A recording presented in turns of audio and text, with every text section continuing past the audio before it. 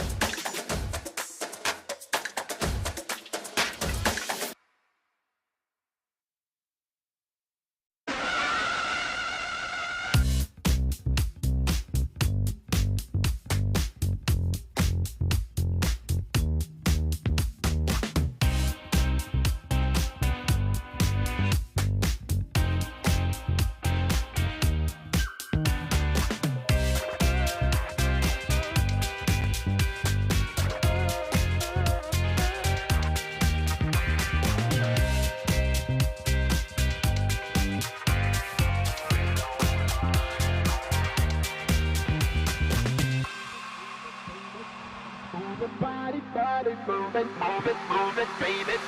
Move it, body.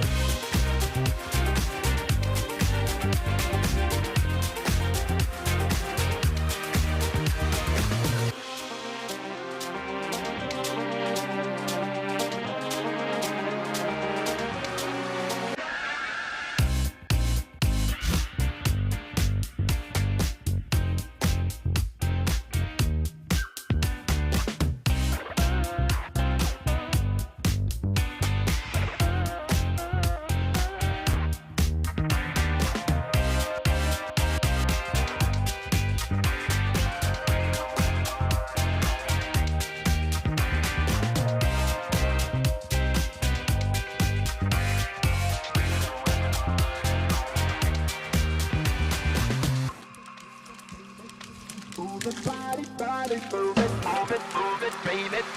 Move it, body.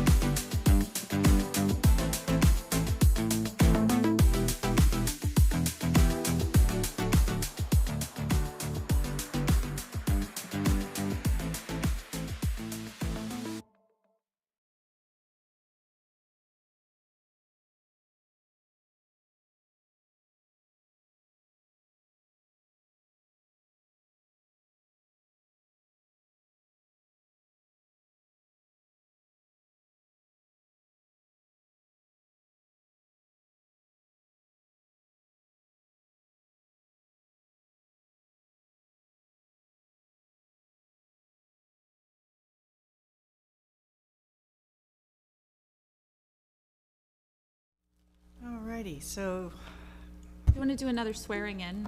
yeah, let's. Okay. We're back in session, and anyone who is going to speak on a case, if you have not been sworn in, please stand, and the clerk will swear you in. Has everybody here been sworn in already? Oh, okay. Guess we'll skip it. Oh, great. Please raise your right hand. Do you swear or affirm that the testimony you're about to give is the truth, the whole truth, and nothing but the truth? Great.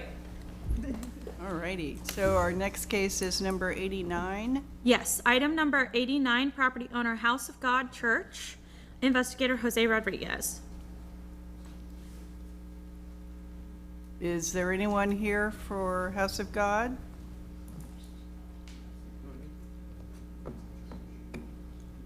Shall we skip it and come back? I think so. All right.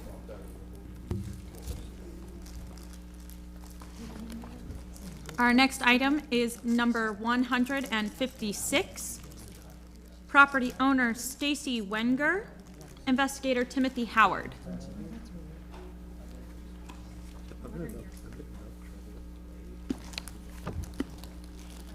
Give us just a sec here. Mr. Rodriguez, if you can find the people from House of God, we'll come back to them. Okay, yes, ma'am. Thank you.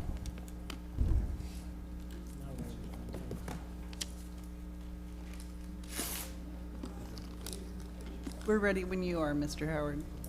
I'm Timothy Howard, Codes Investigator for the City of St. Petersburg, testifying in reference to item number 156, case number 2415641, regarding property located at 532 Hampton Avenue Northeast. I was sworn in at this meeting. The property is a single-family structure and is vacant. This is a Codes follow-up case. The property was first inspected on August 29th, 2024, and a violation notice sent to the owner with a compliance date of September 22nd, 2024. The property was last re-inspected on April 17th, 2025, and the following violations still exist. The fence is leaning with missing slats and rotten wood, and there is missing chipping, peeling paint observed on the west side of the main structure. 0 out of 2 violations have been corrected since this case began. Notice of hearing was sent first-class mail, posted at City Hall, sent certified mail, and was posted at the violation address on April 10th, 2025, which is at least 10 days prior to this hearing. Ownership was confirmed in County Official Records, Book 20786, page 2227. During the course of my investigation, I have not had any contact with the owner. The department recommends 25 days and $150 per day thereafter for noncompliance. I would like to enter into evidence as exhibit number 1, photographs which were taken on April 17th, 2025, document 041725 TJH, and photo numbers 1 through 4.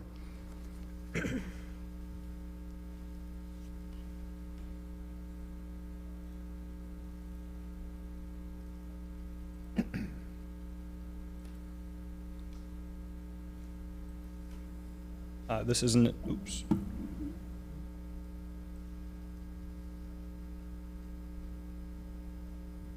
This is an elevation shot of the property.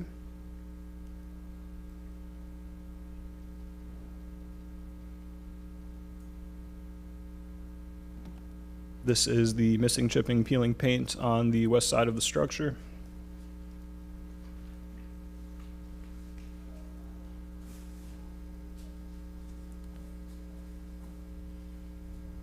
This is some of the fence disrepair, rotted, broken slats.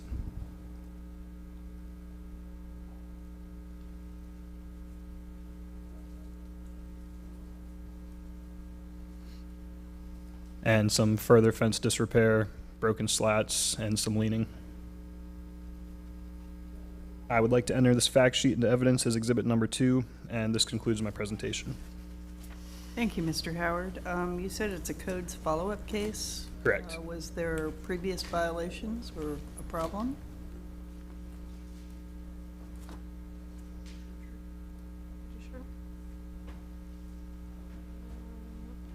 I believe it was codes follow-up just for a complaint in the area, and then the case was started. Okay. All righty, thank you. Good afternoon, sir. Could you give us your name and address for the record, please? Good afternoon. Excuse me. Good afternoon. My name is David Byers. I'm an attorney with the Law Office of Castroller in Tampa. Our office address is 1604 North Marion Street, Tampa, Florida, 33602. We represent Rushmore Servicing, who is the servicer for the first mortgage holder. There's an active foreclosure in this case at this point in time, or against the property, I should say. Let's see. May we hear from him? No, we can only hear from the owner or the owner's representative, the current owner in Property Appraiser. Yeah, I didn't think so. I'm sorry, sir, that you've wasted your time, but we need an authorization form from the owner or the actual owner. Understood. I was really just here for observation purposes, and I wanted to make sure that you all were aware I was here. Okay, thank you. Next case, please. They haven't returned yet? Okay. Item 135, property owner Genevieve Bobbitt, investigator Ryan Henderson. 134 or 135? 135 No, is what 34. did I have the wrong one? Yeah, it's 134. I tabbed it. Dawn Margaret Ballard, investigator Ryan Henderson. 134.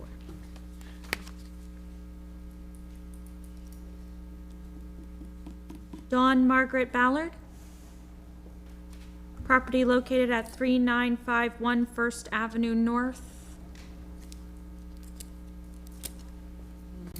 Okay, We can return to that one later as well. Item number 78, property owner Bobby Allen, investigator Jose Rodriguez. we have a live.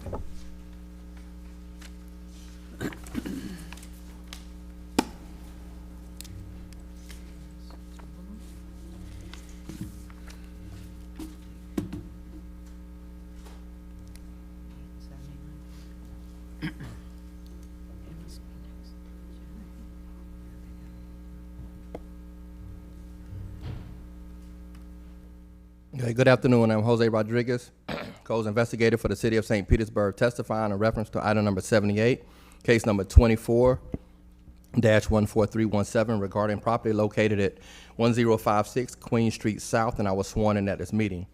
This property is a single-family structure and is vacant.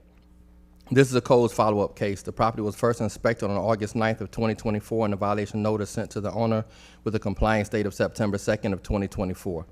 Property was last re-inspected on April 14th of 2025, and the following violations still exist.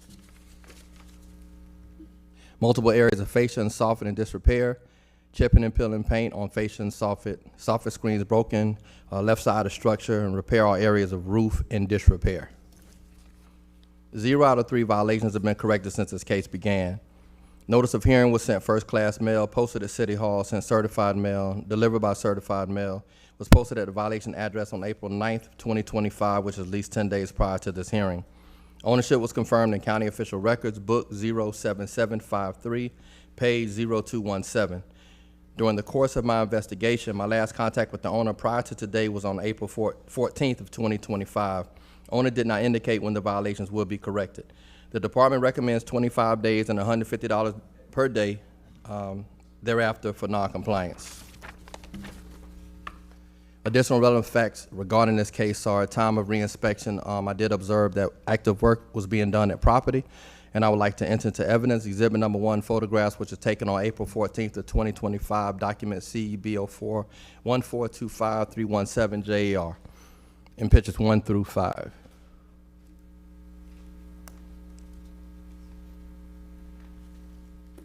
First photograph is elevation of the structure.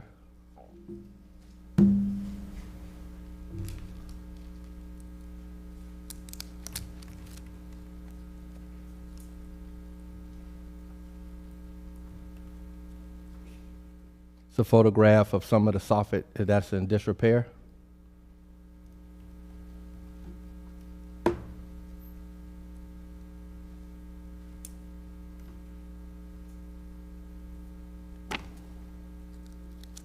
It's a photograph, again, some more soffit disrepair.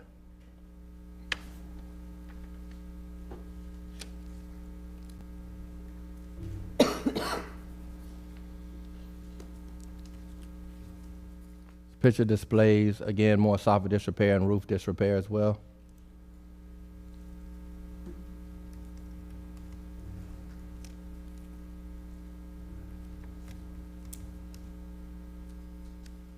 And again, more soffit disrepair. I would like to enter this fact sheet into evidence exhibit number 2, and this concludes my presentation. Thank you, Mr. Rodriguez. Does anyone have questions for staff? No. All right. Good afternoon, sir. Could you give us your name and address for the record, please? My name is Bobby Allen, 5997 30th Avenue North, St. Petersburg, Florida, 33710.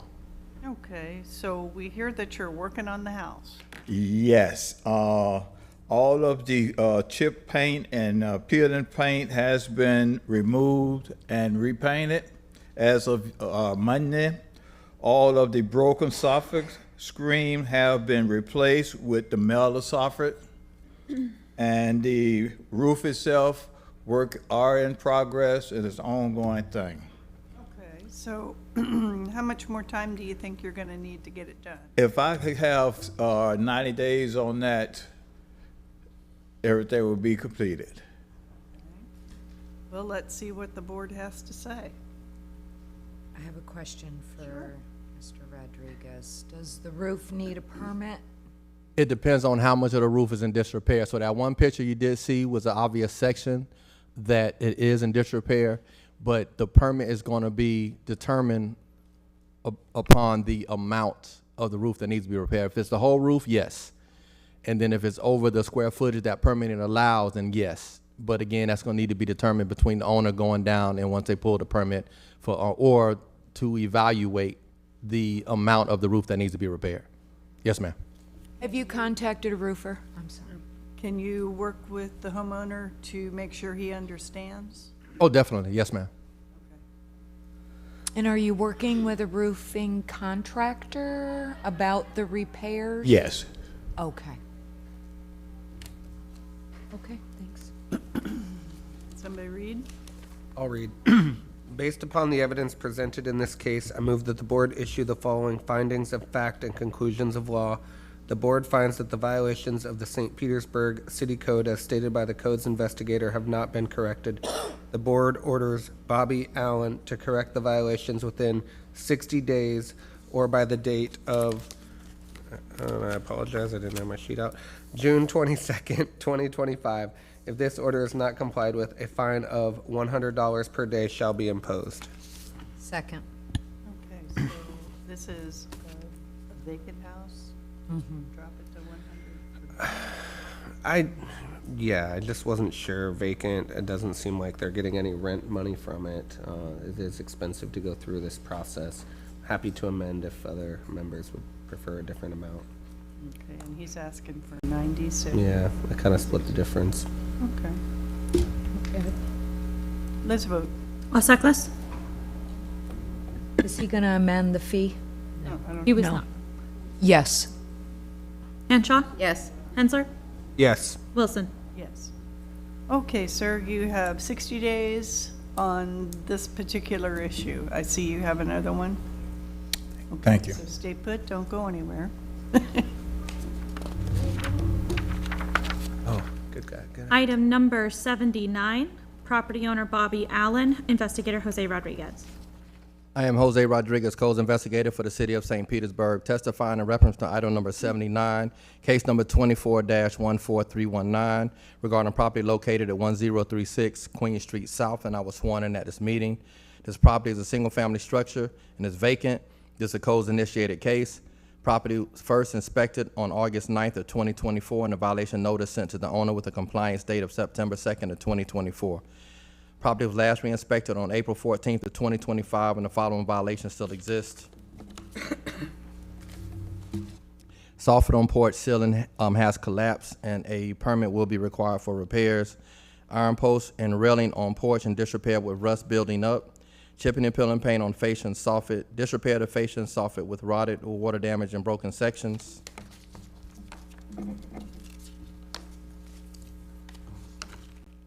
Chipping and peeling paint on main structure and roof in disrepair made evident by tarp.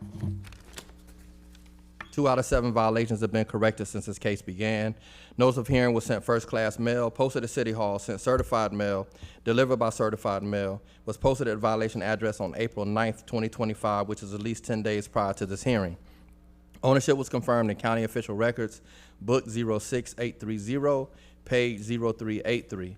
During the course of my investigation, my last contact with the owner prior to today was on April 14th of 2025, and owner did not indicate when the violations would be corrected. The department recommends 25 days and $100 per day thereafter for non-compliance. Additional relevant facts regarding this case are, again, at time of re-inspection, observed active work at property, and as of 4/14/25, observed light fixture was repaired, and a hole in rear of the property by the door has been repaired. I would like to enter into evidence exhibit number 1, photographs which were taken on April 14th of 2025.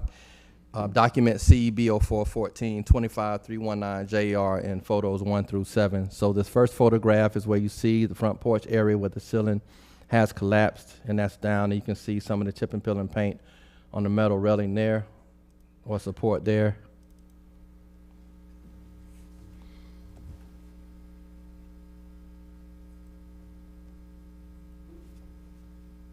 It's a more detailed picture of the supports, peeling and chipping paint and rusting.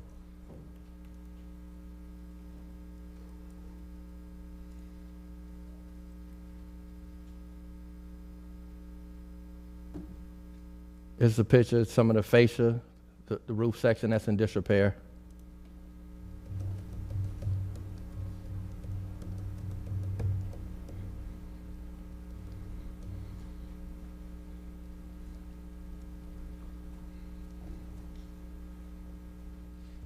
Chipping and peeling paint along the fascia area.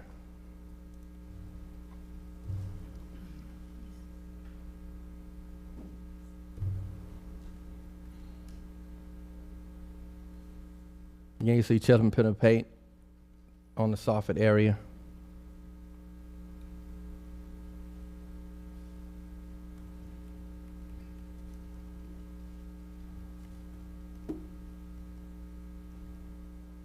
Again, more chipping and peeling paint, again on the structure itself.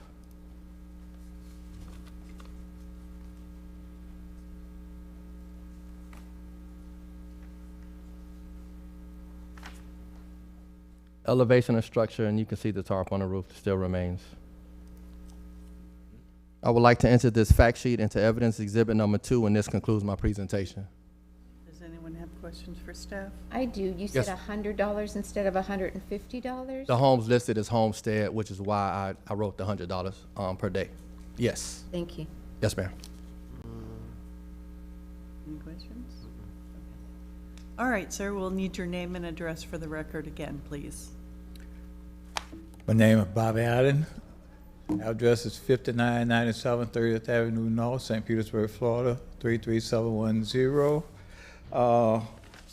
As of the major storms we had last year, I had to stop work on the premises, and a huge tree limb, I would say another tree, had fell on the house at the southeast corner, as well as my neighbor's property in the back. She had a tool shed, and plus she had a chain link fence all around her place.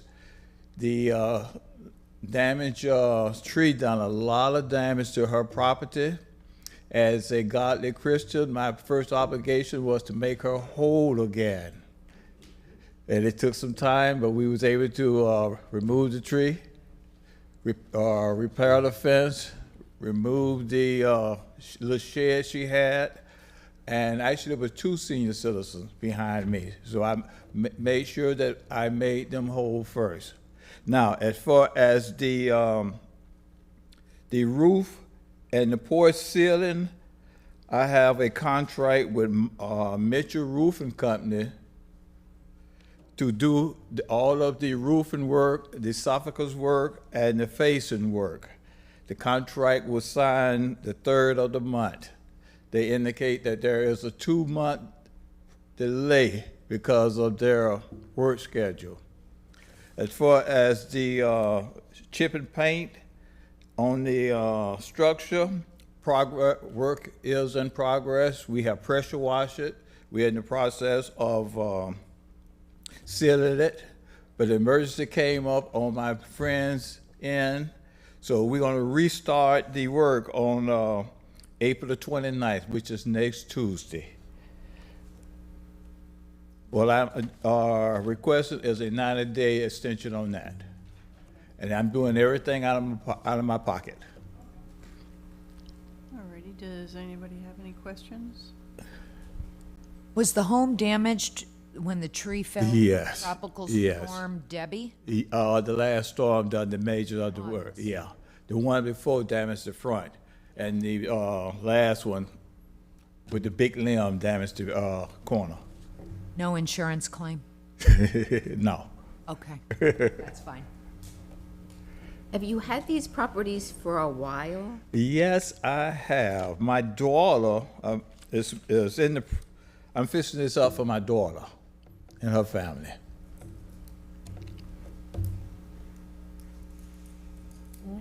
Okay, I'll read. Okay. Based upon the evidence presented in this case, I move that the board issue the following findings of fact and conclusions of law. The board finds that the violations of the St. Petersburg City Code as stated by the code's investigator have not been corrected. The board orders Bobby L. Allen to correct the violations within 90 days or by 7/22/25. If this order is not complied with, a fine of $100 per day shall be imposed. Second. Okay, we have a motion and a second. Any discussion? Let's vote. Seckless, Yes. Henshaw, Yes, Hensler, Yes. Wilson. Yes. All right, sir, you have 90 days on this one. Thank you. Good luck to you. Did any of the previous two that we skipped over come back yet? Has House of God shown up yet, Mr. Rodriguez? Negative. I'll keep Beatrice and Joe updated in regards to that. Okay. Item number 158, property owner Derek Bard and Emily Norton, investigator Timothy Howard. I'm Timothy Howard, Codes Investigator for the City of St. Petersburg, testifying in reference to item number 158, case number 251386, regarding property located at 5551 Bayou Grand Boulevard Northeast. I was sworn in at this meeting. The property is a single-family structure and is occupied by owner. This is an internal complaint case. The property was first inspected on January 28th, 2025, and a violation notice sent to the owner with a compliance date of February 21st, 2025. The property was last re-inspected on April 17th, 2025, and the following violation still exists. No post-disaster emergency permit on file. Work completed in a flood hazard area to mitigate flood damage requires a post-disaster emergency permit. 0 out of 1 violation has been corrected since this case began. Notice of hearing was sent first-class mail, posted at City Hall, sent certified mail, and was posted at the violation address on April 11th, 2025, which is at least 10 days prior to this hearing. Ownership was confirmed in County Official Records, Book 22242, page 1355. During the course of my investigation, my last contact with the owner prior to today was on January 28th, 2025, and the owner did not indicate when the violations would be corrected. The department recommends 25 days and $100 per day thereafter for noncompliance. Additional relevant facts regarding this case: post-disaster emergency permit 2501003428 is in process and is ready for corrections as of January 29th, 2025. However, they're not going to approve that permit until some older permits receive approved final inspections. I would like to enter into evidence as exhibit number 1, photographs which were taken on January 29th, 2025, document 012925386 TJH, and photo numbers 1 through 3.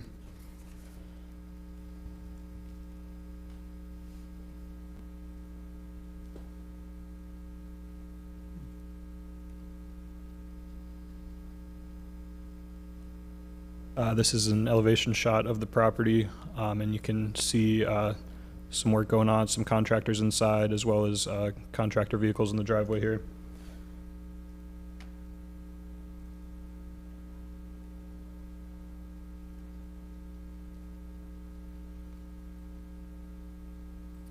Another image showing bay glass and window on site doing some renovations.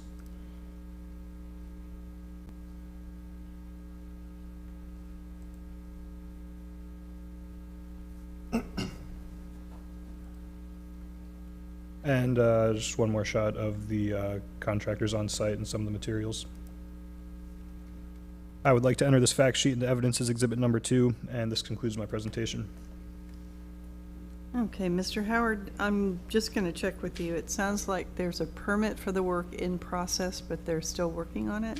Is that right? Yes, there's a permit in process. However, while they were in the process of issuing that permit, they found that there were older permits from before this homeowner had purchased the property that never received final approved inspections. And it sounds like they're not going to issue the post-disaster emergency permit until some of those older permits are closed out. Okay. Alrighty. Does anyone else have any questions? I do. Was it for similar work? Is that Yeah, why? what was the work for the? The homeowner can explain a little bit better than me. I think one included a gas line and some roof work. There's a handful. It's kind of messy. Okay. Chair, if I may. You absolutely may. So, just something to consider as these cases come before you. Obviously balancing the desire of the property owners to get back in their homes as quickly as possible and the delays that were occurring with the permitting process. Obviously, we would always want permits to be pulled prior to the work being completed, especially in these cases, because depending on the scope of work, you could be doing work that's over 49%, then you have a much bigger issue on your hands. But, you know, I believe, and I'm not saying it's the case here, but you'll likely hear from a lot of property owners that they were just, they had that itching desire to get back into their homes, which we completely understand. And at this point, we just want to make sure those permits get approved and inspected, and then we can get them closed out. So I just wanted to bring that to your attention. Well, we can see from the pictures that they're probably living in the trailer up front. Right, yep. So, And I think that's why we wanted to know if the prior open permits were for the same issue, because. Yeah, I'll see if I can dig into that a little bit. okay. Good afternoon, sir. Could you please give us your name and address for the record? My name is Derek John Baird, 5551 Bayou Grande Boulevard, Northeast, St. Petersburg, Florida, 33703. So tell us about the permits that never got finalized. Okay, so when the house flooded, my wife was pregnant, and I hired a bunch of subcontractors to come out, pull permits, which the city opened, which is good. My house is 95% complete, and my wife gave birth about 49 hours ago, which is awesome. Congratulations. Thank you. So I'm running on I have no sleep for 30 hours at least. 30 hours. When I ended up, Timothy explained to me that I need a post-disaster permit. I went down to the office, I talked to a guy named Peter. Now, Peter informed me that I had prior open permits that did not pass inspection about 10 years ago. He told me I must have my old roof that's damaged and has been ripped off already, that roof must be fixed, pass inspection, so they could close out that to put the new roof on. They will not let me close out any permits previously, even though I have new permits open to do the work. So I put in the emergency permit with all the work that I'm doing on the home, and he told me that's going to get denied, which it has. So I don't really know what to do. The permits for the previous roof, I'm assuming you didn't own the home when that. No, that was like 10 years ago. Okay. Yeah. And are there any other open permits besides the roof? There's a gas line, I guess, that wasn't completed. Is it that old? That's probably 7 years ago. Do you use gas in your house? Yes. I've had the copper gas line already replaced when I did the first remodel on the house, but it was because it was copper throughout the whole house. You can't have a copper gas line. So everyone who's been doing work on the house are licensed general contractors and subcontractors. So, for legal here, so if I'm understanding what he's being told to do, he has to replace the original roof, tear it off, and then put on a new roof? According to Peter. Blew off during the hurricane, so gotta replace it anyways? Is there an appeals process at the building department? There's not an appeals process, but I can certainly escalate that to a higher authority within the building department to Please do. see, yeah, I had already planned on it. To see if there, is some miscommunication there, misunderstanding, maybe. There may not be. I mean, candidly, I don't really know. I think that most of that is to capture any value of work that was completed previously, because they have to include that all in the calculations for the 49%. But certainly, I don't see how we inspect an old roof that's now been replaced or needs to Blown be off and replaced, right? So I can certainly bring that to the attention of the deputy building official and building official and have them take a second look at this and hopefully get the permit moving forward. Now, there are some other outstanding permits, and that seems like the simplest one to resolve, but I'm happy The to. gas line, are you able to assist with that? Yeah, I mean, I'll send this entire address over to them and just have them review the notes in the permit to see if they can provide some additional assistance. Really, the issues come when maybe they were doing like a full renovation or addition, and then now they didn't get that completely closed out, and we have to start this other work to do all those repairs with like a roof or the gas line. Again, I don't see it being that big of an issue, but I'll confirm with the building department, and we'll try to get them some clear answers on it. Yeah, if you would ask them to reach out to him and Yep. maybe have a sit-down so that he understands where he is and what he needs to do. Absolutely. I think everybody's objective is good. Yeah, we just want to get him and his wife and his new baby back in the house. It'd be nice, yes. Yeah. So, to that end, we need to give him some time. I'll read something. Ready to read something? Sure. Based upon the evidence presented in this case, I move that the board issue the following findings of fact and conclusions of law. The board finds that the violations of the St. Petersburg City Code, as stated by the code's investigator, have not been corrected. The board orders Derek Beard to correct the violations within 90 days or by a date of July 22nd, 2025. If this order is not complied with, a fine of $100 per day shall be imposed. Second? Okay, we have a motion and a second. Do we think 90 days is long enough? Yeah. Yeah. I think they're. Is everybody okay with that? I'm hoping that it will occur Yeah, I think, Yeah. to at least put this on Get the hold. permit issued. Yeah. yeah, exactly. Chair, the only thing that I would say, it looks like there was not even a preliminary review done of this because they just saw the open permits. And so that immediately flagged it, Yeah. right? So there could be corrections that are needed once they clear that piece up with whatever was submitted. So I think that that should be taken into consideration. I'll amend. Okay. Okay. I will amend item number 158 for the violation for Derek Beard to be corrected within 120 days or by August 21st, 2025. Second? The order is not complied with, a fine of $100 per day shall be imposed. Okay, so the motion is for 120 days and a $100 per day fine. Everybody okay with that? Let's vote. Seckless, Yes. Henshaw, Yes. Hensler, Yes. Wilson. Yes. Okay, sir, you have 120 days to get the permit stuff straightened out. Hope it Once your works. Once your current permit is issued, that puts all of this stuff on hold. So you've Okay. got some breathing room out. All right, that'd be perfect. Awesome. Thank you, guys. Good luck. Next case.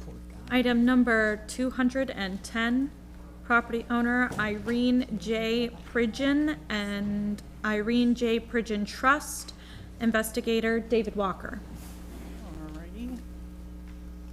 Good afternoon. I'm David Rock Walker, Codes Investigator for the City of St. Petersburg, testifying to reference to item 210, case 24-21656, regarding property located at 6000 25th Way South. I was sworn in at this meeting. The property is a single-family structure and is occupied by the owner. This is a C-click fix case. The property was first inspected on January 2nd, 2025, and the violation notice sent to the owner with a compliance date of March 12th, 2025.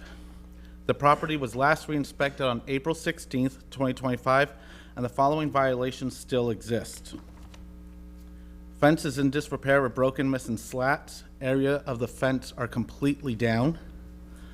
There is a front porch screen is ripped and torn. Light globe is missing on the front of the structure. Overgrowth of vegetation throughout the property, and dead vegetation that is not being maintained at rear of property. 4 out of 8 violations have been corrected or inactivated since this case began. Notice of hearing was sent first-class mail, posted at City Hall, sent certified mail, and was posted at the violation address on April 8th, 2025, which is at least 10 days prior to this hearing. Ownership was confirmed in County Official Records, Book 22638, page 1095. My last contact with the owner prior to today was April 17th, 2025. The owner did not indicate when the violations would be corrected, but we'll get into that. The department recommends 25 days and $100 per day thereafter for non-compliance. My additional relevant facts regarding this case are N-Team was applied for and it was denied, and she will get into that also. And also that she, the owner did get an approved ORR2 permit for the roofing and shingles and to fix the fascia. That's why we inactivated some of the violations. I would like to enter into evidence as Exhibit 1 photographs which were taken on April 16th, 2025, documented April CB 2025, and photo numbers 1 through 4. Right here we have the front of the home. This is a close-up where we have rip screening right here, little right there in the corner, and that's our little light globe. And this is the left side of the home, and you can see right here we have fencing that's down, overgrowth all right here. And this is the right side of the home, and right here we got a lot of overgrowth on the right side. I would like to enter this fact sheet into evidence as Exhibit 2. This concludes my presentation. Okay, thank you so much. Does anyone have questions for staff? Good afternoon, ma'am. Could you give us your full name and address for the record? Irene Johnson Pridgeon, 6000 25th Way South, St. Pete, 33712. Okay, so it sounds like you've got a contract on the roof. Go. Yes. That's great. Yes. When are they going to start work? We're waiting for our FEMA money, so hopefully soon. I checked last night, it hadn't come through, but hopefully soon. Okay. And what about this other stuff, the landscaping and the overgrowth and that kind of stuff? Well, let me say this to you. I've been there 42 years, and the N-Team came out and they were going to put up a fence because my brother and I live together, and we're senior citizens and we're on a fixed income. And so the N-Team came out and said that they would fix it. I mean, put the fence in the yard and do the backyard for us because my brother, as you can see, is not in tip-top shape. He was going to get on a ladder and the neighbor said, please don't. And, you know, the mind is willing, but the body is weak.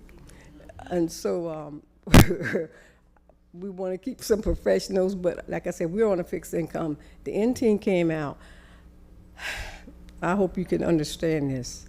My credit rating has zero mortgages, 0 credit cards, and 0 vehicle car payments. I plan my life to grow old gracefully. I have been entangled into a foreclosure for 12 years. 12 years. This is all the gray hair. And it's a wrongful foreclosure, and this has been going on and off and on and off. So the N-Team says that they try to get that straightened out, and then they will come back and do it. So that's where we are with the N-Team, and I'm praying that it can, because as you see, My brother's not, like, our finances are limited. But of course, we always want to comply. We've been there 14 years, and we love St. Pete. We've been here all our lives. And matter of fact, my father was the first African-American real estate broker here, and he's on the city of St. Pete African-American here, African Trail. And I say that because he helped people get into homes, and that's in our bloodline. Like I said, I've been in my home for 2 years, and my nephew's a police officer. I can go on and on about my wonderful family and our love for St. Pete. And I've served on every board, and I thank you for all the work that you do and the time and the commitment you make to the city of St. Pete, as I have done all my entire life. So I'm hoping that you will understand my commitment to the city and understand that if it could have been done, it would have been done. But I'm not as young as I used to be. I used to be in the yard. I don't do that anymore. So hopefully the end team will come through when we get this foreclosure thing resolved, and hopefully within the next 4 months it will be resolved. I'm looking at all my options as well. Like I say, it's a wrongful foreclosure, and it's a debt collector that's trying to take the elderly.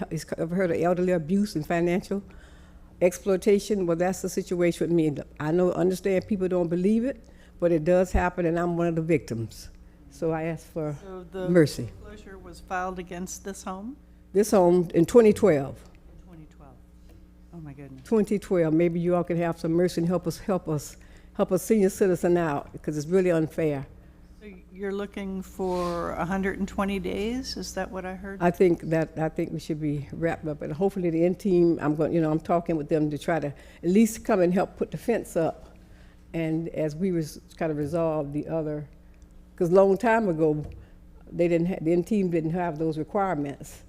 I don't know. Recently they changed it where you can't be in a foreclosure. Yeah. But hang on a second. And so you have a roofing contract? Yeah, I have a roofing contract with and they pulled a permit, because I thought the money was going to be here with FEMA, because when I talked to the guy, he said, excuse me, he says, no problem, go ahead and just give me some estimates and go ahead and pull your permit and we'll get it. No. That was 3 weeks ago. So I checked last night again before I came here, and it's nothing yet there. Yeah, it's probably going to be soon from what I hear. So I put it in again last night, so they wouldn't forget me. I put in the city, because I put in the city's permit, because we paid for that permit, and if the hurricane come again, we won't be able to make it because my roof is just demolished. So, Mr. Waugh, tell me about the end team and foreclosures. Are they helping her get rid of this wrongful foreclosure? No. We would be doing the repairs, but again,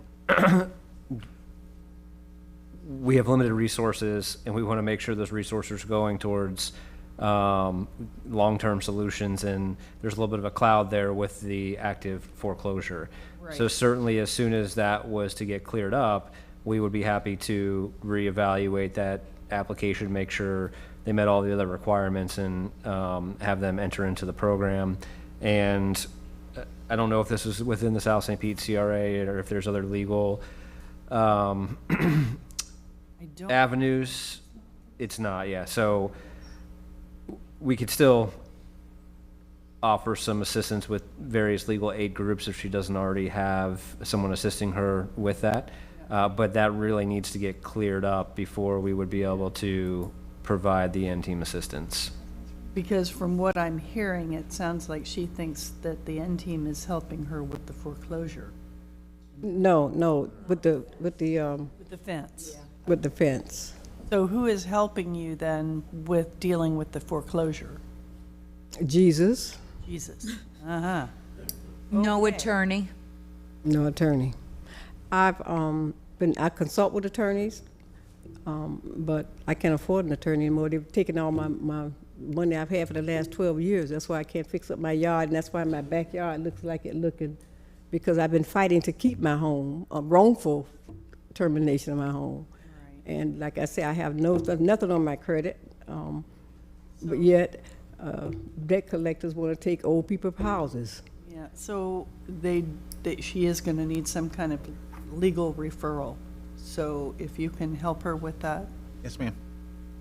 make sure that she gets to somebody that can help her with that. I don't know what the backstory is, but it's none of our business. Yes, ma'am. Well, it's your business because I'm a citizen of St. Pete, and we all love St. Pete. No, ma'am, we don't want to pry into Yeah. financial affairs as well. Oh, hey, it's public record. And the good news is I won the appeal the last time, you know, so it's just, it's unfair. So, does anybody have any more questions? Yeah, it's my turn. I'll go ahead. Based upon the evidence presented in this case, I move that the board issue the following findings of fact and conclusions of law. The board finds that the violations of the St. Petersburg City Code, as stated by the code's investigator, have not been corrected. The board orders Irene J. Pridgeon to correct the violations within 120 days or by the date of August 21st, 2025. If this order is not complied with, a fine of $100 per day shall be imposed. Second. Okay, we have a motion and a second. Any discussion? Let's vote. Maseklis? Yes. Henshaw? Yes. Hensler? Yes. Wilson? Yes. Okay, Ms. Pridgeon, the board has given you 120 days. If things aren't resolved by then, you'll get a notice to come to a special magistrate's hearing. Please go to that hearing because you can explain that you need more time and you will most probably get it. Okay, but don't miss the hearing. Don't Because worry. then they're gonna start putting liens on your house. And you got enough trouble with the house, you don't need Who you liens. telling? Thank you so very much. Thank you for your service and all you do for St. Pete. And you as well, ma'am. Thank you, ma'am. Good luck. Okay, next case. Item number 64. Xenia Barbato and Joseph Barbato. Investigator Jean Madu.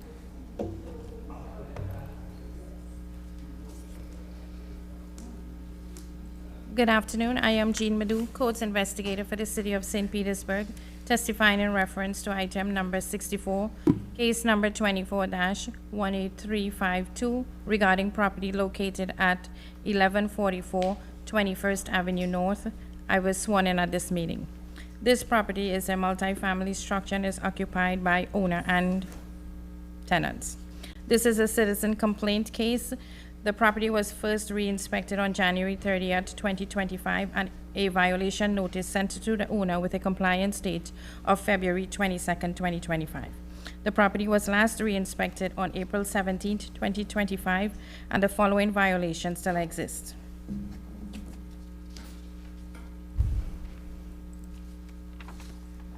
Advertisement and rental of a property for transient accommodations, occupancy for less than a monthly term, is prohibited within the neighborhood traditional single-family zoning district. Proof of cancellation of illegal future short-term rental bookings will need to be supplied to the Codes Compliance Department. 0 out of 1 violation have been corrected since this case began. Notice of hearing was sent first-class mail, posted at City Hall, sent certified mail, and was posted at the violation address on April 11th, 2025, which is at least 10 days prior to this hearing. Ownership was confirmed in county official records, book 20937, page 2521. During the course of my investigation, my last contact with the owner prior to today was in February. The owner did indicate that she was at the house, but she will explain with you that she had some stuff going on personally. The department recommends 10 days and $200 per day thereafter for non-compliance. I would like to enter into evidence as Exhibit 1, photographs which were taken on February 27th, April 17th, and April 22nd. Documents CEB 04232025J1M and photo numbers 1 through 3.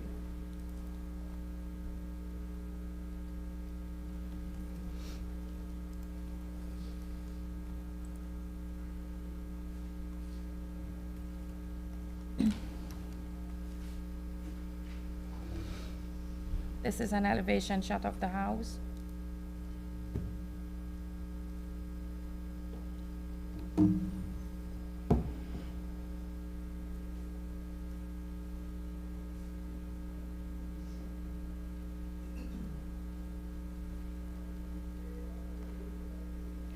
This was that you were able to book for 2 nights, and this was taken on February 27th, which was after the compliance date.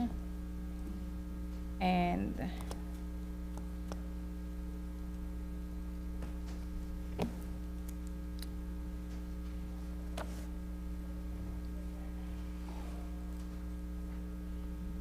so this here shows for January and February of 2025, there have been multiple reviews.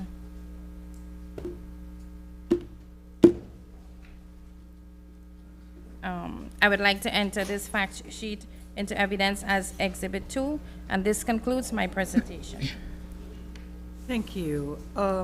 Ms. Madhu, did you see any future bookings? Did you? No. You did not? Okay.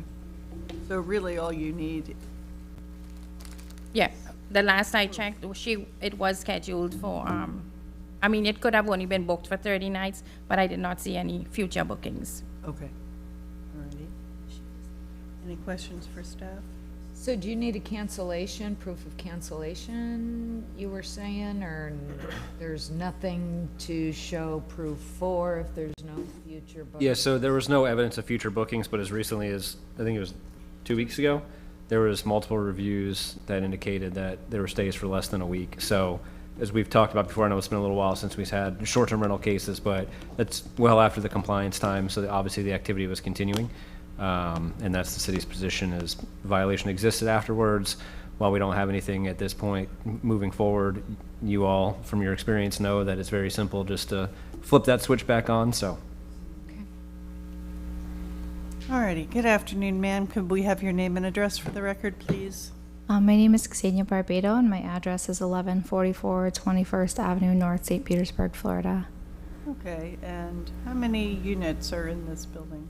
It's a main home. It's a 3-2 that my husband and I live in with our 3 children, and then we have a mother-in-law suite in the back. That's a 1-1. Okay, and that, the mother-in-law suite is what you've been leasing out? That's correct. We didn't skip item number 61. So you have stopped that activity now? We have no future bookings. You have no future bookings? Right, and we've set it to 30-day minimum stays from here on out. Okay. You're aware that the city will be monitoring that, right? That's correct, yes. I had a conversation with Ms. Madhu prior to me coming up here, and I think it was mentioned earlier that not all research on the internet is great research, and I was under the impression that because we live on the property that we weren't doing anything wrong.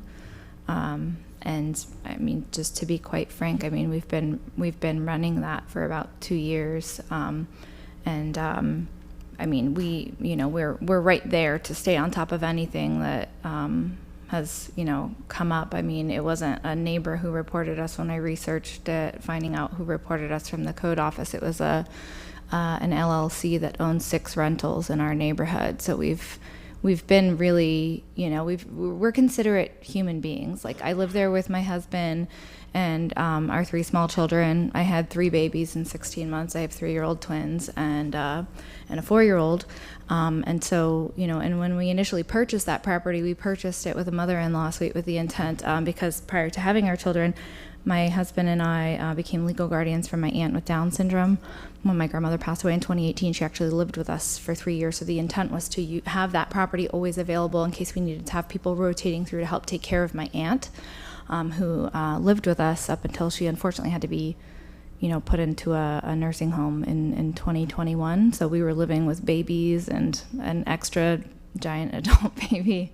And everything that, I tried to research on the internet, like why people are so against Airbnbs, because I always like to understand where other people are coming from. And a lot of what I read was that the issue is that there's these like big investors who come and then they buy up these properties and they don't care about them. That's not the case. Like, we're not big investors. I work at a community hospital. I work at a hospital here in St. Pete. Like, we're like involved in the community, and I was trying to take care of my children and, you know, my aunt. When I received the notice, so my aunt was in the nursing home for a couple of years, and then her health rapidly declined. We all got COVID the summer of 2020. I was 35 weeks pregnant. I was fired from my job at the hospital that I was working at, and I then learned that, you know, people don't really care about healthcare workers in a pandemic. So I really made a commitment to just do what I needed to do to be there for my family. So, you know, because of this Airbnb, I've been able to be home with my children, and so my aunt's health, you know, after she got COVID, she stopped walking and, you know, all this stuff, so we had to move her into a nursing home. Unfortunately, our home can't accommodate a Hoyer lift. It's like a small bungalow. She was in and out of the hospital December, January, February, and well, not February, because at the end of January we made the decision to bring her home so she could die in peace at home on hospice. And that's why I was having a difficult time coordinating. I think I tried to talk to Miss Madhu one time on the phone, and like one of my kids pooped their pants while I was on the phone with her, and I had to go. Like I'm not trying to be, you know, a rule breaker or anything like that. And I was just, you know, trying to understand like what the city's like. You know, I understand the whole big investor thing and that there's like a housing crisis and stuff, but even a month-to-month rental, you know, that's the quality that our place is. It's like a $2,000 a month stay for a 1-1. I mean, that doesn't seem affordable to me. I wouldn't be able to, you know, I wouldn't want to pay that for a 1-1. I mean, Ms. Barbato, I hate to stop you. I think we have a good idea of where your heart was in all of this. Right. The problem here is that if rules were made to apply to everybody's specific situations, nothing would ever get enforced. It isn't just big investors, it's people who are in it to make money and don't really care about the neighbors around them. Right. I'm sorry you got caught up in that net, but the rule is there for everyone, regardless of where their hearts are. Right. Is there any possibility in the future of like special permitting? Because I know some cities do that. I mean, it just a lot of good comes with it. Like I was literally able to hold my aunt's hand while she was dying and pay for 24-hour care and all this stuff because of the Airbnb. It just You would be best off speaking to the codes investigator who can explain to you the ins and outs of the rules. But in general, you are allowed to rent 3 times a year for rental. Everything else must be 30 days or longer. Most folks in your situation generally say the heck with it and they start leasing annually, which is one way to gain some income from the property. It just isn't a churn of every 2 weeks or right. Well, we've switched it over to the 30-day stay because I know that that's the rule. I mean, also too, with us having so many small children, we need help from family, and so when they come and stay, we don't want to do like an annual lease because, you know, we need to keep our situation fluid for our family. But I have changed it to 30 days. I understand that's the rule. I was just kind of trying to better understand like why in certain cases it's not allowed. I mean, I understand you can't make like, you know, an exception for everyone, but if it's possible for something like that to be addended or something in the future. Yeah. The other thing is that if you are online or on social media at all, there are whole discussion groups devoted to horror stories. Right. Short-term. Oh, sure. Absolutely. Absolutely. You know, there has to be some protection for the people who live around them. Absolutely. I mean, When's the last time you had somebody stay in there? we had somebody stay, I think it was the last review that you can see. It was from about 2 weeks ago. But I just didn't catch up with canceling her booking, to be honest. My life is a little nuts with that many kids and still working and stuff. It has to stop. It is. There's no, it's not booked. Like there's no, if you go on there, it's a 30-day minimum. Thank you. I'll read some. Okay. Based upon the evidence presented in this case, I move that the board issue the following findings of fact and conclusions of law. The board finds that the violations of the St. Petersburg City Code as stated by the code's investigator have not been corrected. The board orders Xenia Barbado and Joseph Barbado to correct the violation within 5 days or by 4/28/25. If this order is not complied with, a fine of $200 per day shall be imposed. Second. Okay, we have a motion and a second. Any discussion? Let's vote. Sutcliffe? Yes. Henshaw? Yes. Hensler? Yes. Wilson? All right, ma'am, you're out from under. Thank you.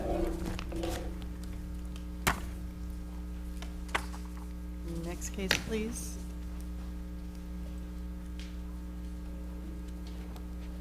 That one was 200 a day instead of 250 like they usually do. Oh, okay. Item number 44, property owner James M. Dutton III, investigator Eric Hervella. Before we go forward, sir, have you been sworn? Yes, ma'am, I did this morning. Okay, I just wanted to make sure. Go ahead, sir. Mr. Ravella? Good afternoon. I am Eric Hervella, Codes Investigator for the City of St. Petersburg, testifying into reference item 44, case 24-9908, regarding the property located at 6740 32nd Avenue North. I was sworn in at the start of this meeting. This is a single-family structure and is occupied by the owner. This is a Codes follow-up case. The property was first inspected on 6/6/2024 with a violation notice sent to the owner with a compliance date of 6/30/2024. Property was last re-inspected on 4/14/2025, and the following violations still exist. A permit is required for removing garage door and enclosing space with wall and window. And bare unpainted wood and walls are located where the garage door area has been enclosed.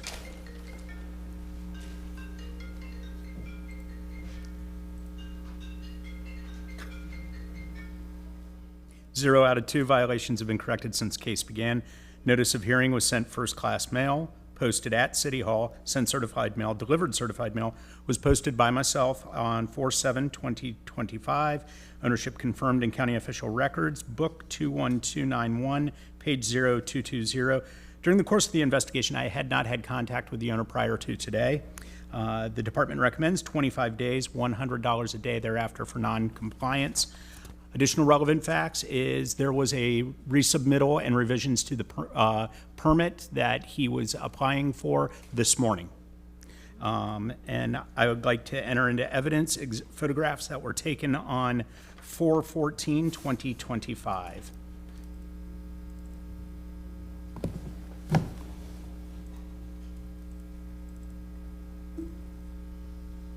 Come on. Open.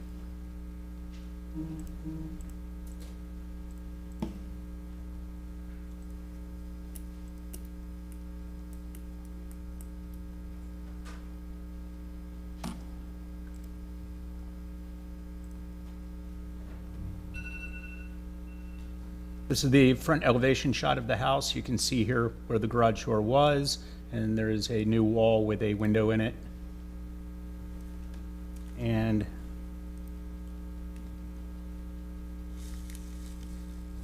with a closer shot, you can see that the cement board is still bare. With the bare wood up top and the actual cement board still being bare.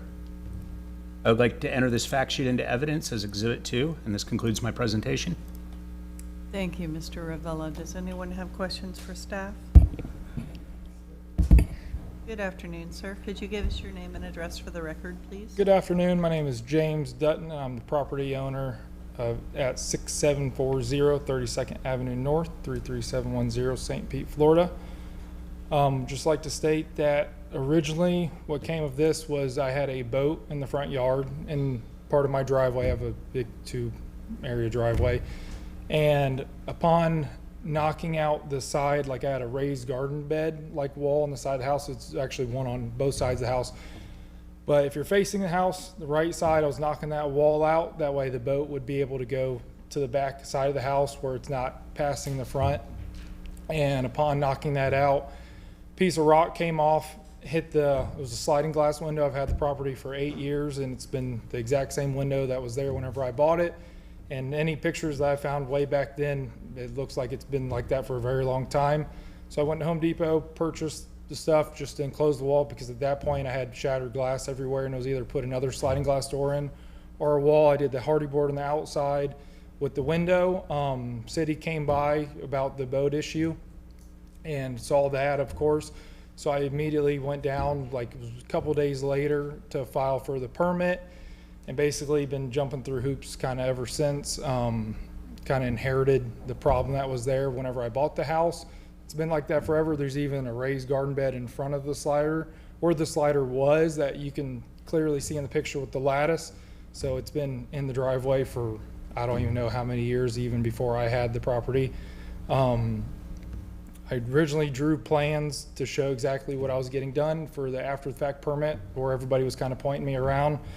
My plans, I'm not gonna lie, my daughter probably could have drawn better plans than I did, but I eventually found somebody that was able to draw the plans for me. It was about like $1,500, professional plans to have it done.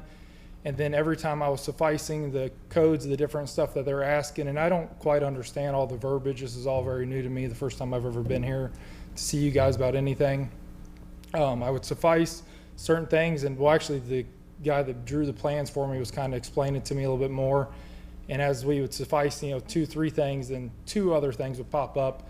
And then I was very enlightened this morning whenever I talked to Mr. Eric and kind of explained the situation, everything I've kind of been going through on it. And that I went to the codes this morning and talked to Scott Hancock, and basically was getting the room non-habitable storage room, and that way that kind of gets rid of some of the other stuff that they were asking me for, because they approved me, I guess, on the permit, which I wasn't aware of that. I knew I still had a couple other things they were asking for, and I didn't know that I could go down there and, like today, I could have gotten the permit this morning, but I went ahead and did the resubmittal, which is what they recommended that I do, and explained everything. And then I even wrote in the resubmittal that the exterior wall to match the plans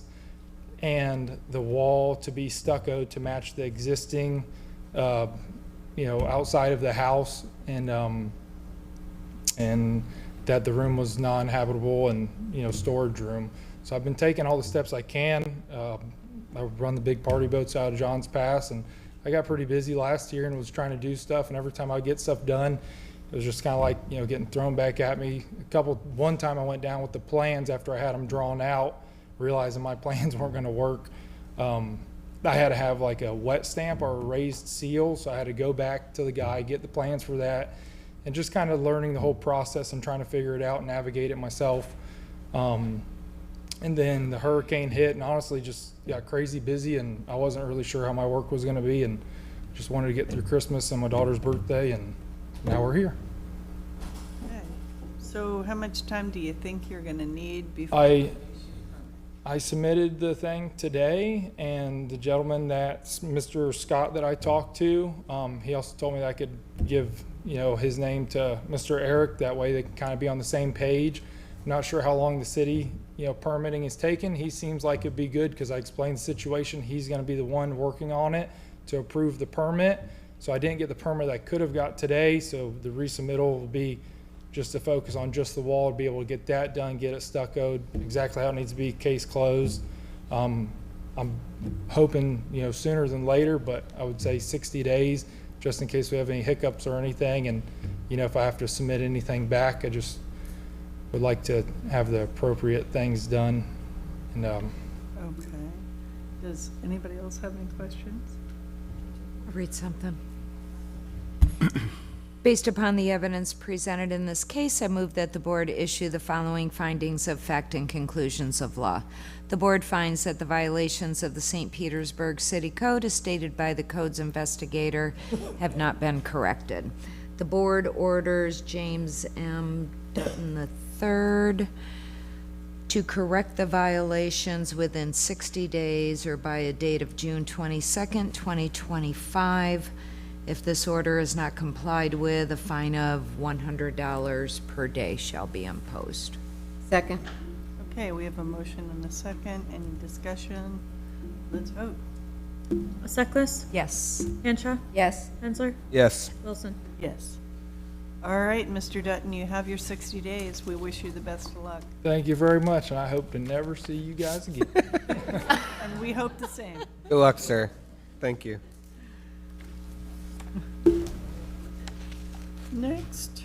Item number 4. Or, wait. Sorry, I turned to the wrong one.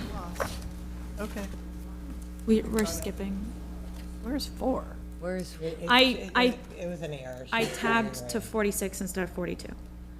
Tammy Brophy Wenzel and Corey Wenzel Senior, Investigator Jean Madu. It's 69. 69, okay.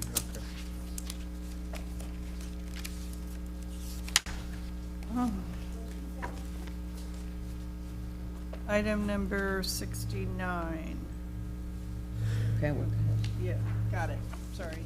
I am Jean Madu, Codes Investigator for the City of St. Petersburg, testifying in reference to item number 69, case number 24-21222, regarding property located at 1142 23rd Avenue North. I was sworn in at this meeting.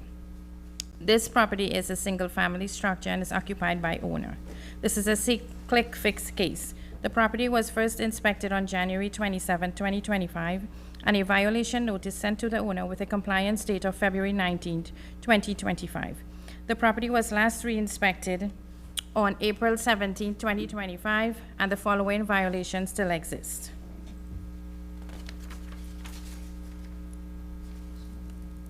Shed constructed or installed at the rear of property without a permit. Please consult construction services with questions or concerns. MSC Building, 1 4th Street North, and I have the 2 phone numbers for them to contact. The property, 0 out of 1 violation have been corrected since this case began.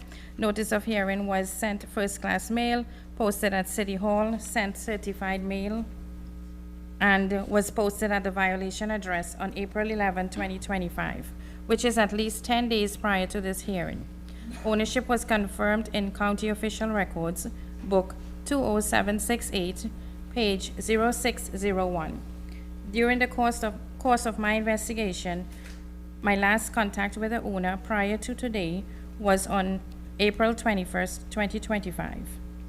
The department recommends 25 days and $100 per day thereafter for non-compliance.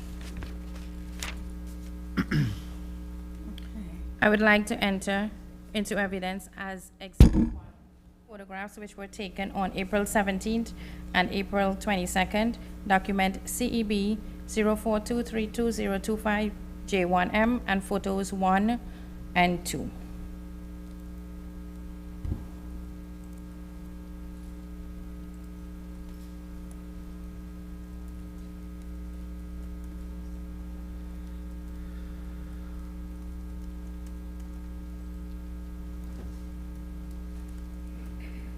Elevation shot of the property.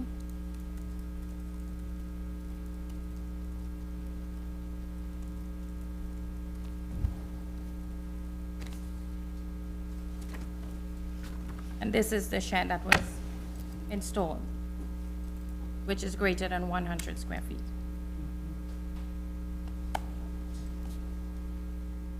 I would like to enter this fact sheet into evidence as Exhibit 2, and this concludes my presentation.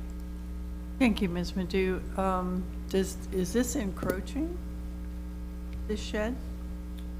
I couldn't tell from the angle of the photograph, but it looks awfully close to the fence line. Yeah, but the property owner said based on her survey, her fence is a little, like 2 feet inside of where her property line is, but she is in the process of getting her permit. Okay, so they've applied? Yes, they did. Okay, do we know what the status is? So they're waiting for corrections. It's waiting for corrections, okay? And when? They need to submit survey and other documentation. Okay, and when was it routed? When did they let them know it was returned for corrections? Give me 1 second, please.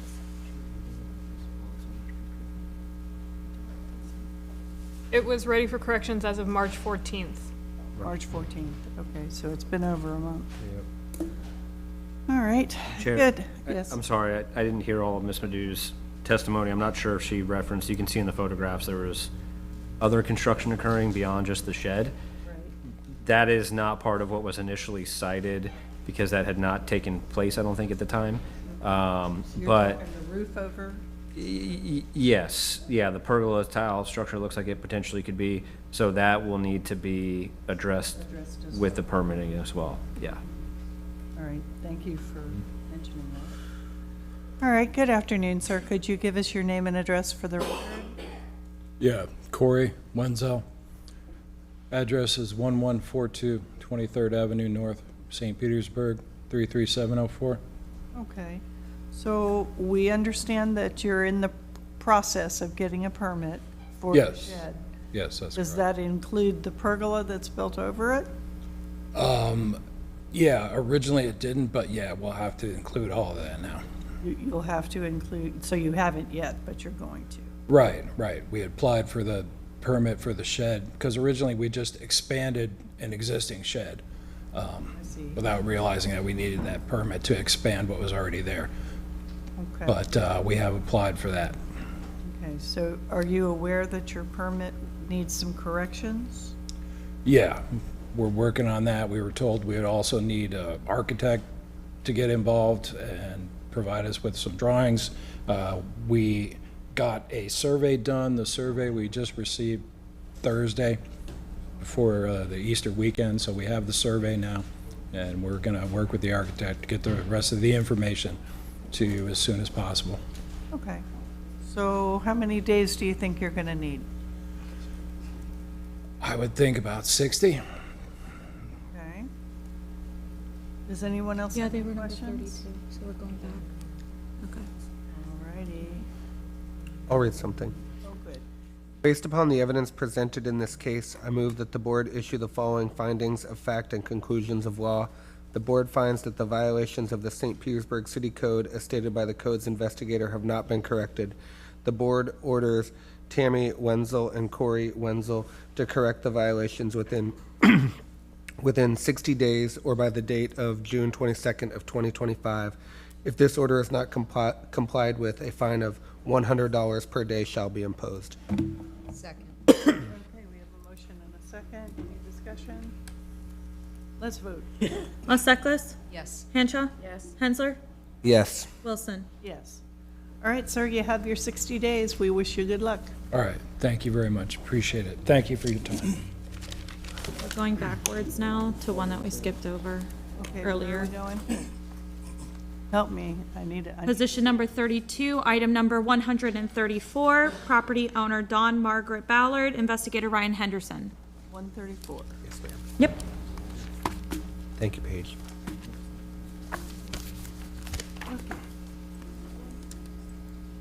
Okay. Oh, the volume's up. Because We're it ready, was hard to Mr. hear him. Henderson. So apparently she's not here. Oh. I thought we recalled the case because she was here. No, I thought, I was asking them to essentially sound the room just because I thought she might be back. I thought she was here, but she's not. Yeah, Okay. So she's not here. she's not here. No. Okay. Person I thought was her isn't her. I'm gonna go back to our place, which is gonna be Q43. Yeah. So now where are we going? We're jumping back to position 43, item 140, property owner Michael J. Conziel Incorporated. Investigator Ryan Henderson. I'm Ryan Henderson. Well, wait till the gentleman gets there. 140, okay. Good afternoon. Okay. I'm Ryan Henderson, Codes Investigator for the City of St. Petersburg, testifying in reference to item number 140, case number 24-17463 regarding property located at 1801 28th Street North. I was sworn in at this meeting. The property is a commercial structure and is occupied by tenants. This is a citizen complaint case. The property was first inspected on September 20th of 2024, and a violation notice sent to the owner with a compliance date of February 9th, 2025. The property was last re-inspected on 4/11 of 2025, and the following violation remains. Zoning prohibited use, the commercial recreation facility that's currently operating outdoors is non-conforming under section 16.10.02.1. 0 out of 1 violation has been corrected since this case began. Notice of hearing was sent first-class mail, posted at City Hall, sent certified mail, and was hand-delivered by me on April 11, 2025 to the tenant. Ownership was confirmed in County Official Records, Book 18883, page 0446. During the course of my investigation, my last contact with the tenant was on the 11th of April, 2025, but they did not indicate when the violations will be corrected. The department recommends 25 days and $200 per day thereafter for non-compliance. The additional relevant fact is that there is a section, and this is really what it's about. There's an area that's in the back of the property that's being occupied and it's being used as a recreational space. When myself and the area supervisor were on the property a few days ago, as I mentioned on the 11th, the gentleman who is actually the tenant indicated that one of the businesses next door has utilized this space at times. Now, what they're saying is that they primarily use it for their children, for relatives. However, during that conversation, they also mentioned that the business next door has used it at times and that they may have even charged them for the use of this space that is outdoor behind this property. Now, you may have, so we'll stop there. If you have any other questions, I'll answer them. I would like to enter into evidence as exhibit number 1, photographs which were taken on November 18th of 2024 as well as April 11th of 2025. And the document number is 0411254663 RLH CEB. So we'll start with the elevation. So this is the business here.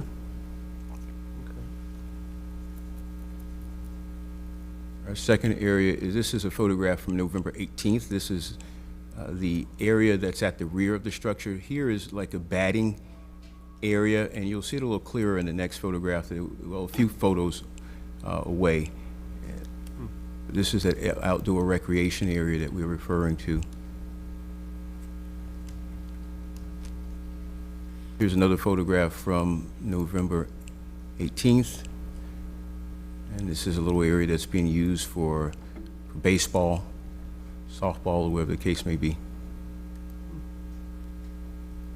And here's a photograph from April 11th of that batting area. And you can even see this little contraption here. That's part of it, as well as a base in a little screened area.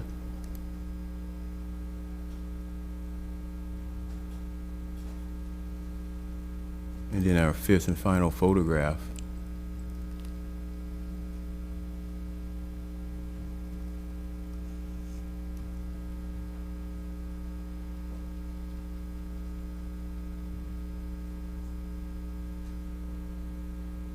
Is of that area that we saw before back in on the 18th of November. I would like to enter this fact sheet into evidence as exhibit number 2. This concludes my presentation.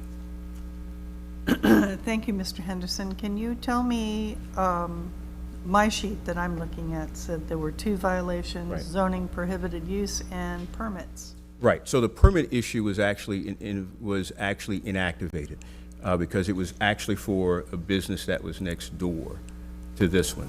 So it was cited at this property instead of the property next door, which that property, by the way, has been cited for that same permit violation because it does apply. It just happens that it was not this property owner's property.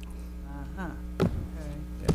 So if I understand your testimony correctly, the tenant that is not on this property is also using part of this property? Well, here's the thing. Yes, we were told, the gentleman, when we were out there, indicated that they may have allowed them to use it on occasion. How frequently, how infrequently, we don't know. But he did say while we were there that there has been at least an occasion where they have utilized it. Okay. And the operation next door is? It's a business that allows, where they're using it for indoor baseball activities. Oh, such a coincidence. It is a coincidence, isn't it? Chair, if I may, just quickly, unless you had another question. I did, one more. Go ahead. And I'll be done. Can they get this use approved if they were to request a variance? Seeing as how the next door people are doing that. Yeah, to be honest, without digging into the code, I mean, it's possible, I assume. But one additional piece of information here. So this property previously was before the board because the prior business was like a boat repair shop. And they were not supposed to be doing any repairs or any activity outside. And we had to handle that. We got a complaint, obviously. We addressed that violation. And so then now we have another use with similar concerns to the neighboring properties because there's outdoor activity and adverse effects to the adjacent residential properties that's not approved. So this is, you know, while this one specific instance spans back a couple of months here, certainly activity overall of this property has been an issue. But not to say the property owner, but the tenants, obviously, and the business operating out of there, and that's been adversely impacting the adjacent residential properties. Because this does back up to residential. Yes. I have a couple of questions. I have a couple of questions. What is the actual business that is permitted to be there? What is that business for? Do you know? I can answer that if you want me to. So the business that exists there is a construction company. Construction company? Yeah. Okay. That's working out, that's operating out of there. Thank you. Well, Anyone else?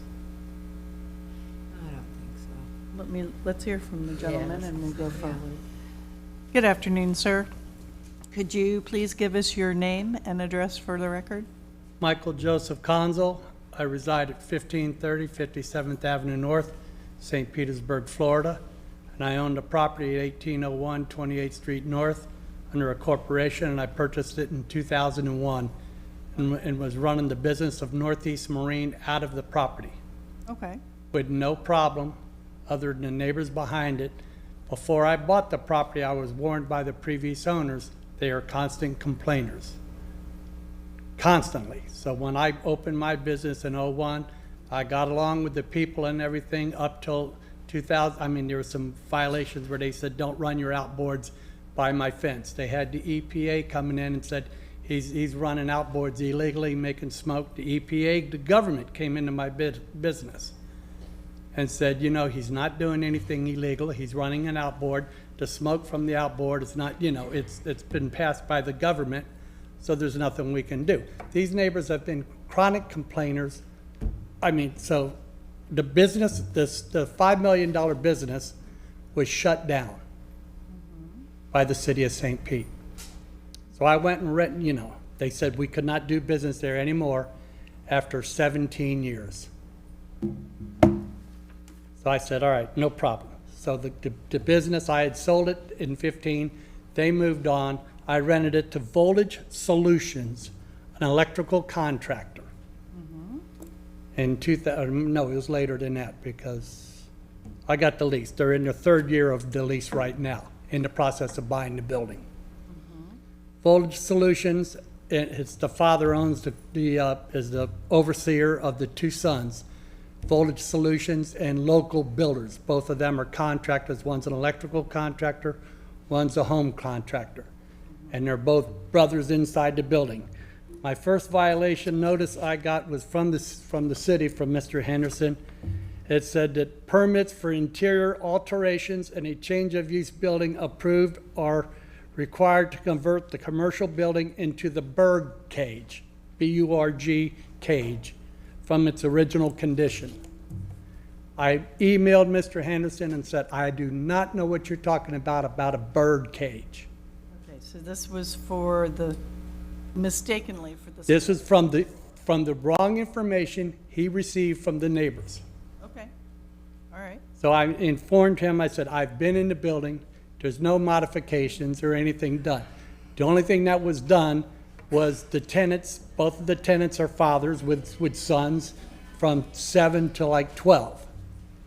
And they played baseball, and they're in baseball leagues and travel ball, just like my daughter was in volleyball. They used to play volleyball on that back lot, and I got complaints from the neighbors. You know, the volleyball's going, you know. So the balls from the boys playing ball, the balls were going over into the neighbor's yard. So they've complained. They complained to the police that they're being too loud. They complained when the forklift was starting up at 8 o'clock in the morning, it was too loud. I'm sorry. I think we get the point. Okay. So I talked to my tenants, and the tenants put up a net for the batting cage so that the balls wouldn't go out exterior anywhere else. So this is just, they're using the facility, the property on the grounds behind the building they rent to keep their kids off the street and to give them something to do. When they're at work during the summer, they say, come on kids, you're gonna go to work with me, and I'm in my office, you're gonna play ball behind the building. The neighbors have complained, and this is where we're at now, because the Berg, which is a business 2 buildings away from mine, not next door, that I didn't even realize this place was the Berg. I found that through all the process of this whole ordeal. And then, like Mr. Henderson said, somehow or other the Berg has come down and used this facility and gone back. They're not getting paid for using this facility. They're not renting the facility. They've just, I don't know what the agreement is between him and the tenants at all. But I was told by my tenants, they're not getting any money. They put the nets and everything up, just like if you put up we put a soccer field out there. Okay. You know, just to keep the kids off the street. At this point, the solution is to take the stuff out? Yeah, and then you can't have that activity Okay. outdoors, so. Why can't you have that what is it? It's no difference in me playing baseball or kickball in my backyard and putting a net up or a badminton net. That it's commercial There's property. zoning regulations for businesses that abut residential properties. Just like your boat company that was operating out there, you had specific regulations that did not allow you to do repair outside of the enclosed structure because you have a single-family house that's right next door to that. You mean So there are kid- zoning you mean regulations kids that can't are play- specifically intended to protect neighborhoods so that there is not, you know, an issue with abutting commercial properties. I mean, kids can't play kickball in the lot behind my building. That's what you're saying. They can't play any sports. They can't come there and play catch or anything. Or if I put up a basketball net or thing, they can't play basketball on the concrete behind my building, which I own the property. That's what you're saying. Not without zoning approval, and if that's the business that's operating out of there.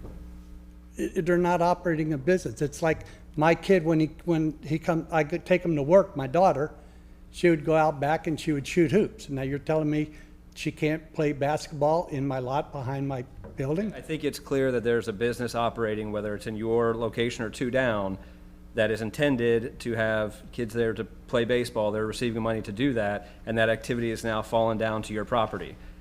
What needs to happen is your tenant needs to work that out, or you need to work it out with your tenant to make sure that that activity stops, because it's not approved.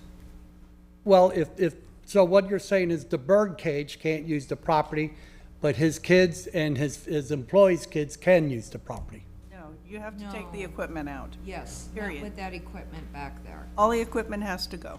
Well, the netting is down. And the rest of it has to come down. Okay, I can't have turf on the concrete? You can't have batting cages or anything like it. There's no batting cage. He told me yesterday that the netting has come down from the batting cage. Right, and if you want the neighbors to stop complaining, then you'll have to make some changes to. I did. You don't have to listen to kids whacking baseballs all hours. Oh, my God. I've got the building for sale. They've got a contract on it, so it'll be their problem. I'm waiting for the closing date. When is the closing? I don't know. We've had the contract. It's now, as of tomorrow, it'll be, as of today, it's 25 days into the contract, so we have 90 days. And the same company, Voltage Solutions, that is my tenant, had the first option, right of refusal, so they They're the ones that signed the contract with me to buy the building. So is 90 days the time period that you're required? 90 days from the 25th, well, no, I don't need 90 days. I think 60 days Okay. would be appropriate, but then the problem's going to be theirs because it's not going to be mine. So, I mean, but I don't want to go to closing and them say, well, there's open violations with the city of St. Pete, so you can't close. I don't know, you know, I'm not a realtor, but I don't want to have this come up so when I go in to get to closing in less than 60 days from now to say that they can't close because of this problem.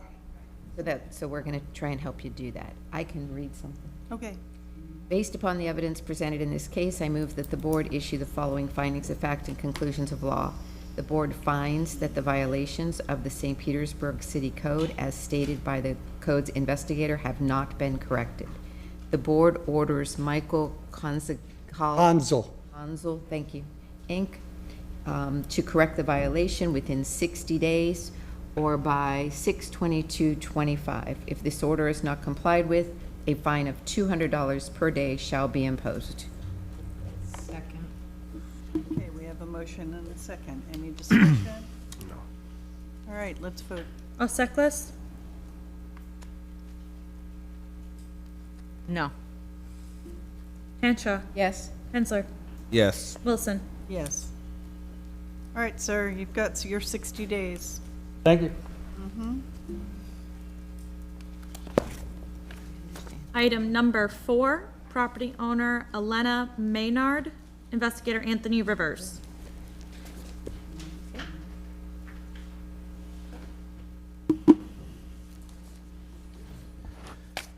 I'm Anthony Rivers, Codes Investigator for the City of St. Petersburg, testifying in reference to item number 4.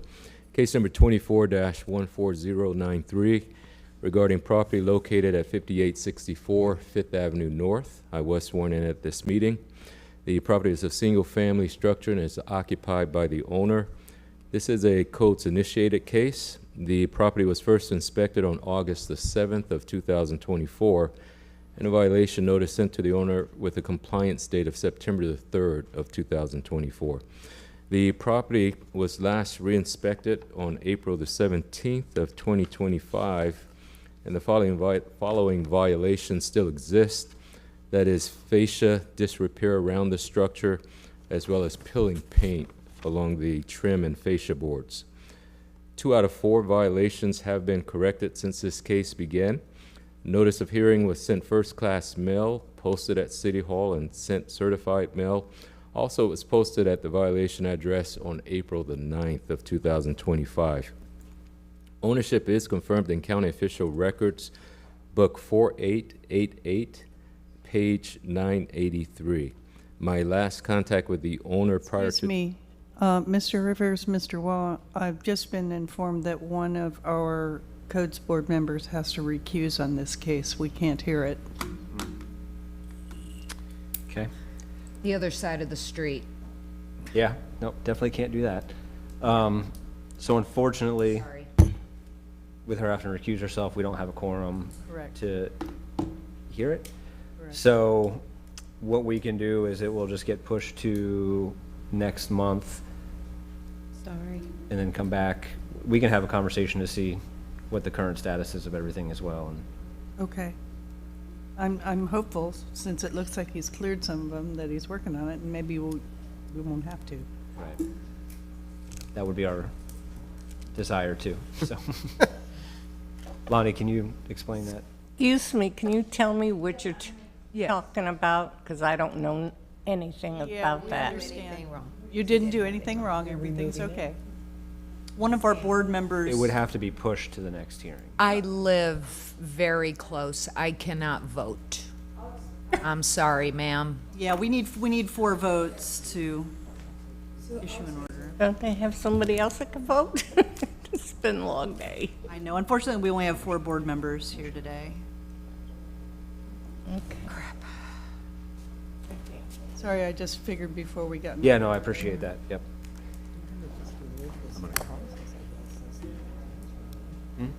I don't know how to answer that one, I'm sorry. I didn't see It's okay. it.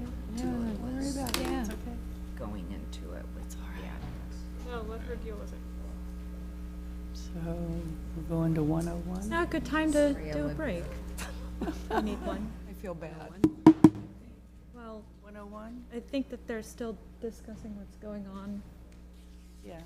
And she has to enter what just happened into the system, so I'm just I gonna wait. understand. But are we going to 101? 47, no, is not. Position 47 is not, so 48 is, yeah, 101 would presumably be the next one if they are here. We can't see the lines, so Yeah, they're really hard to see. Okay. Sorry about that. we're having to lean on you a little. I've tried. You're doing great, Paige. Tried Don't worry to about it. make it thicker before, it didn't work. We've been jumping all over the place today, too, so. It's all good. Could I make a suggestion that you lighten the gray highlight? I wish it would go to the view that you could see it, where it does like just the 4, but I don't know how to control that. Sometimes I refresh it and it just goes to the 4, and there's no way to. It's a mystery how that system works, and I tried to make corrections. I can zoom in. Does that help? Oh. It does. Yeah. Yeah, that does help. We do. Yes. If I refresh though, does it read? No. Okay, good. okay. All right. 'Cause We'll now just we- keep it zoomed in. I can see the lines now. Yeah. That's helpful. Yeah, And right now we're here, 48. okay. Thank you, my dear. Do you want to wait for Joe to get back before we read the next one? Okay. Well, I mean, we could start reading it, actually. We don't have a, All right. We have quorum and Lonnie. Item 101, property owner Thomas P. Perez and Lynn S. Perez. Okay. Are they here? Violation address 100 98th Avenue North. Anybody here from 198th Avenue North? Going once, going twice. Okay, So we will not be hearing that one next. moving on. 159, right? Yes, item 159, property owner name redacted. Violation address 3210 35th Avenue North. Investigator Tucker Hodges. That's you? Okay.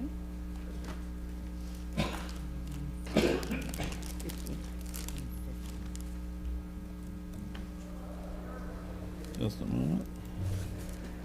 159, and then what's the next one? 159? Okay. Good afternoon. I'm Tucker Hodges, code investigator for the city of St. Petersburg.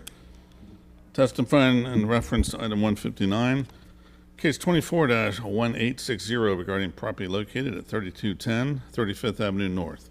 I was sworn in at this meeting. This property is a single-family structure occupied by owner. This is a citizen complaint case. Property was first inspected on 10/30/2024 and a violation notice sent to the owner with a compliance date of 2/3/2025. Property was last re-inspected 4/19/2025, and the following violations still exist. Items of trash and debris located in the rear yard needs to be removed. Items include, but are not limited to, tarps, furniture, discarded materials. Notice of hearing, 0 out of 1 violations have been corrected since this case began. Notice of hearing was sent first-class mail, posted at City Hall, sent certified mail, and was posted at violation address on 4/10/2025, which is at least 10 days prior to this hearing. Ownership cannot be confirmed because it's been redacted. During the course of my investigation, I have not had any contact with the owner. The department recommends 25 days and $100 per day thereafter for non-compliance. Relevant facts, the complaint was people living in like a little tarp tent set up in the backyard. I'd like to enter in evidence, photographs taken on 4/17/25/860 RTH.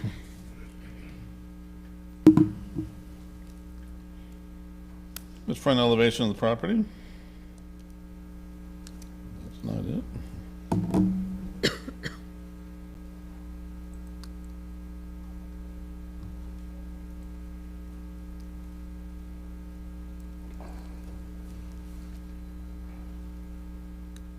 That's not my property. Part of it is. Okay. That one's not mine. And we'll get to you in a minute, I promise.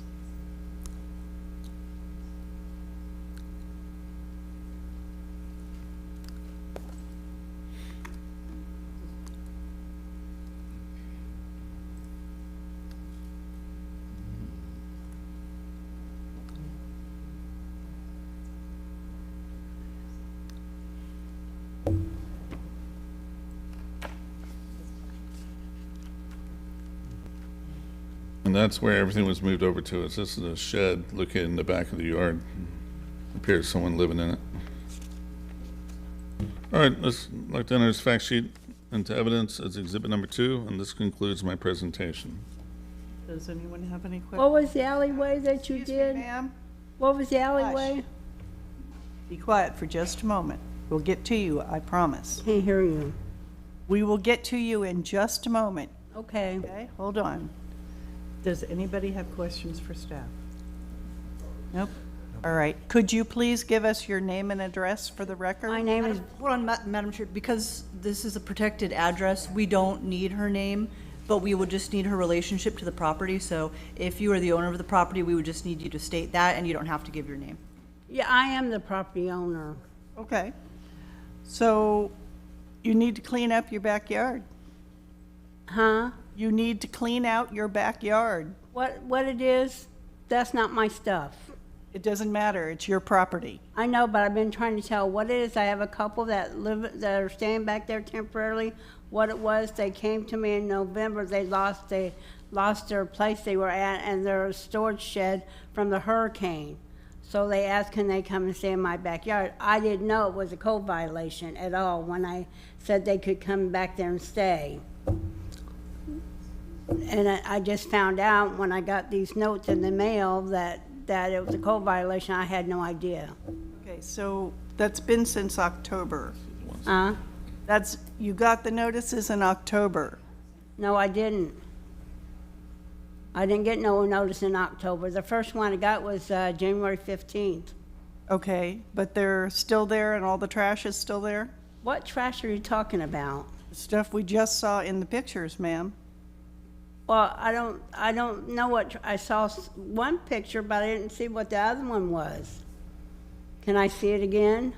Sure. Would you put the pictures back up, Mr. Hodges? Yeah, this is the original picture. That's gone. That's all gone. Right, That's already gone. They already got rid of that one.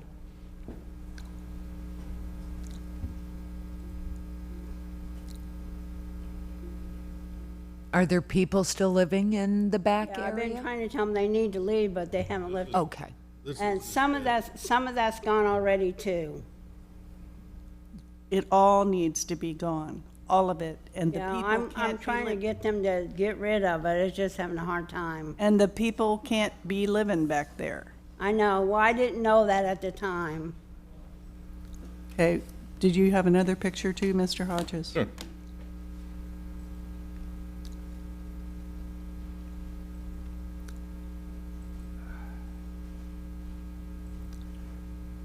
This is what's under the carport. Okay. Yeah, some of that stuff there is theirs. I've been trying to tell them they got to get rid of it. Okay, ma'am, it doesn't matter what you tell them, and it doesn't matter whether that's your stuff or not. It has to go. I understand. That's why I've been telling them. Okay, They're not. you're not understanding me. It doesn't matter. You need to stop telling them, and you need to hire somebody to come haul it all off. Oh, okay. So I didn't know that. Yeah, you need to get a big dumpster and start chucking this stuff. Okay. Well, I told them to get rid of it because they're still back there. Yeah, well, they need to go, and so does their stuff. And any of the other junk that's yours and not theirs needs to What go. was the other picture with the alleyway? What was that? Mr. Hodges? The first picture is all the debris from the first inspection. And that was everything? No, not that one. There was one I saw about the alleyway a while ago. I think it might have been a photo from the previous. Yeah, I think it was from a previous case. I don't think that was yours. Yeah, it's mixed in with another case. There are only 3 photos. There are only 3 photos. No, there was one I saw there was one that you had on there where that the garbage man comes down the alleyway. I saw that and I didn't know what it That was. was from another property, ma'am. It had nothing to do with you. Oh, 'cause I saw it up there at the very beginning, I think. Yes, it's part of the system that they have. It isn't part of your case. It has nothing to do with your property. 'Cause I saw the alleyway. Mm-hmm. That was listed on there. So how much time is it gonna take you to get rid of all this? Most of that's gone. The only thing that's there is the stuff they have on my back porch and the little container on the side. That's it. That's all. The other stuff is gone. So how much time do you need to get rid of the rest of the stuff? It all has to be gone, so. I know. I'm working. I'm trying to tell them it's all got to be gone, but they're just not listening. Okay, so you're gonna go out and get a dumpster tomorrow and it'll be gone next week? Huh? Huh? Yeah. What'd you say? Look, you have to get rid of the stuff. Go get a dumpster and start chucking it. It has to be gone. Now my hot tub's on the back porch. Is that okay? No, all of it has to go. The hot tub has to go? Does it work? Yes. Okay, then it can stay. Yeah. All the other junk has to go. That's just that on the back porch there is what all that stuff is. It's theirs. At where the end of the beginning of my driveway is. The junk has to go. I understand. I know. That's why I keep telling them. So how much time is it gonna take you to get rid of it? I have no idea. I've been trying to tell them for months to get rid of it. What it is, they say that they've been working on trying to get a job and find a place to go. Ma'am, can I ask you a couple of quick questions? Sure. Do you understand what happens today and after today if you don't get the junk removed? Yes, I know. You're going to It accrue a costs me daily money. fine. I know. And if you don't deal with the daily fine, they put a lien on your house. I know. So I understand you're trying to get these individuals to clean up their stuff, but ultimately the one who's going to be responsible at the end of the day is you, and you are the only one who will incur a financial penalty as a result. So all we're trying to do is ask how much time do you need to not ask them, not tell them, but Probably a make it couple happen. months, probably a couple months. Maybe 60 days. You think you can get everything wrapped up in 60 days? I hope so. I've been trying to talk to them, and they just keep telling me that they talked to somebody up here somewhere, that they took care of it all. So I don't know who the person was. So you may have to get in touch with somebody, an attorney, to start an eviction process. You might have. Yeah, I went a couple weeks ago to the courthouse, and there was they gave me a brochure about them being evicted and stuff like that, but it said that for me to file it, it's gonna cost me $300, which I don't have. I'm on a fixed income. I'm on Social Security, and that's all I make. Okay. Then your problem will never go away here with us if you don't get rid of those people. And I'm trying very hard. Ma'am, do you have family in the area or anyone that you count on for your own support? Anyone who might be able to help you do this? I have a brother, but he doesn't drive or anything. Okay. He has a lot of health issues right now. Are you a member of a church or another community Yes. group? So I- maybe ask some of your community group members or Yeah, your church members. I go to the Point Churches, which is in Clearwater. That might be a place where you can get some help because you might need some physical muscle. Get the dumpster and just throw the stuff in there. I've been trying to help. Like I said, I didn't even know it was a code violation until I got the letter January 15th on my dad's birthday. He passed away years ago. And I called them. Sometimes they're there and sometimes they're not. So sometimes I never know where they're at. I told them the other day they need to get all that stuff off my property. Depending on whether they have some sort of written agreement, she may not be able to dispose of their stuff. I can assure you there's no So- written agreement. Ma'am, do you have a lease with these individuals? Do you have something in writing allowing them to stay on your property? No. What do you mean? Them paying me? No. Yeah. They haven't paid me anything. If they did, I would write it on my calendar. So can the city refer her? They said they wanted to pay me $20 a week, but they haven't paid me anything. Okay, ma'am. We're gonna try to give you some time and hopefully get you in touch with some resources. But unfortunately, those individuals, they're garbage, which isn't yours. It is your responsibility, I unfortunately. feel sad because I tried to help somebody and this is what they do to me. It's just, They're taking advantage. yeah, I figured that out because I Sorry. found out from some of my neighbors that they're stealing from people, other places and lying to people and stuff like that, which I wasn't aware of. And that's probably why this code violation arose, because your neighbors are tired of the situation. Yeah. Because this was a citizen's complaint. Yeah.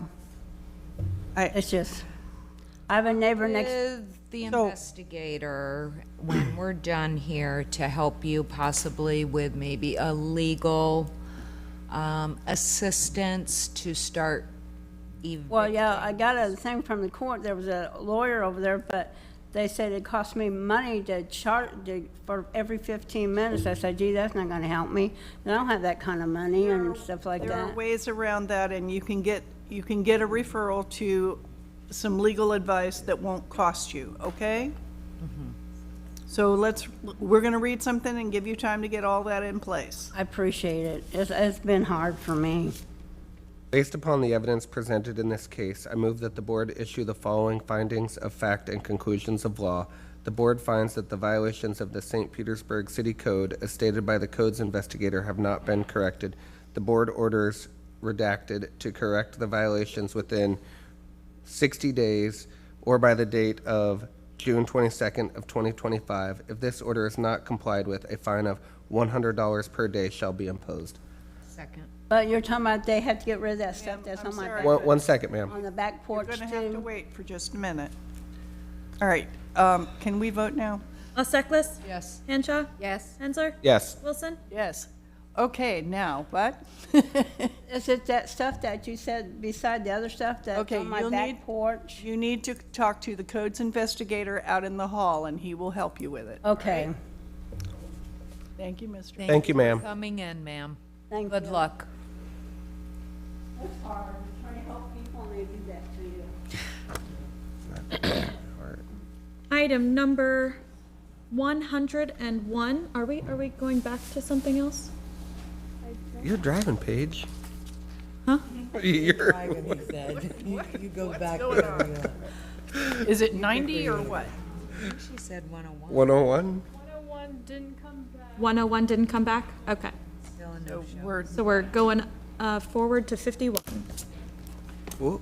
No, position 51. Yeah, position 51. Oh, 90. Okay, all right, good. Item number 90, property owner Vanette Bynum Jordan, investigator Jose Rodriguez. Sorry, honey, we're losing our minds. That up here. position number just throws us for a loop. Okay. I'm Jose Rodriguez, codes investigator for the city of St. Petersburg, testifying in reference to item number 90, case number 24-14312, regarding a property located at 1118 19th Street South, and I was sworn in at this meeting. The property is a single-family structure and is vacant. This is a codes follow-up case. Property was first inspected on August 9th of 2024, and the violation notice sent to the owner with a compliance date of September 2nd, 2024. Property was last re-inspected on April 14th of 2025, and the following violations still exist. There's an ARES permit number 19-100000311, which expired without final approved inspections. Electrical wires hanging down at right side of property next to AC unit. The fascia and portions of unpainted wood and chipping and peeling paint. Broken window glass. Chipping and peeling paint on main structure. Tank inside of structure in disrepair and rusted. Light globe missing on front porch. Hot water tank at rear of structure in disrepair and rusted. Fascia unpainted bare wood. Soffit screen is missing. Electrical pole down and in disrepair. Wall with cracks and holes in right side of accessory structure. Junk located by accessory structure. And disrepair the front door, including areas of bare wood and loose knob. 1 out of 12 violations have been corrected since this case began. Notice of hearing was sent first class mail, posted at City Hall, sent certified mail, delivered by certified mail, was posted at violation address on April 9th of 2025, which is at least 10 days prior to this hearing. Ownership was confirmed in County Official Records, Book 19250, page 0888. My last contact with the owner prior to today was on August 19th of 2024. and owner did not indicate when the violations would be corrected. The department recommends 25 days and $150 per day thereafter for non-compliance. I would like to enter into evidence as exhibit number 1, photographs which were taken on April 14th of 2025. Document C, B041425-312, JR, and photographs 1 through 13. So this first photograph is damage to the accessory structure.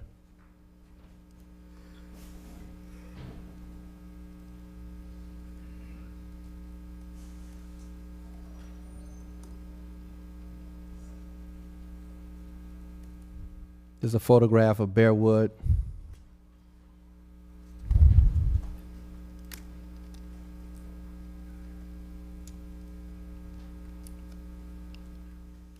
Photograph and elevation of the structure itself.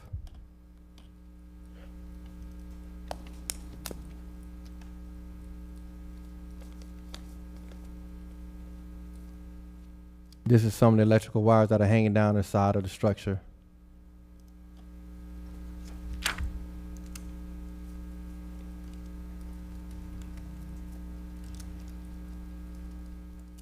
This is a shot of one of the broken windows.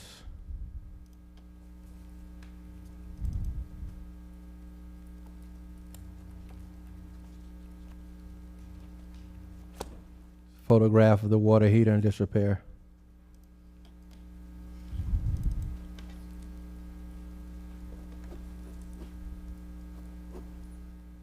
Photograph of the tank inside of the structure in disrepair.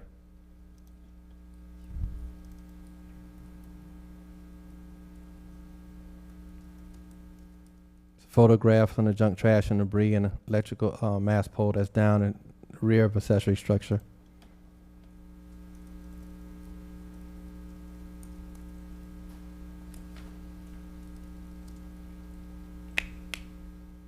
The front door of disrepair.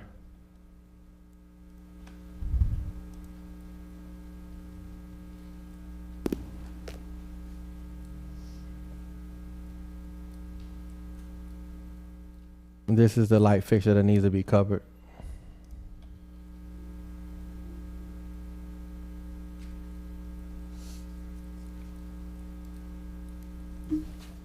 This is some soffit disrepair.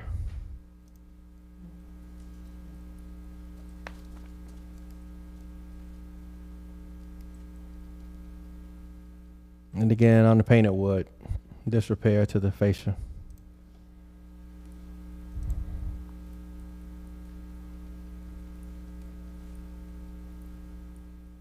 And then some chipping and peeling paint. I would like to enter this fact sheet into evidence exhibit number 2, and this concludes my presentation. Thank you, Mr. Rodriguez. Yes, ma'am. Does anybody have questions for staff? I just had one. These pictures are from last week. These pictures are from the 14th of April. Yes, ma'am. All righty. Good afternoon, ma'am. Oh, sorry. The expired permit without a final inspection? Yes, ma'am. What was that for? Oh, I didn't look at all the details of the permit. I had spoken to the owner previously, and she did explain to me that once upon a time there was work being done on the structure, and as far as windows being installed, I know that was one of them. I don't know the other scopes of work that are included in the permit at this time.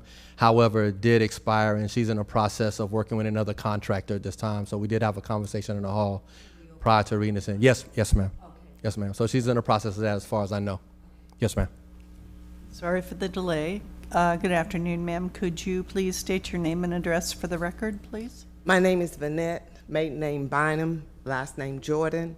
I live at 2758 Hillville Cove Way, Lithonia, Georgia. The property that you're talking about is the home I grew up in, 1118 19th Street South. This started in 2019 with Trevor Mallory. He was the contractor that was going to remodel the home, repair it. In the process of all of this, after I paid him the last $10,000, it was $30 total, he stopped work. So what you see now is I was in the process of getting another contractor. So this contractor since then has removed the water heater, that tank on the side of the house. He's fixed the doors. Now I know that crack you're talking about is in on the garage. So I would have to show him that. And if I could get those pictures, a copy of those, I could show him as well. But another problem I have is that he said he couldn't get a permit because Mr. Mallory still has it open. And he's called him, because I've talked with him 2 weeks ago, and supposedly Mr. Mallory closed it. So I don't know. So he told me I needed to come down to the permit place and find out what was going on. That's probably good advice. So that's the only way I can get him, to finish the work for me. But that's the reason why it's a holdup, because it was supposed to have been done long, long before now. So I could live in my home instead of in a hotel when I come and visit. Yeah, so you live in Lithonia, Georgia? Yes. You use this home when you come down? Yes. I retired since then in education.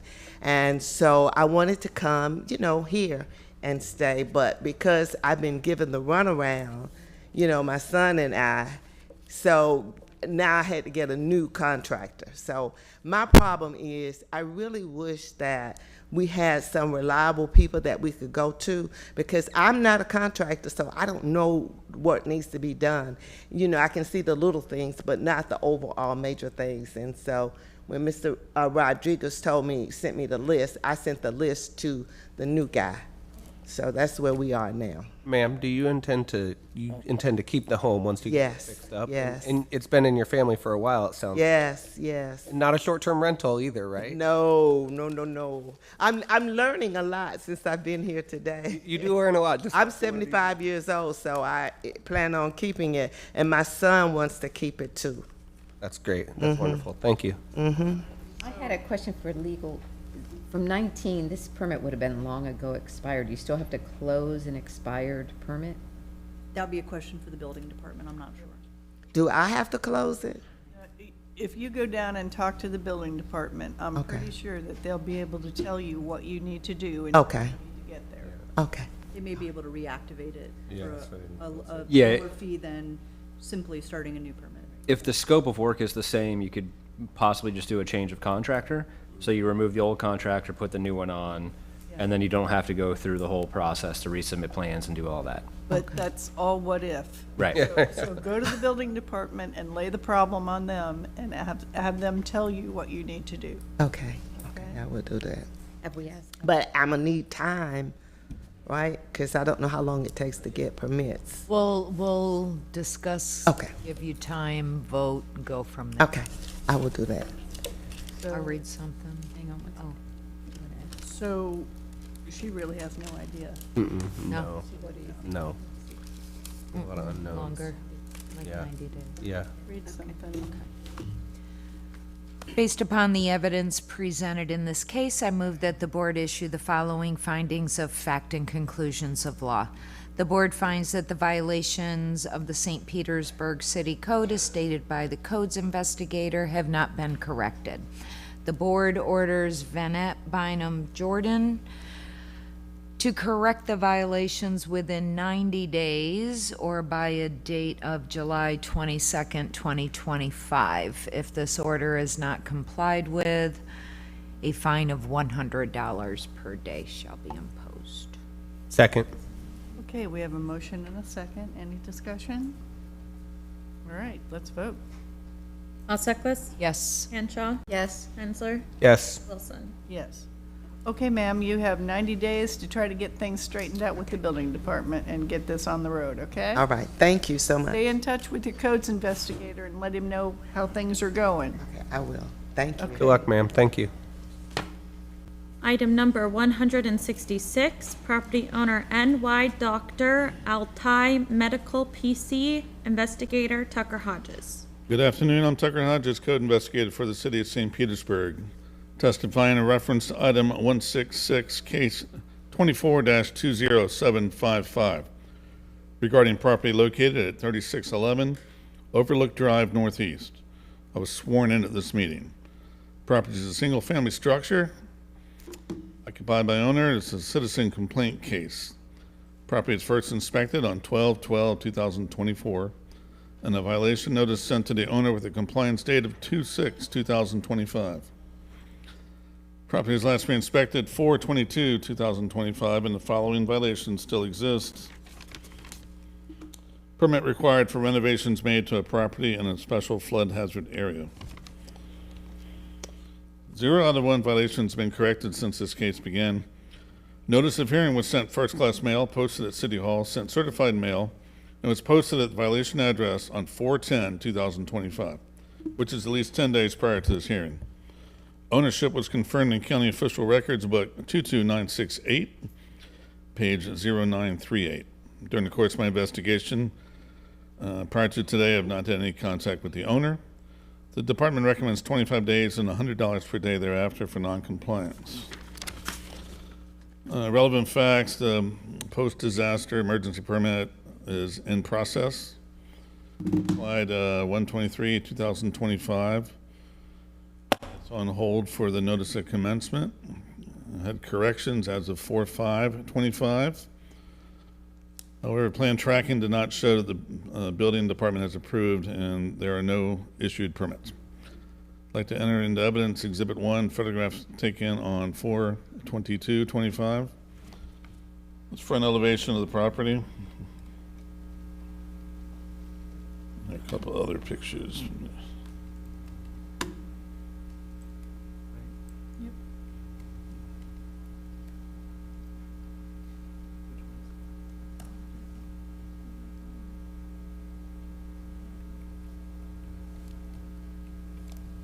From the original inspection, you can see the work taking place inside the property.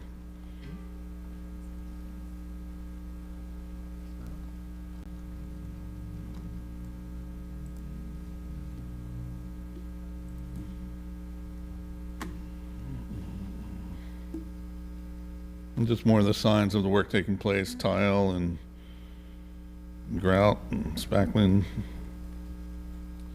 I'd like to enter this fact sheet and the evidence as exhibit number 2, and this concludes my presentation. Thank you, Mr. Hodges. welcome. Does anyone have questions for staff? Alrighty. Good afternoon, sir. Could you give us your name and address for the record, please? Good afternoon, ma'am. My name is Bakir Altai. I reside at 235 County Road, Cresskill, New Jersey, 07626. And your relationship to New York Dr. Altai Medical? Yes, ma'am. I'm the owner of the NY Dr. Altai Medical PC. I'm a physician. This is my practice company. That's Sorry, ma'am? ALTAI, Apple Lewis, Tom, Apple Isaac. okay. So 3611 Overlook Drive Northeast is where your medical practice is? No, it's a property I bought. I'm a retiring physician and bought this property to move to St. Peter's. So it's going to be a winter home for you? Yeah, Sun Home. So do you understand what you need to do here? Yes, ma'am. We did apply for permit and the permit was accepted and stamped on January 9. And I had a meeting with one of the officers there at the building department. And he suggested that I hire a contractor.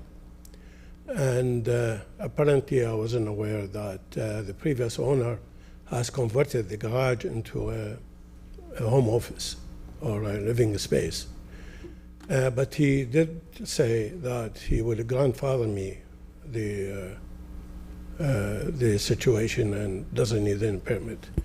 Last week when I came down and had a meeting with him about with the general contractor, he changed his mind and he said, I no more grant you the grandfather permit.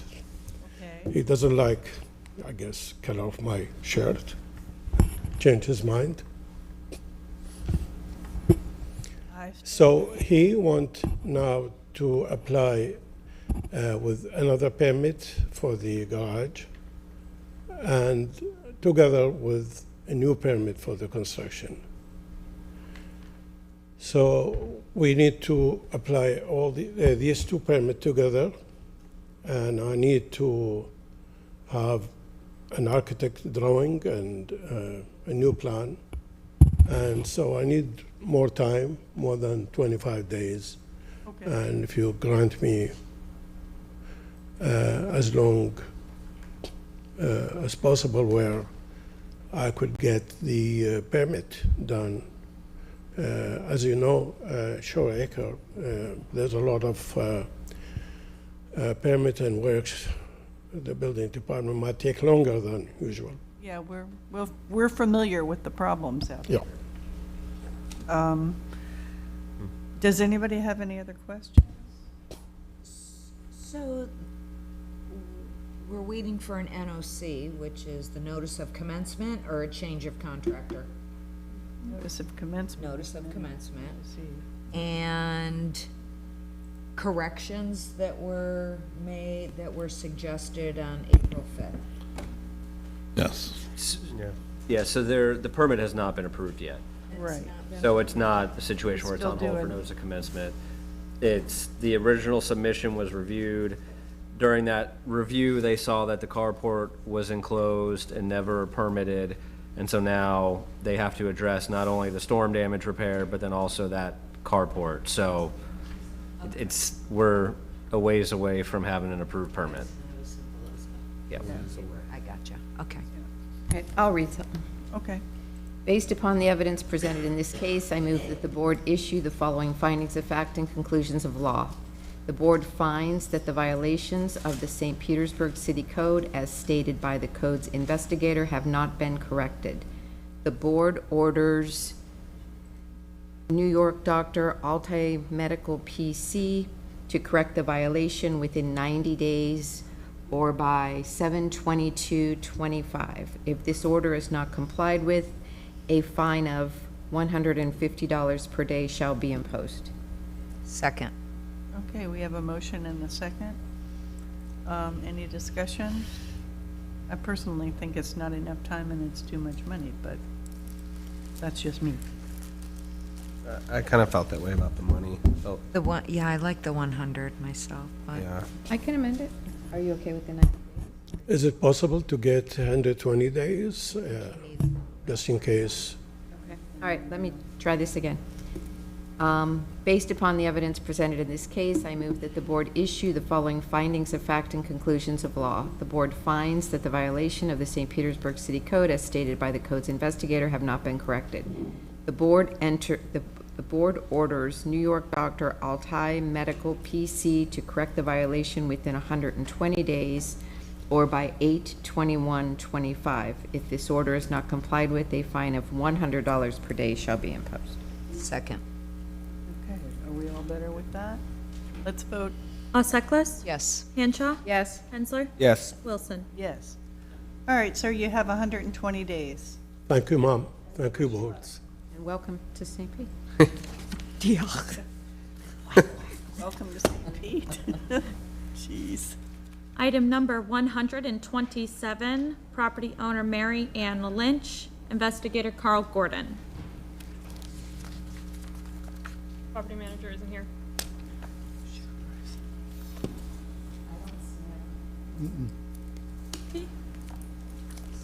Okay.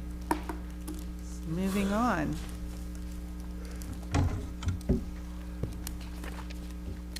Item number 87, property owner Joseph R. Hagray, investigator Jose Rodriguez.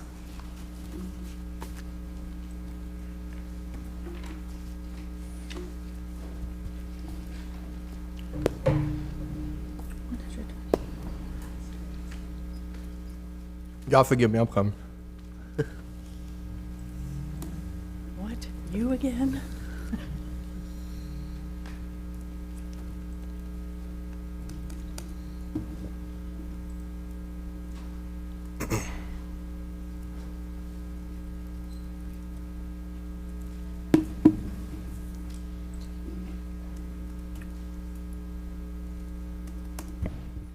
I'm Jose Rodriguez, codes investigator for the city of St. Petersburg, testifying in reference to item number 87, case number 24-21524.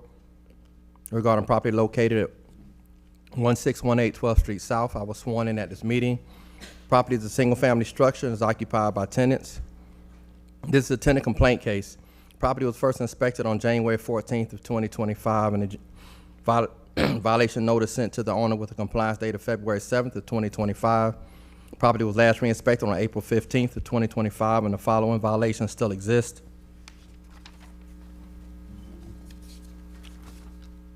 All exterior doors must be weather-tight, watertight, and insect and rodent-proof and closed position. Repair screen doors in disrepair. Repair all areas of ceiling in disrepair.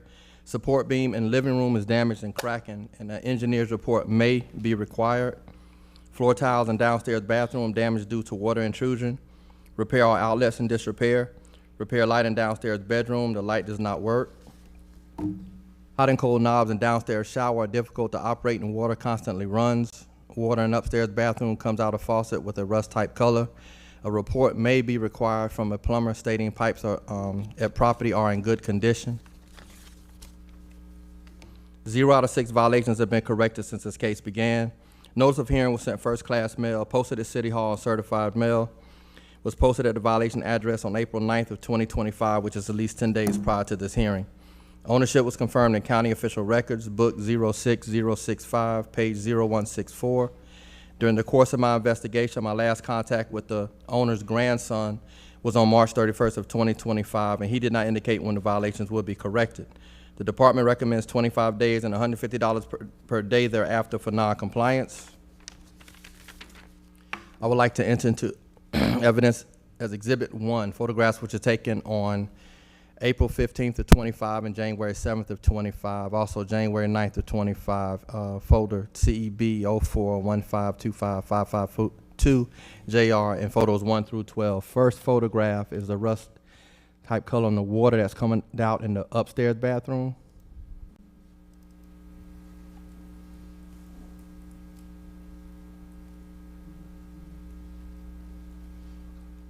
It's a photograph of one of the outlets plugged in. It's just tough with the flash from the camera, but it's indicating that the socket itself is not wired properly.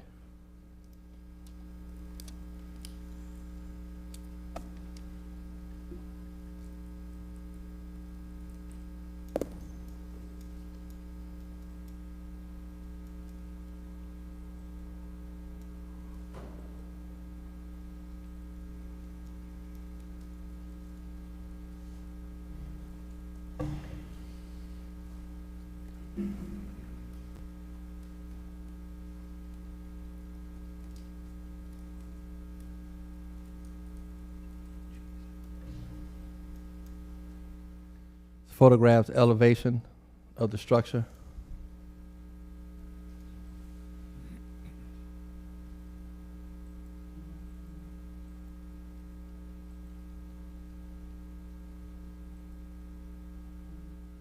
It's a photograph of one of the doors. Again, it's probably difficult from the flash, but the door is not sealed properly. You'll see light coming in through the door.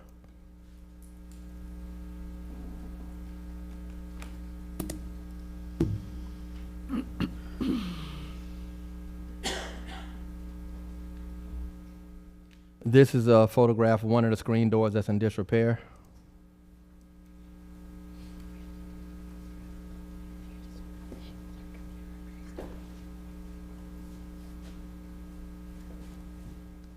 This is the ceiling that's in disrepair, one of the sections.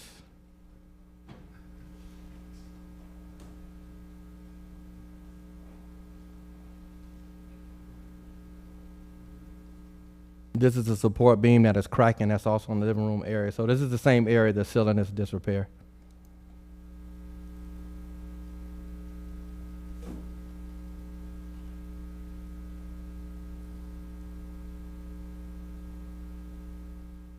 This is a part of the flooring that is separating the downstairs bathroom due to water intrusion.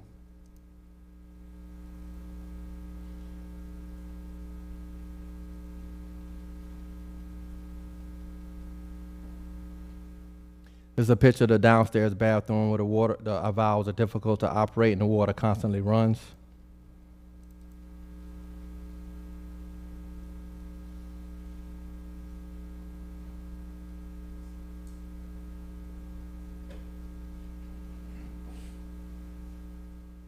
photograph of rear screen door. So right here is an area that the screen is in disrepair.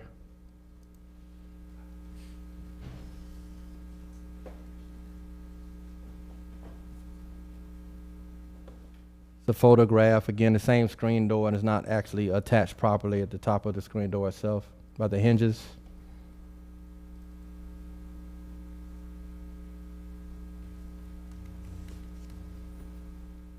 And this is a photograph of the light in the hobby room that does not work. I would like to enter this fact sheet into evidence, exhibit number 2, and this concludes my presentation. Does anyone have questions for staff? Okay. Good afternoon, sir. Could you give us your name and address for the record, please? Joseph Hargray III. My address is 6800 20th Street South, and I'm here representing my grandfather, Joseph Hargray Sr. Yes, sir. So, looks like you got a lot of fixing to do here. Yeah, the tenant and my grandfather, he started the repairs. He repaired the roof. I think it was like November of last year, October, November. So when he started repairs, he started on the roof. And, you know, he told the tenant that, you know, he will up the rent when he get done with all the repairs, $100, from $650 to $750. So she got mad about that. She said she wasn't gonna pay nothing. She's not giving him nothing till everything is fixed. So as time went on, he went and got an eviction attorney. They had a clash, and it went downhill. She didn't want to, you know, pay anything of that nature. And they came to an agreement. She got an attorney, so they came to an agreement for her to be out May 5th. So my grandfather, he wants his house. It's nothing for him to fix it.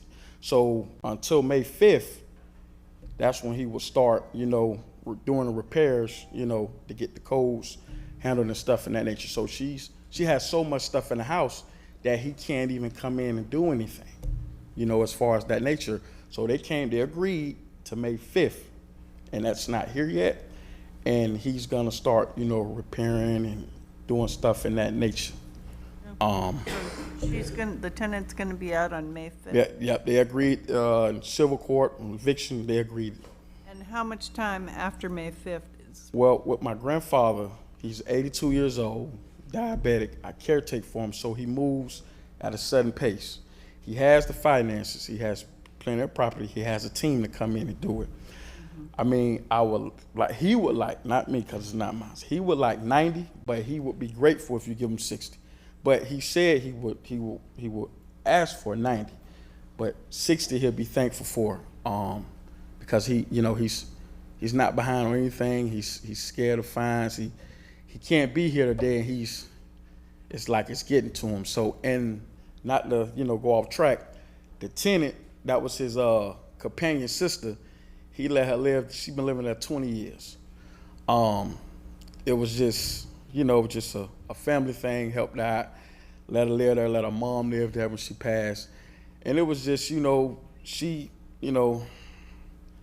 hired a janky handyman who didn't do, and was just taking his money. He's 82 years old, so I had to come in, and just help him out and stuff in that nature. Thank you for helping your grandpa. And the reason why, another thing too, I have 5 children as well. I'm a mail carrier. So, tending with his doctor's appointments and dealing, with my kids and stuff, that's why we asked for 90 days. But like I say, he'll be thankful for 60, but if you can do 90, he'll take that, 60, however, But he definitely is gonna get the house fixed.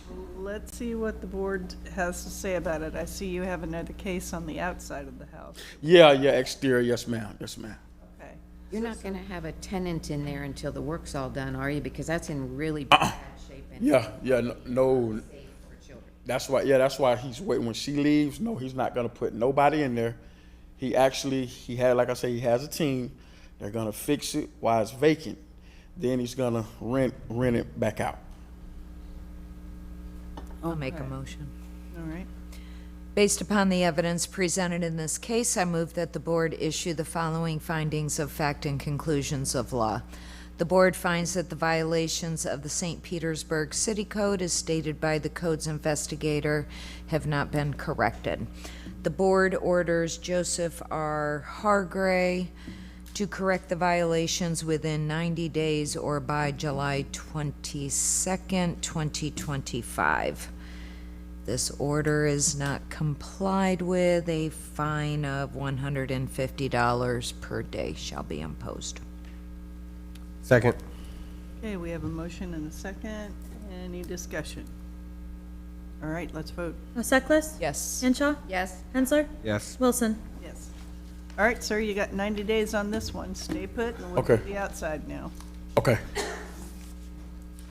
Item number 88, property owner Joseph Hargray, investigator Jose Rodriguez.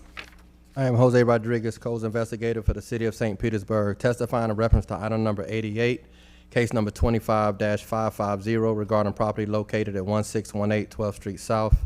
I was sworn in at this meeting. This property is a single-family structure and occupied by tenants. This is a citizen complaint case. The property was first inspected on January 14th of 2025, and a violation notice sent to the owner with a compliance date of February 7th of 2025. The property was last re-inspected on April 15th of 2025, and the following violations still exist. Paint all areas of structure where paint is chipping, peeling, and missing. Repair all areas of exterior walls in disrepair. Repair all rafter tails and roof decking supports in disrepair. Water pipes exposed in various areas of front and rear yard, creating a tripping hazard. Provide a proper cover for exposed underground pipes at rear of detached garage. Repair all areas of support wall at front of structure by sidewalk. Repair damaged door on detached garage. Repair all damaged rafter tails on detached garage. Paint all areas of detached garage with chipping, peeling, missing paint. 0 out of 6 violations have been corrected since this case began. Notice of hearing was sent first-class mail, posted at City Hall, sent certified mail, and was posted at the violation address on April 9th of 2025, which is at least 10 days prior to this hearing. Ownership was confirmed in County Official Records, Book 06065, page 0164. During the course of my investigation, my last contact with the owner's grandson was on March 31st of 2025, and he did not indicate when the violations would be corrected. The department recommends 25 days and $150 per day thereafter for non-compliance. Additional relevant facts regarding this case are there was an approved permit for the roof, but it was to address damaged shingles. And I would like to enter into evidence exhibit number 1, photographs which are taken on 4/15/25, document CEBO 415-25550 and photos 1 through 10. The first photograph is elevation of the structure, and it's right here. This is the support wall I was talking about with loose bricks that are actually falling into the sidewalk.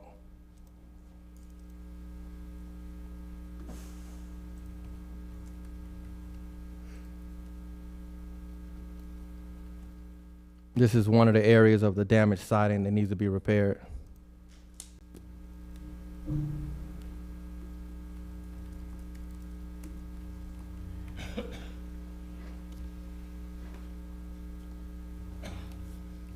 This is one of the reference sales, and again, roof decking support that's in disrepair on the property.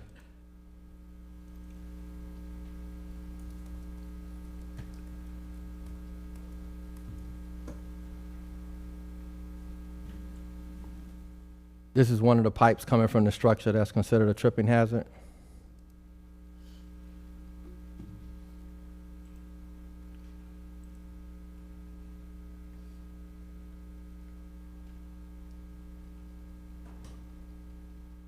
This is the door to the accessory structure that's in disrepair.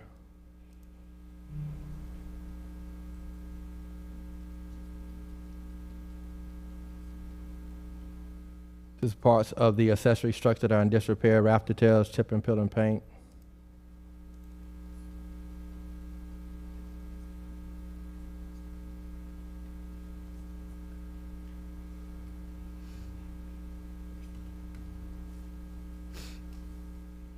Again, pictures of the accessory structure, chipping and peeling paint and missing paint, and rafter tails in disrepair.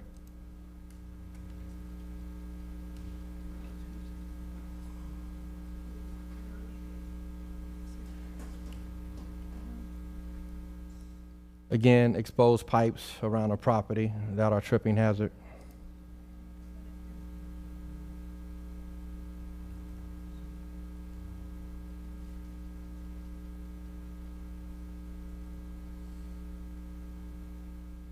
It's a different angle of the wall in front of the structure and on side of the structure where bricks are loose and falling off of the supporting wall, the retaining wall.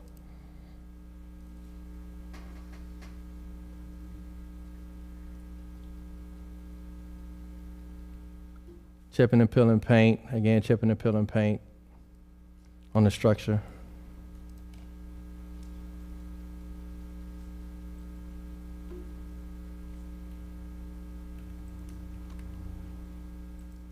Again, wall damage, exterior wall damage.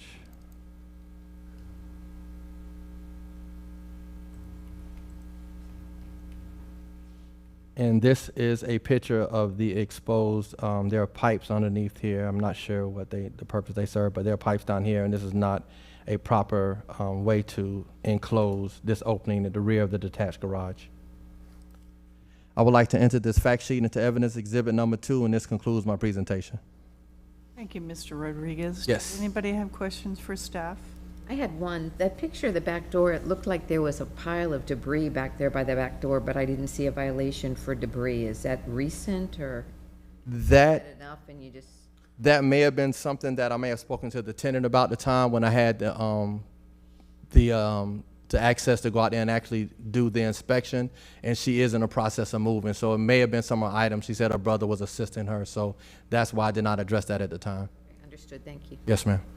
All right, sir, I'll need your name and address for the record again.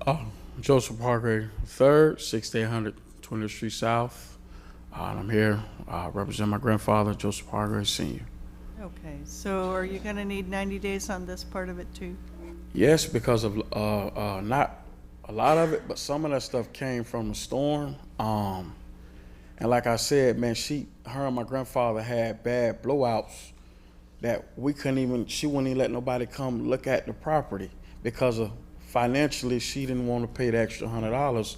But I'm not here to speak on that because it's not civil court, with all due respect. But she just wouldn't let nobody around. She wouldn't let nobody enter the home. She's a hoarder. And it was just, like I say, he has something called TIA, where an older person to just have many strokes. And he had one of them arguing on the phone with her constantly. He was in a rehab center due to it. And it's just like, I told him, just don't talk to her. Just let it go through the courts and we can handle it that, because we couldn't come. It's not my property to just pop up and look at stuff. You see what I'm saying?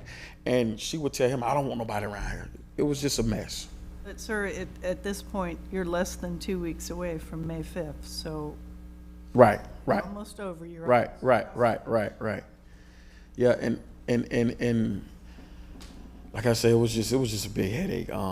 Yeah, so 90, I mean, a lot of that stuff, I didn't, my grandfather, he only liked to get out of bed, so he didn't see none of that. Diabetic. All right, well, let us figure out what we can do here and. Okay. Yeah, may as well. Same exact thing. I'm back. Based upon the evidence presented in this case, I move that the board issue the following findings of fact and conclusions of law. The board finds that the violations of the St. Petersburg City Code as stated by the codes investigator have not been corrected. The board orders Joseph R. Hargrave to correct the violations within 90 days or by a date of July 22nd, 2025. If this order is not complied with, a fine of $150 per day shall be imposed. Second. Okay, we have a motion and a second. Roll call, please. Sutcliffe? Yes. Henshaw? Yes. Hensler? Yes. Wilson? Yes. All right, you've got 90 days on both. Okay, so, sorry. Stay in touch with your codes investigator and let him know what progress you've made. And if you Okay. need more time, you can always go to the special magistrate. Okay. If it gets past 90 days. Okay, so that's July 22nd, correct? Yes. Okay, and he will give me documentation so I can go explain it to my grandfather? He'll help you understand what's going on. Oh, it'll come in the mail? Okay, thank you all. All righty. All right. Good luck, sir. Okay, thank you. Our best to your grandpa. Before you leave, it's gonna go in the mail to the address that's the property, so if it's going to your grandfather's address, you better be watching for his Yeah, grandfather's yeah, mail. 6800 20th Street South, that's where it can go to my grandfather's address. All right. Okay, thank you all. Uh-huh. Item number 108, property owner Edward D. Johnston Jr., investigator Joseph Brenori.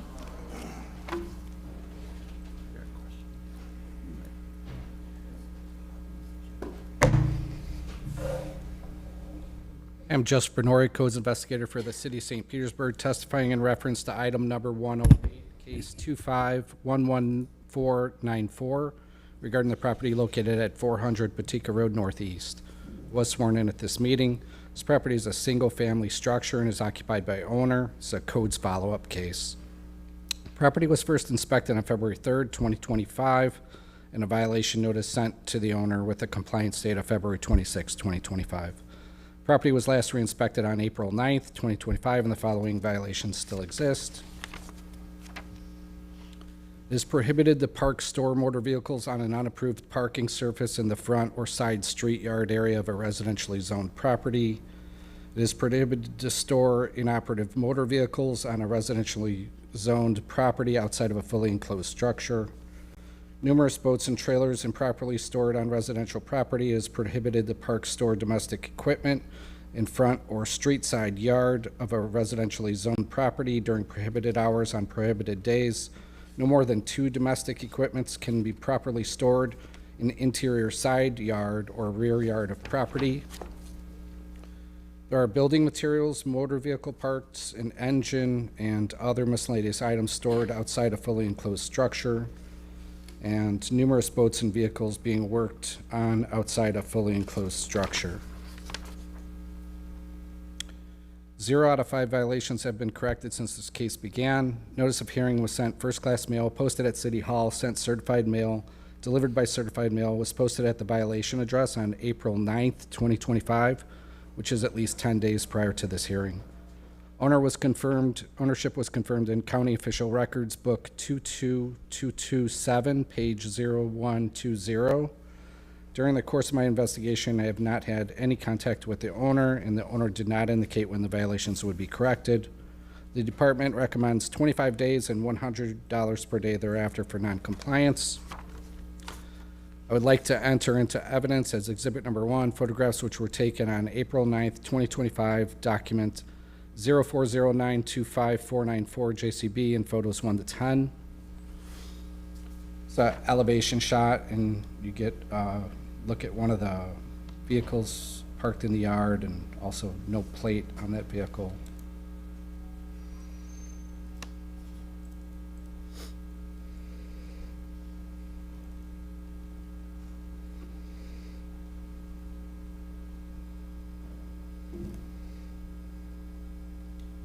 Another view of the house, some of the junk and some of the domestic equipment, some of the building materials.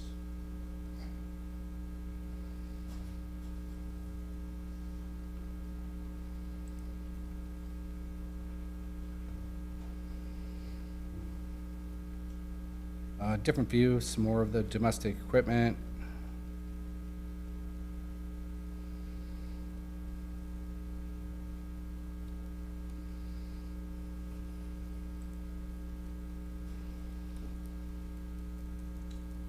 More of the domestic equipment, more of the equipment, outdoor storage, another car parked in the yard.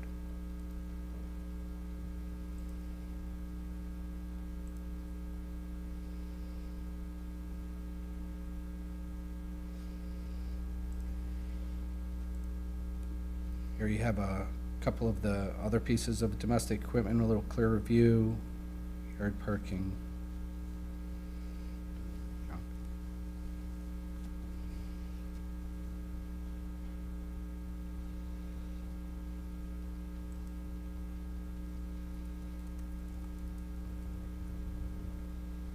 This gives you a view of one of the inoperative vehicles in the back.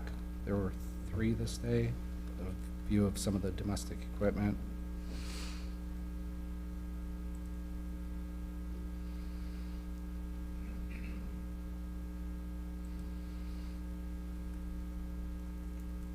is from another angle to the property, some of the overlap of the outdoor storage onto the next property. See that inoperative vehicle up in the front, different angle.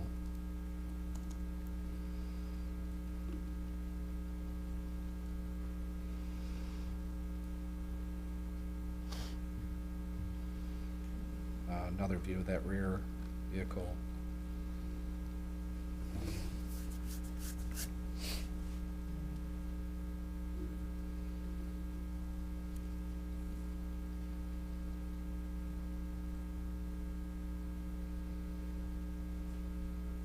This is a closer look at the inoperative vehicle that was parked in the yard just left of the driveway.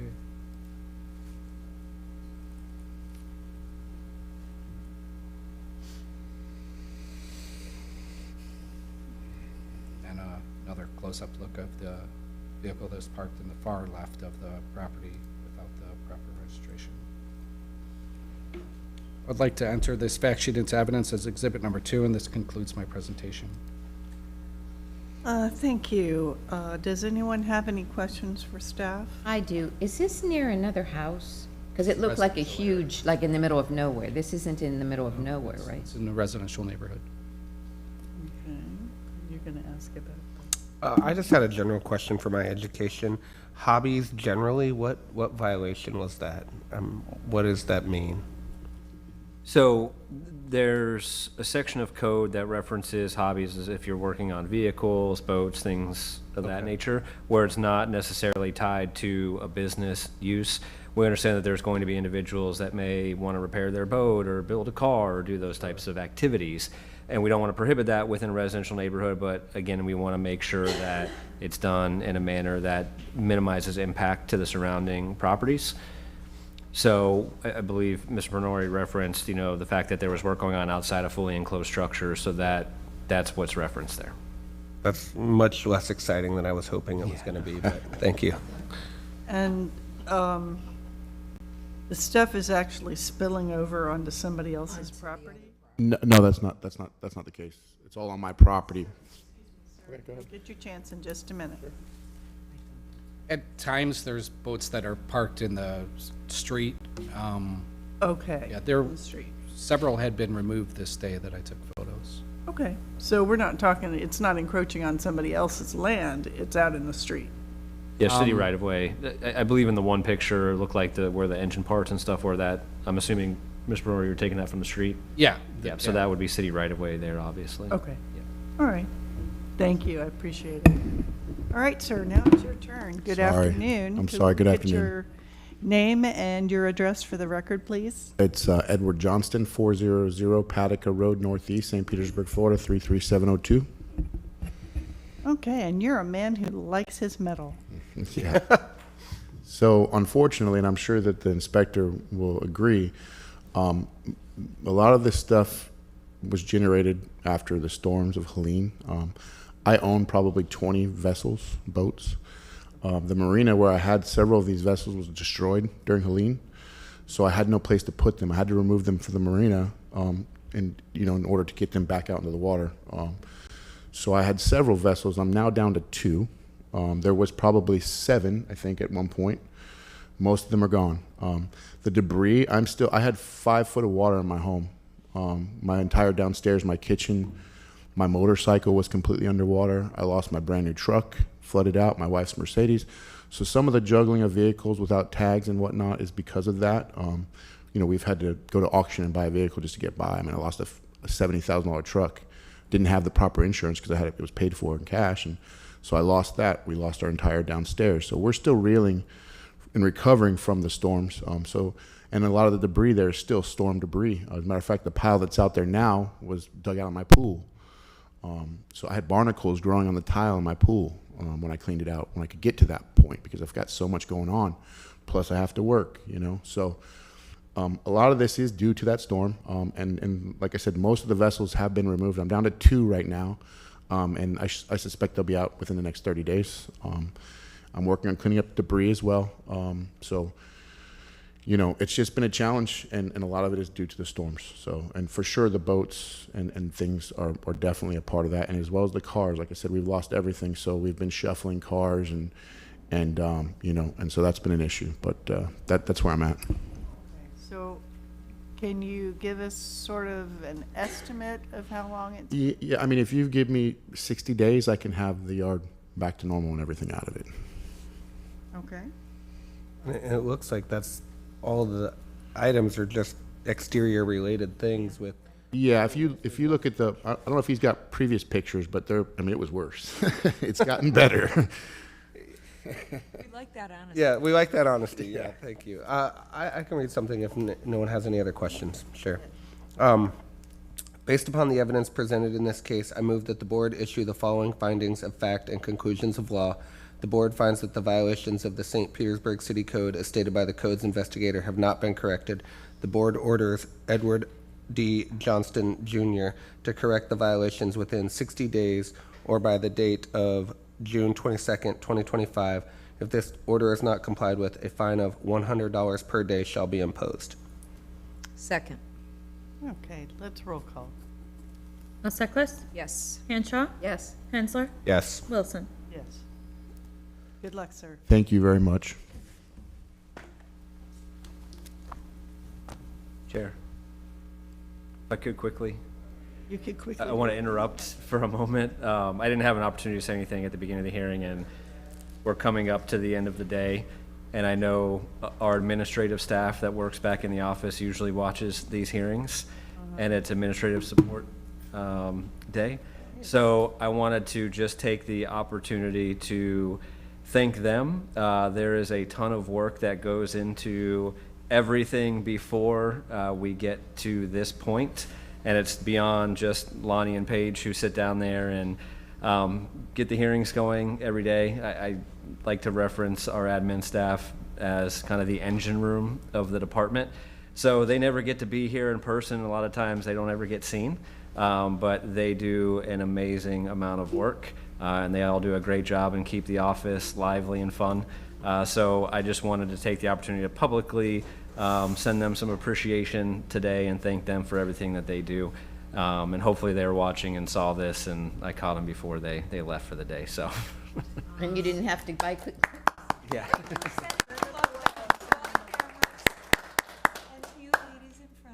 So thank you for that. We can continue. I'm sorry to interrupt. No, thank you for doing that. So our next case is item 36. Yes, item number 36, property owner Navi Investments LLC, investigator Carl Gordon. Okay, and could you scroll the screen up a little bit? I'd like to see how much longer we have. Oh, to the end. Oh, there's a little light, just a touch of light. 65 is crossed off also. 65 is crossed. Okay, yeah. It is. See that. Okay, thank you.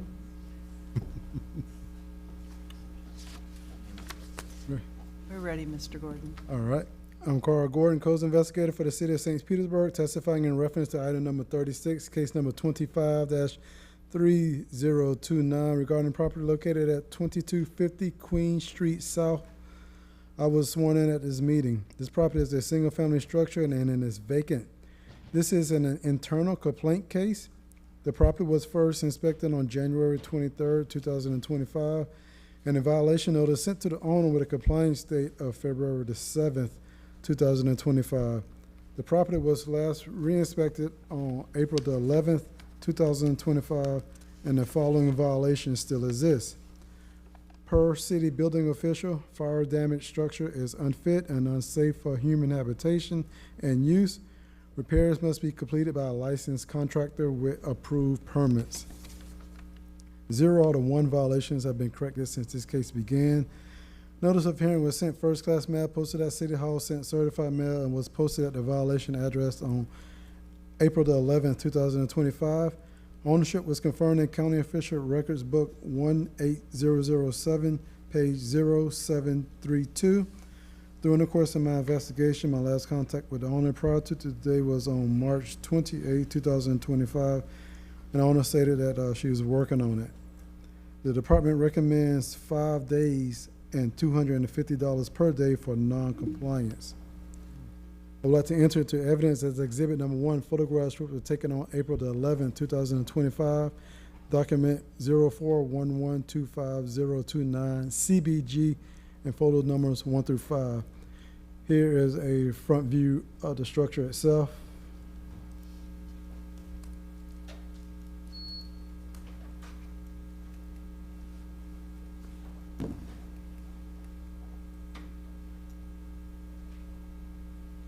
Here is a front view. Yes, you see some smoke residue on the door, and also as you can see, the building was labeled as unfit, unsafe for human habitation.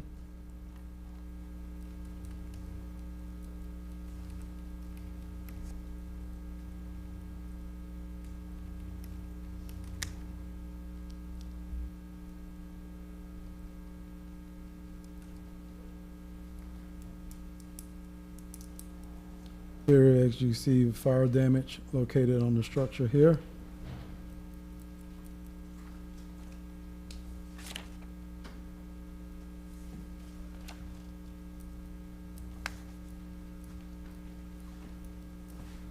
More fire and smoke residue on the structure.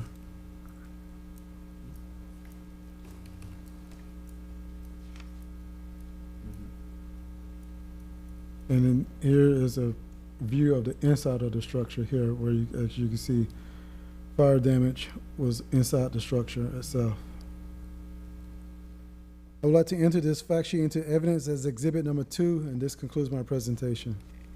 Thank you, Mr. Gordon. Does anybody have questions for staff? Good afternoon, ma'am. Could you give us your name and address for the record, please? Yes, good afternoon. My name is PJ Nowlin. I am the owner of Navi Investments. My property is at 209 20th Avenue South in St. Pete, 33705. And that's where you live? That's where I live. The property in question is on Queen Street. Yep. So what are your plans for this structure? Oh, I've hired a general contractor and spoken with the architect and engineers.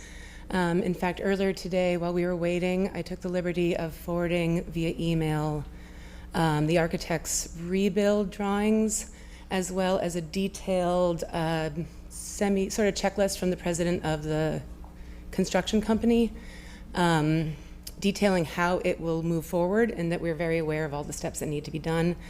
They're commercial contractors. They're very well versed in City of St. Pete permitting. They do expect it's going to be 4 to 6 weeks before they will actually be submitting that package to you all, only because this home sustained a fire maybe 2 weeks after Milton came through. And so as I reached out to architects and contractors, they were telling me that I could come in the 1st of May. I just kept calling, finally found somebody. He's like, yeah, I can fit you in a little sooner. Work's not going to start right away, but we'll get the permitting done. So that took a little bit of delay. And I have been, I literally just approved what I told them what I would like to see rebuilt, so they should be moving forward to the engineering aspect of the property. I did ensure after the fire that all the the damaged debris was removed, the yard was clear. We took care of that violation earlier, and like I said earlier today, I took the liberty of forwarding the drawings and that list to Mr. Gordon. Okay. So what we need you to do is go forward and get you permits, because that'll put this on hold. Yes, oh, absolutely. So what we need from you is a sort of an estimate from now to the time that you think that that permit is likely to be approved. Tom Burkett's the president. He told me it's a 4 to 6 week process. I would ask for probably more like 10 weeks, only because of the delays that 120 days if I could, only because of, or no, that'd be 90 days instead, because it is, I just expect there to be an extra delay, only because of the volume of people in this position. A little fudge factor, yeah. I assume you do.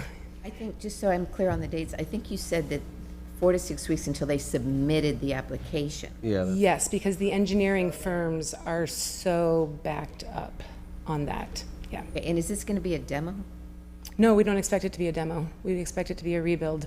The fire started in the kitchen. I spoke with the fire inspector shortly afterwards. He was optimistic. The contractor's been through, he's optimistic. The tenants that were in there, their insurance adjuster came through, he was optimistic. We got the tenants luckily in housing right away, so I'm optimistic that it'll be a rebuild. You have a lot of optimism. It's coming. You answered one of my questions. I was going to ask if there were tenants in the home, and there were, but everyone is safe, and you've got them housed somewhere in the meantime. And you plan to, are they going to move back into this home? Is that the goal? Not that it's... They really like where they're staying, so we may just let them Sure. rest where they are. It was really traumatic they were both home, and Sure. one was in the shower. It was not a, and one, they're closer to their family now, so we may just leave them there. This is existing as a 2-1, and I am hoping to expand it to a 3-2. And then long-term lease, which is what you were doing previously. Yes, yep, yearly leases. No short term. No short term. It was actually, yeah, no. I wanted to, but I didn't. And please paint those securing boards. Yeah.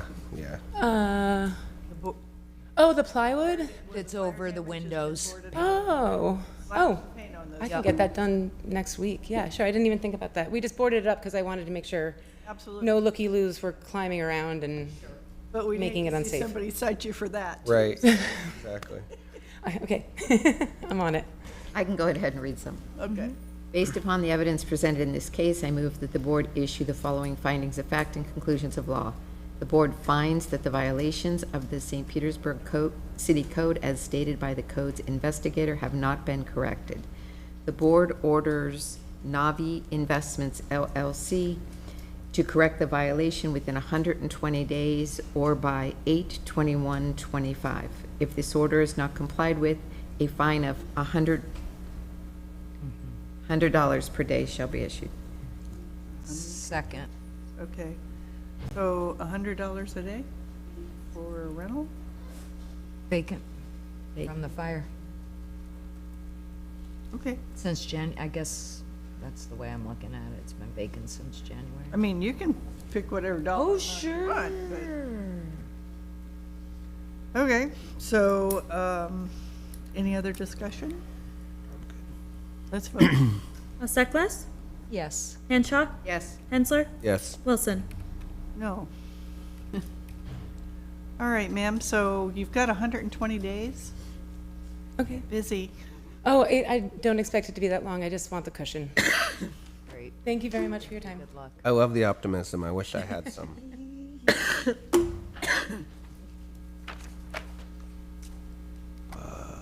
I hear you say, give me some. Yeah, I need it.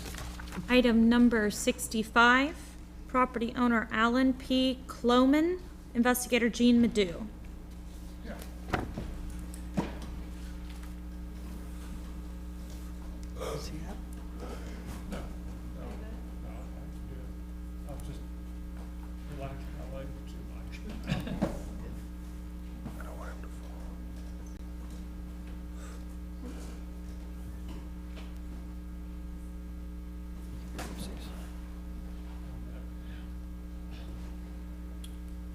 You have a wheelchair or anything on site? Is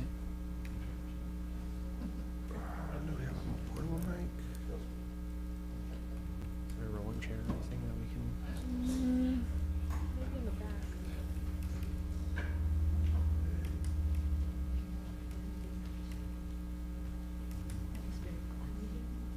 That's what Joe's doing.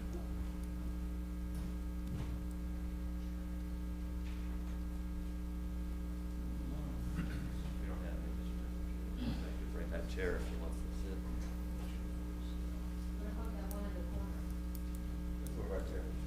That's his chair. Yeah, that's the guard's chair. There's another one. There we go. You must sit or stand? Let's try to stand because it's my legs that I'm having a problem with. All right, well, this is here in case you I'll need tell you to. what, you stand at the podium and we'll put the chair behind you just in case. That's okay. Okay? Good. It works. Okay, Ms. Nadeau. I am Jean Madu, Codes Investigator for the City of St. Petersburg, testifying in reference to item number 65, case number 24-9753, regarding property located at 1028th Avenue North. I was sworn in at this meeting. This property is a single-family structure and is occupied by the owner. This is a codes follow-up case. The property was first inspected on June 6, 2024, and a violation notice sent to the owner with a compliance date of July 3, 2024. The property was last re-inspected on April 17, 2025, and the following violations still exist. Swimming pool is not being kept in a safe and sound condition and good repair at all times. Water is stagnant and green. 0 out of 1 violation have been corrected since this case began. Notice of hearing was sent first-class mail, posted at City Hall, sent certified mail, and was posted at the violation address on April 11, 2025, which is at least 10 days prior to this hearing. Ownership was confirmed in County Official Records, Book 10594, page 1742. During the course of my investigation, my last contact with the owner prior to today was on April 11th, and he did tell me that he had someone to come out and take a look at the pool again. The department recommends 25 days and $100 per day thereafter for non-compliance. I would like to enter into evidence as Exhibit 1, photographs which were taken on April 17, 2025, document CEB 04172025-753 J1M, photos 1 and 2.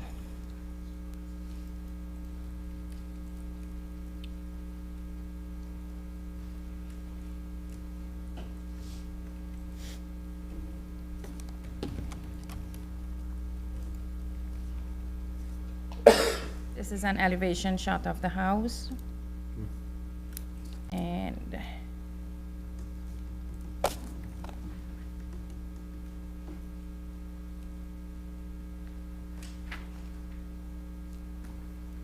so this is the swimming pool.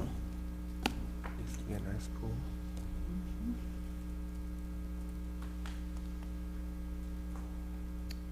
I would like to enter this fact sheet into evidence as Exhibit 2, and this concludes my presentation. Thank you. Can you tell me, it appears as though there's a screen enclosure around this pool? Yes. Is it intact? Yes, it is. Okay. So we don't have to worry about mosquitoes? No. Okay. Does anyone else have questions for staff? All right, sir. Could you give us your name and address for the record, please? Sure. My name is Alan Cloman. The address is 1028th Avenue North, St. Petersburg, Florida. Thank you, sir. What can you tell us about getting your pool cleaned up? First of all, I'm sorry to be here. Excuse me. I should be faster and better at doing it. First time I've had a problem getting up in weeks. But my legs sometimes didn't have enough circulation, but I'm physically fit. You've been sitting for a long time. Yeah, most of the day. You know, I got here late and I didn't realize the queue was set up by the people that come first, you know, in that order. And I thought I was number 62 in order. Anyways, getting to it and everything. What was the question again? Okay. How long is it going to take for you to get your pool not being green? You know, my mind is getting to it, but my body is getting somewhat, I'm sorry about that. You know, I've got all the equipment, about 90 days. I've got all the equipment. I'm on my third pump. The first pump wasn't strong enough, and the second pump failed, and so I had a third one. Well, the second pump was too strong, in my opinion, and the third pump I have is brand new. You know, just got out of the box and I got all the fittings and everything. It's just getting to it. I had some cancer surgeries in the face last year, and I don't want to get out into the sunlight too much, but I will. And I can do it more or less in the evenings, but just trying to get to it. 2 hurricanes really set me back. Okay, have you thought about hiring somebody to put the pump in for you? You know, that's a good question. I had the pump set and doing, and I don't know how many, about 5, 6, 7 people. And I had some come out, about 5 come out, and they said, well, look, when you get the water changed and you get ready, just call me back. What is that? You're finished at that time, but I've got to get the pump in there and doing, and then I can do and fix the water. I've done it several times in the past, and I get one other helper to help me, and then I do it with citric acid 5% solution on the sides of the pool. It turns out beautiful looking. And I went through 2 hurricanes. So the bottom line is that you want 90 days to get it done? Yes, ma'am. Okay. All righty, so let's see what the board has to say about that. Okay. Does anybody want to make a motion, or does anybody have any questions? I'll make a motion. Okay. Based upon the evidence presented in this case, I move that the board issue the following findings of fact and conclusions of law. The board finds that the violations of the St. Petersburg City Code, as stated by the code's investigator, have not been corrected.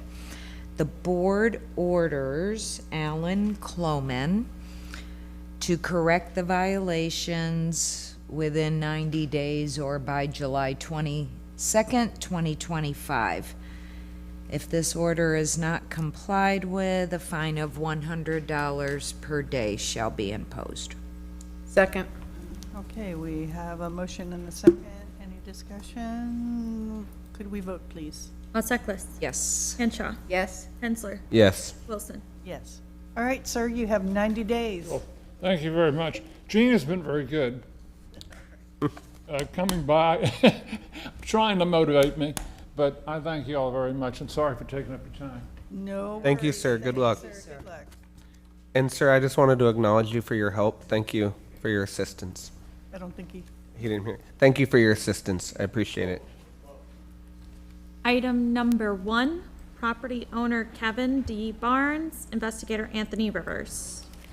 I'm Anthony Rivers, Codes Investigator for the City of St. Petersburg, testifying in reference to item number 1, case 24-18930, regarding property located at 1235 22nd Street South. I was sworn in at this meeting. This property is a multifamily commercial structure that's occupied by tenants. This is a codes-initiated case.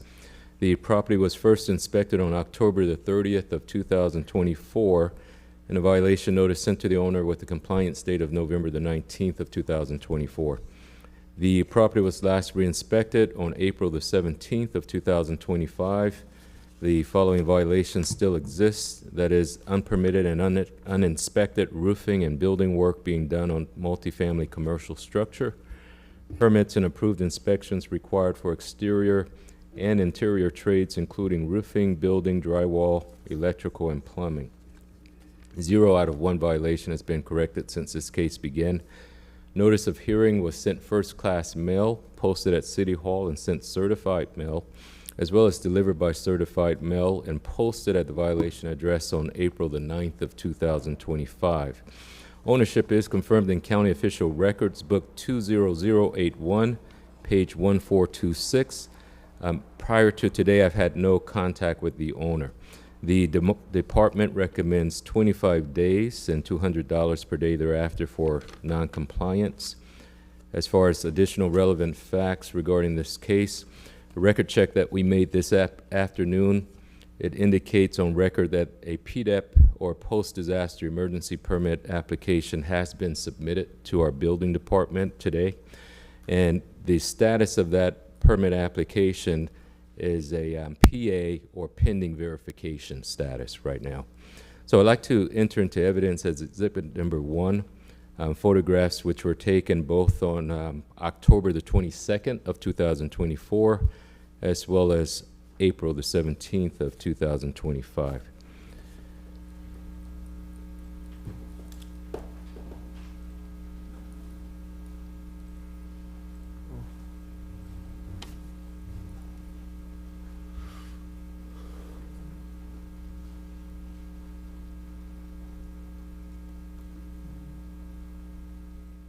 So some of the disrepair to the rental property, you'll note upstairs on the south side of this apartment complex was the ceiling area or soffit area above floor number 2, or second floor of the complex.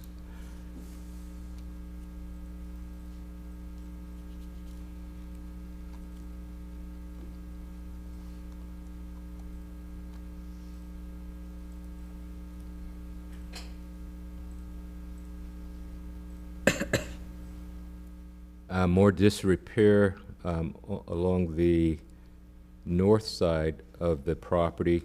Some disrepair to the soffit as well.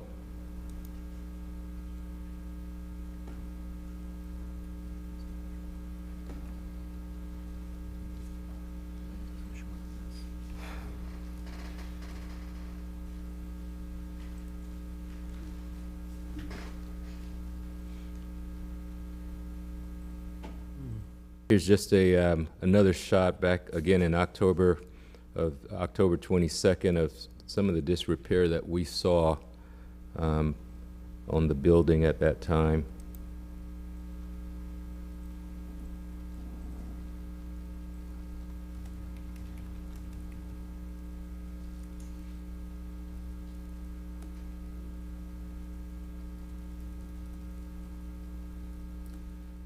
And here on October the 30th is just a photo of some of the work that had started with repair of the fascia, and there was repair being made again without permits at the time. So those were shots from October. When we go to our photos that were taken just a few days ago, April the 17th, we'll just show you a couple of photos that we took on that day.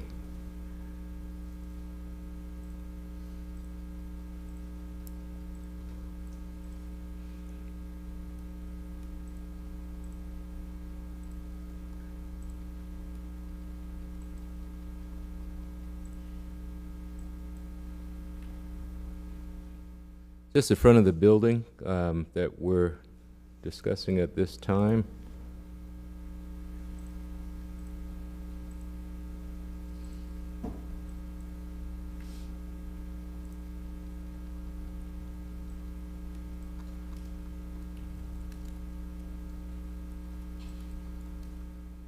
So one of the photos that we had in October was of this breezeway area that had an open ceiling, and now you see that it has been repaired. And some of the other areas, for instance, on the south side of the property, that ceiling area or soffit area was also repaired.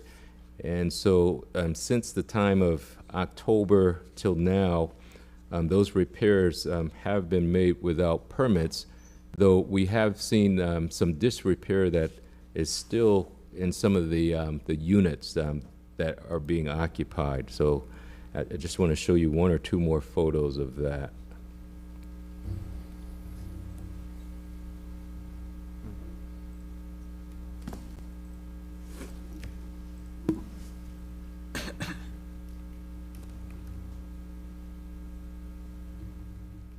In one of the downstairs units, we still have some disrepair to the walls. This is under one of the kitchen sinks in one of the tenants' apartments.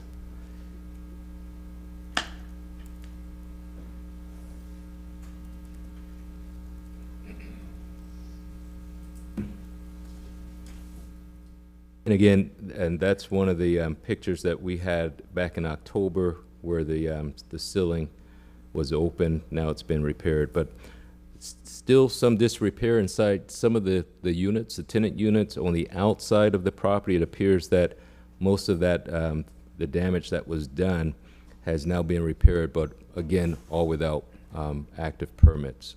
So I'd like to enter into evidence this fact sheet as exhibit number 2, and this concludes my presentation.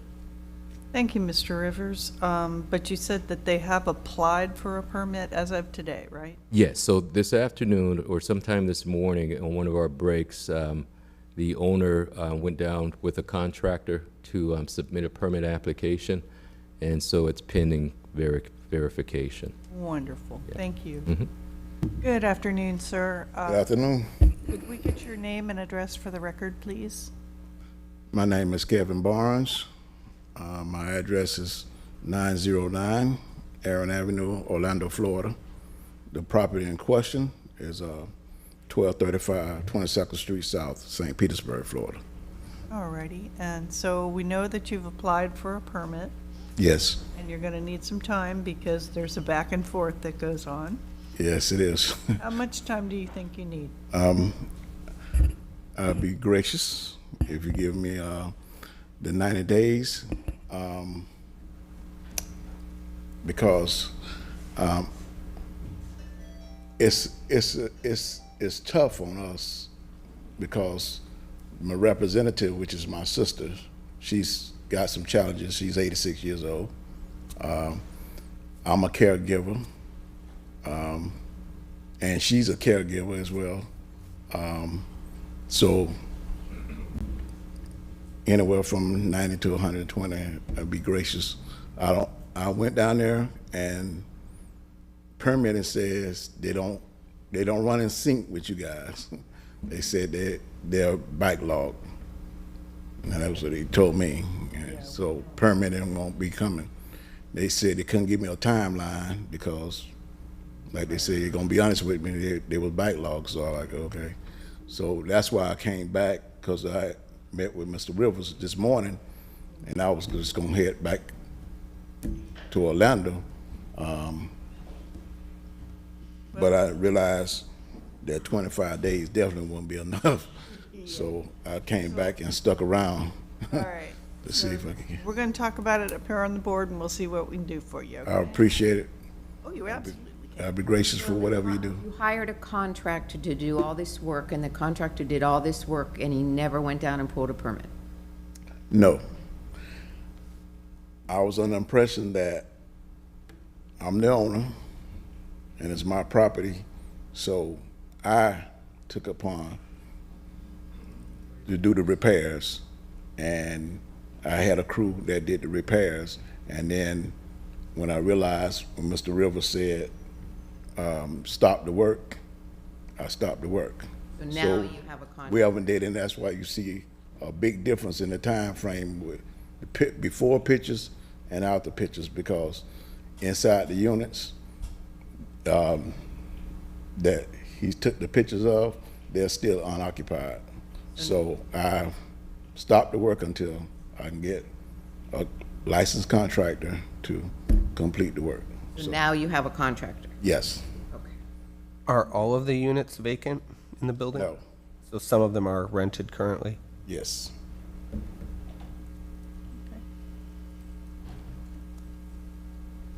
I can read. Based upon the evidence presented in this case, I move that the board issue the following findings of fact and conclusions of law. The board finds that the violations of the St. Petersburg City Code, as stated by the code's investigator, have not been corrected. The board orders Kevin D. Barnes to correct the violations within 90 days or by the date of July 22nd, 2025. If this order is not complied with, a fine of $200 per day shall be imposed. Second. Okay, we have a motion and a second. Is everybody okay with the time and the dollars? Yes. Let's vote. Seklis? Yes. Hinshaw? Yes. Hensler? Yes. Wilson? Yes. All right, sir, you have 90 days. Good luck to you. All right. Stay in touch with Mr. Rivers and let him know what your progress is, okay? I will. Thank you. Thank you. Item number 48, property owner Daniel S. Mullins, investigator Eric Curvella.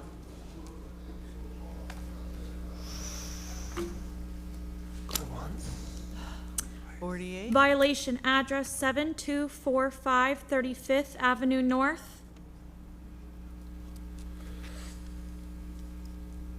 Okay. Here it comes. Oh, okay.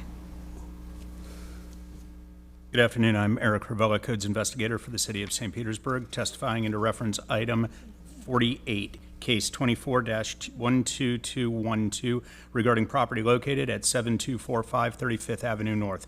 I was sworn in at the start of this meeting. This property is a single-family home that is occupied by the owner, and this is a codes follow-up case. The property was first inspected on 7/12/2024 with a violation notice sent to the owner with a compliance date of 8/1/2024. The property was last re-inspected on 4/14/2025, with violations still exist. Permits are required for, but not limited to. There is no permit on file for a conversion 20 by 24 frame utility building into living space with electrical and plumbing on the rear of the structure. There's no permit on file for installation of a roof on the accessory structure in the side yard, and installation of a new roof on the main accessory structure. There is bare and peeling paint and bare wood on the accessory structure, walls, and fascia. 0 out of 2 violations have been corrected since this case began. Notice of hearing was sent first-class mail, posted at City Hall, sent certified mail, delivered certified mail, and was posted at the violation address on 4/7/2025, which is at least 10 days prior to this hearing. Ownership was confirmed in County Official Records, Book 09661, page 1551. During the course of my investigation, my last contact with the owner prior to today was on 7/12/2024, and the owner did not indicate when the violations would be corrected. The department recommends 25 days, $100 a day thereafter for non-compliance. I'd like to enter evidence photographs that were taken on 4/14/2025, document 04142025. This is an elevation shot of the front of the structure.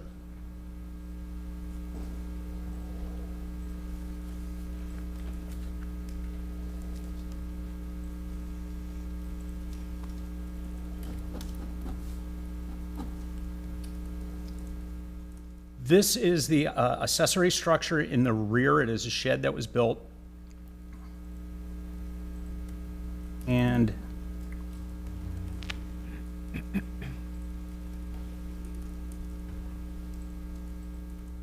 this is the 20 by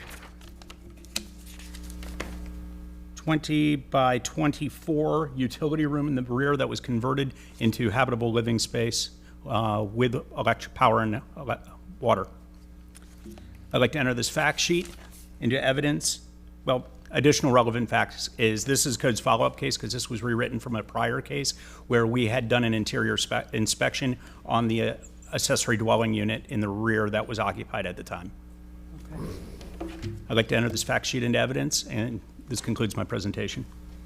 So, thank you, Mr. Ravella. Yes. So what had been like a utility space or a garage space was converted? Yes, into an additional dwelling unit in the rear. Into an ADU. Okay, does anybody have questions? Is the fence on their property, or is that next? There's a utility easement behind the property that is currently not really being maintained very well. It's hard to get down. So there's like a 8-foot utility easement, and you can walk through. And yes, that would be their fencing. You didn't write them up for the fencing. That was nice of you. I couldn't get all the way to the house. It's a little overgrown. Will the department issue machetes next? I was gonna make that. Just let it go. Any more questions for It's been a long staff? day. Thank you. Thank you.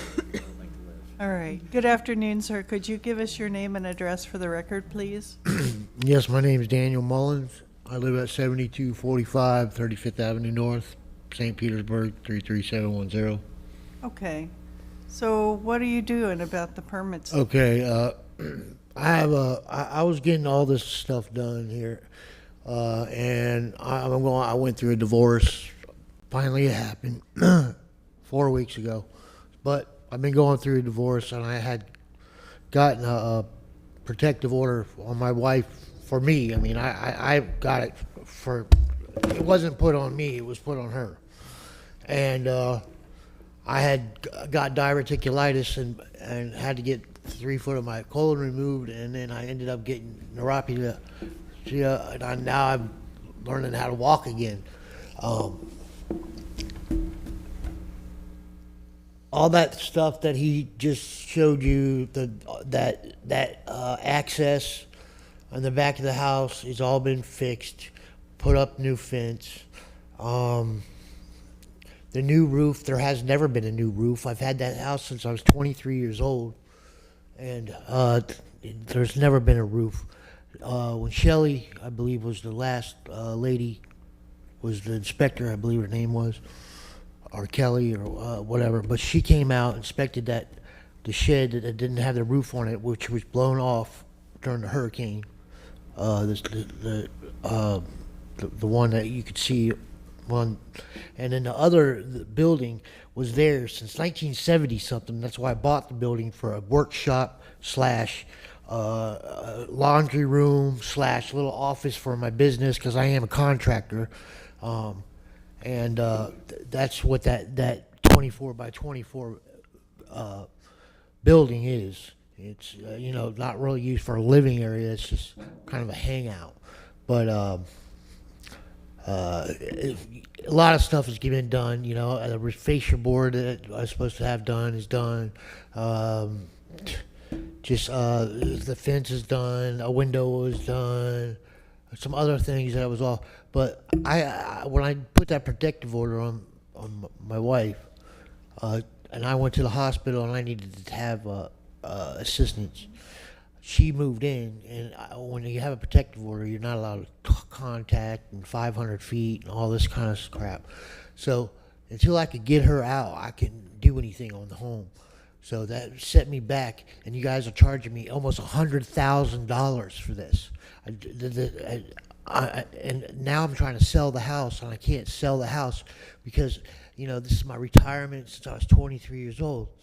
And you guys are taking $100,000 Mr. Mullins. of monies, $83,000, I believe, the last one I looked Mr. Mullins. for this. And Mr. Mullins. Yes, sir. Sorry for all of the things that you've had to deal with, but the relevant issue is the permitting for that. Have you worked with a contractor or any plans? Like I to said, get I a was just permit? about at that point, and I ended up Sure. all the surgeries and stuff, and she moved in, and I couldn't get her out, and that one lady was saying how she can't get those people to move their stuff. Well, my wife had all these people move in and bring all this crap, and I was trying, and I'm getting threats and stuff that I'm going to throw their stuff away, they're going to bomb my house, or what they're going to do, or bust my windows out.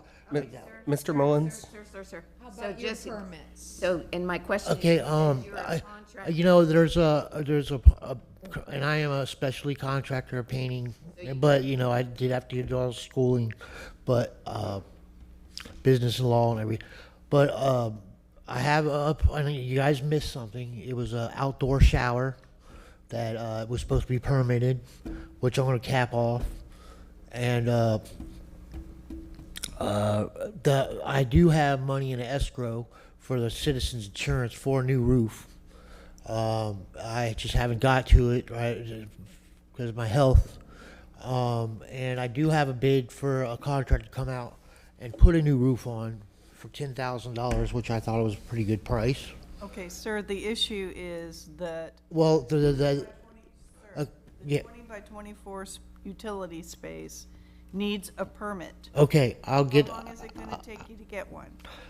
I could probably have it within, a guy come out by 90 days and have it inspected. But am I trying to get it permitted to live in, or am I trying to get a permit for a shed? Because when I bought it in 1997, it didn't have it had the water, the electric, all that stuff already there. Well, I don't understand why. Why wasn't it permitted then, and now it's got to be permitted now? The permit needs to be for the conversion into living space, not necessarily. We're not disputing that it actually pre-existed. It was that it was the conversion. Well, it was living space. It had a kitchen and a bathroom in it when I bought it, and it had a laundry room and a whole, the whole shebang in it. And now all of a sudden it's changing. I mean, and I got to pay for all this. I mean, Is there a time frame that we can give you so that you can get things squared away? you can give me 90 days, and I'll have it all, the drywall and all done, and I'll have everything I can get done that's all buttoned up in there, and I'll get a permit, the guy to come out and check everything, make sure everything's up to code. Okay, I'll go ahead and do a motion. All right, Okay. thank you, sir. I do have a question though. I'm trying to sell the house because I've been waiting 2 years for this divorce, and she's trying to sit back and she's seen, I owe you guys $83,000, so she just threw up in the air and said, I don't want any of the house. You can have it all and everything because there's no profit left or anything. So what's going on with this $83,000? because of the Yeah. situation. We have no idea, Mr. Mullins. Yeah. You don't Not know? relevant for us today, unfortunately for you. Well, I need to know because who do I get in contact? Because I'm trying to sell the house, and like I go to the closing table, and it's showing I owe liens of $80,000. I mean, that's a lot of money. So there I only are, bought the house for $47,000. One moment, Mr. Mullins, please, one moment. there are prior liens from a previous case. So we have programs that are available to new owners if they would like to take on a property with the liens, where they can then bring it into compliance, and then the liens are forgiven. So we have this program specifically to encourage redevelopment of properties that may have had additional liens. That then does not impact the seller of the property, because typically they will escrow that money, the program gets completed, and then they. Okay, so is there someone I could get in contact to figure out what's going on with this? Because that's my whole retirement. Yeah, I mean, so Ms. Schultz can. you can understand why I'm upset. They're going to give you some We're information. gonna give you some information on it, sir. In the meantime, we need to give you the time you need to get the permit. Alrighty, so. Based upon the evidence presented in this case, I move that the board issue the following findings of fact and conclusions of law. The board finds that the violations of the St. Petersburg City Code as stated by the code's investigator have not been corrected. The board orders Daniel S. Mullins to correct the violation within 120 days or by 8/21/25. If this order is not complied with, a fine of $100 per day shall be imposed. Second. So let's vote. Seckless? Yes. Henshaw? Yes. Hensler? Yes. Wilson? Yes. All right, sir, you have 120 days. Yes, ma'am. Thank you. We hope that helps. Thank you very much. Good luck, sir. Good luck. 196? 196. Item 196, property owner Bobby Ann Talley, investigator for Zone 15, Jose Rodriguez. I am Jose Rodriguez, codes investigator for the city of St. Petersburg, testifying in reference to item number 196, case number 24-9516 regarding property located at 3834 Dr. Martin Luther King Jr. Street South, and I was sworn in at this meeting. The property is a single-family structure and is occupied by tenants. This is a codes follow-up case. The property was first inspected on May 30th of 2024, and a violation notice sent to the owner with a compliance date of June 26th of 2024. Property was last re-inspected on April 17th of 2025, and the following violations still exist. Various items of junk, trash, and debris are throughout the entire property. Inoperable vehicles present in rear yard. Several areas of fencing throughout the property are over the allowed height. Areas of fence are in disrepair at the rear of the property and throughout the property and at the rear of the property. 0 out of 4 violations have been corrected since this case began. Notice of hearing was sent first-class mail, posted at City Hall, sent certified mail, and delivered by certified mail. Ownership was confirmed in county official records, book 21650, page 0790. My last contact with the owner prior to today was on March 27th of 2025, and the owner did not indicate when the violations would be corrected. The department recommends 25 days and $150 per day thereafter for non-compliance. Additional relevant facts regarding this case are part of the overheight fencing with large tarps that were installed along the fencing at, I know the front part of the property. Those large tarps on the north and south side of the property in the front have since been removed. Personal challenges have restricted the owner from working on the property or even getting out to the property. And a police escort was notified and requested for our most recent inspection. I would like to enter into evidence exhibit number 1, photographs which were taken on April 17th of 2025, document CEB 0417255516, JER, and photos 1 through 8. This first photograph is the elevation of the structure.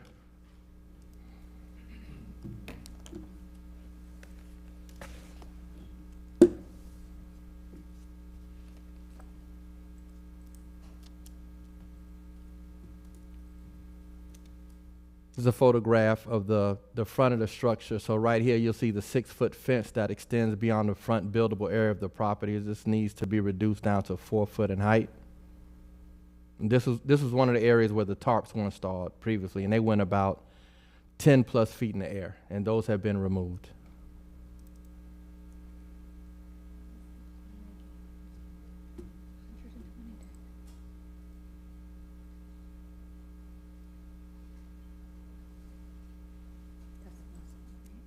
This is a picture of some of the junk trash on the bridge. You see there are ladders that are actually on top of the roof and some other items.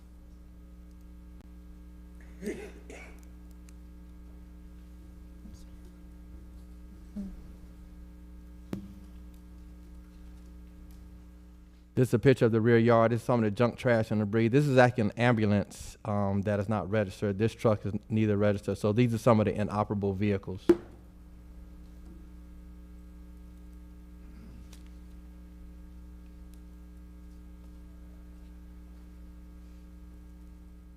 Again, another shot of the ambulance, fence that's in disrepair, and some of the junk trash and debris that's in the rear yard.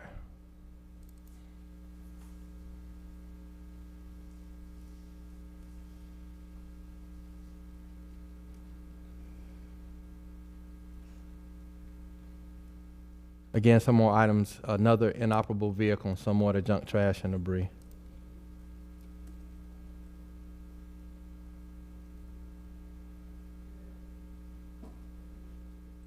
It's another inoperable vehicle. I think it's 4 vehicles and all that are inoperable in the rear yard.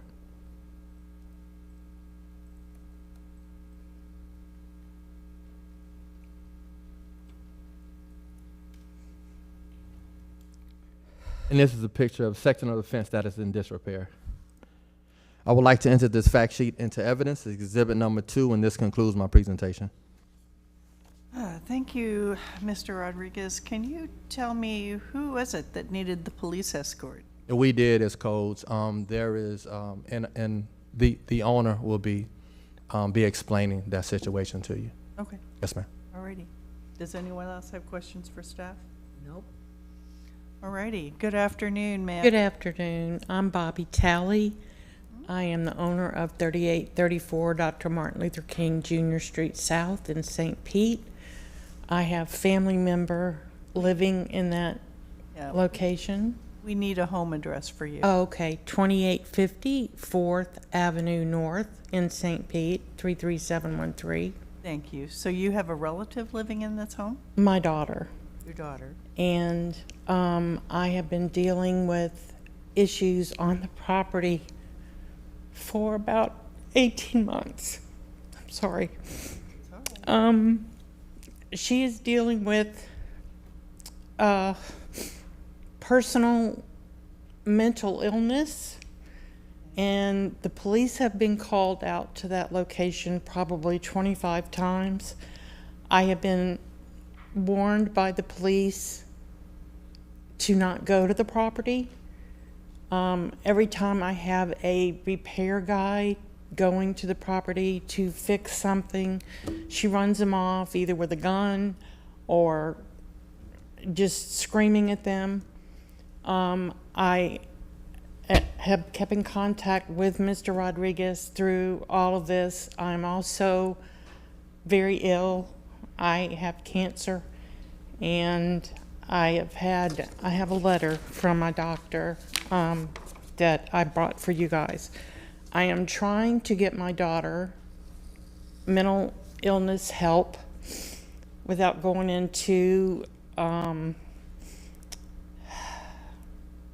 lot of, I know this is a public hearing. I've had her Baker acted 3 times since the first code. Yeah, I'll tell you what, you don't have to go into Okay. it. I think we all understand how tough it is to get help for someone who is having mental illness. She won't let anyone on the property. Right. Let me talk to staff for just Okay. a minute so we can get some questions in our minds clarified and Okay. right back to you, okay? Okay. What, if anything, can she do at this point? I mean, it doesn't sound like she can get in to make repairs or haul anything off. If she can't get her daughter the help that she needs, Everybody is stuck. Even with mental. Sure, of course. Yeah, I mean, I don't want to speak to the legal processes that could assist in this. I mean, in a standard tenant landlord, you know, it would be an eviction. Right. Obviously here, there may be some other avenues from an incapacitation standpoint, or I just really don't know. Yeah, I mean, it's obviously a difficult and challenging situation. And it doesn't look like it's gonna get any better. Not until it gets worse, unfortunately.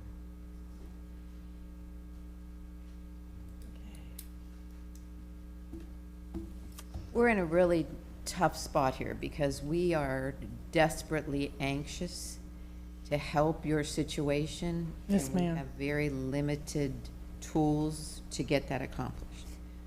So you could certainly evict your daughter. I'm sure that's the last thing you would like to do. I don't know that that's even an option. If she were to be evicted, if she would be forced into a situation where it might be safer for her and safer for you. We don't know that. There's no way for us to know that.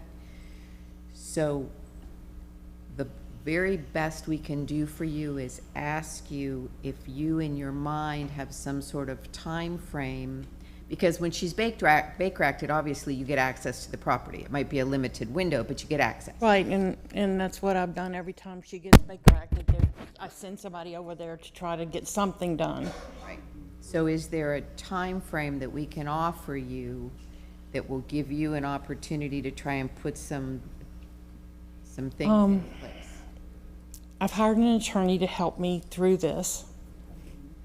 And we're looking at eviction. We're looking at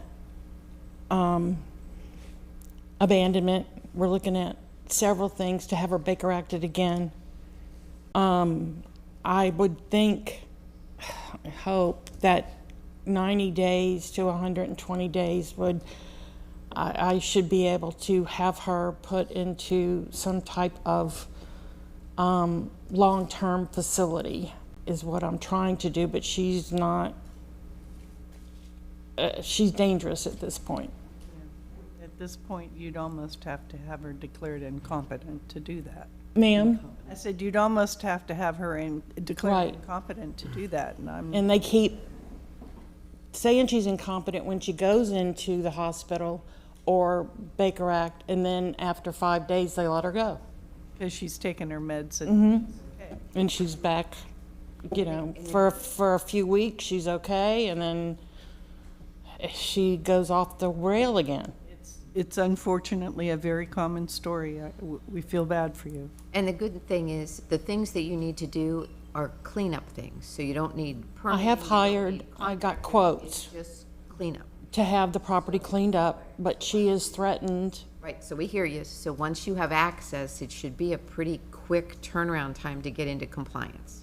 Okay. Okay, Yes. so this attorney that you're working with, has he or she given you any kind of time frame of what they're gonna do? No, ma'am, I just hired him last week. Okay, so like 90 days? We need to make a motion and then we can discuss it, okay? You want to read No, something? go or ahead. you want me to? Go ahead. Based upon the evidence presented in this case, I move that the board issue the following findings of fact and conclusions of law. The board finds that the violations of the St. Petersburg City Code, as stated by the code's investigator, have not been corrected. The board orders Bobby Ann Talley to correct the violations within 150 days or by September 20th, 2025. If this order is not complied with, a fine of $150 per day shall be imposed. Okay. Thank you very much. Second, Okay, Motion 50 because I want to give her some time. right. And the 150 I left at the city recommendation. I don't mind reducing it, but I don't know if she's collecting rent. I'm fine with that. No way. Fine with it. But Okay, the time frame, I did the 150 just so she can get things in order. Right. And some of the processes would take time too. Yeah, it will. I like the 150. I think it should be 50. All right, could we vote, please? Osaklis, Yes. Henshaw, No. Hensler, Yes. Wilson. Yes. All right, ma'am, you have 150 days, which is almost as much as we can give you. Okay, I do have a question for legal. The 4 vehicles that are on the property are not in my name. Actually, I'm not able to give legal advice, but your inspector may be able to guide you in the right direction. Okay. Without any vehicles. To remove them, I need to know what my rights are as owner of the property. Yeah, unfortunately, I would ask your attorney. Unfortunately, I'm not able to advise the public. Right, but you have an attorney, so ask your attorney. Yes, That's why yes. you paid them. Okay, All right.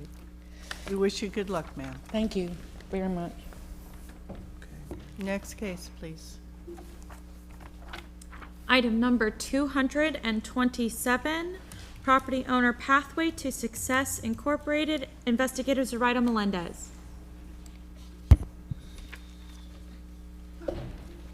Good afternoon. I am Zoraida Melendez, co-investigator for the City of St. Petersburg, testifying in reference to item 227, case number 2415185 regarding property located at 4344 9th Avenue South. I was sworn in at the beginning of this meeting. This property is a multifamily and is occupied by tenants. This is a co-initiated case. The property was first inspected on August 20, 2024, and violation notice sent to the owner with compliance date of September 17, 2024. The property was last re-inspected on April 8, 2025, and the following violations still exist. After the fact, a permit is required. The back structure garage door was removed and replaced with stucco doors and windows. 0 out of 1 violation have been corrected since this case began. Notice of hearing was sent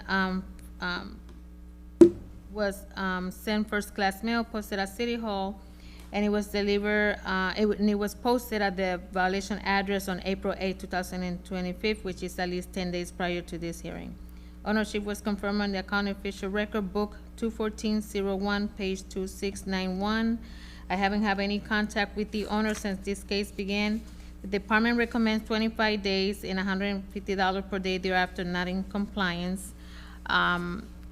There's no additional relevant facts in regard to this case. I would like to enter into evidence Exhibit 1, photos which were taken on April 8, 2025, document 4A251A5ZM, and I got 3 photos.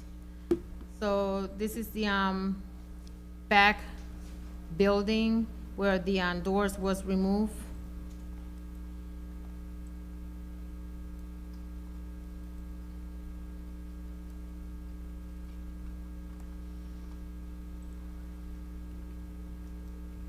And here you could see where, I'm sorry, hold on one second.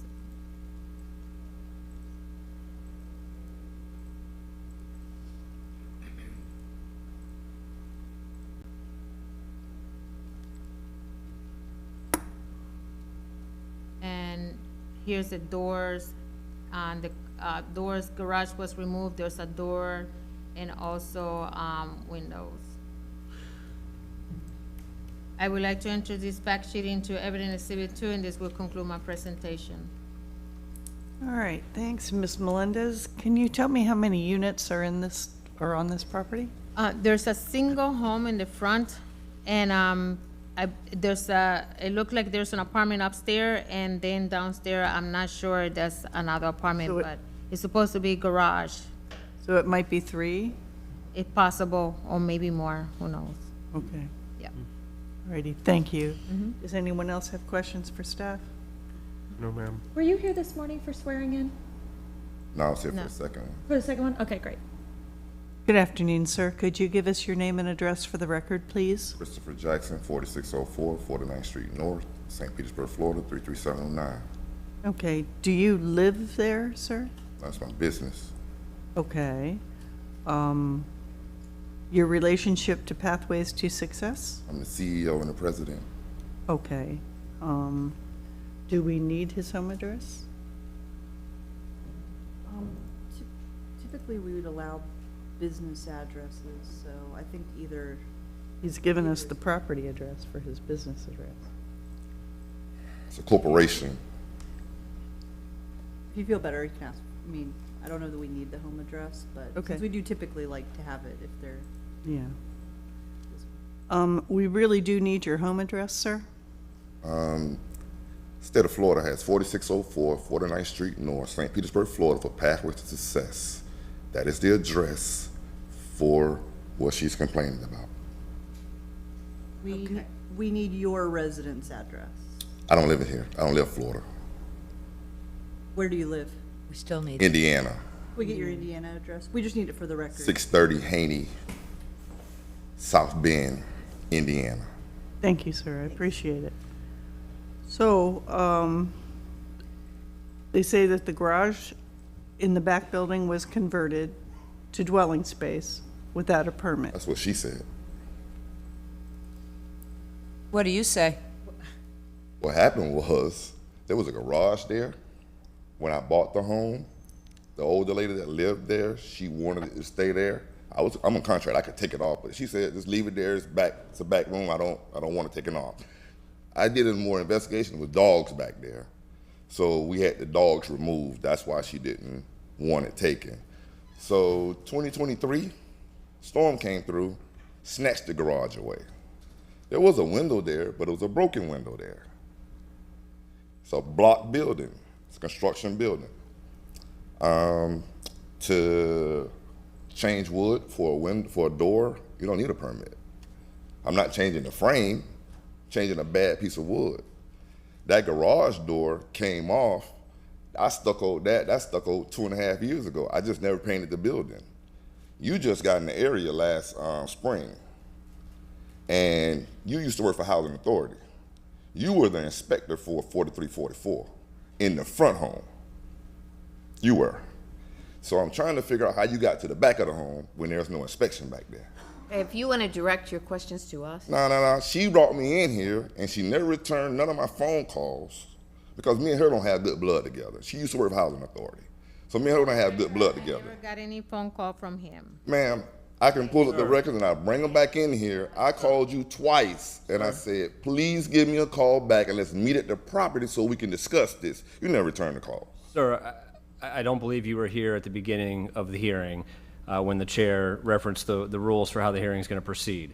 But if you have questions for either the city, ourselves, the board, or for Ms. Melendez, you need to direct those questions to the chair, and the chair will then ask the questions. It don't matter. Okay. All right, sir. How much time are you going to need to get a permit for what has happened? What am I getting a permit for? Because there was a garage door, now there isn't. There's stucco and a window. On a block structure, you don't need to have a permit to put stucco on a block building. Sorry, sir, but it does. Okay. I build homes. You do not need stucco. You don't have to put stucco on a block building. You are not required to go get a permit to put stucco on that home. You are in St. Petersburg, maybe not in Indiana, but you are here.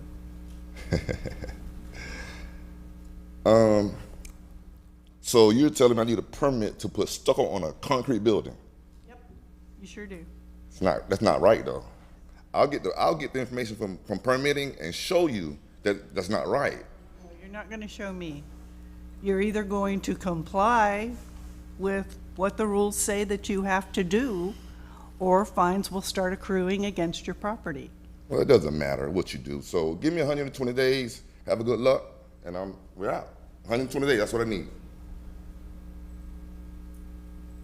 I'll read some. Go ahead. Based upon the evidence presented in this case, I move that the board issue the following findings of fact and conclusions of law. The board finds that the violations of the St. Petersburg City Code as stated by the code's investigator have not been corrected. The board orders Pathways to Success, Inc. to correct the violation within 90 days or by 7/22/25. If this order is not complied with, a fine of $200 per day shall be imposed. Second. Okay, so we have a motion and a second. Roll vote, please. Seklis, Yes. Hanshaw, Yes. Hensler, Yes. Wilson. Yes. Thank you all for your patience. 90 days and $200 a day. Okay. What's next? 207? Yes, that's gonna be the next one. Okay. Item 207, property owner Mark J. Jan and Kristen Salona Jan, investigator David Walker.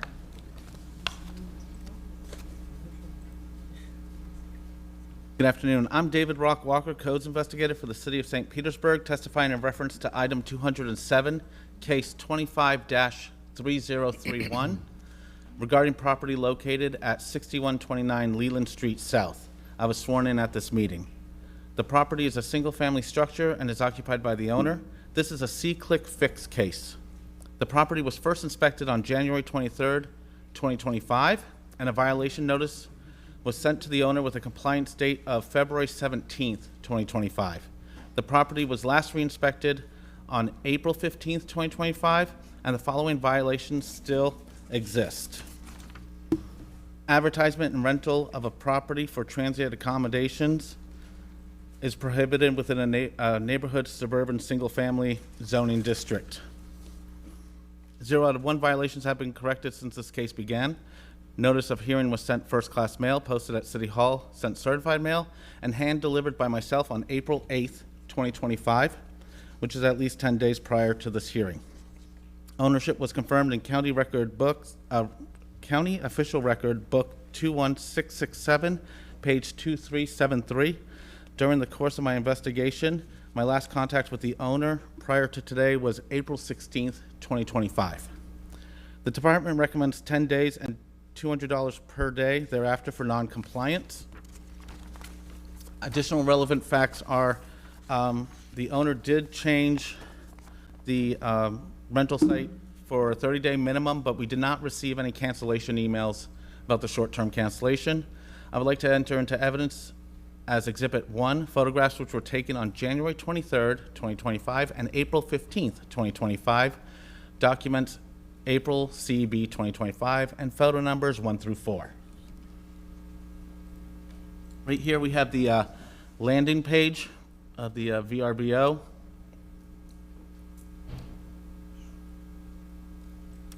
This is April. We have dates right here for April 4th and 5th, April 11th, 12th, April 25th and 26th, May 2 and 3, May 17, May 25th, May 30th. Those dates are caught. If you'd give us just a minute, sir, it'll be your turn soon. We have June 20th to 21st, June 27th to 28th. And I have, last one click. Yeah, August 1st and 2nd. I would like to enter this fact sheet into evidence as Exhibit 2. This concludes my presentation. Thank you, Mr. Walker. Does anyone have questions for staff? No. Okay. If you could give us your name and address for the record, sir? Mark Jan, 6129 Leland Street South, St. Petersburg, Florida, 33715. Okay. So are you renting out part of the dwelling or what? No, so I put my house on, I'm going through a divorce, so I got separated back in June. Basically put my house on the market, I think September-ish. Well, then Hurricane Helene hit. No big deal. I didn't get flooded, but a lot of my neighbors did. But then the second hurricane hit, and nobody wants to buy that kind of house near the water after 2 hurricanes. So basically, I was helping neighbors, family, and friends. Were staying at my house free of charge. I wasn't charging. I knew them, whatever the case may be. But then one of my friends said, well, why don't you just put this on Airbnb? So because of the first Hurricane Helene, I lost my top client. I do an auto transport business, and they put a moratorium on transporting cars for 90 days because they were worried that we were going to be picking up flooded cars, and so they just didn't want anything to do with it. They put a moratorium on that. So that's basically what happened. I pretty much lost that client. I lost a lot of money. I can't afford anything anymore. A friend of mine suggested the Airbnb thing. I did that, and yes, I did have some rentals and things like that. When I got the notice, though, I noticed it said 3 days or short-term rental, 30 days is okay. So I cut off Airbnb 100%, and went on Verbo, I changed that to 30 days. I changed it for both 30 days. Anyway, those dates, previous dates, those are dates that I had, when I first signed up, that I had blocked off that I don't want it rented because they were either my birthday or they were whatever. Those were days that I did not want to rent it. That's why they're crossed out. I didn't do any 2-day rentals whatsoever. And you're living in the home? Yes. Well, I'm living in the home, and then when they rented out, I was actually got an apartment because it was getting expensive to do these cheap little hotels, and it was going pretty well. But then I had a 30-day tenant in March, which was the 34 days. So like I said, I was gone and got the apartment. The house is back on the market as of yesterday, according to Verbo, or not Verbo, Redfin. There's 2,024 views in 21 hours. My realtor just texted me here, said they got a showing on Monday. Basically, it's my income right now, and I do have some rentals coming up, yes. I'm just asking for maybe a little leniency until either the house sells. The house is all I have left, and that's my retirement pretty much, so that's all I have left. We can't make an exception for you. I'm sorry? What you will need to do is cancel any future bookings that you have that are less than 30 days. Okay, so, Once you do that, get proof that you've done it and send it to the codes investigator, and that gets you out of trouble. so after not him, but after I got that notice, and I didn't get served. You said it was certified mail, but I never got served. Maybe I was gone or something. But the only reason I even knew about it, because I went on my city code enforcement for another case that I had for artificial turf. That's been going on for 3 years now. And I wanted to see if that got dismissed because I knew I was going to rent the house, or not rent the house, but sell my house. And there was a $25,000 lien or something, so I wanted to make sure everything was good to go. And it's still not good to go after I've complied with everything. But that's here nor there. It's been deferred because of you guys are thinking about turf or something. I don't know. It's been deferred more than it's been violation, I guess. So I did the cancellations. There's probably 13 of them here. Give this to your But Yes, he's the one that you need to talk to. oh, sorry. But you just told the other guy I have to address everything to you, and you have to talk to him. Well, here's the deal. This is your hearing. What we're here for is to allow you time to comply. Okay. And you're standing in front of us and you're going to comply. So we're happy. Right. Okay. All right? Right. All right. Thank you. So your rentals for tomorrow and Friday are canceled? No. So that's the thing. It's not tomorrow and Friday. It's tomorrow through Sunday. But that's the thing. What I'm trying to say is I've canceled all the ones I could cancel. The ones that wouldn't allow me to cancel, they actually are fining or charging me a third of the price. Well, I can't afford that. The reason I'm doing this in the first place is because I don't have any money. So what I did is I contacted everybody, on these lists and said, this is why I can't do it. City code, blah, blah, blah, blah, blah. They canceled it. Now, if they cancel it themselves, I don't get a charge.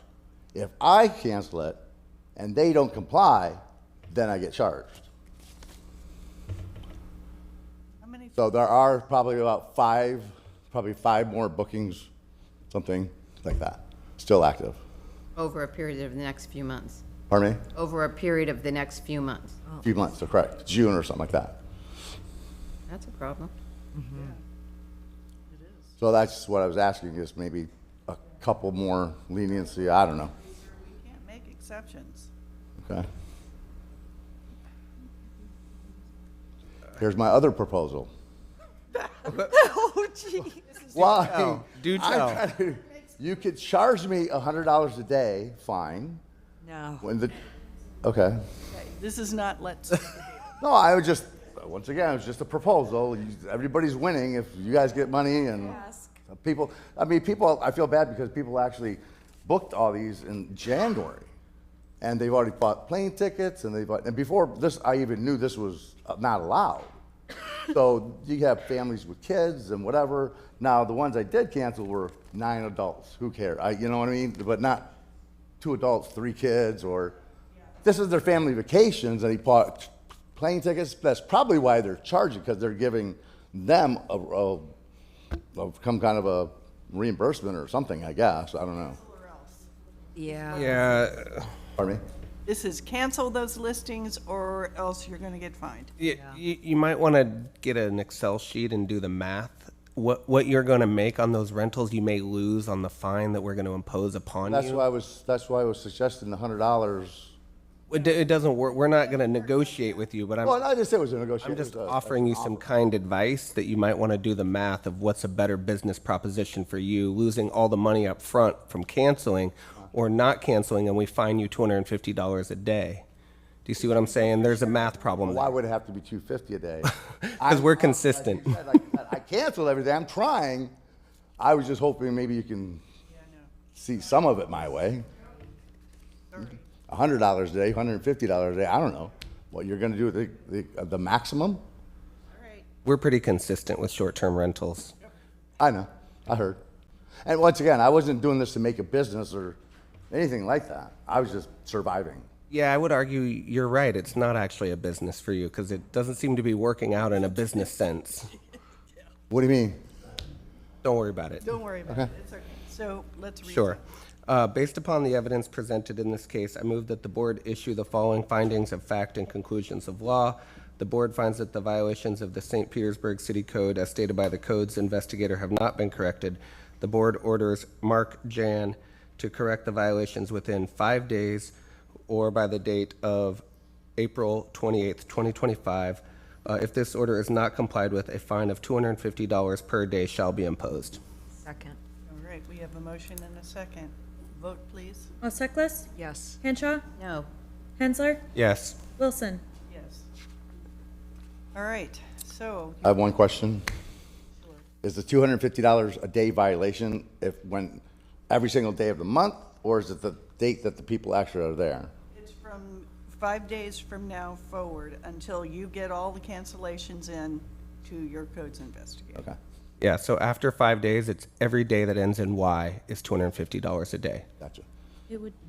That was a viable question, by the way. It was. Yeah. Sir. Thank you.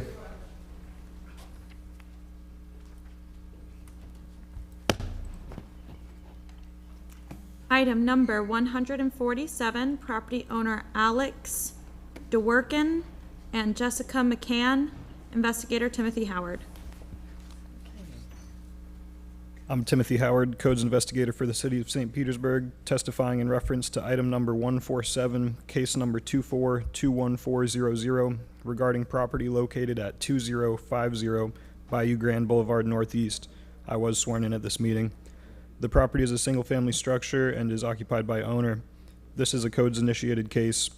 The property was first inspected on December 23rd, 2024, and a violation notice sent to the owner with a compliance date of January 20th, 2025. The property was last re-inspected on April 17th, 2025, and the following violation still exists. Work completed in a flood hazard area to mitigate flood damage without an approved permit. 0 out of 1 violations have been corrected since this case began. Notice of hearing was sent first-class mail, posted at City Hall, sent certified mail, and was posted at the violation address on April 10th, 2025, which is at least 10 days prior to this hearing.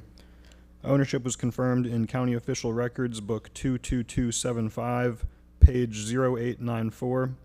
During the course of my investigation, my last contact with the owner prior to today was on April 22nd, 2025, and the owner did not indicate when the violations would be corrected. The department recommends 25 days and $100 per day thereafter for noncompliance. I would like to enter into evidence as exhibit number 1, photographs which were taken on December 23rd, 2024, document 122324400 TJH, and photo numbers 1 through 10. This is a Zillow listing for the property, which was listed for sale.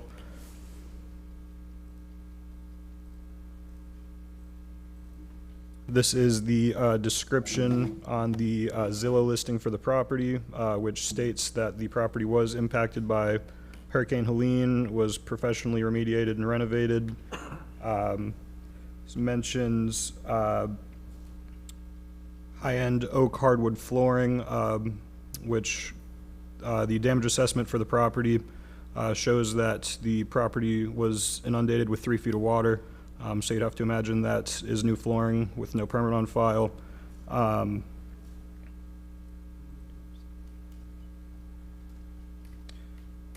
Goes on to describe custom wood cabinetry, which again likely replaced during the hurricane remediation. Bathroom features new windows and sliding doors, so on and so forth. And again, no permit for any work post-hurricane. And interior photos of the property. You can see likely new flooring, likely new drywall, possibly electrical work done as well if there's 3 feet of water in the home.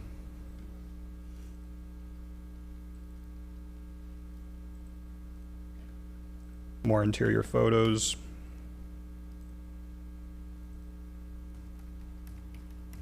Further interior photos.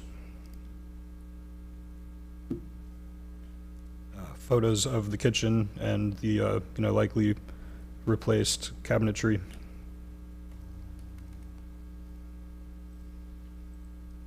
More interior photos.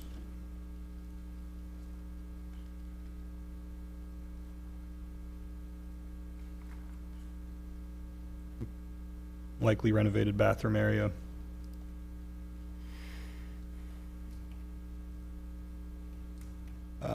I would like to enter this fact sheet into evidence as exhibit number 2, and this concludes my presentation. Thank you, Mr. Howard. Does anyone have questions for codes, the codes investigator or staff? I do. Did all of that work require a permit? Yes. Good afternoon, sir. Could we please get your name and address for the record? Alex Dworkin. My address is 13158 Homestead Lane, Parrish, Florida, 34219. Okay. So you rehabbed the house after the flood, but you didn't get any permits?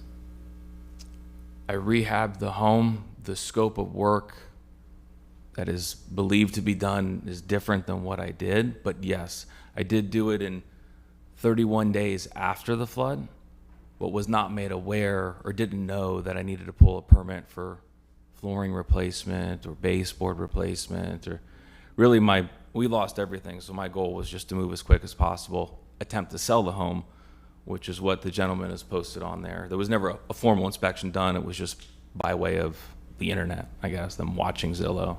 Yeah. Unfortunately, I think now you're going to have to get an after-the-fact permit for all the work that. Correct. Have you applied for one yet? No, I spoke to the building department today in the amount of time I had to sit here and watch this interesting event today. My request of you is 120 days because the building department can't give me any direction, which I understand, as to how long it's going to take. So I'm going to submit an after-the-fact permit. I'll be very clear with the scope of work that I've done, receive an after-the-fact permit when to be determined, and then receive an inspection or inspections, depending on how that goes. But I've got a lot of experience with the City of St. Pete Building Department, so I know how to apply and how to obtain it, and I know that there'll be a lot of back and forth to actually get it. So my goal is to get it done in 120 days and not see you again. Right. But I don't know if that'll work. We want you to be done. We want it to be one and done for you. Yes, we all do. Okay. So let us see what we can. Sure. come up with here, and We'll go forward. Are you in disagreement with what the codes investigator has said requires a permit? It sounds like it, like you don't agree. I want to be clear and respectful. Yeah. I'm in disagreement with a lot of things, but this gentleman's doing his job. I understand that. I'm in disagreement of what's required. So I'm a commercial general contractor, built several projects here in St. Pete, L3 Harris being one of them across the street. All of this work was done by guys that work for me, who volunteer their time, come in to help me to do it. I'm in disagreement of what's required for a permit. And my frustration is there was a notice that was sent out, don't quote me, early November to residents saying, hey, if you have flood work done, you need to get a permit. I was done and completed with that work. So I'm in disagreement of what's been done as far as the inspector believes, and I'm also in disagreement of what would be determined or needed for a permit in the building sense. Does that make sense what I'm saying? Okay. No? I just wanted to clarify, I just want to make sure that you get with your codes inspector to find out what they're expecting a permit for, so that when you apply for it, you don't miss some items and delay. My frustration, and this is not his fault, is that we had a conversation about that. And I said, what am I in violation of? What permits do I need? What did I do wrong? And the reference was speak to the building department. Well, the building department is going to say, what work did you do? And I'll be clear with them, and we'll pull an after-the-fact permit. I don't have the bandwidth at this point to argue with the building department over what's required for permitting and what's not required for permitting. I mean, that ship has sailed, so. Just making sure it's all covered for you, so there's no further delay. Yeah, but to answer your question, of course, I'm in disagreement with a lot of things, yes. Okay. Chair, just because, again, this is, I think, the third or fourth case we've had today, and we're going to have more. So even if you just replaced your baseboards, or you pulled out your, vinyl plank flooring because it got an inch of water, you dried everything out and you put new vinyl plank flooring down within a floodplain, even that minimum amount of work requires a permit. That's the whole reason the city sent the letter out to begin with, because we understood that a lot of homeowners may not have realized the extent of our floodplain ordinance because we have not experienced flooding to this level before.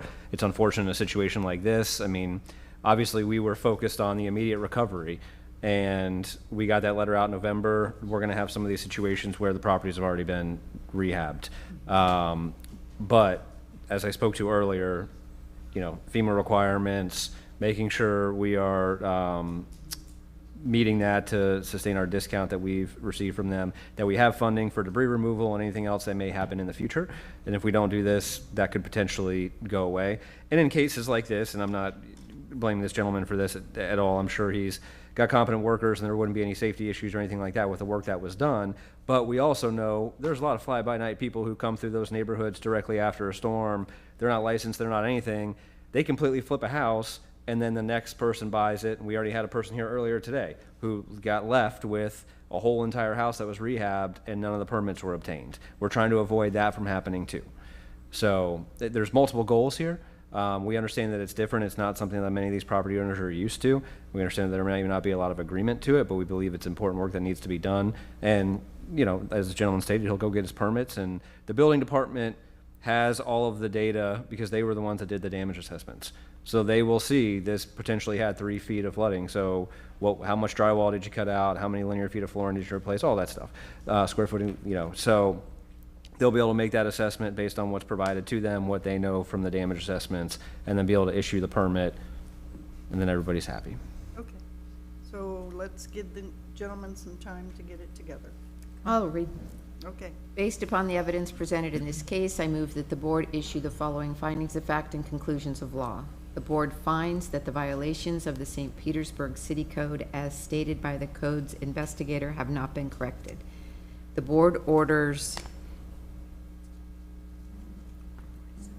Alex, I don't know how to say it, Dworkin, correct the violation within 120 days or 8/21/25. If this order is not complied with, a fine of $150 per day shall be imposed.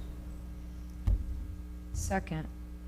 Okay, so we have a motion and a second. Any discussion? Let's vote. Seklis? Yes. Henshaw? Yes. Hensler? No. Wilson? Yes. All right, sir, you have your 120 days. Thank you. We'll keep our fingers crossed for you. Thanks. Last case, please. Item number 29, property owner Marquez Brown, investigator Carl Gordon. Is Mr. Brown here? These are all in release. I'll just read the property address real quick. 3058 20th Avenue South.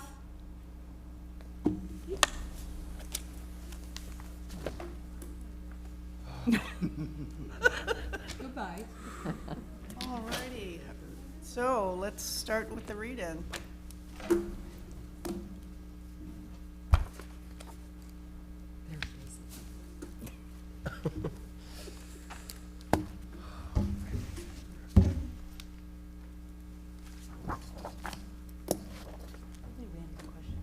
Are you for reading?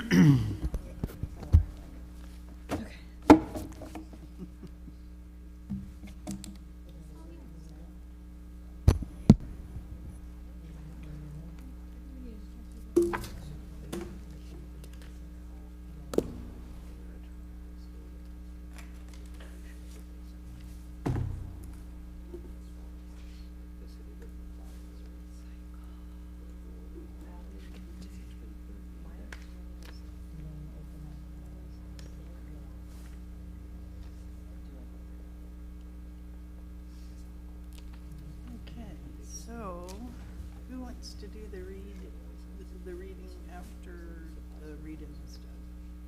Who wants to make the motion? Not me, I can't. We have another one that Robert found. What do I have to do? I can do something. You I'm need not to worried read about. that. After they're done with the read-in, you need to read that. That's all I have to do? Yep. Okay. And then somebody will second, and then we're done Okay. with the read-in. And then I can use the restroom. You don't have to sit here.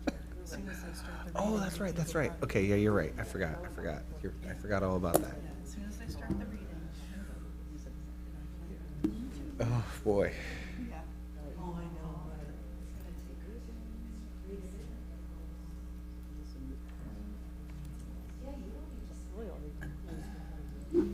Yeah, I mean, I think if there's someone else to express it, regardless of whether you're exempt. You have to read.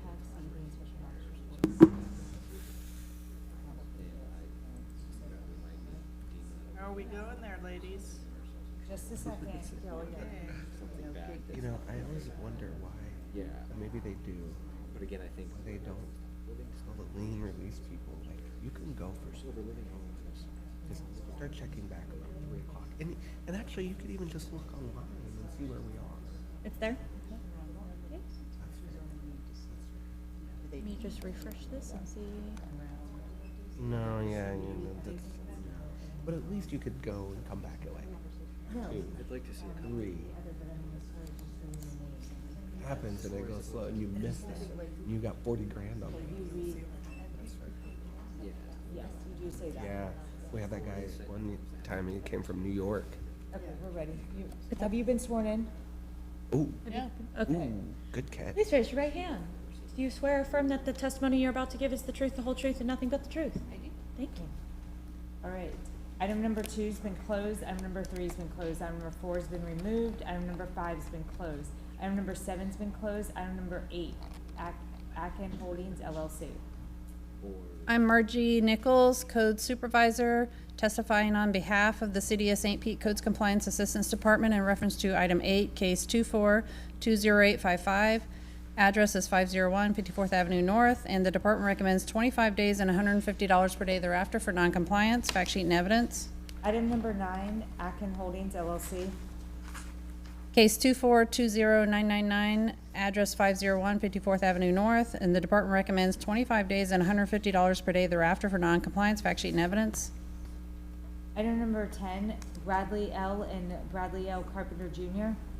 Case 251594, address 646 36th Avenue North, and the department recommends 25 days and $100 per day thereafter for noncompliance. Fact sheet and evidence.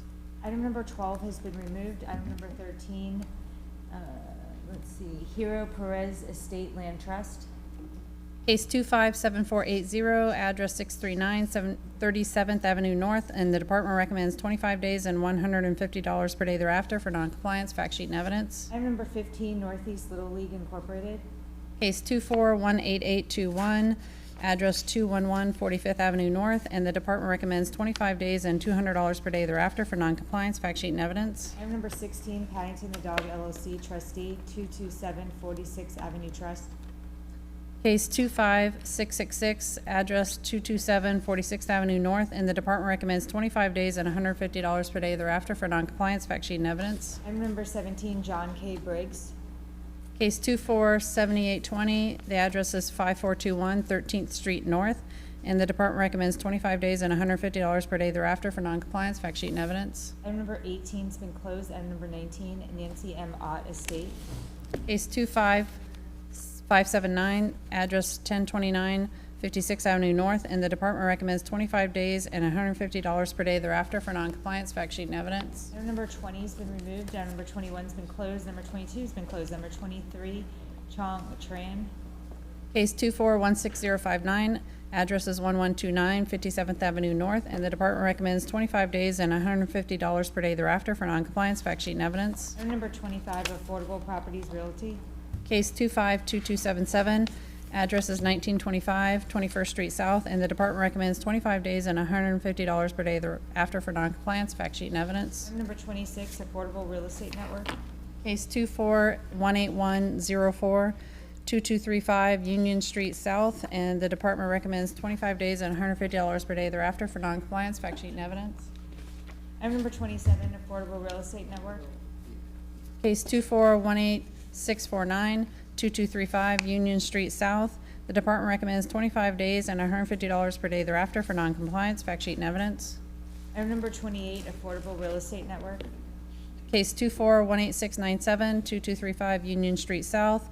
The department recommends 5 days and $250 per day thereafter for noncompliance. Fact sheet and evidence. Item number 29, Marquez T. Brown. 2417536. The address is 3058 20th Avenue South, and the department recommends 25 days and $150 per day thereafter for noncompliance. Fact sheet and evidence. Item number 30, Sarah L. Kinfold Estate. Case 243457 1652 20th Avenue South, and the department recommends 25 days and $150 per day thereafter for noncompliance. Fact sheet and evidence. Item number 31's been closed. Number 32, Joyce Cavantes. Marjorie Walker Estate. Sorry. Case 2411312, the address is 1828 24th Street South, and the department recommends 25 days and $150 per day thereafter for noncompliance. Fact sheet and evidence. Item number 33, Joyce Cavantes in Marjorie Walker Estate. Case 25189, address is 1828 24th Street South, and the department recommends 5 days and $250 per day thereafter for noncompliance. Fact sheet and evidence. Item number 37's been closed. Number 38, Orange Tree Rentals LLC. Case 2413726, the address is 2100 Seminole Boulevard South, and the department recommends 25 days and $150 per day thereafter for noncompliance. Fact sheet and evidence. Item number 40. Item number 40's been closed. Item number 41's been removed. Item number 45's been closed. Number 46 has been closed. Item number 47, Barbara Ellen Matthews. Case 248989, the address is 6249 17th Avenue North, and the department recommends 25 days and $100 per day thereafter for noncompliance. Fact sheet and evidence. Item number 49's been removed. Item number 50, Shane Price. Case 2412936, the address is 3631 Park Street North, and the department recommends 25 days and $150 per day thereafter for noncompliance. Fact sheet and evidence. Item number 53's been removed. Item number 54, Hippie Roots Nursery Company. Case 2410736, the address is 4716 Irish Street North, and the department recommends 25 days and $150 per day thereafter for noncompliance. Fact sheet and evidence. Item number 55's been closed. Number 56 has been closed. Number 57's been removed. Number 58's been closed. Number 59, Chong Tran. Case 2416297, the address is 3936 Haynes Road North, and the department recommends 25 days and $150 per day thereafter for noncompliance. Fact sheet and evidence. Item number 60's been removed. Item number 61's been closed. Item number 62's been removed. Item number 63's been removed. Item number 67, trust number 7171, Land Trust Service Corp. trustee. Case 2417473, Address is 717 Jackson Street North, and the department recommends 10 days and $200 per day thereafter for noncompliance, fact sheet, and evidence. 68's been removed, 70's been removed. 68's been removed, 70's been closed, 71's been closed, 72's been closed, 73. Catherine and Karen Hicks. Case 2411299, the address is 5782 37th Avenue North, and the department recommends 25 days and $100 per day thereafter for noncompliance, fact sheet, and evidence. Item number 74 has been closed. Item number 75, Mango Real Estate Investment. Case 2414128, the address is 2999 Leslie Lake Drive North, and the department recommends 25 days and $150 per day thereafter for noncompliance, fact sheet, and evidence. Item number 76 has been closed. Item number 77 has been closed. Item number 80, Christopher R. Anderson. Case 226827, the address is 2010 14th Avenue South, and the department recommends 25 days and $100 per day thereafter for noncompliance, fact sheet, and evidence. Item number 81 has been removed. Number 82 has been closed. Number 83 has been closed. Item number 85 has been closed. Item number 89, House of God Church, which is the Case 2414665, 1900 Fairfield Avenue South, and the department recommends 25 days and $200 per day thereafter for noncompliance, fact sheet, and evidence. Item number 91 has been removed. Item number 92 has been removed. Item number 93 has been closed. Item number 94, REM Properties 5 LLC. Case 2417342, the address is 1013 Dr. Martin Luther King Jr. Street South, and the department recommends 25 days and $200 per day thereafter for noncompliance, fact sheet, and evidence. Item number 95, Danny Sandoval Sade. Case 2417663, the address is 1105 Newton Avenue South, and the department recommends 10 days and $200 per day thereafter for noncompliance, fact sheet, and evidence. Item number 96, Carrie Smith. Case 2414657, the address is 1421 14th Street South, and the department recommends 25 days and $150 per day thereafter for noncompliance, fact sheet, and evidence. Item number 97, Nathaniel Thomas Jr. Case 198126, the address is 1445 Dr. M.L. King Jr. Street South, and the department recommends 25 days and $100 per day thereafter for noncompliance, fact sheet, and evidence. Item number 98, Casey Woods.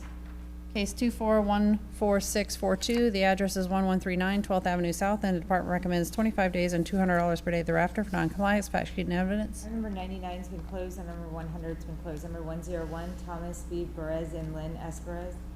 Case 2420957, the address is 100 98th Avenue North, and the department recommends 25 days and $100 per day thereafter for noncompliance, fact sheet, and evidence. Item number 102 has been closed. Number 103, BW Sienna Bay LLC. Case 255277, the address is 10501 3rd Street North, and the department recommends 25 days and $200 per day thereafter for noncompliance, fact sheet, and evidence. Item number 104 has been removed. Number 105 has been closed. Item number 106, number 107, item number 109, item number 110 has been removed. Item number 111, and number 112 have been closed. Item number 113, St. Pete Housing Authority. Case 25680, the address is 9101 Dr. Martin Luther King Jr. Street North, and the department recommends 25 days and $200 per day thereafter for noncompliance, fact sheet, and evidence. Item number 114, St. Pete Housing Authority. Case 259298, the address is 9101 Dr. M.L. King Jr. Street North, and the department recommends 25 days and $200 per day thereafter for noncompliance, fact sheet, and evidence. Item number 115 has been closed. Item number 116, 73rd Avenue Apartments 1 LLC. Case 2418174, the address is 111 73rd Avenue North, and the department recommends 25 days and $200 per day thereafter for noncompliance, fact sheet, and evidence. Item number 117 has been closed. Item number 118, Linda F. Aselli. Case 2418829, the address is 2721 Burlington Avenue North, and the department recommends 25 days and $150 per day thereafter for noncompliance, fact sheet, and evidence. Item number 119 has been removed. Number 120 has been closed. Number 121, Lauren Real Estate Holdings. Case 2421307, the address is 3151 3rd Avenue North, and the department recommends 25 days and $200 per day thereafter for noncompliance, fact sheet, and evidence. Number 122 has been removed. Number 123 has been closed. Number 124, Beach Wealth Incorporated.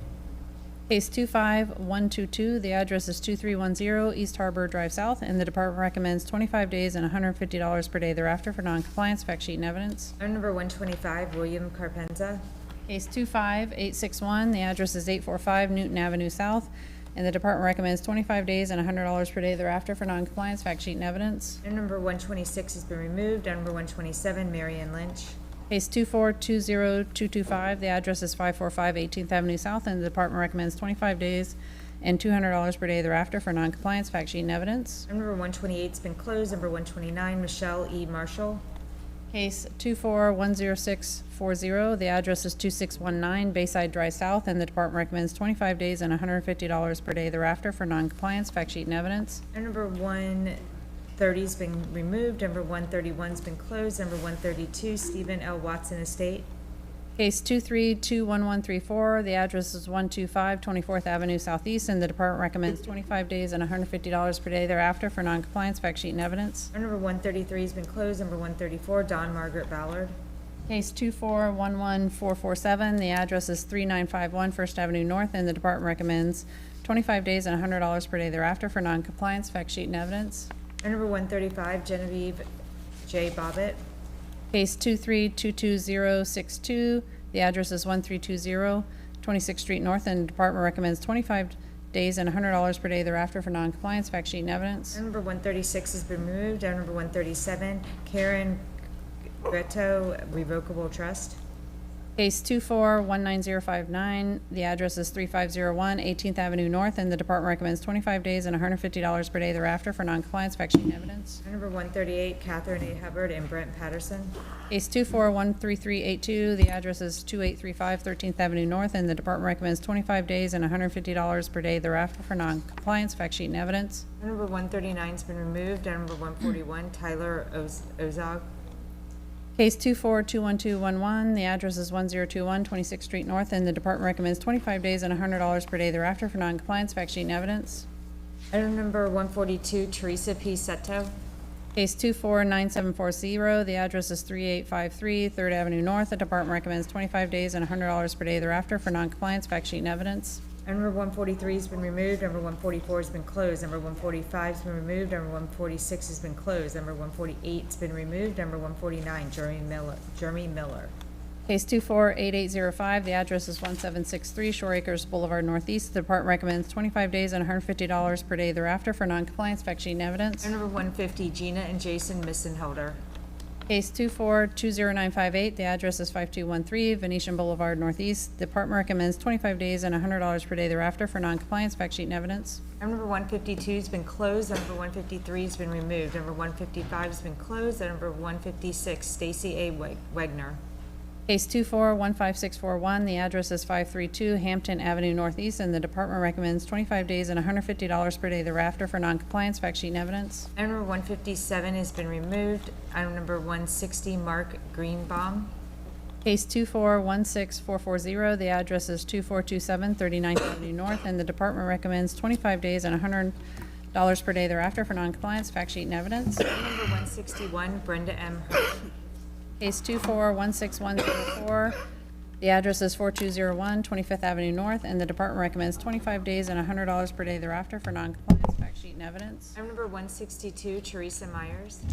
Case 2479445, the address is 2559 38th Avenue North, and the department recommends 25 days and $100 per day thereafter for noncompliance. Fact sheet and evidence. Item number 163, Properly Invested LLC. Case 2421655, the address is 4034 38th Avenue North, and the department recommends 25 days and $150 per day thereafter for noncompliance. Fact sheet and evidence. Number 165 is going to be closed. Number 166 is going to be closed. Number 168, number 169, number 170, and number 171 has been closed. Number 172 has been removed. Number 173, Community Prayer Band Center. Case 2411399, the address is 566 26th Street South, and the department recommends 25 days and $150 per day thereafter for noncompliance. Fact sheet and evidence. Item number 174 has been closed. Number 175 has been closed. Number 176 has been closed. Number 177 has been removed. Number 178 and number 179 has been closed. Number 180 has been closed. Number 181, Daniel P. O'Brien. Case 2414599, the address is 2317 4th Avenue South, and the department recommends 25 days and $150 per day thereafter for noncompliance. Fact sheet and evidence. Number 182 is removed. Number 183 is removed. Number 184, Tiger Construction Development. Case 24-14075, the address is 2311 4th Avenue South, and Department recommends 25 days and $150 per day thereafter for noncompliance, fact sheet and evidence. Number 185's been closed, number 186 has been closed, number 187's been removed, number 188's been removed, number 189's been removed, number 190, Patty Holmes Coy. Case 24-11673, the address is 719 35th Avenue South, and the Department recommends 25 days and $100 per day thereafter for noncompliance, fact sheet and evidence. Item number 192's been removed, number 193's been closed, number 195's been closed, number 197's been removed, number 199's been removed, number 200, Michael J. and Rosemary Hanley.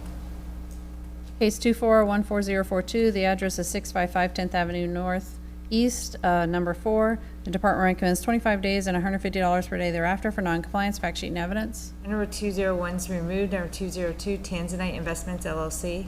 Case 25398, the address is 725 2nd Street North, and the Department recommends 25 days and $200 per day thereafter for noncompliance, fact sheet and evidence. Number 203 has been removed, number 204 has been closed, number 205 has been removed, number 206 has been closed, and number 208 and number 209 has been closed, and number 211 has been closed, and number 212 has been removed, and number 213 has been removed, and number 214 has been closed. Number 215, Jesse Freeman.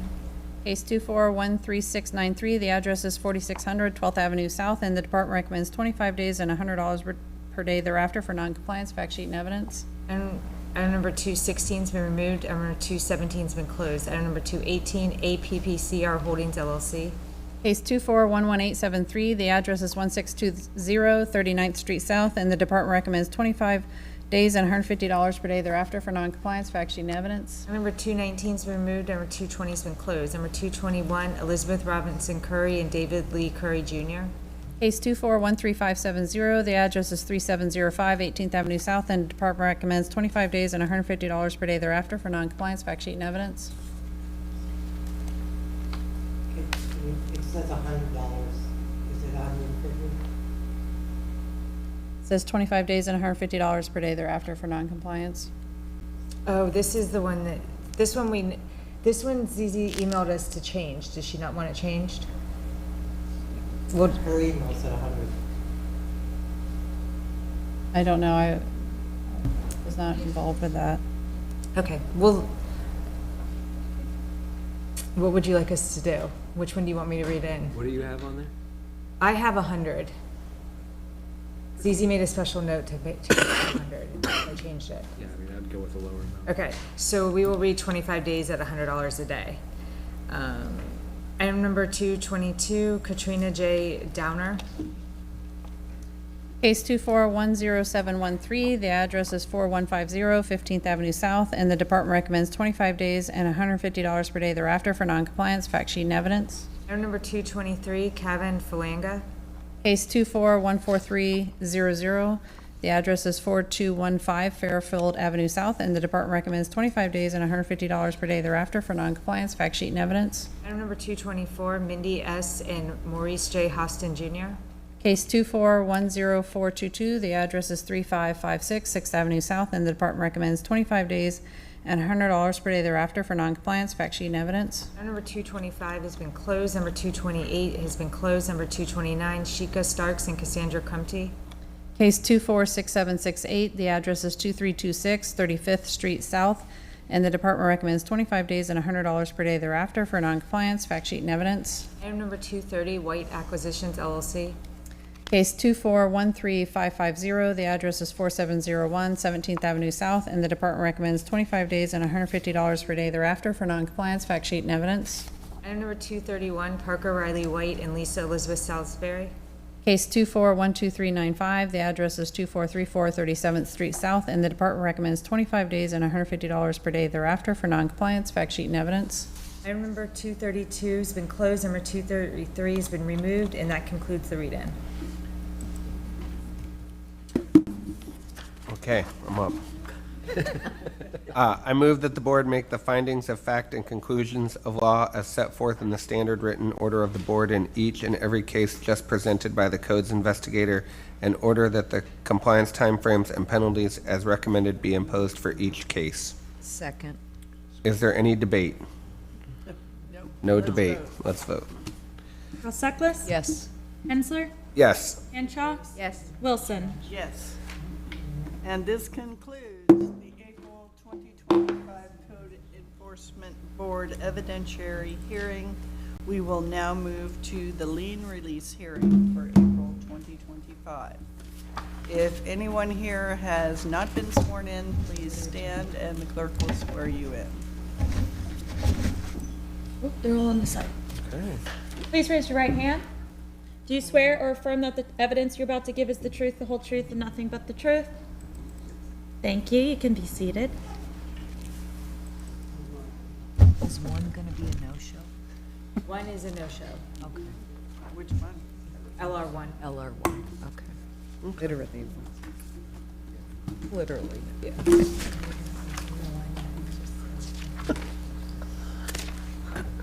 I'm tired. I was just like, where's my pen? It's in my hand. In your hand. Don't look for your phone. Yes. Okay. Or my glasses. Yeah, right, yeah, exactly. Long day. Shoosh. Okay. Do you want to read the introduction? Do I want what? To read the introduction? Oh, I guess I should. Holy It's Seminole. been a long day, I know. Gotta get you guys dinner next time, too. Yeah. Cocktails. I'm tired. I don't know why, but I'm tired. Okay.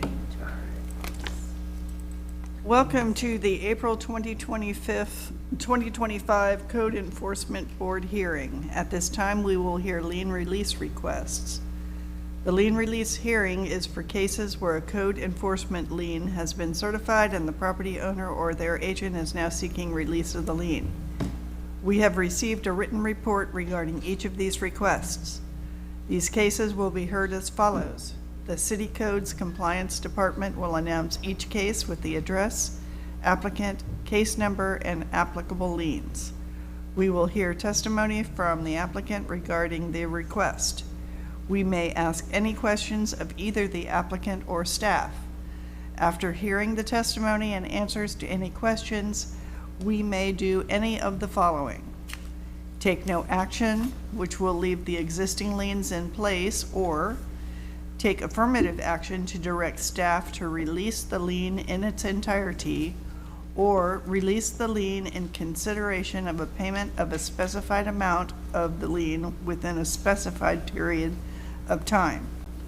Once heard by the Code Enforcement Board, lien release requests will not be reconsidered by either entity for 180 days unless the property ownership changes. Okay. Ready to go? Yep. Do we need to do roll call again? Yes. Okay. Wilson? Yeah, here. Schneider? Hensler? Here. Bruning? Hanshaw? Here. Wait. Alseckless? Here. All right, so LR1, they are not here, correct? Okay. So we will jump to LR2, property located at 2641 15th Avenue South. Current owner is Ally Enterprise LLC. There are, let's see, two cases associated with these liens. One is case 20-1479, the other is 24-3359. Total amount of liens in the case are $43,900, and there were violations for permits in the 2020 case, and then the 2024 case for permits and land development regulations. Between the two cases, there was only representation at, looks like, one of the 8 hearings. Excuse me. Provide a brief history of each case. So case 20-1479, back in July, we had left a message with the owner. The December notice of hearing that was addressed to the owners returned. Therefore, we posted the public hearing notice at the violation address. There was representation at the December Code Enforcement Board hearing, and the board provided 60 days. We then had a follow-up telephone conversation with the owner regarding the permit. And then there was no representation at any of the magistrate hearings, and that was when the liens were certified. We then had a telephone conversation in August, again regarding the need for a permit. Another follow-up conversation with an email regarding the duplex and AC unit water heater, where there was no permit. And then a couple weeks later, another telephone conversation, August of 21, with the owner regarding the active permit. And then the case was closed once the permit was obtained. So for 24-3359, again, telephone conversation in May of 2024 with the owner regarding the required permits and completion of other violations. We posted the June notice of hearing at the violation address. The notice of hearing that was addressed to the owner's return as unclaimed. There was no representation at that hearing on June 26th. The board provided the city's recommendation of 25 days. Had a telephone conversation with the owner a month later regarding the case. There was representation at the special magistrate hearing, and the lien was extended by 90 days. That brought it to the January hearing. There was no attendance. A lien was certified in the amount of $27,500. A couple weeks later, we had a telephone conversation with the owner to schedule an inspection. The duplex supposedly was vacant, not in use. We did that inspection. There was one side that was vacant, and the owner was in process with zoning and permitting to seek legal duplex requirements. And then that case was closed, looks like at the end of 2025 on December, I'm sorry, must be a typo there. Yeah. No, I think it's 2/13. I think it was February, supposed to be the same day the case was closed. So I believe we have Mr. Hines here to represent the property. Yes, you can come on up. Yeah, you come right on over here, sir. You get to take your place here now. Was it the year?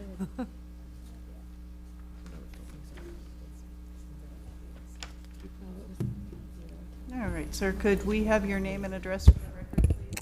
Yes, my name is Lester Hines. My address is 2442 Madrid Way South, St. Petersburg, Florida. Okay, so you live at the property? No, that's a rental. Okay, we need your Yeah, Where I live, 2442 Madrid Way South. this is for 2641 15th Ave South. Oh, Yeah, you're looking at the mailing address, I believe. yeah, I got it now. And your connection to Ali Enterprise LLC? I'm a member. You're are you managing member? Yes. So, tell us what happened here. There's a lot going on with this property. It's a duplex, but the gentleman who sold it to me, he converted it he took the meter out and was functioning as a single unit. When I say single unit, it's still a duplex, but it only had 1 meter. And so when I bought the property, I was renting both sides, but considering there was only 1 meter, I was forced to pay the electric bill. And so I didn't want to do that anymore. And so that's when I started the process of getting the permits, getting with the city, and finding out exactly what I had to do to get that to happen. And it's been a long process because there was a door that was cut in the property to allow access for him to go back and forth from one unit to the other. And so when they came out to inspect, it was a lot of different things they were checking out at one time. And so I'm still in the process of taking care of Duke Energy and how they're going to separate it. I have a electrician who's actually been out there, and he's in the process of following up with Duke Energy and then the city, and so that can be approved. But in the meantime, I invited the city out to show them the hole, not the hole, but the door that was cut in the wall. And they found some other things not affiliated with what I was actually working with, and it happens. And so I had to stop that process and like paint some stuff in the garage and do some other repairs. And I got a letter in the mail, and this is where I ran into a problem. I got it confused because after the storm, I knew you guys were off, and I didn't read the date on the letter after I invited them to come to the house. And that's when the last problems, because I didn't make the last meeting to the magistrate, because I got the meeting mixed up, and that's my fault. But after I invited them out, then they, pushed forward to put the liens on based on me not doing what they came out as far as painting and stuff like that. But I still have to handle the main reason that I wanted them to come there was to see that it's originally a duplex. I'm trying to get 2 meters instead of 1, and that's been the problem for a while now because it's so many different moving parts. Yeah. So do you have a tenant in there? I had 2 tenants at one point, but when I started the process, they was like, okay, since it's not downtown as a duplex, then I could only rent out one side. So the other side is vacant now. I can't rent it. It's ready to be rented, but I can't until I get the city to approve with Duke Energy to put the other meter back. So you have one tenant? One tenant, yeah. Yeah, one tenant. Then the other side is vacant now. So hopefully, because my electrician was over there day before yesterday, and he's waiting for Duke Energy, and then we can approve it with the city, then hopefully get all that taken care of, and then take care of all the other little stuff that had nothing to do with that. Did you buy this property in 2020? No, I've had it before then. Trying to think how long I've had it. Because I'm from Indiana. How long have I had this property? It was right around that time. But when you say buy it, it's a situation where... I guess what I'm trying to figure out, when you bought it, it was a duplex, there was 2 meters, then you took one out, and then you put it back? No, when I purchased the property, it's 1 meter. And I can't put another meter until I go through this whole process. And that's where the hiccup is, trying to replace the meter that they took out. I couldn't just go put it in there because because the gentleman had it with 1 address instead of 2 addresses. And that's where I had to go in and get 2 addresses before I put the meter back in. Or have it like, it's 2641, they're gonna have it 2641 and a half. And so that's what I'm doing now, once the other meter is placed. And then I can rent the other side, because right now it's vacant, because I can't place a tenant over there. So you're only renting to one tenant now? Yes, I can only rent to 1 tenant until the other meter is placed. Okay, so why are you needing the liens released now?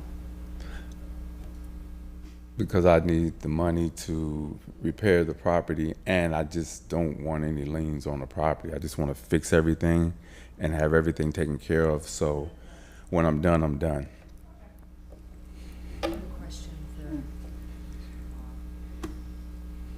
did we close the case with permits unresolved? Yeah, I'm trying to digest that right now. So it looks like we went out and inspected the property, and the one side that we had for the illegal unit / the duplex portion was vacated. And at that point, it was only being occupied on the one side as a single family residence. A permit was obtained at that time to do upgrades to the interior of the property, I believe, that were associated with the creation of the duplex. You follow me? Because I'm trying to work this out while I'm kind of talking, to be honest.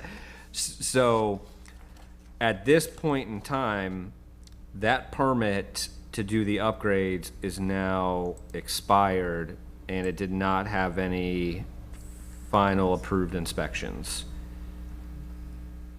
So there is still outstanding work that has not been inspected within the property.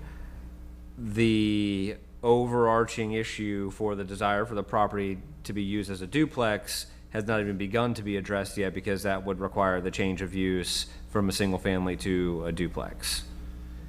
So that wasn't being pursued because that half of the property was vacated.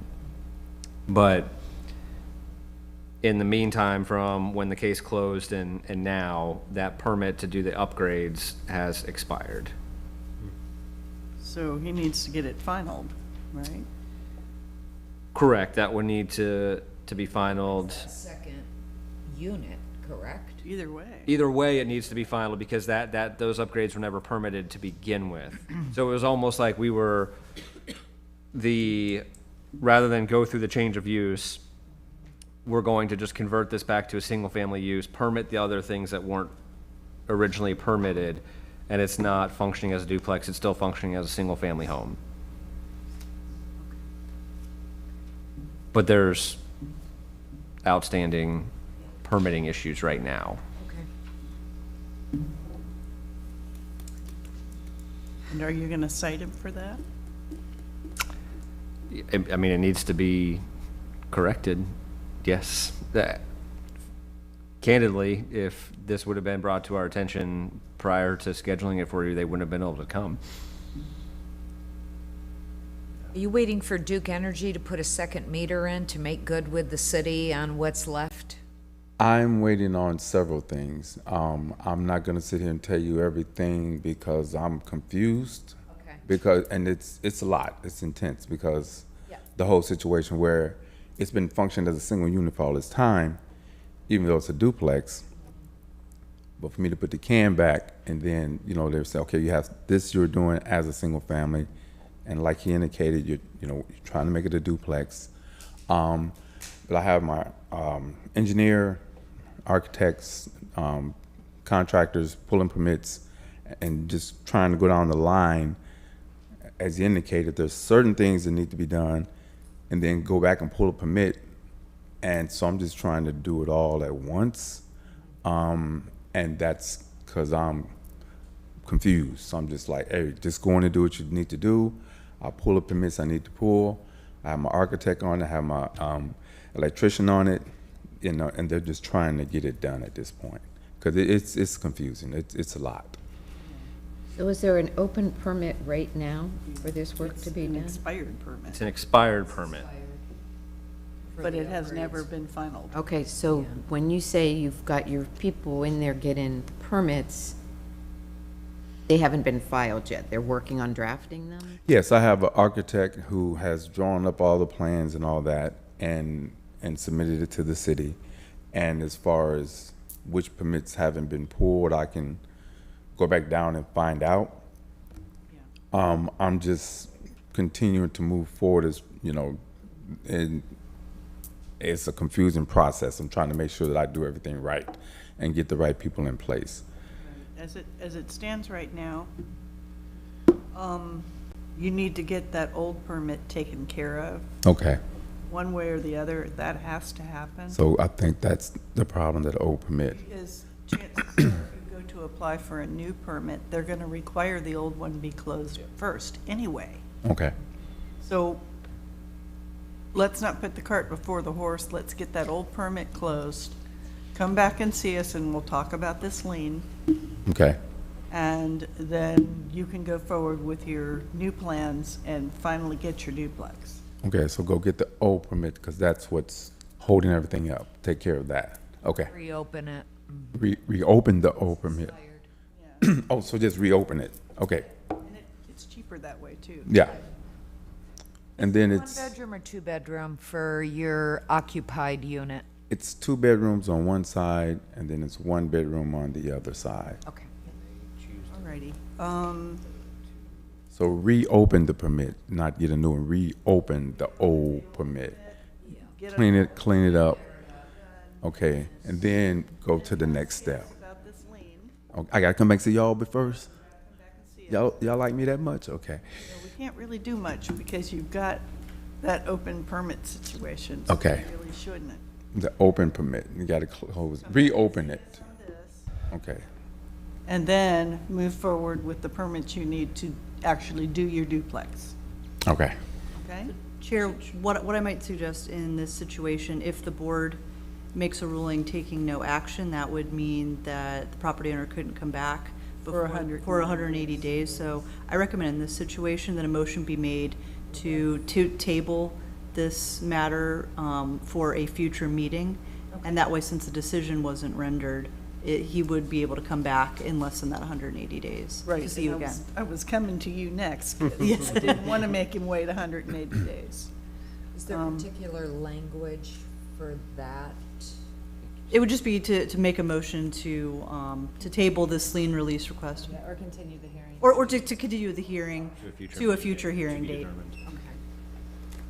So if somebody will read that, we'll vote on it. I'll and make a motion. This poor man can go about his business. And reopen the permit, then come back. Yeah, Chair, can I just clarify on that? So there would be two options, essentially. One, close out the permit that is open right now with inspections, understanding that the property has continued to be used as a single-family home, and the other side is not occupied as a secondary dwelling unit.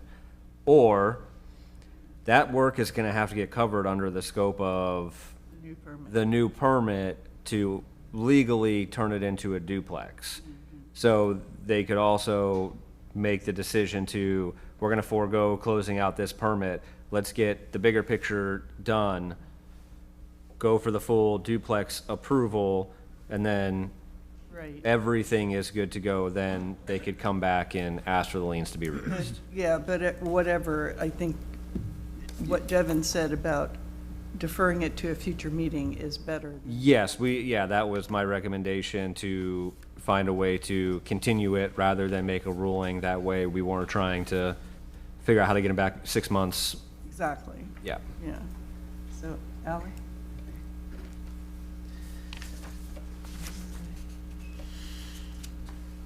I move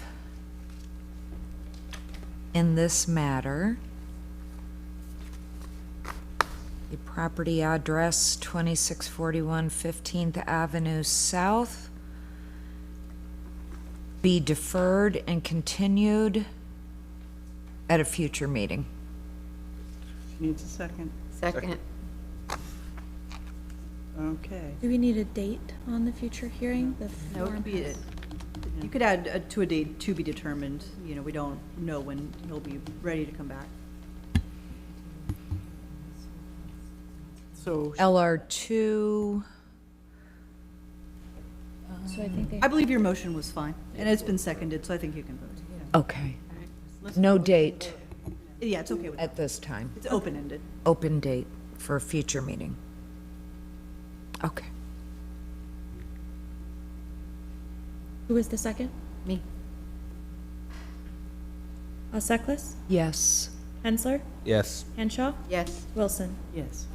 All right, sir, so Reopen the permit, and when do I come back to see you guys? Let her tell you. Oh, after you get the permit situation resolved with the building department and you know whether they're gonna close that old permit or they're gonna fold it into the new one, then you can come back to us and say, okay, the building department made their decision, they're closing the permit, or we're rolling the permit into my new one. Once either of those two things happen, come back and see us and we'll consider your lien release again. okay.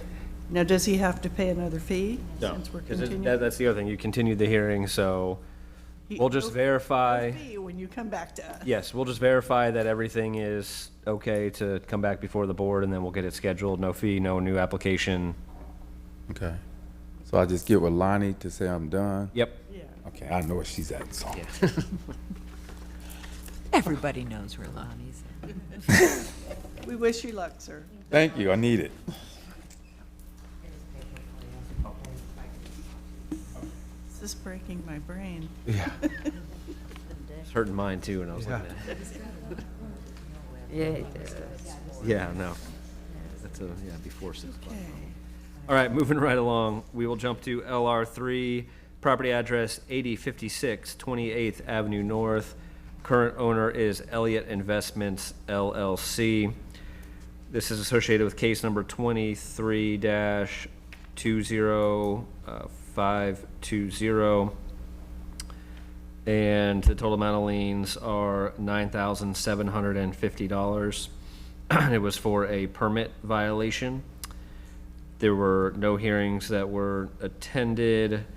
It looks like the January notice of hearing that was addressed to the owner was returned, but there was no signature. Therefore, we posted the notice of hearing at the violation address. There was representation at the hearing, and the board provided 25 days. At the magistrate hearing, we recommended deferral, and the lien was extended by 25 days. On the April 23rd hearing, there was no representation. A lien was certified in the amount of $9,750. And then the following month in May, the case was removed, the permits were issued, and the case was finally closed on September 3rd. Okay. Does anyone have questions for staff? What were the permits for? Demolition of a house without a permit. We're going to demo the house. They did demo the house without a permit. Oh. Oops. Yep. Okay. Happens. Oh, gone is gone, I guess. Whoops. Good afternoon, sir. Could we have your name and address for the record, please? Hi, my name is James Graff. My address is 3221 Queen Street North, St. Petersburg, Florida. Okay. And your connection to Elliott Investments, LLC? The owner. Great. So, you missed a hearing. Yeah. Yeah. What was going on here? It was a little bit of confusion on my part because there was already other liens that were incurring from previous owners. Okay. And I thought that's what that was for. And I was like new to it and I didn't really understand the whole situation that was going on. So I thought the hearing was, so I thought that hearing was already like taken care of. Oh. And I thought those liens that was the whole situation because those liens were from the previous owner. And then that was just something that I had to take care of with title and everything. But then I didn't realize that was a separate lien put on the property for my issue that I had with the demolition. Okay. So, where are you coming to us now? Do you? Either a reduction on the lien or a release on it. Why are you here? Are you trying to sell the land? Yes. Yeah. Okay. So you demoed the house and didn't rebuild, Right. and then you got an after-the-fact permit. Right. Yeah. Everything is all clear now. There's no issues or anything like that with the property now. All right. We couldn't hear you if it hadn't been. If things were still open, we. Oh yeah. Well, I'm just curious, were you planning to build? I was, yeah. And then a bunch of, I've had other properties and the market right now is kind of killing me with some other properties that I'm trying to sell. So I figured I'd just get out of this one as well. Okay. So this is by Abercrombie Park, 28th Avenue. Are you on the water side or are you on the west side? I think the water side, I didn't know if the west side, am I? flooded. No, it was not. No. 2023. Okay. Alrighty. So, I'll make a motion. okay.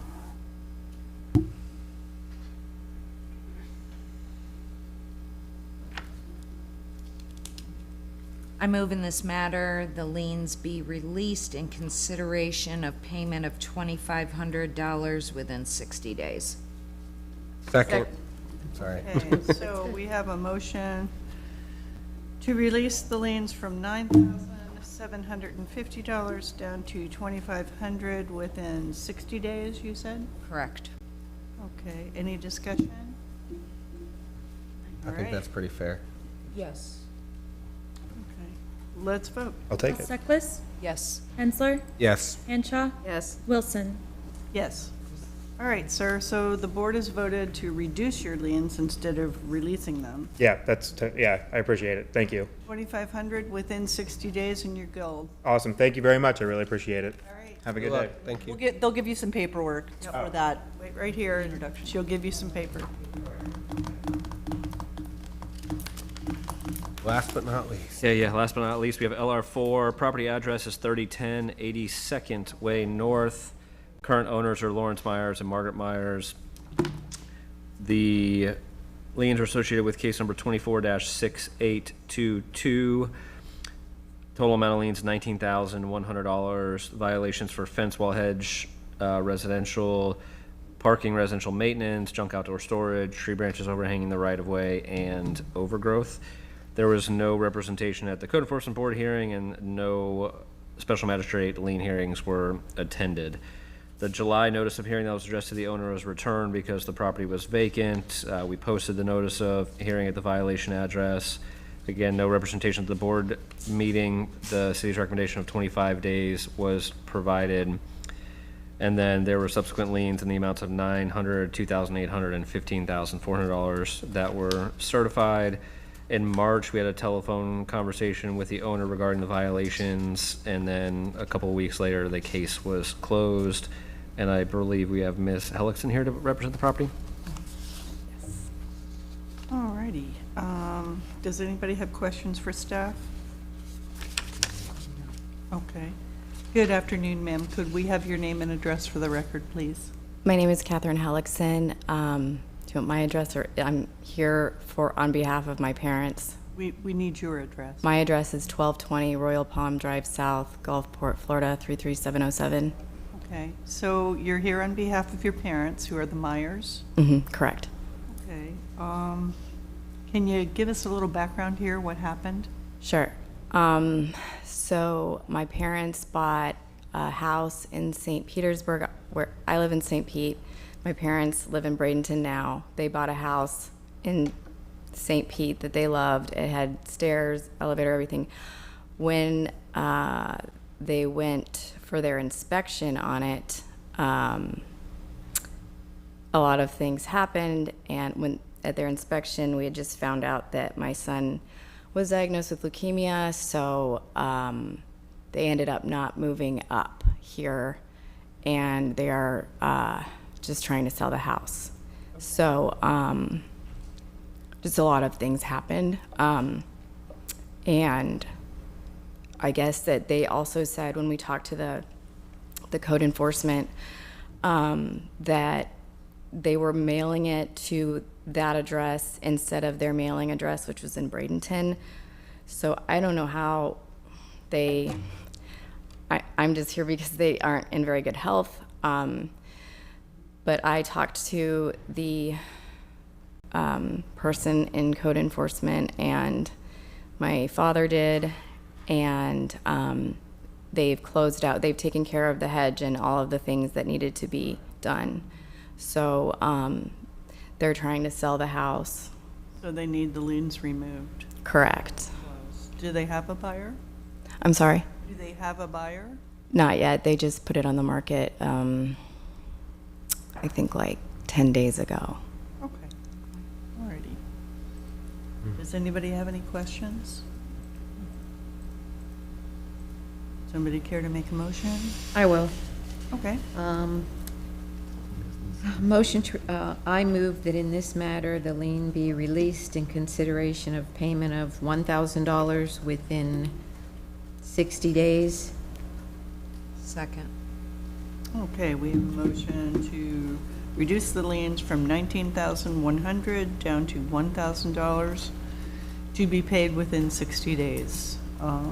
Any discussion? Let's vote.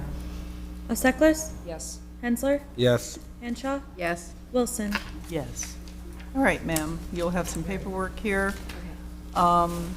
If your parents will pay $1,000 within 60 days, the rest of the liens are gone. Okay. Thank you. Good luck to you. Thank you. And this concludes the April 2025 lien release hearing. Sure, we're not gonna be here another hour? I was gonna get I my brought sleeping my bag out. toothbrush. We were shooting for 10 hours on this. 10 hours? That's a longer day than I put in at work.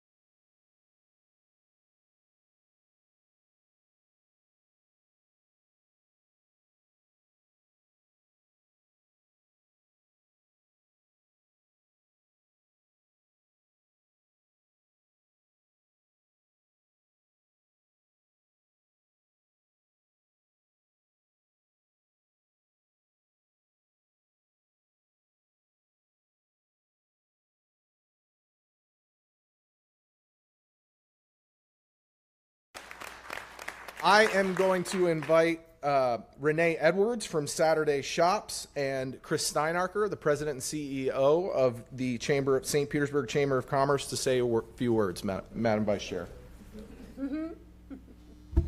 I want to say good afternoon, everybody. I'm Renee Edwards with the Saturday Shops, and I want to say thank you for not forgetting the ones who make their money out of a tent and a food truck. The ones who started with me at the church, and we are now at the Trop. We just celebrated our 4th annual anniversary with the St. Pete Soul Fest. We also exceeded my expectations, and we did $273,000 in economic impact from 11 to 8. I also want to just say a special thanks to you, Ms. Deborah Figg Sanders, for always being in our corner. From the first day I invited you out, you've been there with me the whole time. You originally gave me 2 months, and you've still been with me 4 years later. So thank you guys so much.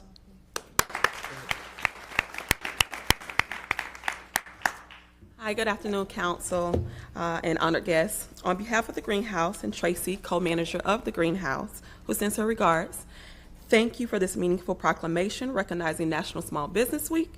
We not only celebrate our business owners, but also our dedicated network of service providers who stand beside them, and they're also behind me today. I want to also recognize our incredible business navigators, Chris Griffin, Brittany Cagle, who's behind me as well, and a few others, and our entire EWD team and our department head. Thank you. These are individuals who go above and beyond, staying after hours and to ensure entrepreneurs have access to expert-led business education and actively bring vital resources directly to the doorsteps of businesses across your districts. I do want to give out a special thank you to our internal and external partners, Office of Supply Diversity, Office of Equity, our marketing team who gets all of our information out there, St. Pete Chamber, SCORE, SBDC, TBBIC, Pinellas County Urban League, and the Saturday Shops. Thank you.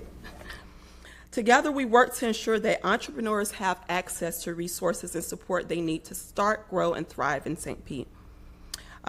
This year's celebration activities, we have a Lunch and Learn May 5th that we hope you all can join us for. St. Pete Pitch Night, which is May 6th. We will be going out for a business walk recognizing 100 businesses throughout your districts on May 8th. And then we are ending the week with the annual Food Truck Friday. We're bringing that back May 9th. So we hope you can join us in Williams Park. Jennifer joins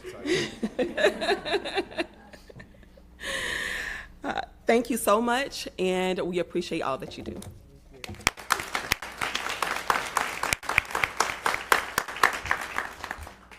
Good afternoon, everybody. I'm Chris Steinacher, President and CEO of the St. Petersburg Area Chamber of Commerce. Thank you for allowing us to be great partners in the greenhouse. Was it lost on anyone else? But it wasn't lost on me. We just celebrated trees, and trees are awesome. But you know what? We're going to give out 500 seedlings Saturday, and I think that's awesome. But we're not giving out 50-foot oak trees.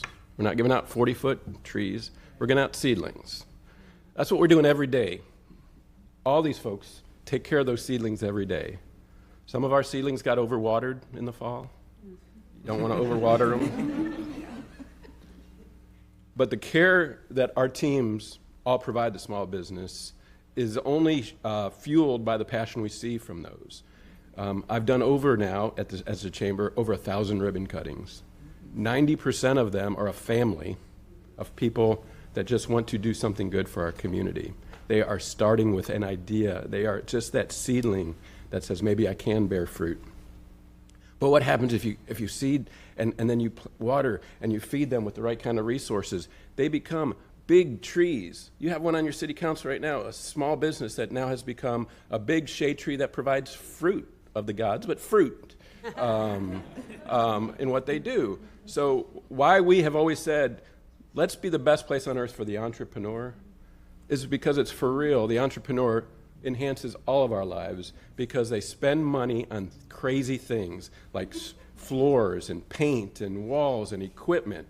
And everybody who they buy that from or whoever comes to do that, they get paychecks and they take their paychecks home and they maybe go to Saturday market and buy some great food on Saturday to take that, and those people at the Saturday market go buy some food at another place, or maybe they even go to at Three Daughters and buy a beer as well. So if we don't celebrate the entrepreneur and we don't celebrate the small business, we're not going to celebrate anything in our community that's good, that feels good to us. These are real people, they are seedlings, but they're going to grow into mighty oaks and they need our help. Councilman Gerdes, I thank you for bringing this forward. You have been a champion for it, our small businesses. I see our small business greenhouse team in front of us too. Thank you for allowing us to be great partners in this. I encourage you to come out to our activities in the first week of May. We're going to have a lot of fun. Come out to Pitch Night and root on folks because we give out real resources. But between the city giving out $200,000, the chamber through the Bucks gave out $100,000 in grants to these businesses. They're not done yet. They need your help. So please come on out and continue to support all these great businesses. Thank you very much. Councilmember Gabbard. Thank you, Madam Vice Chair, and thank you to the mayor and Chair Gerdes for presenting this proclamation today. You know, Chris, if I'd have known you were going to go last, I wouldn't have gone first. Nobody ever wants to follow Chris Steinhacker, right? Like you said it so well. I love the analogy with the trees and the seedlings. Like you hit it right on the head. What you all do in our community, The way that you give such care, not only for your own businesses, but for others, is so beautiful.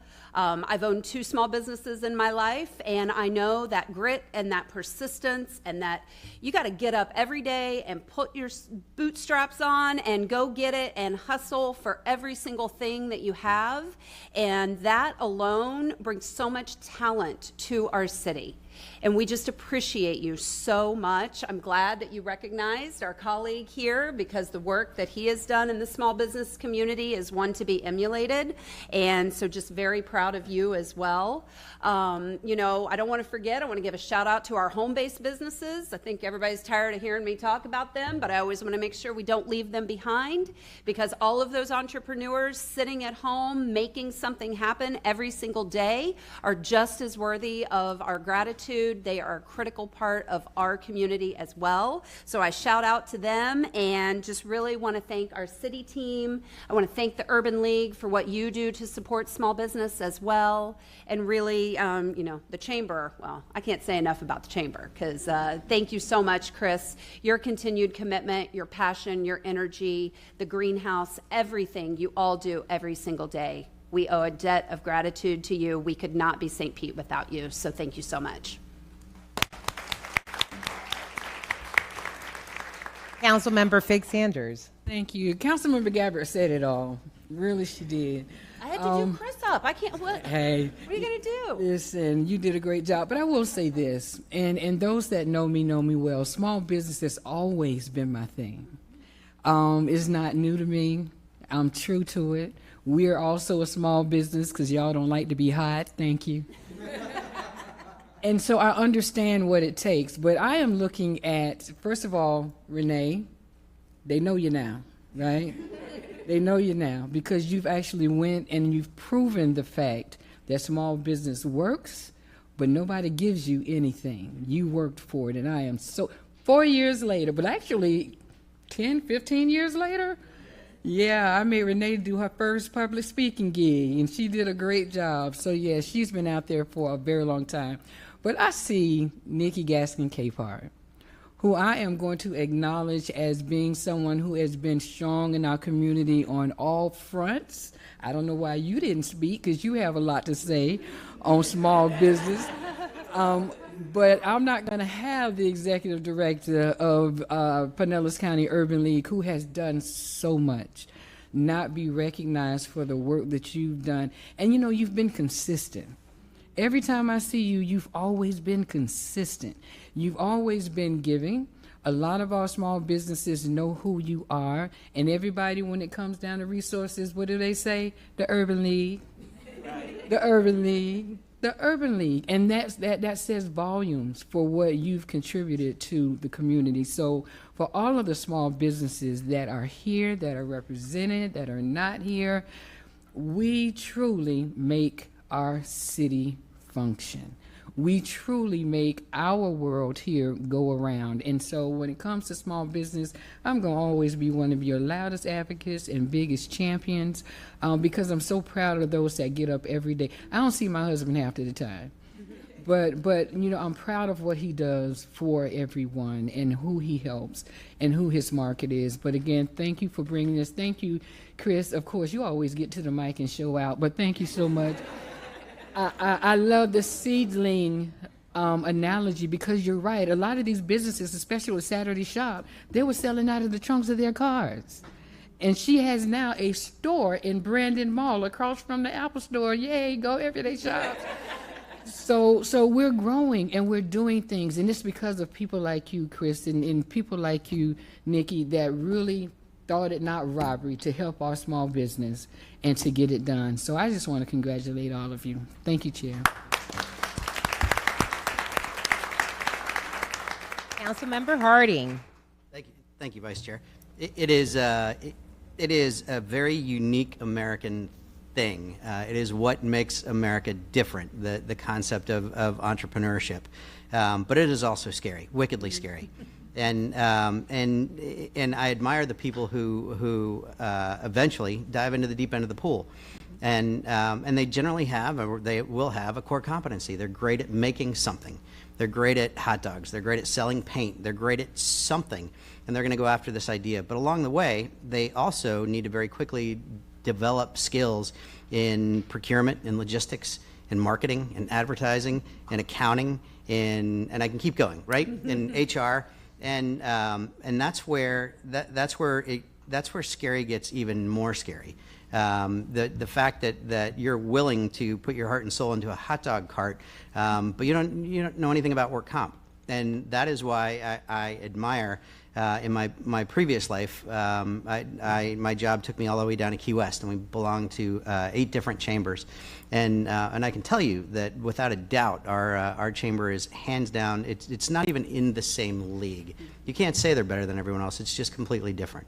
The way that the city recognizes and supports entrepreneurship, and the greenhouse itself, which I was talking to Sean earlier. Sean, thank you for your time.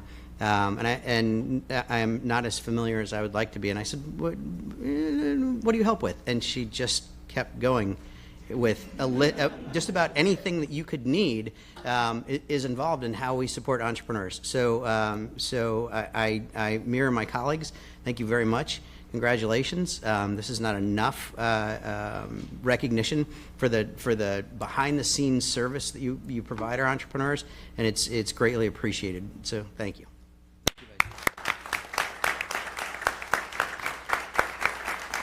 Well, thank you, Chair Gerdes, for bringing this proclamation. It's very clear that it not only takes a village to raise a child, it takes a village to raise our small businesses, and we have a fantastic village. Thank you. Okay. So now we go on to D4, which is Distinguished Citizen Award, and this is going to be presented by our council member Driscoll to Christine Page. She makes her way. If Christine and others that are here, if you want to go and join her there, that would be great. Thank you, Madam Vice Chair. This is never Now going you to know how I change feel. the rest of your tenure. Now you know how I feel. No, I get It it. is. Doesn't just happen to you. Now you know how. It is an incredible honor today to stand before you as I present the Distinguished Citizen Award to Ms. Christine Page, the Executive Director of the St. Petersburg Shuffleboard Club. It's not always easy to say goodbye to someone who's given so much to a place and to a community and to a tradition. Today we're going to celebrate Christine Page and the incredible mark that she has left on the Shuffleboard Club and on St. Petersburg as she prepares to move on in her wonderful journey of life. Christine has been part of the Shuffleboard Club for more than 20 years. She started as a volunteer and then served on the Board of Governors. And then for the past 10 years, she's led the club as its executive director. In every single role, every step of the way, Christine has given her full heart and energy. She didn't just keep things running, she brought vision, care, and creativity to a club that had remained largely unchanged since its founding way back in 1924. When the club was at risk of fading away, Christine led the way in steering it into something stronger than anyone could have imagined.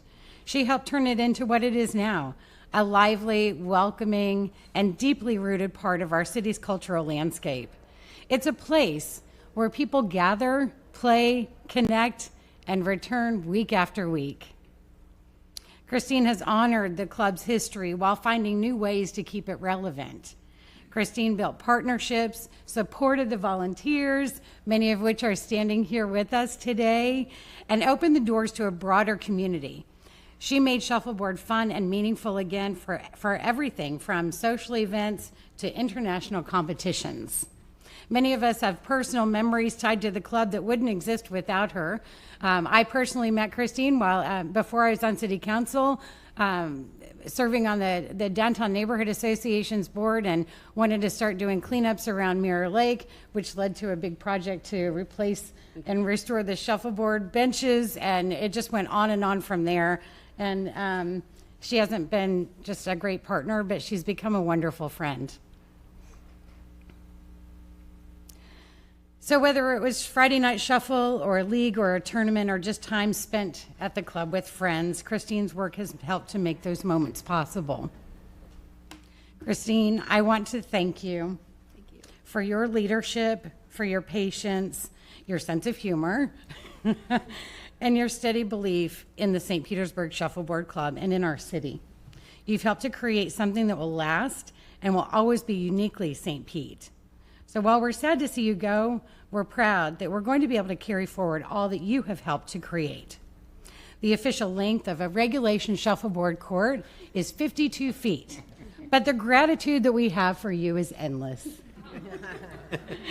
It is a great honor to present you with the City Council Distinguished Citizen Award for your incredible contributions to our city's culture. You'll always have a place here, and we'll always welcome you home whenever you visit. And of course, we're going to keep St. Pete shuffling. Yes.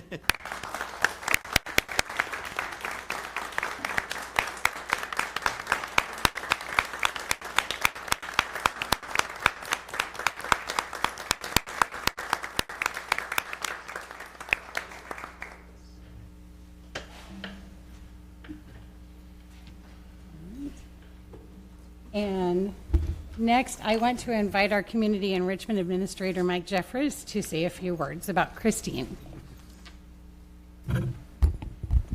Try to keep it together as we do this. So sometimes we have people that come into your lives and you miss them when they leave, but you may not be too sad when you see the taillights. I can tell you that.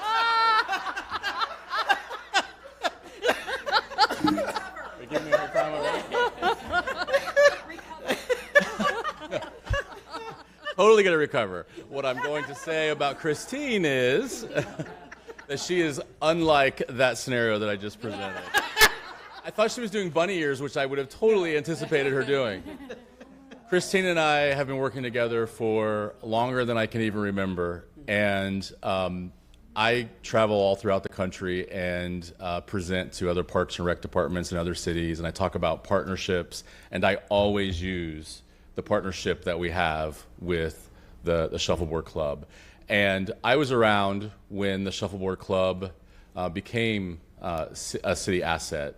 And I remember when the club had very few members, and I remember talking to Christine about her dream and about wanting to get it as big as it was back in its heyday, and all of the activities that she had planned. And I remember the different scenarios we had set up as to how the club was operated. And again, I will tell you from from a city's perspective, Christine and the Shuffleboard Club have been the most fabulous partners we've ever had.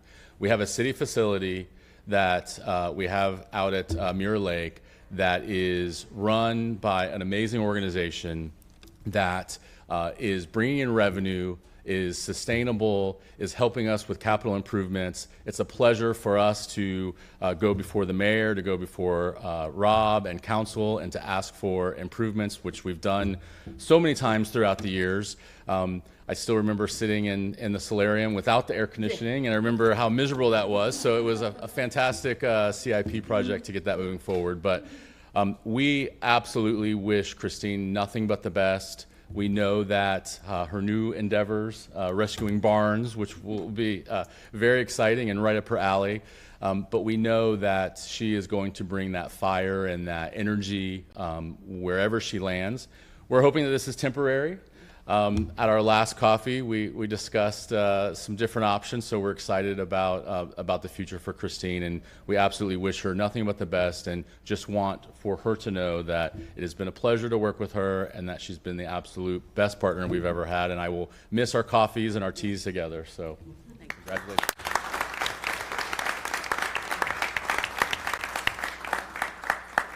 All right, I'm gonna cry. Just ignore it. First of all, I want to thank Mike Jeffries and Gina Driscoll. I don't think I've ever said this word, but I think of you as mentors, even though you're younger than me, which is really annoying. Just Gina, your love and enthusiasm for the city is just infectious. You can't come away from a conversation with you without loving the city more. and Mike.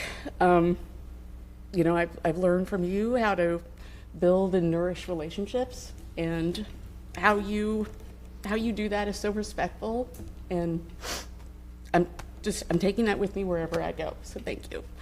So, and I would like to thank the city. I'd like to thank elected officials, past and present, city staff, past and present. You all have worked so well with us, and you've improved the club, like air conditioning. 2019, we finally got it, and I've always felt like the city wants us to succeed just as much as the shuffleboard the club wants to succeed. So I thank you very much for everything you've done over the years. So the club has come a long way in 20 years, from 35 members to 2,600 members, from 0 staff people to 9 staff people. And it would not have happened without people behind me and so many others, just literally hundreds of volunteers and staff members and board members who have the same love for the club that I do, and are so committed to keeping it just a gem. I mean, what a special thing to have the same organization that founded it 100 years ago, still using it in the same way. And that's what I always try to tell people when I do my history talks. It's like we're using it in the same way we always have, and I think that's really, really special. And they work so hard. I mean, some of the people behind me, you know, they do the volunteer management, they do the hot and sweaty maintenance work, even in the summer. They, you know, book weddings, they run members events, they maintain the courts and keep the discs going. You know, they have to grind the discs in between league seasons. They run the leagues. They run boot camps where they teach people how to play. They run outreach booths, you know, at Localtopia, Collard Green Festival, and Pride. They run the leagues and tournaments, and they volunteer on Friday nights. They welcome all of St. Petersburg to the club. They are a welcoming face when you walk in, and I just want to thank you all. So we did our strategic planning, and we came up with our pillars, and that's what I try to think of everything with the club. We do, you know, what we're really proud of is our competition. Even if you're just playing for fun, all the way up to the best players in the world come to play at our facility, and it's known throughout the world as the birthplace of shuffleboard. And then we have, you know, our community. We talk a lot at the club about the concept of the third place, where you can, you know, I don't know if you've heard of that. Humans should have 3 places. They should have their home place, and they should have their workplace, but to really, really be part of the community, they need a third place, and that's where you can just come and be an instant part of the community, and that's we want all of St. Petersburg to know that we can be a third place for them. And then celebrating the history and the preservation of the facility itself, because it is such a gem. So I just want to thank you all, and I'll leave you with an invite. 20 years ago, a group of people, like preservationists and artists, approached Mary Eldridge, the then president, and said, "Listen, we love this facility. Why don't we open it up to the community on a Friday night?" And that's how the Friday Night Shuffle started 20 years ago. And we are celebrating its 20th anniversary next Friday from 7 to 10. We're going to have music, we're going to have food trucks, a cake, everything. It's going to be like just a celebration of all things shuffleboard. So even though I'm leaving, and I'm really sad I'm leaving St. Pete, I can't think about it for too long or I'll start crying. I'm leaving it in good hands. So thank you all.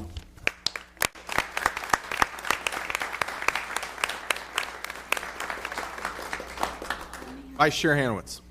Thank you, Chair. First of all, thank you all for putting your heart and soul into shuffleboard, because that is one of the things that makes our city special. And I remember when I first moved here in 2006, it was when it had just started the Friday night events, and I saw it growing and growing and growing.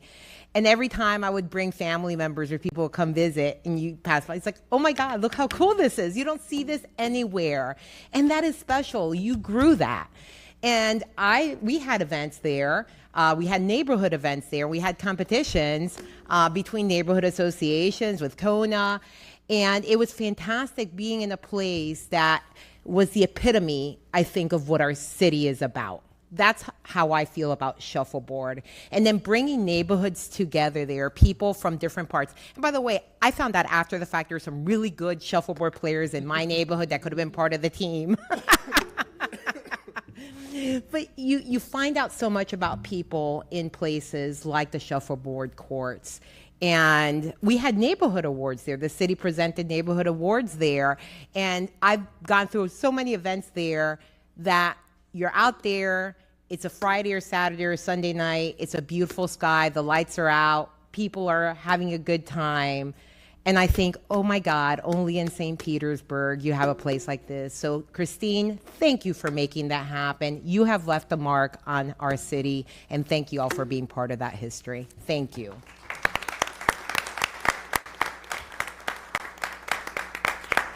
Councilmember Driscoll, thank you so much for bringing this forward and celebrating Christine. Christine, I spent some time yesterday with some of your team members and some of your board members, and the first thing we talked about was you leaving and the sadness of that fact. It's not set in stone yet, but there is a nice present for you currently in the 2026 CIP budget. So that's a nice farewell, I think. I won't put too much pressure on administration there. But just thank you so much for everything you do. My parents play on Wednesday night. They love it. They enjoy it so much. They get to spend time with their friends who, frankly, in the past, they had never had a place to do that, and be active and be out and about, and that's become their third place. And so I'm just so appreciative of everything you've done, and I totally agree with you. You leave it in good hands, but we're very, very sad to see you go. Can't wait till you get back. And once again, Councilmember Driscoll, thank you so much for bringing this forward so we could celebrate Christine. Congratulations, Christine. Okay, we are going to move into new ordinances, and we're going to move into E1, an ordinance authorizing the public transportation grant agreement and insurances to be executed by the city. And this is an airport project, and we have Rich Lesniak, I think, joining us for E1. Mr. Chair, would you like me to read the ordinance? Please and thank you. Ordinance number 609-H, an ordinance in accordance with Section 1.02C5B, St. Petersburg City Charter, authorizing the execution of the Public Transportation Grant Agreement, PTGA, for the grant assurances, which are attached to the PTGA to be executed by the city in a requirement for receipt of the Florida Department of Transportation FDOT grant for the Albert Woodard Airport in an amount not to exceed $134,800 for the construction phase of the rehab airfield vault FY23 project 19235, authorizing such encumbrances or restrictions not to exceed 20 years from the effective date of the PTGA, authorizing the mayor or his designee to execute all documents necessary to effectuate this ordinance, providing for an effective date and providing for an expiration. And Mr. Chair, we do not have any cards on this. Okay, thank you. I move approval on this. Second. We have a motion and a second. Seeing as no other council members wishing to speak, clerk, could you please open the machine for voting? Council members, please enter your votes. Seeing as all present council members have voted, clerk, could you please tally and announce the vote? Mr. Chair, the motion to approve agenda item E1 passes unanimously with Councilmember Floyd being absent. Thank you. Okay, we'll move into E2. Clerk, could you please read the ordinance? Ordinance number 608-H, an ordinance of the city of St. Petersburg, Florida, amending Chapter 17.5, Article 6 of the City Code related to affordable housing site plan approval, amending Section 17.5-111 related to applicability criteria, creating a new Section 17.5-124 related to conforming uses, providing for severability, and providing for an effective date. The public hearing for this item is scheduled for May the 1st, and we do not have any speakers. Okay, Councilmember Fix-Sanders. Thank you. Can someone answer the question in regards to the definition of a grocery store? Does that include our neighborhood mom and pop stores? Because many of our communities are food deserts and we don't have main grocery stores in walkable distance. It's on page 1 of 3 of the resolution, and page 41 of our packet, council members. It is section 17.5-111C3. Yeah, this is existing terminology. This is not part of the proposed text amendments at this time. I know, I just wanted to know what the clarification of that was to see if that was something we need to consider. We do not have that term just defined in our definitions, 1690. So what I can do is be prepared to answer that question for you by the next meeting. Okay, thank you, because I just want to know how it's going to also benefit some of the other communities without major grocery stores within distance. Okay, thank you. Thank you, Chair. Thank you. Okay, if there's nobody else. Move approval. Second. Okay, we have a motion and a second. Seeing as no other council members wishing to speak, clerk, could you please open the machine for voting? Council members, please enter your votes. Seeing as all present council members have voted, clerk, could you please tally and announce the vote? Mr. Chair, the motion to approve agenda item E2 passes unanimously. Okay, now we're going to move on to E3. Clerk, could you please read the ordinance?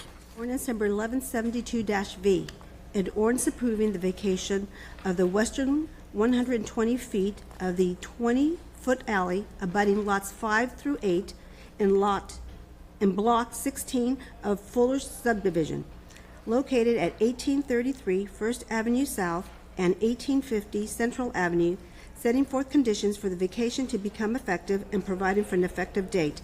The public hearing for this item is scheduled for May the 1st, and we do not have any cards. Councilmember. Second. You beat me to it. Listen, that's what I would have done. We have a motion and a second. Seeing as no other council members wishing to speak, clerk, could you please open the machine for voting? Seeing as all present council members have voted, clerk, could you please tally and announce the vote? Mr. Chair, the motion to approve agenda item E3 passes unanimously. Okay, thank you. All right, we're going to move into reports. Now we've got a presentation for F1, a resolution approving an agreement between the city and AC Skytown. And we've got Mark Van Loo joining us. Good afternoon, Mark. Good afternoon, Council Chair, Council members. Before you today is the Skytown project and a request for funding support of that project and a proposed partnership between Altus Cardinal, the developer, and the city of St. Petersburg. Let's see, let me find the... So here you can see before and after pictures. You're probably all familiar with the site being the former Ceridian site. On the left is what was there, and on the right is what will be there once this project comes to full fruition. Altogether, it's a 34.3 acre site. It should have over 2,000 apartments once all phases are completed, 69,000 square feet of neighborhood retail and grocer, and 120,000 square feet of self-storage. It's a phased development. Today we're talking about phase 1, and future phases will likely come back before council for support as well. And the first phase is anchored, the entire project is anchored by the Sprouts grocery store, which you see in the center of the new development there, and that is under construction and expected to open for business in October of this year. And Site C, which is the mixed-use building, in the after picture on the front right corner there, that kind of double square building with the courtyard in the center, will contain 401 apartments, of which 121 units will be affordable and workforce housing, and about almost 12,000 square feet of retail, and that will begin construction this spring. It's a very shovel-ready project. And moving on, this is the site plan for the overall project. So in the center to the lower part there, the red square, that's the Sprouts store that's under construction. To the right of that is phase 1 in that double square building with the pool in the center and the courtyard. That is the phase that we're talking about today. This is again the overall rendering of the site from the air. And these are some ground level renderings of what this will look like. So all of the phases will have ground level retail with living residences above, with the Sprouts there in the lower right corner. So phase one, also referred to as Site C, contains, as I said, 401 units, of which 121 will be affordable workforce housing. You can see at the bottom, the bars there are the anticipated timelines. So the top bar is the Sprouts store, which is under construction and will open in the fall. The Site C residential and commercial, the bottom line, which is shovel ready, and after a financial closing in the next couple of months, we'll begin construction this probably early summer at this point. The chart in the upper right corner there is interesting, and I want to point out a couple things there. So this is the total count of units, and then it breaks it down in those bottom three sections in the market rate category, the 120% AMI category, and the 80% AMI category. And what's interesting to me, if you look at the next to the last column of average rents, you can see that if you compare the market rents at the top there with the 120% AMI rents, the rents are the same, pretty much market to 120% for the smaller units, for the studio and one-bedroom units. But the 2 and 3 bedroom units, you do start to see some pretty significant monthly rent savings. And if you compare the market rate to the 80% of AMI units below, you can see that all size units represent a pretty significant reduction in rents. And I'll say a little bit more about the rents and what that means to the city in just a few minutes. But first, I want to talk about the sources and uses for this project. It's a little bit small, but on the left side there, the sources, the developers bringing the land and the land value to the deal, along with common equity of almost $31 million for total equity of $45 million. The county has already approved a $5.5 million forgivable loan. The city is considering today a $4.5 million forgivable loan, and then they'll have a construction loan of about $68 million to fully fund the project. The county and city funds together represents, I believe it was about 9% of the total project cost, which is a lower number than we typically see for the subsidy levels in terms of the percent of total project cost. The investment of $4.5 million from the city, when broken down per unit only by the affordable and workforce units, represents a per unit subsidy of about $37,190, which is lower than the per unit subsidy we've been seeing on some of the recent projects that were perhaps more deeply affordable and using other funding sources. So this partnership, this project would be a little bit unique for us. It's really one of the first true public-private partnerships that we're bringing before you, partnering with a for-profit mixed-income developer. This is important because, as we all know, the amount of state and federal housing dollars are limited and have been getting even more limited in recent years. And so in order to stretch the city housing dollars and to leverage those dollars to get more affordable and workforce housing built, this is an important type of partnership that we can explore, allowing that market rate units to help subsidize the affordable and workforce units.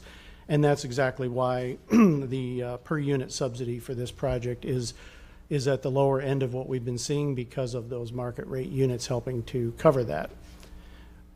This one is, when you do deals like this, it's a bit unique in that lenders, investors, and developer of these types of projects typically have a financial strategy and an exit plan from the beginning, and they must have certainty in order to invest. So what that means is that we had to make a couple of minor changes to our developer agreement, to our borrower agreement, that I'm going to point out in a moment. And we wanted to make sure that you are aware of those changes, since it is a bit different than some of the other deals we've done with developers who are build and hold developers that are going to build it and hold and operate that project for many years. And of course, the city investment can include things like funding, reduced fees, expedited processes, and density bonuses, And by providing those benefits, we gain inclusion of affordable and workforce housing in what otherwise would be a solely market rate project, which this project started off to be. So back to the rents for a moment. I think it's important to note that 30% of the units in this project are going to be affordable workforce, half at 80%, half at 120%, which we're used to seeing that. And the rent reductions, now obviously for those smaller units between market and 120 AMI, there was no difference. But for all of the units that do represent a reduced rent, the reduction in those rents ranges from 25 to 40% of a reduction from market rate. So what does that mean over a 30-year rent restriction period? When you take the difference between the market and the affordable and workforce rent amounts and extrapolate that out over the number of units and 30 years, the total rent reduction, or as developers sometimes look at it, the rent impairment from what they could get if they charged 100% market rate for all units, would equal almost $18 million. So a $4.5 million investment by the city today over 30 years will net at least $18 million in return in the form of reduced rents to the citizens of St. Petersburg. That number will almost certainly be larger by the time we get there because, as we all know, market rents tend to rise faster than affordable rent caps do. So that the disparity there as it grows will increase that return on investment over time. So as the city considers these types of public-private partnerships with a for-profit developer in these types of mixed income and mixed use projects, in order to increase the amount of housing that we can produce, we needed to revise two areas of the city developer agreement. The agreements need to anticipate and allow for future refinancing and or sale of the development by permitting assignment of city agreements and restrictions and subordination of city loans without the requirement of future city council approvals. So this is the way that Pinellas County's documents are currently structured, as well as Largo and other municipalities have already made these adjustments to their agreements in order to allow for these types of partnerships. And it's important to note that we do require in our agreements that should the project be refinanced or sold, all of our restrictions, everything that's in our original agreement has to be taken on by the buyer or the refinancing entity in its whole, so we don't lose any of our benefits over the course of the 30-year affordability period. So in summary, phase one, 401 total units, 121 affordable workforce, and 280 market units. This is phase one, and because of the inclusion of the market rate in the commercial, that helps to offset the subsidy that we need, so it represents a relatively low per unit subsidy amount for this project. It's taking an underutilized and outdated site and really bringing it into the modern day with high quality mixed use, mixed income community. And we think it's a good partnership, a great project, and staff recommends approval of this funding request. I'm happy to answer any questions you may have. Thank you, Mark. Oh, and the developer is present today, so if you have any questions directly for the developer, we're happy to bring them up. Great, thank you. Councilmember Harding. Thank you, Chair. Mark, congratulations. This is really pretty neat to see how it is that public government starts to look at the next stage or the next generation of what used to be federal housing, used to be ... and everything about this project I like. So I applaud you for your efforts, and I appreciate the administration chasing this down, and the Council of Last for working with this. One easy question. I wasn't clear on the property. It just says property contribution. Where does the property come from? I'd like to invite developer Mr. Frank Guerra to come up, and he can explain how the property came to be. Good afternoon. I'm Frank Guerra, principal with Altus Cardinal, the development team, as well as the owner of the property. When you say where did the property come from? Just says contribution. So I wasn't sure if that was yours or. So we've invested almost $60 million in equity into the property to date, and that's the allocation to this portion of the land based on the per unit. All right, understood. But while I have the opportunity, thank you very much. As much as I feel the city is forward thinking, we appreciate the entrepreneurs of this world and the private part of this world willing to look at how do you make this soup better? How do you make it work? And this is innovative. This is all of the things that the pundits talk about to make this a better society. It takes innovative thinkers like you and your company to come up with how do you integrate all this, and we greatly appreciate it, and congratulations. Thank you, council member. We've been developing here for going on 13 years now, and it's been a pleasure. Appreciate it. Thank you, Chair. Thank you. Councilmember Floyd. Thank you. I'll start with the positive, a very low subsidy for what we're getting. So that makes me feel good about the deal that's being done. But I've struggled with 120, and this is known. And I think I want to point out your numbers up here that you presented on rents are from last year. And so the 2025 rents came out April 1st, income limits for 80 and 120 AMI, and it erased that delta that you saw in the higher bedroom unit. So now a 2-bedroom unit at 120 AMI can rent for $28.17 a month, which is only $33 less per month. And not to mention, we had a conversation on housing opportunities for all the other day, and we talked about like what the need was. And, I looked up for this zip code, there is a surplus of units at 120 AMI, and you can easily go to apartments.com and find a bunch of relatively new units renting in that area for less than what 120 AMI is, both 1 and 2 bedroom. Now 3 bedroom is still discount, but there's only 1 3 bedroom in this project at each income level, and so it's not really notable. So I think, I'm grateful because let's say I just pretend like there is no 120 in this project. The subsidy is still $74,000 a year, something, or I'm sorry, not a year, $74,000 total for each unit at 80% AMI. That's just doubling what it would have been, which is still a good deal for us, and I can still, accept for this phase is what I'll say. But like, I would really hope that in the future phases, like, you take into account that 120 is not needed here. It's higher than market rate. And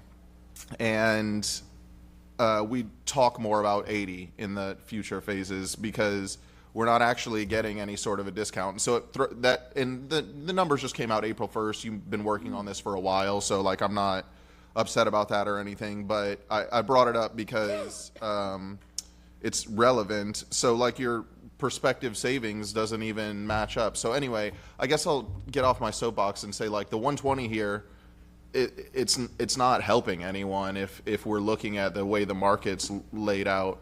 But if you could just talk to the potential for in the future us shifting, because it does sound like we're going to do stuff like this with the developer not more often, but as we go into the future, I'd love to think about the future. I don't need to stress too much about this today. Yeah, and those are great points. And I would like to point out that the vast majority of that almost $18 million in savings comes from the differential between the 80% units and the market units. So while the new numbers may have skewed that a bit, it's not going to dramatically impact the savings, and that still represents about 4 times our investment. So even if that does come down a bit, I think it's still a really good bargain for the city and its investment today. Secondly, I pointed out before that while markets are going to go up and down based on a lot of factors, this guarantees affordable rents for 30 years. And if 5 years from now, 10 years from now, market rents go crazy again, as they have in the past, recent past, these are going to be guaranteed to be locked in at what are considered to be affordable rents. So. Well, I think, and I think I do have a little bit of an issue with that, in that when market rents went crazy, so did income levels in the city, and that's what drove the rent limits to go up so much. They've been going up $200-300 a year, and so they may not make fast jumps the way that the market does, but over like a few years, they catch up, because when our market rates go up, people get displaced in the city, and they're replaced with people who make more money, and that's what we've seen go on. And so I don't find that to be as tight as it sounds. I definitely think like you can go back just a couple of years to what the rents were. The rent limits were, and they were significantly lower, $500-600 a month lower, and that's because they may not jump as much in 1 year, but they jump and over a few years. And so, and then the other thing is that the 80%, I focused on 120, but the 80% went up from what you have listed here as a 1-bedroom at 80%, 1505. It did go up as well. But it did not go up quite as much. So I still agree that this is a good deal for us, but this is a very unique scenario. If this was a more typical deal and we were doing this much 120, like, I don't think it would make financial sense for us. And so I would just hope that going forward we consider a lot of the things. We talked about, for everybody else, we talked about this ahead of time, because I lose sleep over this kind of thing, because I want to see affordable housing deals happen in our city. But when we get brought ones that aren't adding up to me, I have to make a decision every time. Do I want to see affordable housing, or do I want to do something that makes fiscal sense? And so I think here, because the subsidy is so low, I can stomach it, but like it might not always be the case every time. And thank you for always having a good dialogue with me. I appreciate it. No problem. Thanks. Councilmember Givens. Thank you, Chair. I appreciate it. And I echo my colleague's sentiments. Councilmember Floyd said it best. I don't think 3 bedrooms, 1 unit, that's not enough per income level. We definitely need more. That being in my district, I see the need. I know there are families, not just individuals, but there are families that need affordable places to stay. So as we continue to have this boom and bust across our city, I want to make sure that we are meeting the needs of folks who call St. Pete home. Not these people, this new demographic of, residents who we're trying to lure to our community, but the folks who are currently in that community. And just blocks away, multiple homes were damaged due to that storm. So you have folks who are still displaced. I think about a local pastor in this community who has nowhere to live to this day, 6 months after the storm, lives just blocks away from there. But had he chose to rent a home for his family there, it wouldn't be enough. So again, I just want to make sure that we are meeting the demand. I look at us not having to require future council's approval. Like, that's a concern to me. I definitely feel like other councils should have a say in this, especially if we're going to be refinancing a project in the future. I feel like there should be a say from the city council. We should have a vote in that decision. So that concerns me. Another concern is, just the loss of public control there. As we partner with private entities, we lose control. There becomes a lack of transparency. So I want to ensure that remains, that there will be reports, that we'll be able to understand a little bit more about the track record. I understand this is still phase 1, but I want to know about Alta's performance record. When they have used PPP projects in the past, what was your success rate for cities in this size? I'd like to know a little bit about that. So, Councilmember, I'll certainly let Altice Cardinal speak for themselves, but I just wanted to provide some clarity. So if the deal was refinanced and the council was ever asked for dollars again, this absolutely would have to come back before city council, right? And so I just want to make sure that you understand that particular point. So if this deal sells, as Mr. Van Loo mentioned, all of the deed restrictions that we have on the property would have to transfer with the property. So the affordability period and those other things would have to be honored by a new owner. And then I just wanted to mention, I'm sorry, you had one other question. It was binding other councils, and It's the loss of control. the loss of control. So I did want to mention that every unit in our city we're required to monitor. And so even though, this is a private owner, as all of the developments in our city are, annually we have to look over their income certifications to make sure they're certifying people's income correctly. We actually have to go into the apartment, turn on the water, look in the fridge, do all the things to make sure that that apartment is in good working order. And then in addition to that, as you may be aware, we have our program where if folks have problems in a property, they can call our codes office, and we would go in at their request to look at the property even more often than our annual inspections if needed. So I'll let Mr. Guerra speak to their experience. I can tell you there's thousands of units in our city that they've done previously, and they've been a good actor in our landscape before. Good afternoon again.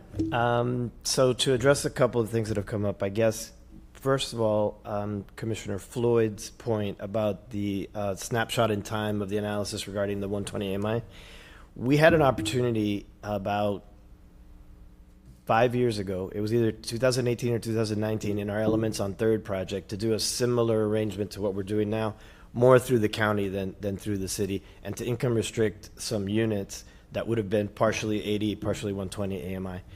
If we had done that at that time and committed them for 30 years as we're doing today, there would be a significant difference between today's rents at Elements on Third and the 120, because that was in the path of development at the time from Central Avenue going west.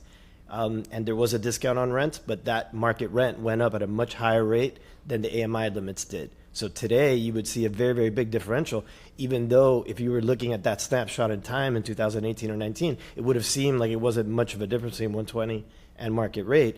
We believe the same thing's going to happen here. This is a path of development sub-market, which is why we're in it. And over time, the difference between the 120 AMI and market rent will significantly increase. It does not go up in a pari passu proportionate way. Regarding our track record, we have a track record in the city of St. Pete since 2011 and 12. We started investing here. We've developed one master plan community in the historic Kenwood district that has gone very well. It's the one where we contemplated doing an income restricted portion of the deal. It didn't work out for other reasons.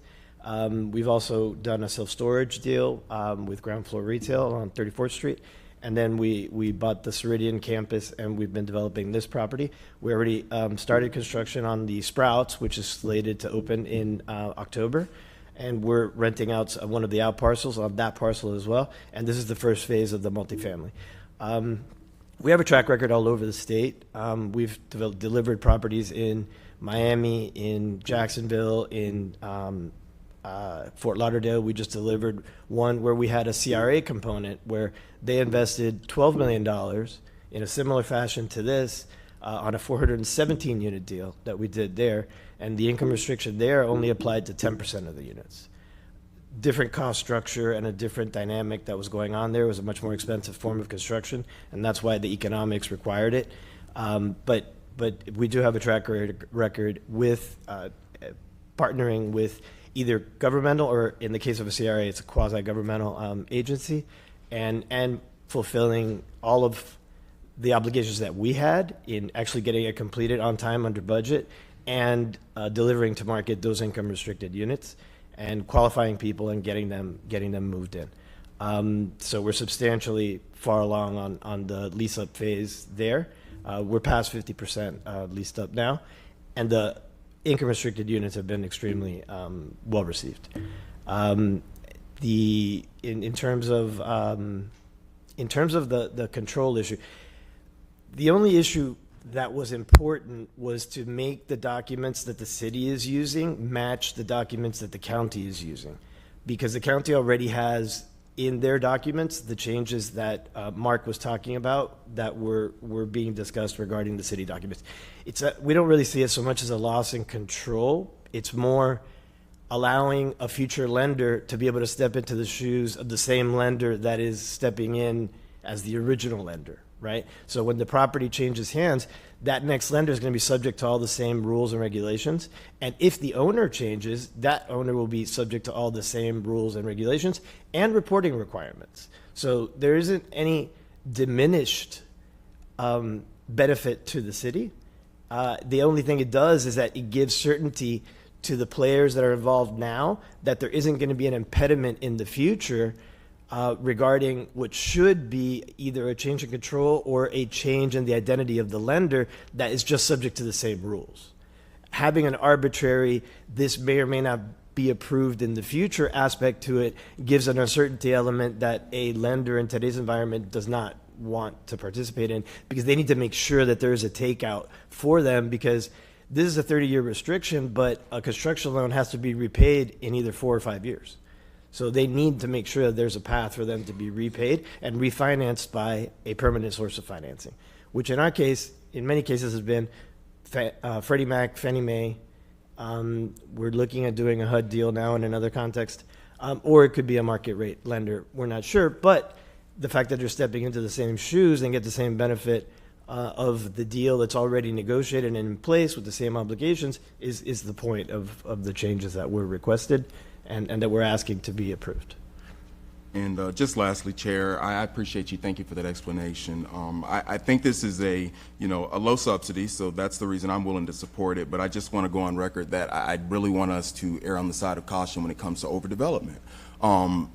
Councilmember Floyd brought it up earlier. It's great when you have, a market that's affordable, but if you have all these units on the market that people can't afford and they're sitting there empty, what good does it do? So I just want us to make sure that as we're putting more units on the market, that we are meeting the needs of the folks who are in need, the people in our community currently who need places to live. It doesn't no good if they can't afford to live there. So thank you so much. I appreciate it, Chair. Thank you. Councilmember Fix-Sanders. Thank you. Well, first of all, again, you explained a whole lot to me that cleared it up, and some of the conversation that my colleagues have had answered some of my questions. And again, Councilmember Floyd, thank you for bringing a perspective to a lot of this. Some people that can afford it doesn't understand the importance of it, of the questions that you're asking. And we do realize that you're right. Rent has gone up a whole lot. I'm a mom, and I see what my young people are dealing with when it comes down to trying to afford rent. Let me introduce myself to you, sir. I'm the council member that tried to have conversation with you and Dr. Williams from SBC and Misty at the Skyway Marina District, and took us a minute to get a meeting, and then when we got one, it was canceled. So how are you? I do want to ask you a question in regards to the number of units and future projections of the other phases. When we are giving allocations, and I agree about the 120% wholeheartedly, we've had that conversation. But when we go into the next phases, are we still going to have the same projections of affordable housing? Or is this just an introductory offer that you're making for phase 1? In phase 2, phase 3, phase 4, are we still going to have the 80% AMI in all phases? Well, we have to look at it on a phase-by-phase basis based on what's going to be approved by the county and the city, because the whole point is to make the deal economics work, right? So in this environment that we're in, and we've literally lived it in the last month with this tariff issue that we've been dealing with and trying to pin down a general contractor to give us, because the bank still needs a fixed cost for what's going to be built. So in this fluctuating environment, having that partnership with the county and with the city regarding the forgivable loan is literally what makes the difference on the yield on cost metric to even be able to break ground. Like it is a difference maker. So we likely will be in the same position on the second phase of the multifamily, and we will come to you again to have the same discussion. Well, thank you for that. And the reason why I ask is because, again, I don't want this to be an introduction to something that we can't continue to follow through in providing affordable housing. So I understand the numbers, you have to make it work. We don't know what it looks like. We won't know what it looks like a year or two from now. But I would love to at least hear you say you're going to give full assurance that affordable housing is going to be a part of all phases.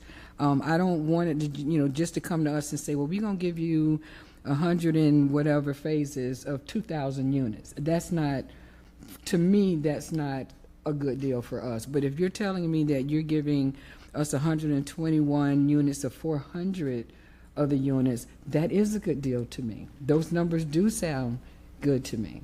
But when you take 121 from 2,000, that doesn't sound doable for me. This is Deborah speaking.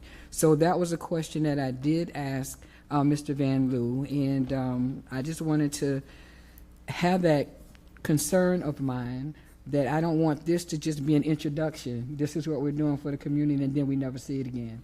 There are no more affordable houses in that unit because it's massive.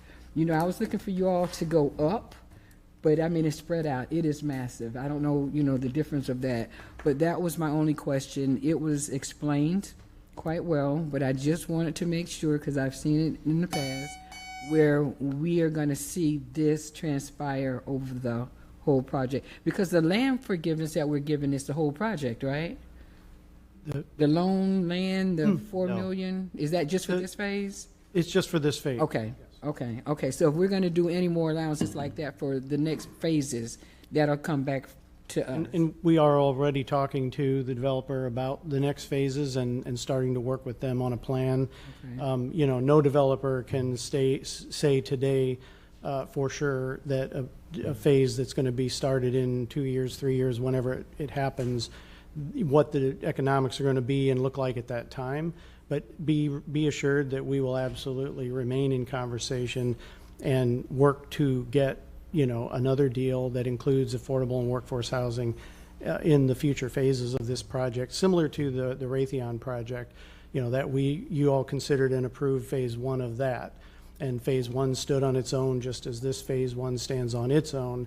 And we will be working with those folks as well to get more workforce and affordable housing in those future phases. So okay, I just wanted to have that spoken because again, affordable housing isn't affordable to everybody, and so of course that is where I am. So with that, thank you and nice meeting you, sir. Thank you, Chair. Thank you, Mark. Thanks for the presentation. Appreciate it. Just two quick comments. I don't really think I have any questions. Having I've been diving into this a little bit lately, and I want to commend you and the team. Everything that I see that municipalities are going to that really seems to be working, and like the front line, this is it. Properties that have no handcuffs on them still have to come to council. It's not you get a administrative approval because there's some handcuffs on it. That's what we're going to trade there and that. This is the cutting edge, for lack of a better term, of what's happening in housing. When you look at what's worked of late in San Francisco, Chicago, Houston, this is it. And so very excited to have this, and just thank you for the work. I know it's been a big lift, and thank you to the developer for working with us on this, because you don't have to do this. And so I very much appreciate it. So it echoes really what Councilmember Harding was saying. Just quickly, and I know we fundamentally on some levels disagree here, but the lens I look through is by when the 120 and the market rate are closer, that means I think we're doing a better job of keeping up with the demand. I know we probably disagree on reasons. When the market rate and the 120 rates are closer, that means I think adding market rate units along with affordable units is working. I think when we look at it statically, like it's going to stay that way, kind of like what he was saying, that can get us into trouble. Locking in the 30 years, because we know that delta is going to get wider, it's going to come back. That's just cyclical. And so I tend to look at it a little bit differently, where I think, and really this is probably to Councilmember Gibbons' point a little bit, the market rate units help too. I know, I believe that. And yeah, I know you do. But from a standpoint of the 120s, I think the 120 is a good gauge of how we've done bringing markets to the community. I think that's a good barometer. If our 120 rental is close to market rate rental, that means we're finally keeping up. When the delta is larger, we're behind. That's kind of how I feel about it. And I'm just giving you my 2 cents while we're sitting here. And so, again, I go back to thanks for all the work. I know it's been a big lift. Yeah, Councilmember Floyd. I'll just say, since you were addressing me a little bit, I kind of see where you're coming from, and it's difficult because we only get this kind of conversation to have. I would love it if we could sit down and talk about this, but we can do it in a committee sometime where it's also structured. But anyway, but the 120 has gone up so much. The cost of the rent has gone up so much because of the new people that have moved here and how much more they make than the people that they replaced. And so, we had a conversation the other day about 30% of people who live in St. Petersburg moved here since, I think it was 2021. And that 30%'s income is significantly higher than the people that moved out since then. And so that's why the rent at 120 has gone up, because the income at 120 has gone up. And so I don't know if we're on the same wavelength right now or not, but that's why I think the delta has gotten so small recently. Yeah, and we can get into it in a committee. I mean, I think there are other reasons why they get smaller. I understand what you're saying. I just look through it a different lens. That's all. Okay. But I appreciate the perspective. Councilmember, if I could interject too, those fortunes for St. Petersburg could change, and they already are. I mean, I've seen article after article recently talking about, fewer and fewer people coming to Florida, coming to St. Petersburg. The tides will likely change as the economic winds change. We may lose some of those higher net worth people who came down here but are now experiencing super high, flood insurance and other insurance costs and taxes and things, and decide to relocate elsewhere. So I think, again, while the tides could go up, the tides could come down. By locking these things in now, it at least guarantees that we know what we're going to see, and those affordable rent caps could come down. If things turn around the other way, those could decrease, not always increase. And to your point, Chair, I've always said that we have a housing problem, not just an affordable housing problem, and the supply of housing overall does impact every level of housing. So I think, to your point, in supportive of that, the more supply we have of housing, including market rate housing, allows for that 120% rent and market rent to get closer and closer. It's when you have a deep undersupply of housing that it drives up those market rents. So I think that's also, I think you both have good points about Mark why. did a way better job explaining it than I would have doing. Thank you. Vice Chair Hanowitz. Thank you, and thank you all for bringing this forward. When I look at this, I think about, you purchased this in 2021. That's what I think about. We're in 2025. Like, this picture ain't happening tomorrow. It's not. It's going to happen years from now, and we still don't even know what's going to happen with tariffs. You don't know what the price increases are going to be. None of that. And so, the idea, in a market that you can control all this stuff, there's some things we can control, but there are so many things that are outside our control. And what I do like about this, and it's already been mentioned by a couple of people, is it does bring some certainty to those units. And we have no idea what's going to happen in the future. We just don't. And for all you know, things are going to go crazy, and you may not be able to finish some of this project. And then we're left with whatever we're left with, period. That's a reality that every developer faces. And so I like the fact that we're being able to do something based in this atmosphere.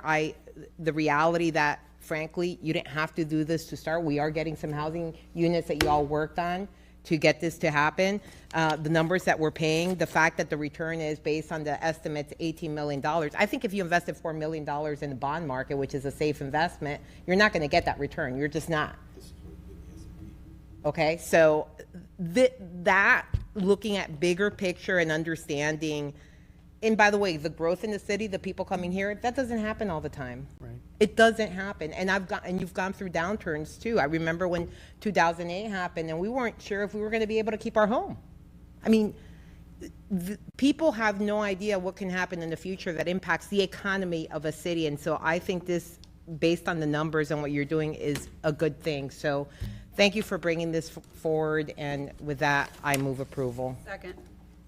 Councilmember Floyd. Thank you. I thank you, Mark, for your explanation. And I see where you're coming from. The only other thing I wanted to say, though, was that, like, the market swings also impact not just the cost of, not just who moves here or whatever. It impacts the market rate of rent, and it impacts the rent restriction units. So they may not be Loctite together, but like they do flow together to an extent. And what we see a little bit is a delay because when it comes to moving things up on the cost of rent restrictions, because they have a complicated process that they use to decide how much the rent can be increased every year. But it does, over a few years, end up coming up pretty significantly, which is what we've seen. So anyway, the only point I was trying to make whenever we were in this conversation also was that, like, when we're speculating, the market's still going to go up and down, and that's going to affect rents both at market rate and at restricted units. So, like, you know, we can't say what the delta will be in the future. I don't feel comfortable being like it's 100% going to be significantly better in the future. I don't know that, because they are a little tied together. And so that was the only other thing I wanted to make sure that I was clear on, and why, like, I'm not just bought in 100% to that argument. Thank you. Thank you. Councilmember Fix. Thank you. No, I don't know that anybody's bought in 100%, but I did just want to say, you know, I hear us saying he didn't have to do it if he didn't want to, but it's a partnership. It's not like he's not getting anything out of this.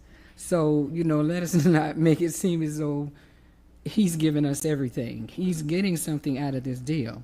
So I am grateful that affordable housing will be a part of this, and that we are venturing on something that's new, and I'm sure it's going to work on the city's behalf. But I just wanted to reaffirm that this is a partnership. Absolutely. Okay, so thank you so much for that. But again, I do appreciate the fact that we are having those conversations and definitely looking for the future.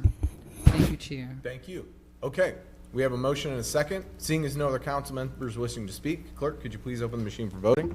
Council members, please enter your votes. Seeing as all present council members have voted, clerk, could you please tally and announce the vote? Mr. Chair, the motion to approve agenda item F1 passes unanimously.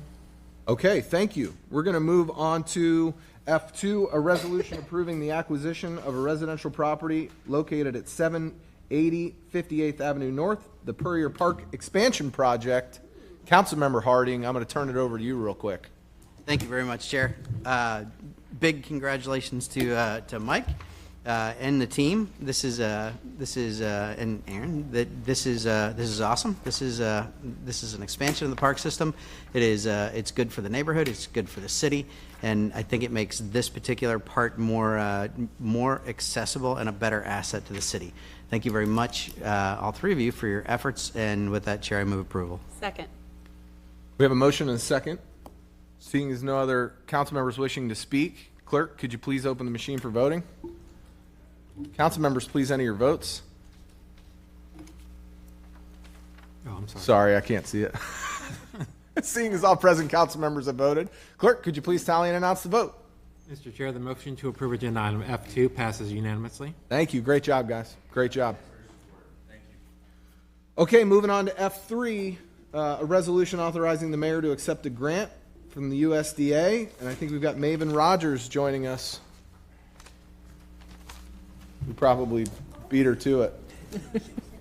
Oh, she's ready. Maven, welcome. We do have a presentation. Good afternoon, Council. I'm here presenting today on the award of the USDA National Institute of Food and Agriculture grant, which really comes at opportune time, giving our proclamations today on local businesses and Earth Day. So I'll kind of go into how this relates to all of those things.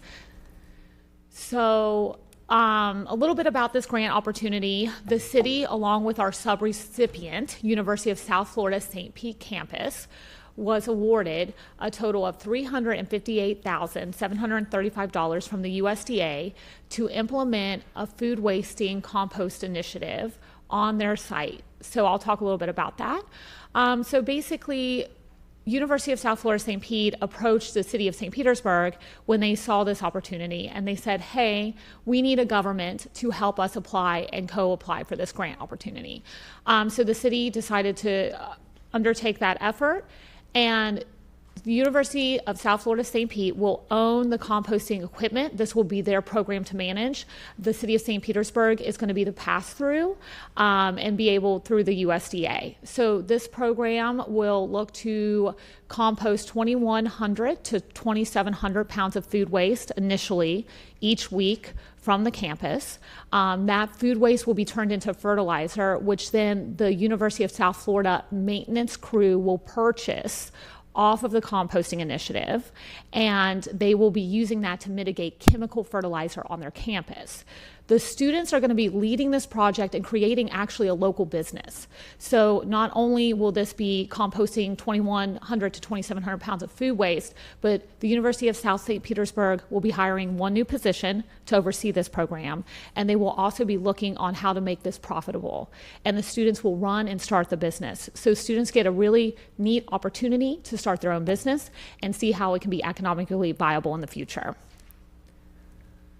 A little bit about the timeline here, just so you all know. This is a 2-year grant agreement. So we're asking for you all to sign the resolution today so we can get that back to the USDA to get all of this lovely work started.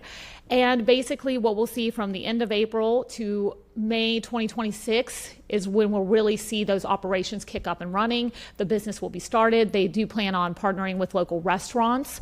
And so we're very excited for those types of initiatives coming forward. Are there any questions? I know that was a little short and sweet. Councilmember Gabbard.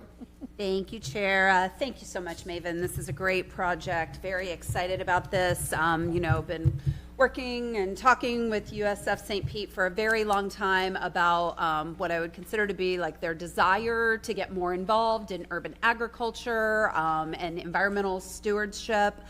So this project just hits all the right tones on that. So I just have one question.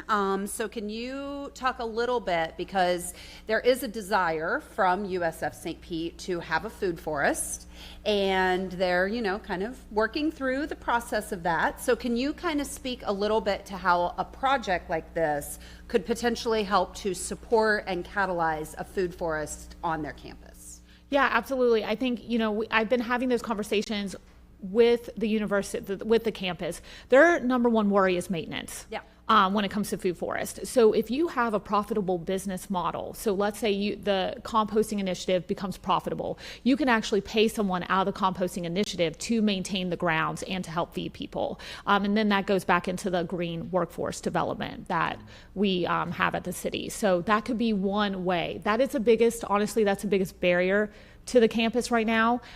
They want to do the food forest, but they don't have anyone to maintain it. Right. Yeah, I mean, I certainly understand that challenge. I think in any of these kind of environmental, initiatives where we're looking at people to get involved, especially on a college campus, right? Like, you may have a particular group of individuals who are very enthusiastic about it, and then they graduate and they move on, and then you're not guaranteed that you've got the same kind of passion around something. So that's certainly sustainability, I think, for all of these projects is very important. So I'll look forward to kind of seeing how this evolves, and then hopefully being able to work with them to kind of move them into that next layer. They've even had, really aspirational conversations about potentially working on like an urban agriculture type of curriculum, and, how that could work with the St. Pete Youth Farm and help the ambassadors potentially turn that into careers. That's the whole economic driver behind urban agriculture that I don't even think as a city we've even begun to realize yet. So I'm very, very excited, not only for this project, but for what I see as the vision and the evolution of where it could really go. So very, very exciting. And with that, I'll move approval. Second. Okay, Councilmember Harding. Thank you, Chair. Awesome project. I enjoyed reading about it. I've been involved in a couple of projects like this before. It's the industry that I grew up in. The only question I have is in the report, it refers to the program after this funding is self-sustaining. And as much as I would like it to be, this is a great endeavor. This is an important thing that we should do. It's not going to be self-sustaining. It'll have repair and maintenance costs. It'll have transportation costs. It'll have ... Do we have any indication of where that funding might come from, or is it something that the city needs to be concerned with, or are we just, as you said in the beginning, just a pass through to get this to them? So we are the pass-through to get this to USF. So this will be USF's program to manage and develop on their own. The idea is that it will become self-sustaining with the amount of compost that they'll sell to other, because you have a couple different modes of economic opportunity. You have the food waste pickup that you can charge for. And then you have the byproduct, which is a compost that you can charge for. You're also mitigating the chemical fertilizers, which is at a cheaper cost. So you can put that savings into a bucket. One thing we did notice is that this composting program will take one employee to run. So it can be self-sustaining as long as you can afford that one employee. And I think that will be USF St. Pete's position to see. Let's test it out and see if that will be self-sustaining. But we are the pass-through of that, and they'll be managing the program. Just a question I had, but yeah, but a very a laudable program, and I'm glad we're involved. Thank you, Chair. Thank you. Councilmember Gibbons. Thank you, Chair. I appreciate it. Maven, I'm very excited about this. I think this is long overdue. I'm excited to see what the future holds. To Councilmember Gabbert's point, I think this is a great partnership opportunity. I was thinking about the youth farm before she even mentioned it, because this is a great opportunity for us to connect the community to an educational institution. So I see it as 2 for 1. Not only are we starting businesses, right? So we're teaching entrepreneurship skills, but we're also combating food insecurity. So it's a win-win for the entire community. I'm excited to see where this goes. I would also like to recommend that you consider passing this information along to the USF St. Pete community. St. Pete Free Clinic, a partnership with the Pinellas County Schools. Maybe there's a school within the neighborhood that we can reach out to and say, hey, whatever fruit or produce or veggies you all have left over, we'd love to get those donations. Maybe even also consider reaching out to the 15th Street Farm. So I really see, this as an opportunity for all of us to engage community partners. So good work. Thank you, Chair. Thank you. Okay, we have a motion and a second. Seeing as no other council members wishing to speak, clerk, could you please open the machine for voting? Council members, please enter your votes. Seeing as all present council members have voted, clerk, could you please tally and announce the vote? Mr. Chair, the motion to approve agenda item F3 passes unanimously. Okay, thank you, Maven. Okay, we're going to move on to G1. That's a referral to BF&T. For me, respectfully requesting referral to the Budget, Finance, and Taxation Committee to discuss Public Utility Revenue Bonds Series 2025 A and B. This referral is a staff request, and I am formally submitting this new business item as a method of informing City Council, and I'd entertain a motion for approval. Move approval. Second. We have a motion and a second. Seeing as no other council members wishing to speak, clerk, could you please enter or open the machine for voting? Council members, please enter your votes. Seeing as all present council members have voted, clerk, could you please tally and announce the vote? Mr. Chair, the motion to approve agenda item G1 passes unanimously. Okay, thank you. All right, folks, we've gotten to that point. We will recess until 5:01, where we will begin public hearings. City Council is in recess. Thank you, everybody. Thank you. Sure. Chair.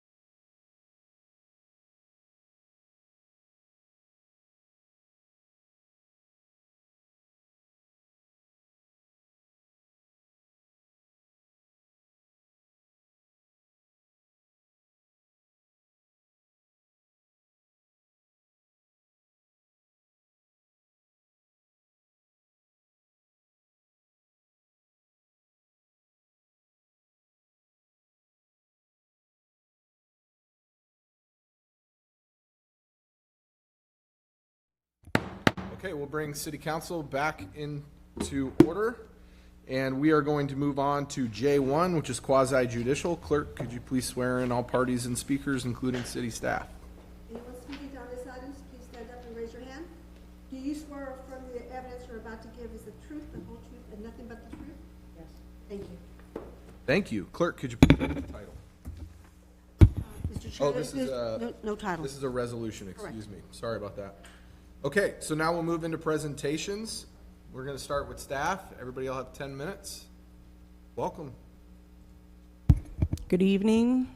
For the record, I'm Cheryl Brigalo with Development Review Services. So the case you have before you tonight is a quasi-judicial variance request at 826 32nd Avenue North. It's for a preliminary plat of the 826 32nd Avenue North Estates preliminary plat. So the request is for approval of a 3-lot preliminary plat with variances to lot width and depth. So lot 1 is requesting a 44-foot width where 50 feet is required. Lot 2 is also requesting a 44-foot width, and lot 3 is requesting a 72-foot depth where 75 feet is required. This is the location of the property. It consists of 1.5 platted lots in the neighborhood traditional 2 zoning district in the 5 Points neighborhood. The parcel currently contains a house, garage, shed, and associated improvements, which are proposed to be demolished. The total tract area is 17,952 square feet, or 0.41 acres. Here are some photos of the property from 31st Avenue North. And here are photos of the property from 32nd Avenue North. So the 1-story house is on the property. The applicant proposes to remove all of the structures shown on this survey and subdivide the property into 3 lots for 3 future houses. Lots 1 and 2 to the north, which is on the right side of the drawing, require variances to width. Lot 3 to the south requires the variance to depth. The proposed density of 7.3 units per acre will conform with and is well below the 15 unit per acre maximum of the NT2 zoning district. It appears that compliance with setbacks and lot coverage requirements on the individual lots can also be achieved. The hardships related to the property include its large size, width at 88 feet, and depth at 204 feet in relation to the minimum requirements of the NT2 zoning district, which are 5,800 square feet, 50 feet, and 75 feet respectively. The parcel has sufficient area for 3 lots. The subject block is characterized by a long length, 1,250 feet, and was originally platted with a mix of 50 to 60 foot wide lots. The north-south oriented lots were platted with double frontage on what are now 31st and 32nd Avenues North. Most of the parcels have been merged and or split since that time and have a variety of widths, depths, and densities. There are 23 bungalow apartments, 2 parcels to the east. The blocks to the south were platted at 40 feet wide by 95 feet deep and with an area of 3,800 square feet, and many were developed as 1 house per platted lot. The study area for the substandard lot analysis includes the subject block and surrounding blocks in the same zoning district. Here's the map analysis that was undertaken as found in the staff report. The substandard lots have a red dot on them. You can see a significant number of substandard lots in the area. And this is the tabular analysis, which found that 52% of all lots in the area are substandard, and the proposal is consistent with the dominant development pattern of the neighborhood. Similar variances were granted to lot width for the 3-lot plat abutting the property to the east in 2016. That property was slightly wider and larger at 18,747 square feet.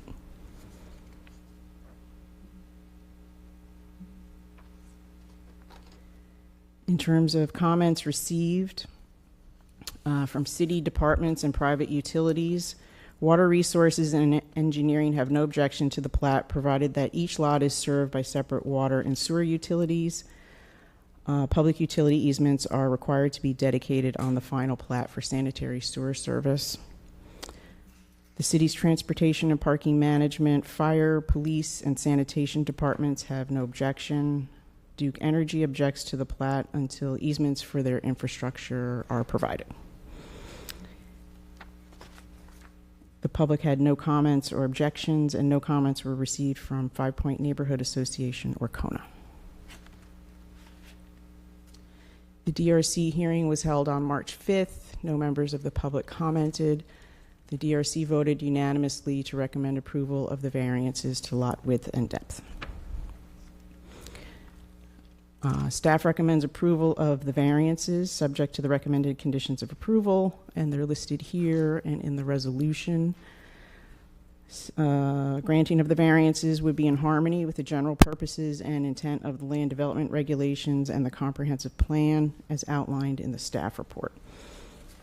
And the conditions of approval are compliance with the engineering and water resources memos, receipt of the letter of no objection from Duke Energy, and the other conditions are general standard conditions of approval regarding expiration and payments of liens. And that's the end of my presentation. We'll wait for questions. Okay, does the applicant have a presentation?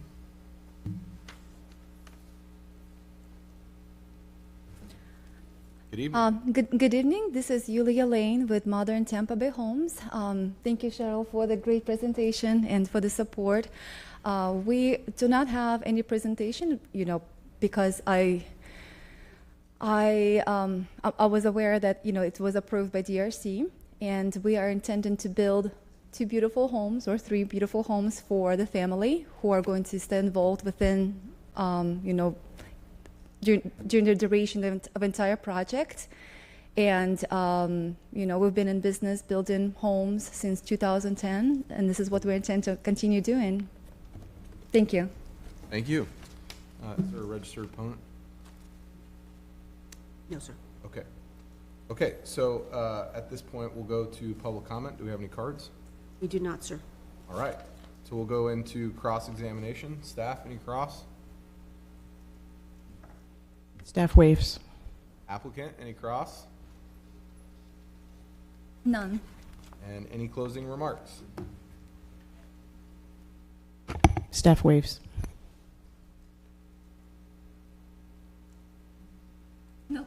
No closing remarks from the applicant. Okay, thank you. Okay, so now we'll move into executive session. Council members, any questions or comments? Move approval. Second. Okay, I just have 2 quick things. So in the backup material, it talks about how DRC voted to remove the last 2 sentences of the condition number 4. Yes. And then on the slide, those 2 sentences are included, aren't they? So which one are we voting on?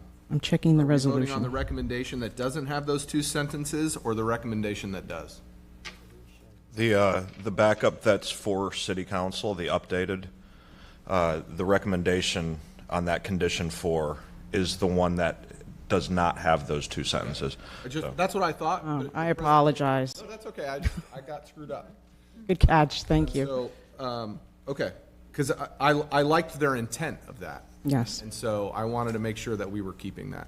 Yes. The second is just a request. If we could have the DRC minutes included in the backup material going forward, that would be super helpful. Because I'm just glad I caught that. And so I really like the DRC minutes, so that would just be a request going forward. Okay. Thank you very much. Will do. Okay. Seeing as no other council members wishing to speak, we have a motion and a second. Clerk, could you please open the machine for voting? Council members, please enter your votes. Seeing as all present council members have voted, clerk, please tally and announce the vote. Mr. Chair, the motion to approve agenda item J1 passes unanimously with council members Driscoll and Fig Sanders being absent. Okay, thank you. Thank you, Cheryl. Thank you. Good night. Night. Okay, we'll move into open forum. Thank you. Clerk, do we have any cards for open forum? Thank you. Mr. Chair, we do not. Okay, we'll go ahead and close open forum. Council members, any announcements? Yep, sir. Councilmember Givens, we're going to go to Councilmember Givens first. Councilmember Harding, sorry. Thank you, Chair. You got to be quicker, Beat you Mike. to it. I just want to wish everyone a happy Easter. This Sunday we'll be celebrating Easter, so however you celebrate, wherever you celebrate, safe travels and happy Easter to everybody. Thank you. Councilmember Givens, back at you. Councilmember Harding. Thank you, Chair. Girls varsity flag football. It is a very big district. It is all Pinellas County, all Manatee County, and part of Sarasota County. Wow. And the district finals are in 2 hours, and it is Northeast High School against St. Petersburg High School. Go Northeast! So the city wins no matter what. There you go. I will report back with a score. All right. Thank you, Councilmember Harding. Okay, we've got a couple of birthdays. Loretta Taylor's birthday is tomorrow. Birthday, Loretta. Councilmember Gabbard has a birthday next week. Aries. So we're going to sing Miss Taylor and Councilmember Gabbard, happy birthday. Happy birthday to you. Happy birthday to you.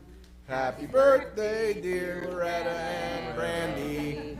Happy birthday to you. Thank you, everyone. Thank you. Okay, and then I'd just also like to say happy Easter. Please enjoy the weekend. It's a long weekend. Yes. They make it longer for some reason for us. My kids are out of school tomorrow and Monday, so lots to celebrate. Yeah, joyous occasion and Easter weekend. That being said, council's adjourned. Thank you, everybody.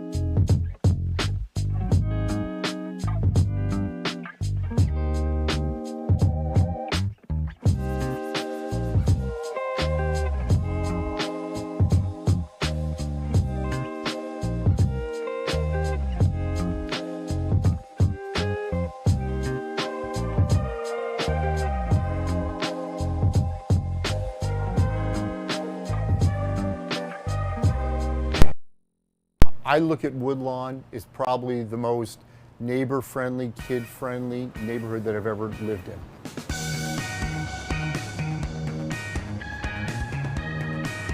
It's a wonderful neighborhood to grow up in. I wish I was a kid growing up in this neighborhood. It's a real family-oriented community, super close to downtown, and it's just kind of one of those picturesque, nice, quaint little neighborhoods.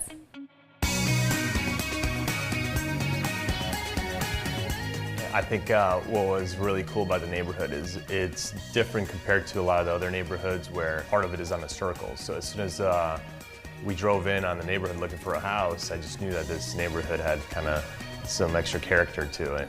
Woodlawn has got a circular style to it, design to it, and you can see from some of these old pictures that there really is a circle or an oval to Woodlawn neighborhood.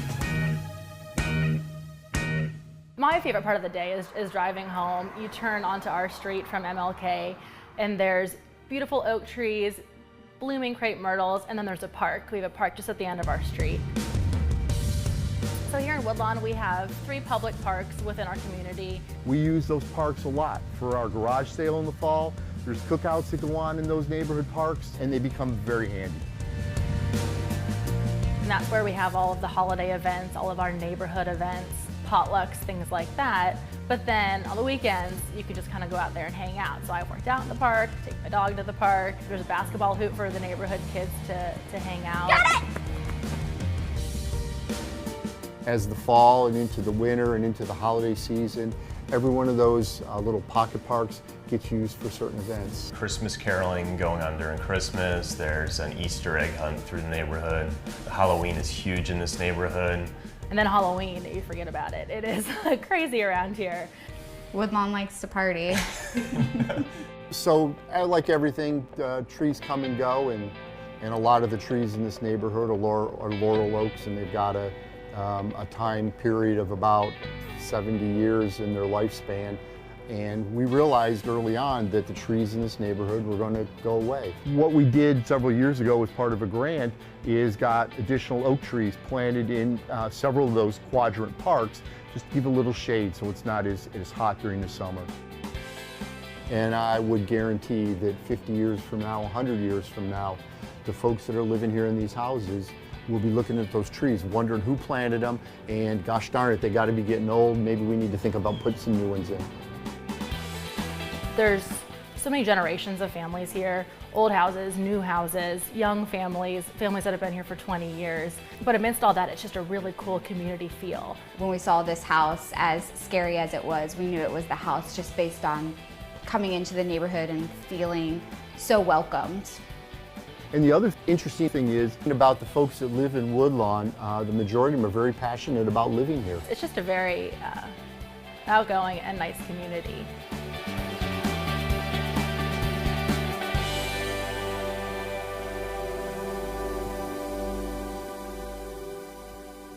Moved to St. Pete in 2014. We drove around and walked around different neighborhoods and noticed that they had events, community gatherings, cleanups, signage, cool logos, flags, all kinds of stuff like that.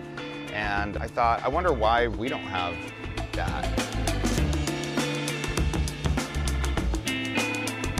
For the longest time, one of the things that annoyed us was anytime we met locals from St. Pete, one of the first questions they would ask us is, what neighborhood do you live in, right? And so people would say, well, I live in Kenwood, or I live in North Kenwood, or I live in Old Northeast, or Old Southeast. And we would just say, you know, we're that neighborhood north of North Kenwood. When we were initially looking at this house, on Zillow they had it listed as North Kenwood, which we thought was a bit of a stretch. A little bit of a chin scratcher. Yeah, I think they were trying to kind of just jump on the Kenwood bandwagon. We wanted to have an identity. We wanted to have something that we could be proud of, but also that our neighbors could be proud of together.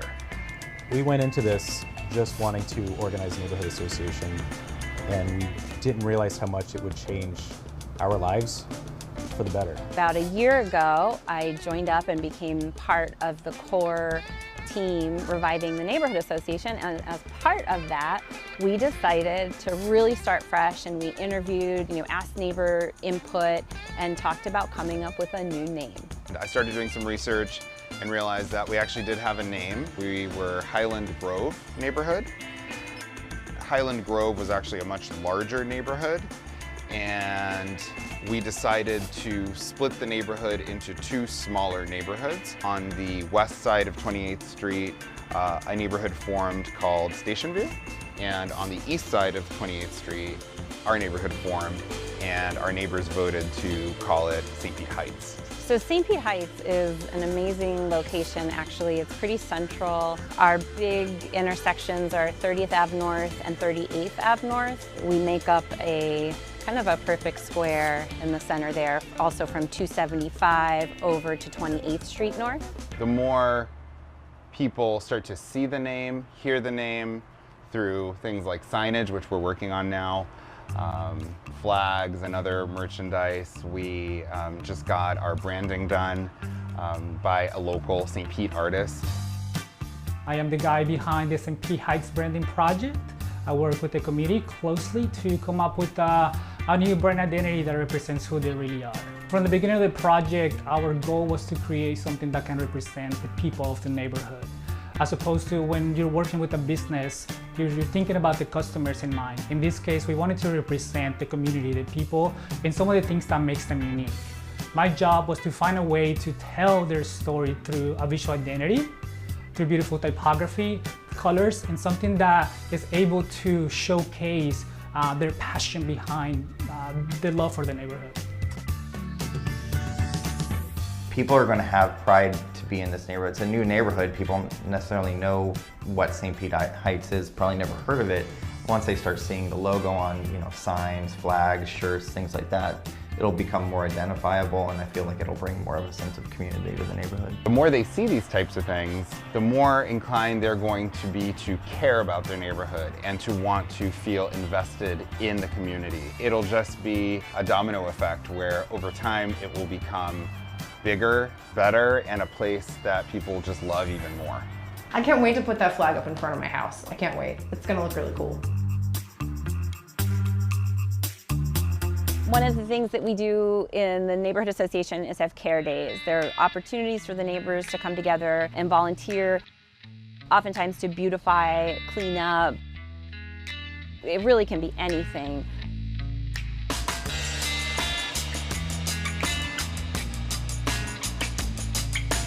But the most recent one we did was a Drains to Bay project, where we put the signs that say Drains to Bay on the storm drains. We did every one in St. Pete Heights. We had a day where we put signs that say Drains to the Bay on all of our storm drains, so people know that any water that go into the storm drains will wind up in the bay, so they're more careful about that. When we do these care days, we're walking around the streets. Like, how often do you just walk around the streets of your neighborhood doing something like cleaning up? Or people notice that. Neighbors notice that and want to know, like, what are you guys doing? And then we get to talk about the Neighborhood Association. We even had one guy join in. I would say it's very worth it. We've met so many incredible people in our neighborhood that we didn't even know lived just doors down from us.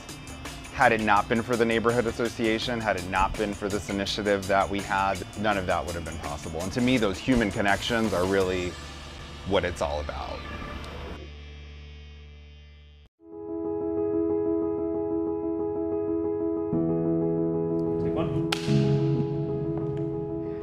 I was really blessed to grow up in a multi-generational family. So my mother and both of my grandmothers were very influential in my life. They were women who were very family-oriented. That commitment extended to the larger community, and that created a very secure and safe environment for me to grow up in. Most of us growing up in the 80s were latchkey kids. When I started going home after school, Alone was the very first Oprah Winfrey show. And I really looked up to Oprah in the way she was able to talk to people and learn about lives that were things that maybe I didn't see in my own community. Back in small town Louisiana, opened up a whole new world to me. My childhood was full of family, so my role models were my immediate and extended family members. And while many of them are no longer physically here with us, I still have all of their teachings, the lessons, the love for family, the hard work ethic, laughter and talking that applies to my life now, that I hope my daughters will carry into their lives and hopefully eventually their families. My mother is definitely the strongest role model in my life. She was the instrumental person in getting us out of Cuba.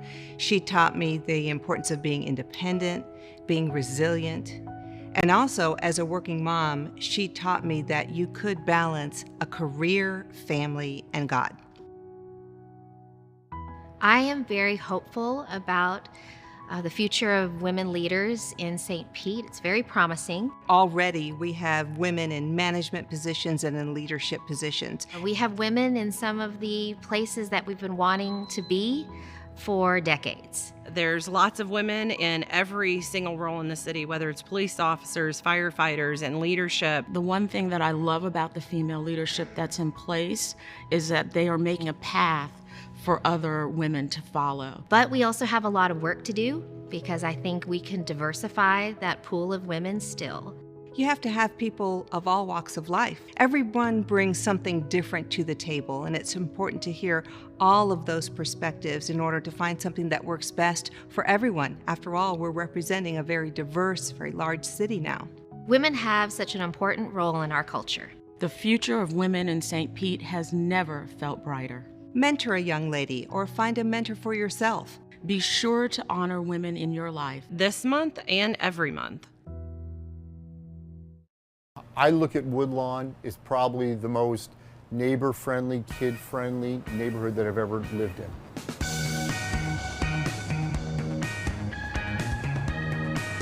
It's a wonderful neighborhood to grow up in. I wish I was a kid growing up in this neighborhood. It's a real family-oriented community, super close to downtown, and it's just kind of one of those picturesque, nice, quaint little neighborhoods.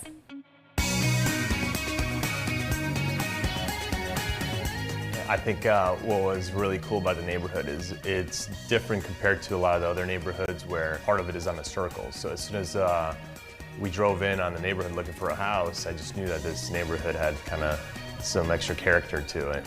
Woodlawn has got a circular style to it, design to it, and you can see from some of these old pictures that there really is a circle or an oval to Woodlawn neighborhood. My favorite part of the day is driving home. You turn onto our street from MLK, and there's beautiful oak trees, blooming crepe myrtles, and then there's a park. We have a park just at the end of our street. So here in Woodlawn, we have 3 public parks within our community. We use those parks a lot for our garage sale in the fall. There's cookouts that go on in those neighborhood parks, and they become very handy. And that's where we have all of the holiday events, all of our neighborhood events, potlucks, things like that. But then on the weekends, you can just kind of go out there and hang out. So I've worked out in the park, take my dog to the park. There's a basketball hoop for the neighborhood kids to hang out. Got it! As the fall and into the winter and into the holiday season, every one of those little pocket parks gets used for certain events. Christmas caroling going on during Christmas. There's an Easter egg hunt through the neighborhood. Halloween is huge in this neighborhood. And then Halloween, you forget about it. It is crazy around here. Woodlawn likes to party. So, like everything, trees come and go, and a lot of the trees in this neighborhood are laurel oaks, and they've got a time period of about 70 years in their lifespan. And we realized early on that the trees in this neighborhood were going to go away. What we did several years ago as part of a grant is got additional oak trees planted in several of those quadrant parks, just to give a little shade so it's not as hot during the summer. And I would guarantee that 50 years from now, 100 years from now, the folks that are living here in these houses will be looking at those trees, wondering who planted them, and gosh darn it, they got to be getting old. Maybe we need to think about putting some new ones in. There's so many generations of families here, old houses, new houses, young families, families that have been here for 20 years. But amidst all that, it's just a really cool community feel. When we saw this house, as scary as it was, we knew it was the house just based on coming into the neighborhood and feeling so welcomed. And the other interesting thing is about the folks that live in Woodlawn, the majority of them are very passionate about living here. It's just a very outgoing and nice community.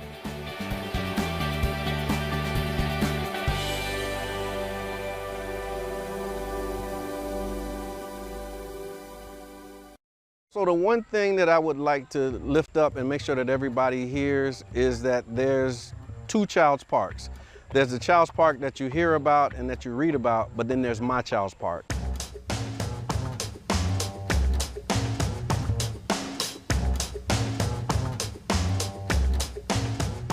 The parameters of Child's Park include 34th Street South to 49th Street, and then 18th Avenue to 5th Avenue South. And that's the Child's Park neighborhood, but the greater Child's Park area actually covers about 3 neighborhoods. It goes to about 1st Avenue to around 30th Avenue South.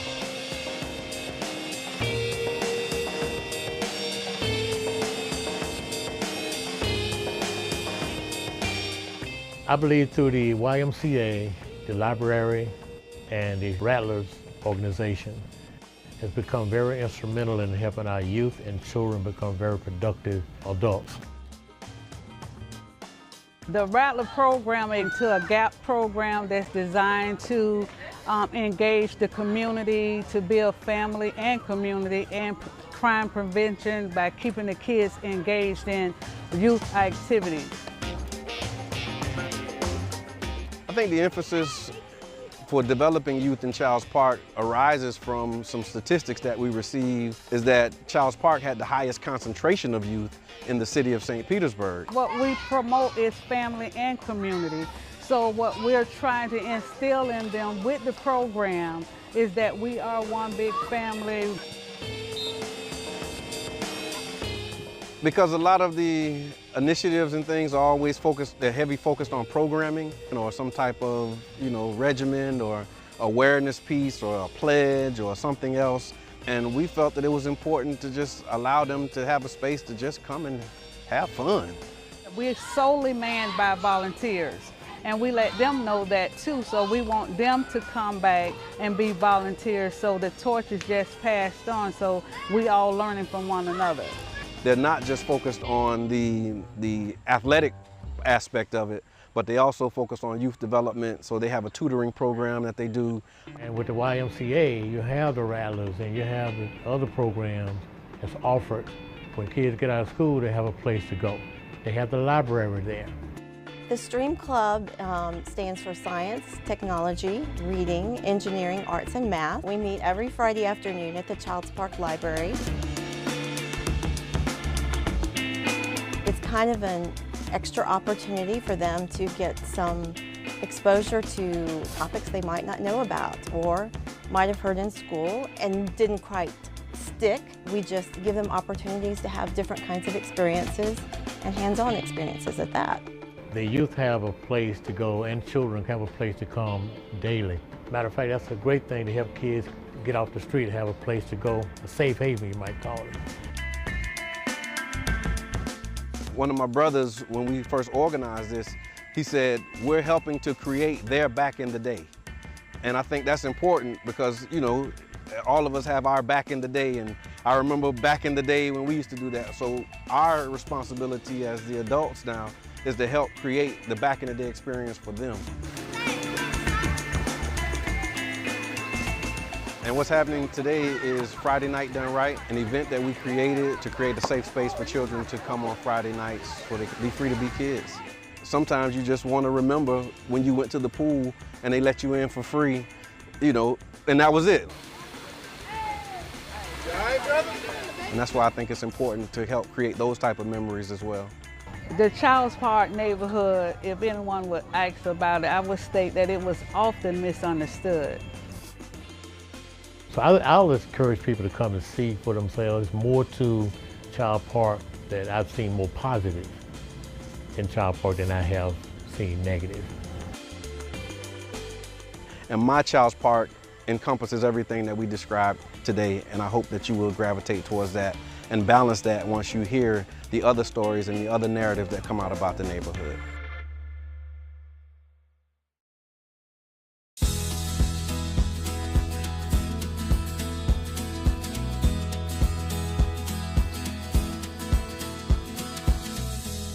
District 5 is at the southern end of St. Petersburg. It's bordered by Tampa Bay to the south, Bogosiega Bay to the west, 4th Street South to the east, and as far north as 18th Avenue South. I'm Deborah Figgs Sanders, your council member for District 5, an immensely diverse district that is home to many of our city's treasures. To get in touch with nature, you can visit Maximo Park or Boyd Hill Nature Preserve to enjoy waterfront access, nature trails, all with family-friendly activities. Then there's Lake Vista's popular walking trail, playgrounds, and a dog park that encourages you to participate in a city initiative known as Healthy St. Pete. Also, education and academic excellence is important for our city. And in District 5, you will find 3 of Pinellas County Schools' finest in Bay Point Elementary, Bay Point Middle, and Lakewood High School. Not to mention the mighty Tritons of Eckerd College, a liberal arts waterfront campus which sits on the Gulf Peninsula of Florida's west coast. District 5 is a diverse makeup of cultures, communities, and socioeconomics that can be seen throughout our neighborhoods. Lake McGorry Shores offers a sense of community, or the pink streets in the Pinellas Point neighborhood that are a unique feature not seen anywhere else in the city. Our growing economy, friendly residents, and beautiful coastline showcases our best about living in St. Petersburg.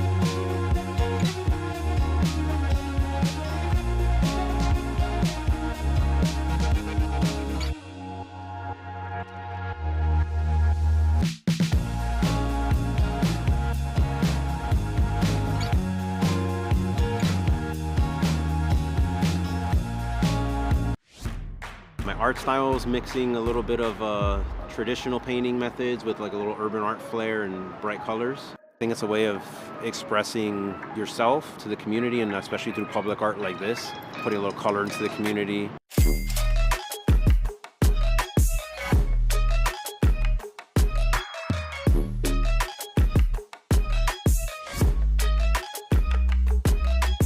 It helps tell a story of the community. It helps have a sense of pride in the area. A lot of us live in the area, so you're contributing to the growth and belonging of your own backyard. We all share things in common, and I try to show that in a fun, colorful way, you know, kind of through a lot of my artwork. My name is Francisco Gonzalez. I go by Frankie G.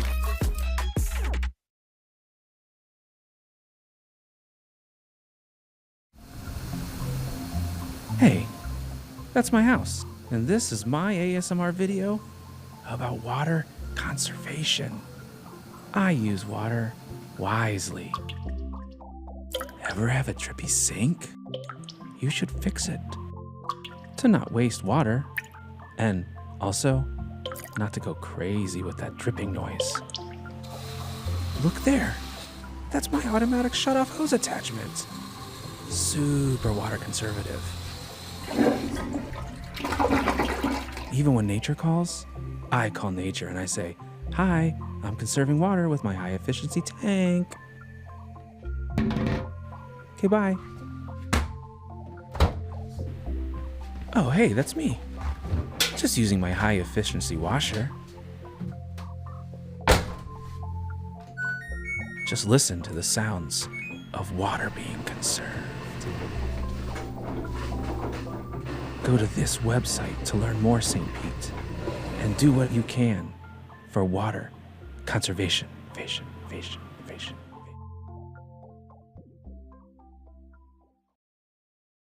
Hurricane Helene, which is strengthening. They've passed out more than 33,000 sandbags to people. Hurricane Helene's powerful and deadly storm surge. We've been seeing flooding. This is the worst I've ever seen. Hurricane Milton has just exploded in strength The overnight. second major storm to slam Florida in just 2 weeks. In the Gulf of Mexico in nearly 2 decades. In St. Petersburg, where the stadium's rooftop has literally... Fire officials say this crane has collapsed. The back-to-back storms turned this neighborhood inside out. Residents have been scrambling to find housing for weeks.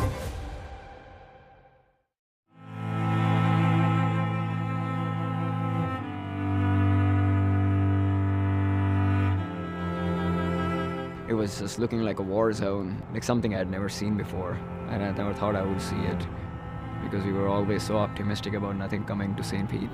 But it turns out we ended up having 28 inches of water in our house. We had about just shy of 4 feet of water in the house.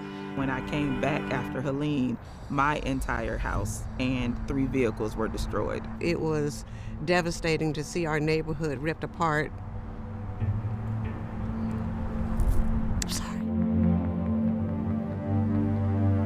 It really began to set in that this has happened and that many of our residents were going to experience something that they had never experienced before. It was almost unbelievable that we would be faced with these kinds of disasters one after the other.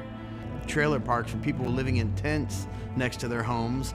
Now we got this other storm coming dead at us. I was really scared for those people. It's hard to wrap my mind around the fact that we've just spent 5 days in the community trying to help people that lost everything, and here comes another storm. I've lived in St. Pete my entire life. I've never seen people come together with such energy. It was within our capabilities and therefore our responsibility to step in and help.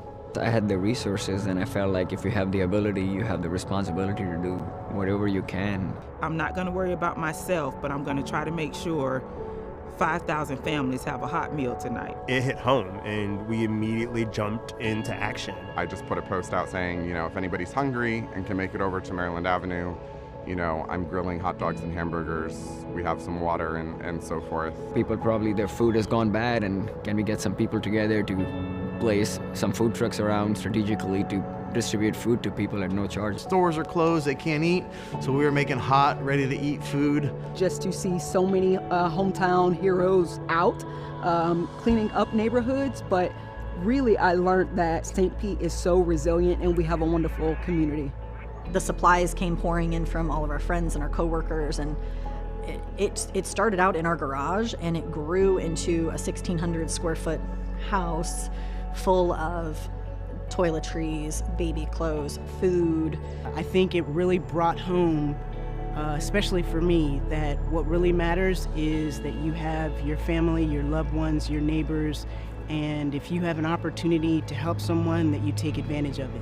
It really settled me in a space of not only are we one community, but as our mayor always says, we're one St. Pete.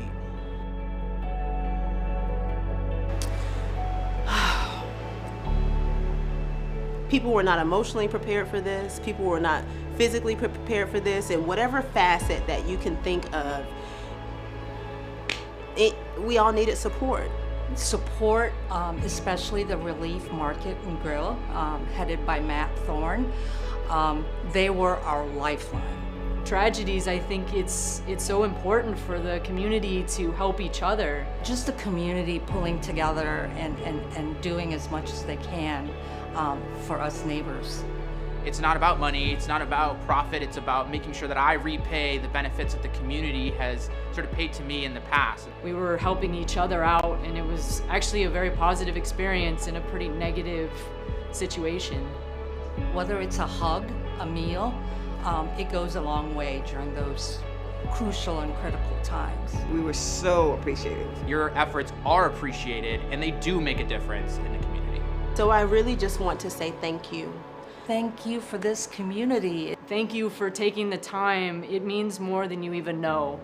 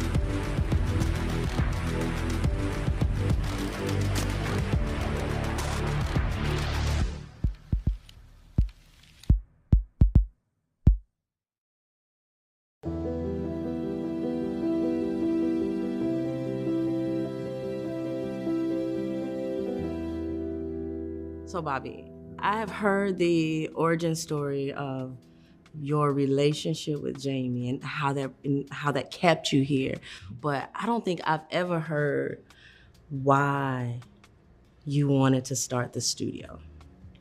Well, you know, that's a very good question, but I think it stemmed most from, I mean, somebody told me this years later that Jamie was just trying to find something for me to do because Dave Ellis and myself, we had not fully formed what the studio would be. And Jim was out looking for a building found this place, and we were calling it a theater, but not necessarily. And I had never run a nonprofit before. I've worked for dozens of them, but I had never run one. And so I think it was a convergence of several things, and we just grew into it being what we now understand to be the studio, which is something David Ellis and myself never did an elevator speech or the one soundbite. It's many things. Lately, people have been calling it St. Petersburg's living room, which sounds nice. It's a home for the visual and performing arts, but it's evolved. But we never had a specific defining, we're gonna do this. It just evolved.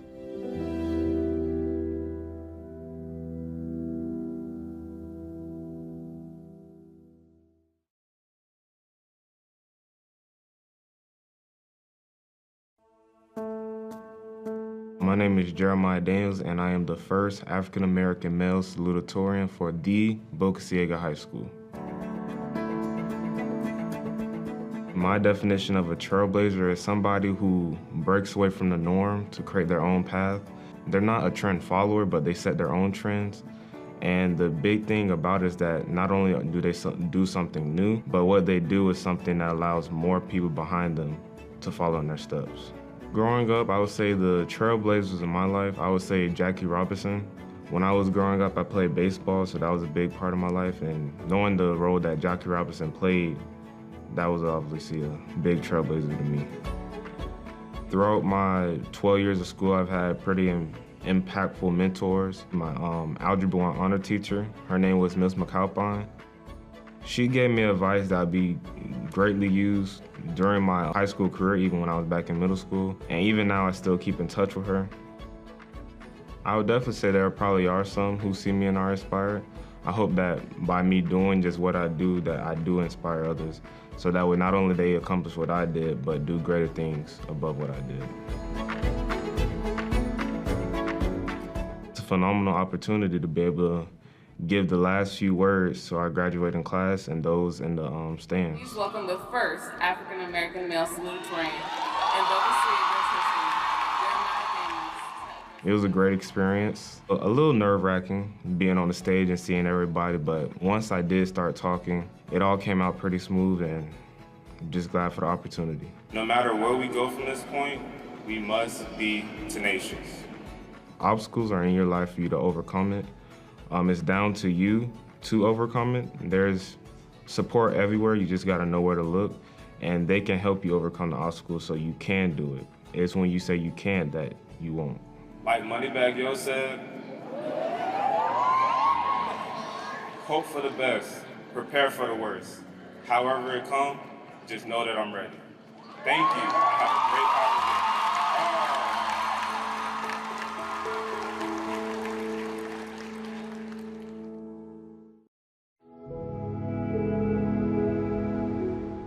I think a trailblazer is a person who looks at the needs of now without high regard for the status quo or the way we've always done things, but focuses their work on how you make our community better today and for generations to come. None of us stand on our own, and so in order for me to be elected mayor, there were so many folks in generations before me that had to fight even for the right to vote, or even for the right to be a full-fledged police officer like Leon Jackson. I just looked at myself as the next in a line of folks who are working to move our community forward. Without the Leon Jacksons of the world, I certainly wouldn't be in this position. And without guys like Bob Stewart, former city council member and county commissioner, who's one of my mentors, who served with both me and my father, you know, without those folks also pushing, we wouldn't be where we are today. You know, I attended the last segregated class at Melrose as a kindergarten student, that I'm able to go back to that and talk to those students as the 54th mayor of our city. That's a lot for one lifetime. As I go around the classroom, I do this for Great American Teach-In, and ask the kids, what do you want to be when you grow up? And the last time I went, there were 3 kids that said, I want to be mayor, and 1 young lady who said she wanted to be president. That's what it's all about. It's just making sure kids understand you really can achieve. Progress doesn't happen without someone who challenges the status quo, the powers that be, and speaks up for folks who are largely silenced. There is such a thing as a silent majority, folks who are too busy putting food on the table, taking care of their kids or their parents to be involved in the political arena. And so the folks that do that represent a lot of folks who can't be engaged. Find someone, reach out to someone that you admire who's made it, and reach out to them. Email, Facebook. I guarantee a lot of folks will actually respond to that. I certainly will if someone's interested in elective office. Reach out, make that first step. Never be bound by the status quo or someone else's opinion of what you can or cannot do.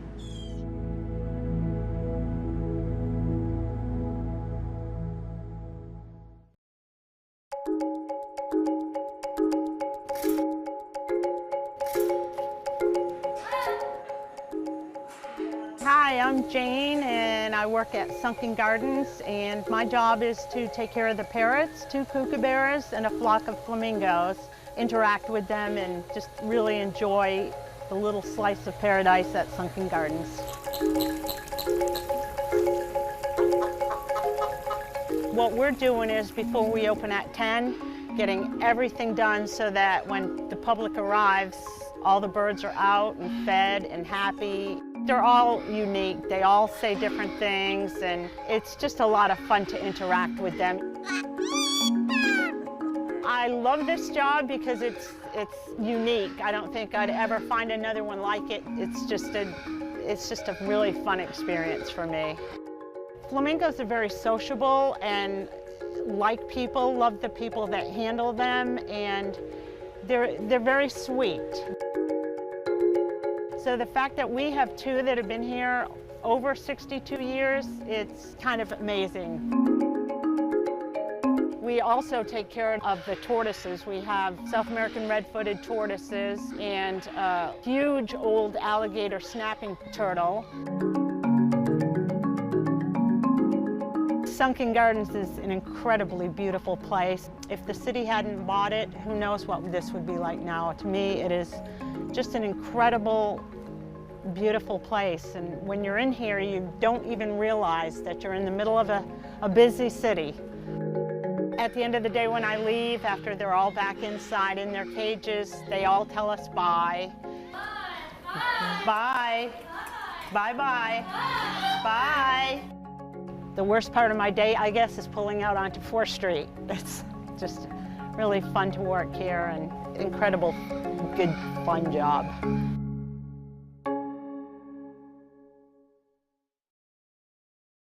Campbell Park is a beautiful community. It is rich with culture.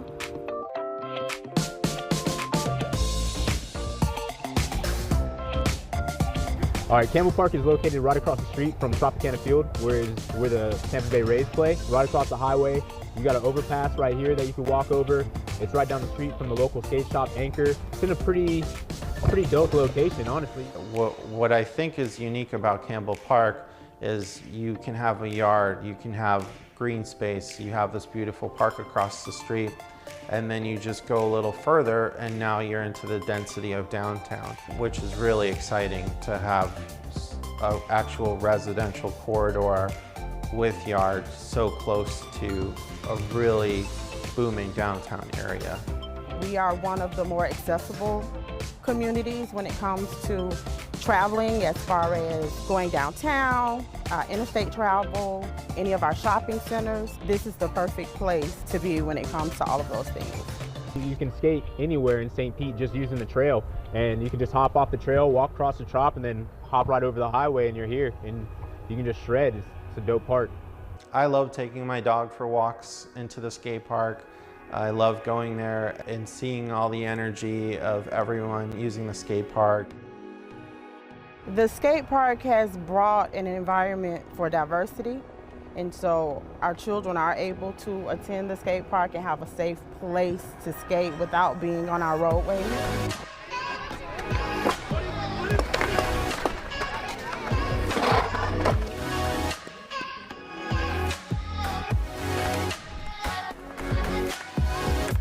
I definitely think that the skate park is going to help change some kids' lives out here, for sure.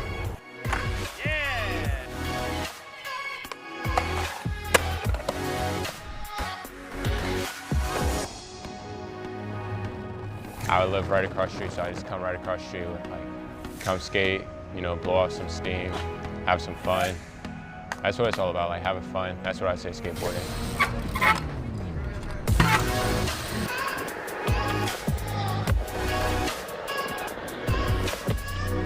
Back in the day, growing up skateboarding, skateboarders and BMX bikers never got along. To see BMX bikers and skateboarders getting along so well together in a skate park is really transformative, because if BMXers and skateboarders can be in harmony, then everyone can be in harmony together. Nobody's gonna be like, oh, you're too short to do this, you're too tall to do this, you know? It's more of a, you just come here and you get to do what you do, self-express yourself through the park. Definitely, since the skate park's been built, there's been a lot of more little kids like on their sidewalk, like practicing how to skate. You see kids riding down the street on the way to the skate park.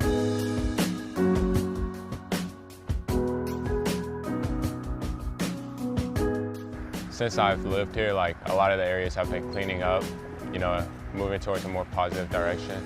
Everyone has kind of come together and worked hand in hand in improving things for everybody. Something where you create positive activity throughout the day has such a spillover effect on pushing out crime, which has been amazing. All walks of life can come here. Like, skateboarding is one of those things that's just like, it doesn't care what color you are or how much money you have. Like, if you have some wheels, a board, and some shoes, like, you're part of the crew, you know? Like, you can shred. Everybody's welcome. The neighborhood has changed over the years. It was beautiful when I was a child, but it's beautiful now that I'm an adult. I'm blessed to have been able to see all of those changes over my 46 years here in the neighborhood.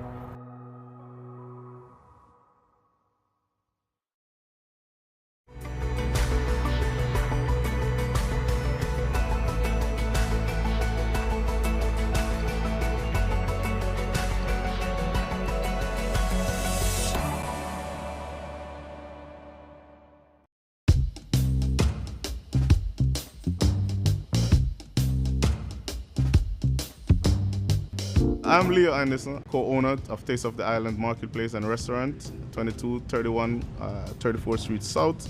I'm a family man and also a minister. I've been here in St. Pete now 5 years, and I've been loving it. Life here is great. It's a great place to live, great place to rear my family. This year makes 30 years that my family's actually been running the restaurant business in St. Pete.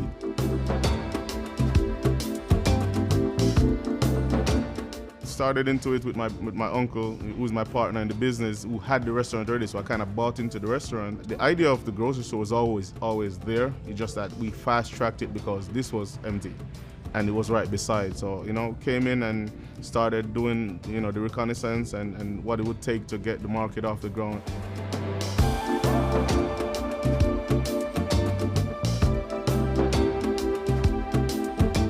We have a very friendly atmosphere. We have a very, very welcoming family atmosphere. That's number one. We pride ourselves in treating people good. You know, whether you're paying us or not. You know, we want you to feel at home. From spices to ground provisions to just snacks. We bring in chips from Jamaica. We bring in a lot of drinks from Jamaica. We bring in spices from Grenada. We bring in fresh soursop, which is a highly sought after item from Grenada and from Dominica. We really try to take the stuff that we're used to on the island and bringing it into St. Pete and let people who have tasted it or would like to try it, they can come on over and you know, indulge.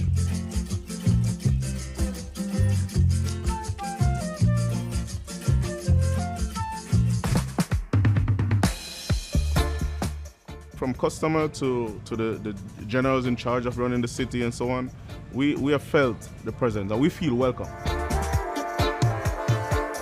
You know, as I say, it's a love affair. We are here to stay, really, in St. Pete. I mean, 30 years already, and we're just getting started, because as you can see, what the family is trying to do is pass it from one generation to the next, and hopefully, you know, God tarry, I'll be able to pass it to the next generation.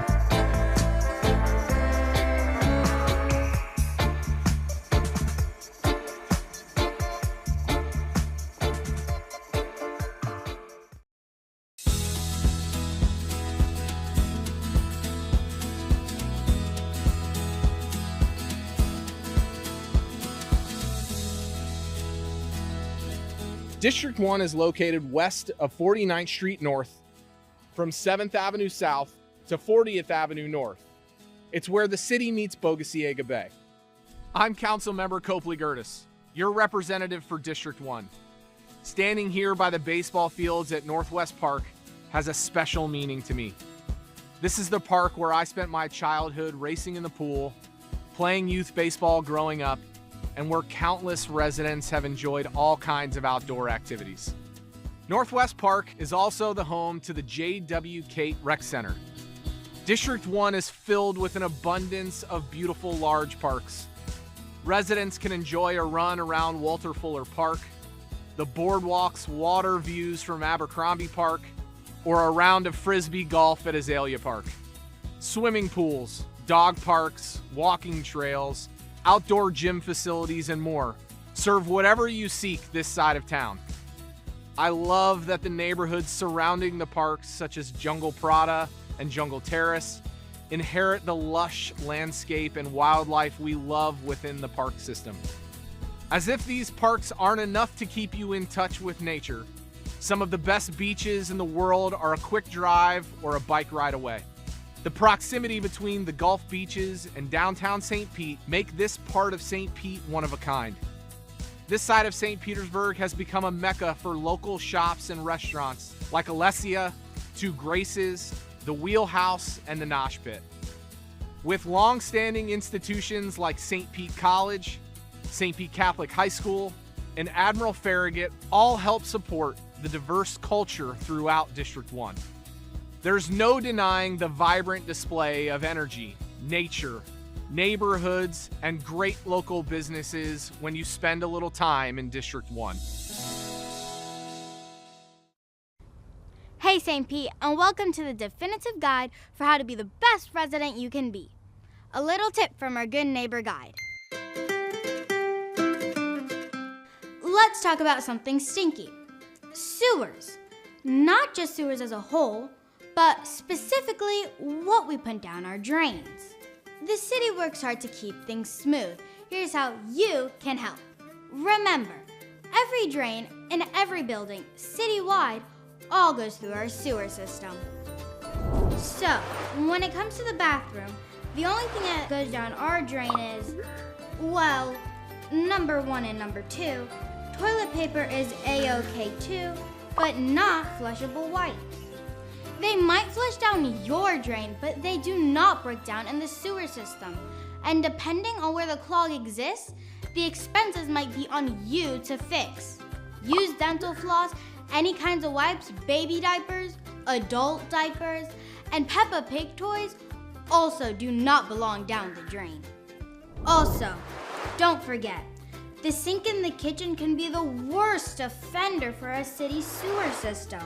Never, ever put fats, oils, or grease down the kitchen sink.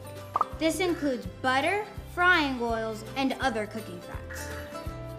Once these items go into the sewer system, they congeal and contribute to sewer blockage. Guys, there's a word for this. It's called fatbergs. You know, like icebergs, except these won't sink the Titanic. Google at your own risk. Collect grease in a container once cooled and dispose in the trash, not down the drain. Remove grease and oils from your pans before washing. Dispose of food scraps in the trash.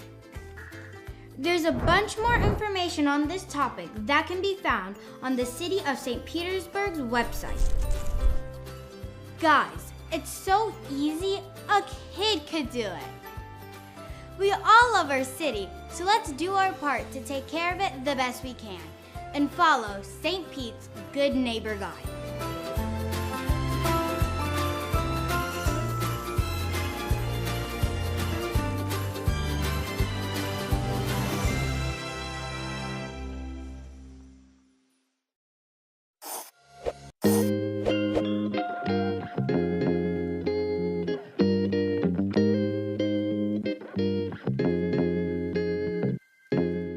Another great day in St. Pete. We're here at the St. Pete Yacht Club celebrating the 52nd Regata del Sol al Sol race.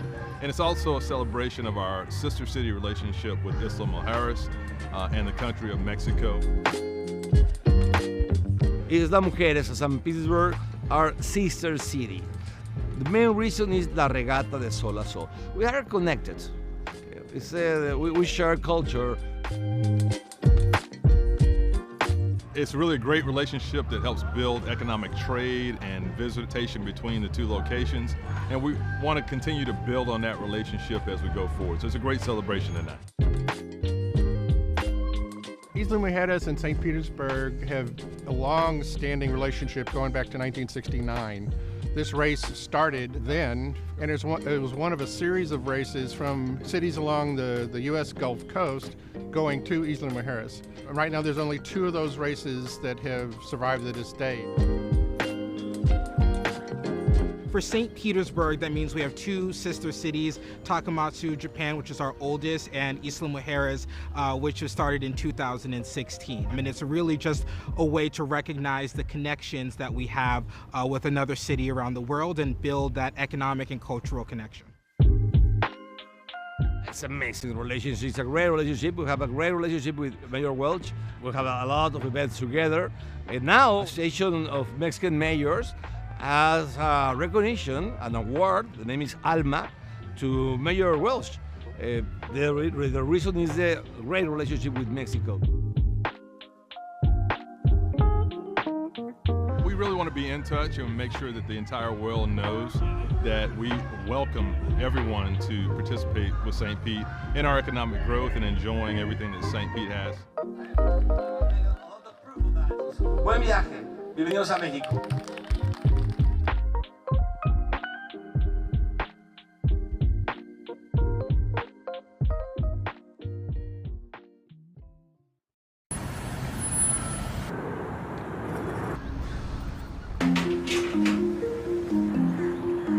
My name is Adrian. I've been with the City of St. Pete for about 3 years. My job title is environmental tech. That means strictly rodent control and basically keeping the rodents out of the structure or the home.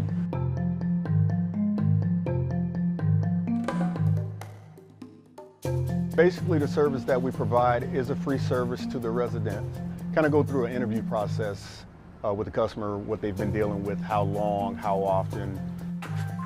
Good morning. Good morning. The City of St. Pete. Nice to meet you. Nice to meet you. All right. And then from there, an exterior inspection takes place. And then from there, it's pretty much education, which is key. The more the customer knows, the better we're going to be able to assist. But the flap's sealed right now, so that's excellent. The most common problems are going to be entry points. When we get those cold snaps, rodents are just like us. They want to be inside, they want to be warm. So the first place they're going to look for is set up inside the home. So we want to go ahead and get those places sealed off, which is pretty much the most important part of pest control. Sanitation definitely is key. Not giving them a food source to keep revisiting. My job is important because of the fact that rodents do carry a few different types of diseases. They can basically make you sick. As a last resort, we do provide bait boxes to the customer to kind of try to help control the population. I've been in the business for over 20 years now. I think it's a sense of enjoyment being able to help others that may not know exactly what to do. in the field of pest control. So it's kind of a privilege and an honor to be able to help that customer and be able to walk away knowing that that customer's been satisfied with the service that's provided.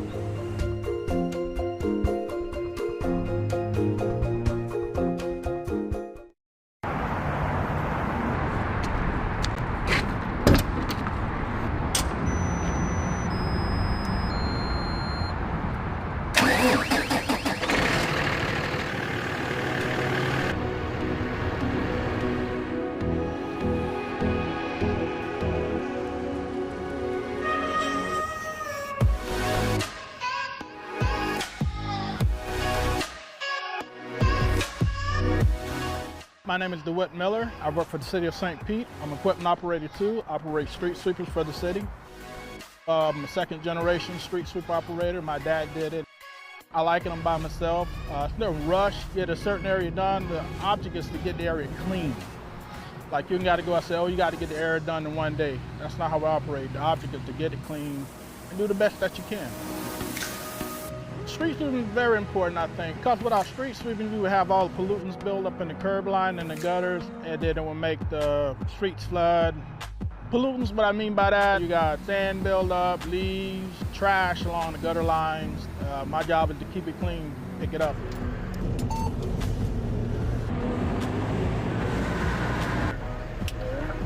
On an average day, you might get anywhere from 5 to 15 cubic yards of material. Mileage-wise, you might get anywhere from 8 to 10 miles a day sweeping. Some of the challenges we have to deal with, you have cars that are in your way, you might have trees down, palm fronds, stuff like that. We have to go around some of that stuff. We're trying to get every street in the city swept at least once a month. Enjoy seeing the citizens out, come giving you a high five, telling you what good job you're doing. I just enjoy my job. Well, as a kid, I used to get excited when I see my dad come down the street in a street sweeper. As a kid, one day I would like to do that. So I guess you could say I fulfilled the dream that I always wanted to follow in the footsteps of my dad and drive a street sweeper. Well, I get a sense of pride with every neighborhood I do. I go out and try to give it 100% because I feel like every house that I go past, it's my house. So my job is to go out and do the best that I can. I take pride in that.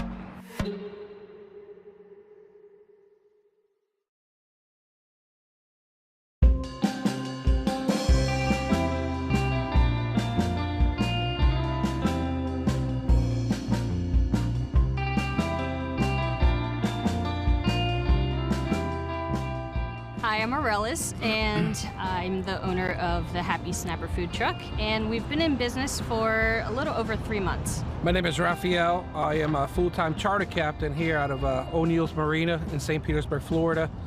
I've been doing it probably for over 20 years. The role that I have in the food truck is pretty much I am the fryer. She pretty much puts everything together, makes it look nice and pretty going out. I do everything else. I've always cooked. I mean, I've been cooking meals for my family since I was 12, and I'm not talking about like boxed macaroni and cheese. I mean, like full meals. And it's just something I've always liked to do. And my son actually played club soccer for Strictly.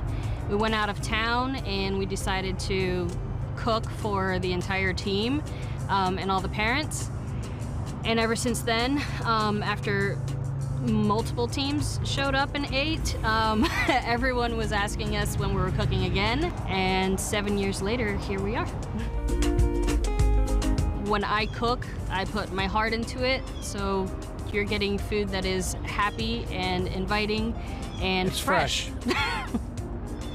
You know, with a little Spanish twist to it, because we do have a couple of things on the menu that is definitely you know, from being from Puerto Rico, you know, we're gonna have some plantains in there, you know, and we're gonna have some rice. Our main thing is fresh fish with a Spanish twist to it. Apparently we're putting out food that there's not many other trucks doing, and we're getting customers asking, you know, when we're going to be back, where we're going to be set up. We're having breweries that are in St. Pete asking for us to come back to their location because their customers are asking about us. And I feel like St. Pete is a very good place for people that, I mean, they love supporting the local community, local businesses, and it's just a great place for anyone to thrive.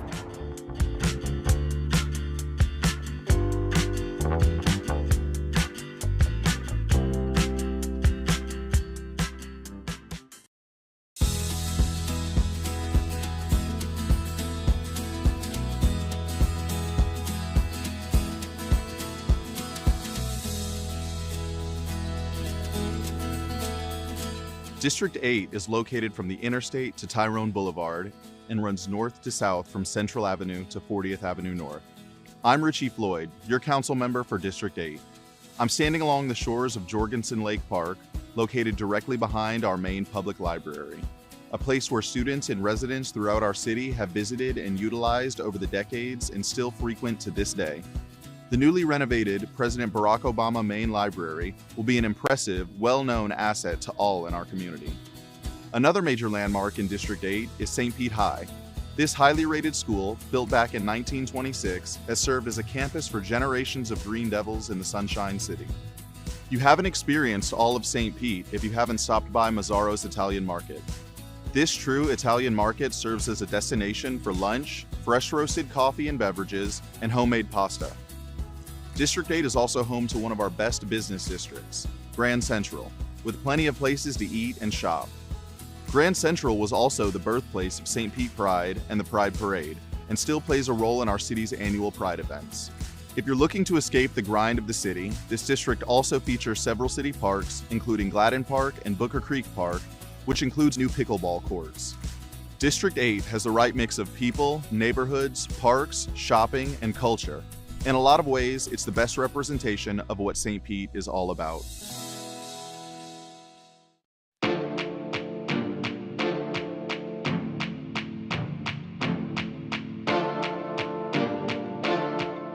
I want it to be fun. I want people to ask questions like, why are the cows flying?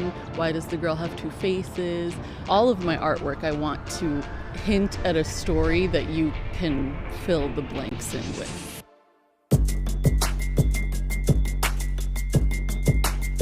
My artwork tells my story of navigating femininity, faith, and Latinidad through my painting.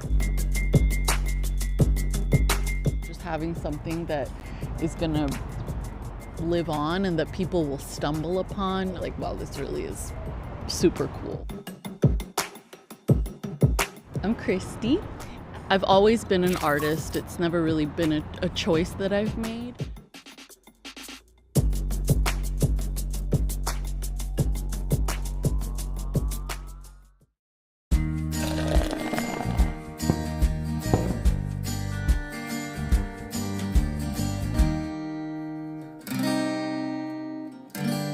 Wardsville, that was actually named for perhaps a businessman and his wife who was maybe for a while the postmistress in town. They took care of everybody's mail here, and we needed a name, and we were Wardsville until, you know, the magical day where we became St. Petersburg. And speaking of that, how did it happen? That's a great story. If you ride the trolleys, you hear a great story about, you know, a coin flip where, you know, Peter Demens and John Williams, who owned most of what is now downtown St. Petersburg, General John Williams, flipped a coin, right? The winner gets to name the city, loser gets to name the first hotel. Makes complete sense, right? The city is St. Petersburg, named after St. Petersburg, Russia, where Peter Demens is from. The Detroit Hotel is our first hotel, named after Detroit, Michigan, where Williams is from. Great story, but it's not true. We needed a name. And the postmaster wanted a name. Peter Demens had a press conference saying he was taking his train to St. Petersburg. John Williams didn't want to call it St. Petersburg. So there's all kinds of discussion. So what do you think happened after that? I think somebody, perhaps one of the partners in that railroad enterprise, said, look, we have to name this after Peter Demens, and so we're going to name it St. Petersburg, and you go to the post office and tell Ms. Ward that's what it's going to be. And that's probably about how it happened, as simple as that. It's as close as it came.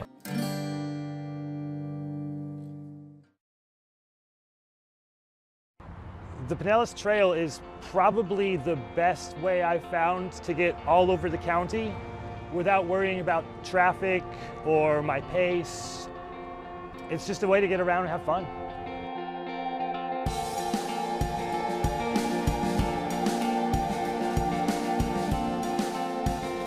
So in the spring, say on a weekend, on a Sunday, you'd find lots of folks out just walking, biking, just really enjoying the weather. So the trail starts downtown by the water, and it goes all the way to Tarpon Springs, if I'm not mistaken. And I like it because it kind of cuts back behind the neighborhoods. There's murals, there's tree coverage, and it just kind of winds through the most beautiful parts of the city. It's an awesome engineering feat, and it dissects the middle of an urban city, and at the same time, you feel like you're off to yourself. You're a little bit secluded, ample places for you to run, ride, and even collect your thoughts. It's pretty quiet and peaceful. Quiet in the sense that there's typically during the day a lot of users on the trail, so you're never by yourself, but everybody's kind of in their own world, so it's not a lot of noise. We were looking for a place that would be a hub for a healthy and active community, and one of the big things we wanted here was to have a place where people could run and walk right near our location. Pinellas Trail, which is right behind our facility, turned out to be the perfect location. We do lots of events here at the store. We do probably about 100 free community group runs from here where we're using the trail. Have a great walk, have a great run, guys. The running community in St. Pete is so supportive and so encouraging of all of the runners, no matter your pace. Everybody's just encouraging you along the way. And so when I went to my first group run, I invited my mom to come and do an evening walk with me, and that became part of our weekly routine, particularly in the spring. We do 2 runs a week, Monday and Thursdays, where we're running on the trail. So that's 100 times every year right there that we're out running on the trail with a group of people. I retired from Pinellas County in urban planning, and so I was involved in the initial planning for the Pinellas Trail. We saw it as a means of providing a facility that could be used not just for recreation, but health-related benefits as we deal with obesity and other issues. So our planning was from the perspective of an alternative to on-road facilities. So a lot of times here in the store, we encourage people, just go out there and see what happens. Don't have any set expectation for how far you're gonna go, how fast you're gonna go. Just get on the trail and have fun. The scenery is probably why I started using the trail as much as I did. The murals, number one, are my absolute favorite thing, and they're constantly changing. Not far from here is called Stonehenge Park. They have some beautiful murals painted on the bridges. Stonehenge Park is like one of those really cool wonders of art, and it's just right here. Nobody knows about it. So you'll have a cool blend between really fun art, awesome plants life. There's all sorts of berries and things growing I didn't know about back there. You learn a little bit more every time you go. Good morning. I love to specialize. When I was working still, we did surveys along the trail, and on any given weekday, we found about 1/3 of the users were using it as a commute alternative. If you've never tried the Pinellas Trail, I urge you to do so. You can walk it, you can run it, you can rent a bike at just about every few miles. You'll find a bike shop that's got bikes for rent. And we've had people come in and verbalize like their thanks, but also like you just see them out there and they just look radiant. They look awesome and healthy, happy, and you can tell that they're glad they're doing what they're doing. We're just appreciative that we had a part in their success. Trails give me the opportunity to really get out there and feel safe. There's bike lanes in some places, but to have a fully dedicated place, that helps a lot. It's more than just a long stretch of pavement, it's a community. The trail is a wonder that brings everybody together.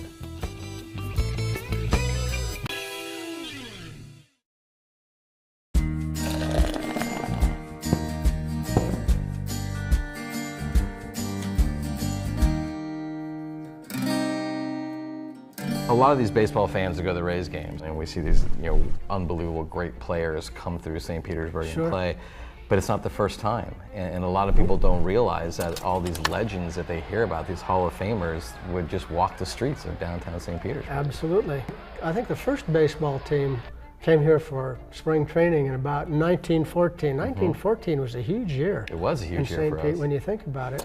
So it was the St. Louis Browns, and they played here for a couple of years, but they presaged those Roaring 20s, and part of the Roaring 20s was the coming of the New York Yankees. And they had all the big names. They had Babe Ruths, they had Lou Gehrig. They played here and they partied here at the Gangplank, probably. I'm sure. Babe Ruth and Lou Gehrig stayed at the Florenton Hotel, which is still downtown. And the Yankees played here until I think it was 1961.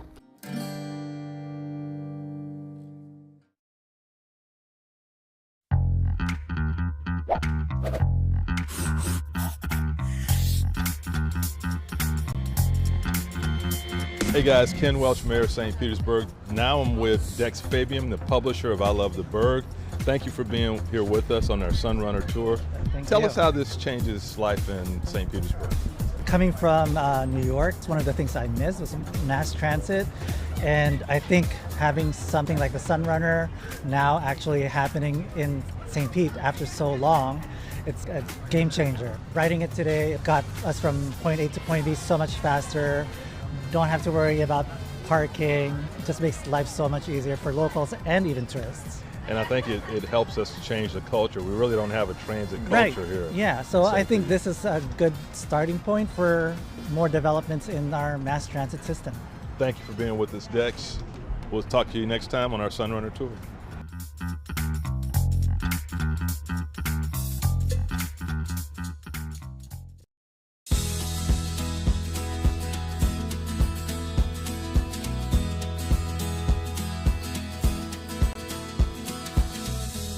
District 4 is centrally located in St. Petersburg, from Coffee Pot and North Shore to the east and I-275 to the west. It reaches as far north as 77th Avenue North and as far south as 5th Avenue North. I'm Councilmember Lisette Hanowitz, your representative for District 4. I love where I'm standing right now, where baseball legends played. Huggins Stengel Field hosted the New York Yankees spring training sessions with players like Babe Ruth, Lou Gehrig, and Joe DiMaggio, all the way back in 1925. This baseball field is located in what I consider one of the city's best parks, Crescent Lake Park, a 56-acre city park featuring the natural Crescent Lake, home to an incredible amount of wildlife. And of course, one of the city's most recognizable landmarks resides in Crescent Lake neighborhood, the Water Tower. Standing above the treetops at 110 feet tall, the tower features local artist Tom Stovall's mural and plays host to a pandemonium of green monk parrots. One of the best parts of District 4 are the many unique neighborhoods with their diverse architecture and residents that call this district home.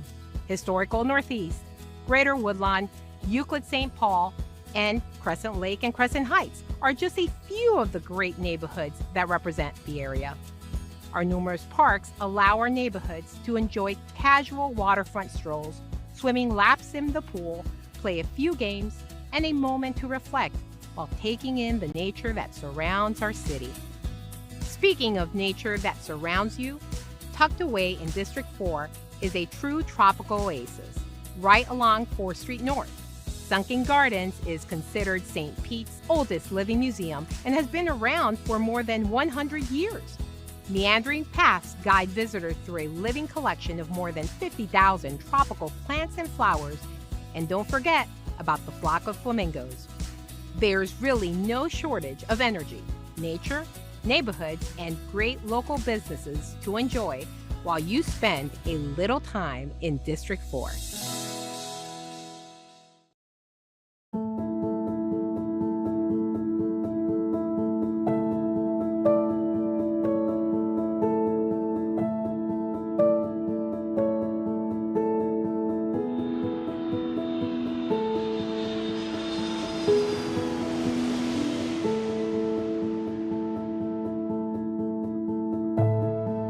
It's very important for people to have diverse cultural experiences so that they can better understand and empathize with people around the world.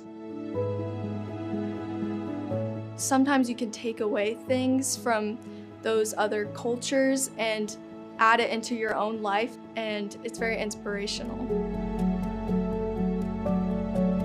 I learned so much about the culture of Japan, what it means to be in another country, what it means to have a host family in another country. It's truly a very unique and amazing experience. It offers an immersion opportunity that's really once in a lifetime. You can't find it anywhere else. I definitely learned so much more about their culture. I learned how everyday life is lived. You learn to love the people that you're staying with. You learn to love where you're surrounded. One of the events was going to the Yashima Temple. It's a temple up on a mountain in Takamatsu, and it's otherworldly. It's absolutely beautiful.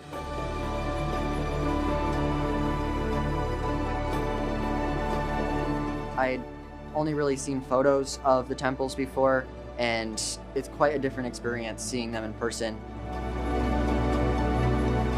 I just remember it was so beautiful, and the more temples and things like that you visit, the more you appreciate the culture and appreciate the historical significance of Japan. This is maybe a once-in-a-lifetime program. Even though Japan is on the other side of the world, I have another host family out there. I have another family out there. It's really a great opportunity to exercise that interest in culture and learn more about Japanese culture specifically. Not only is it educational, but it's also inspirational. It really inspired me to get out and travel more. And there's so much more for the world to see, different cultures, different foods, different lifestyles. And it's just so important that people realize and seek the world around them.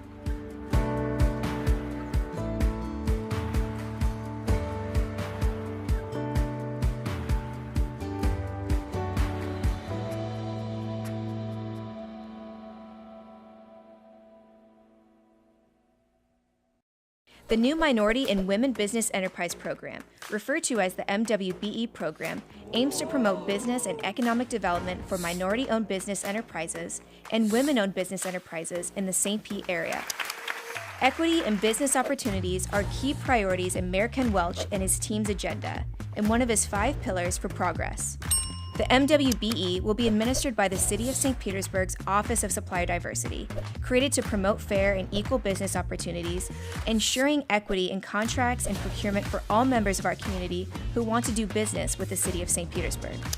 The city awards millions of dollars in contracts each year for services, supplies, and construction, which results in the creation of a wide variety of opportunities. The new MWBE program will create participation percentage requirements, providing more opportunities for St. Pete's diverse business community. For more information on qualifications, eligibility, and how to apply, visit stpete.org/MWBE.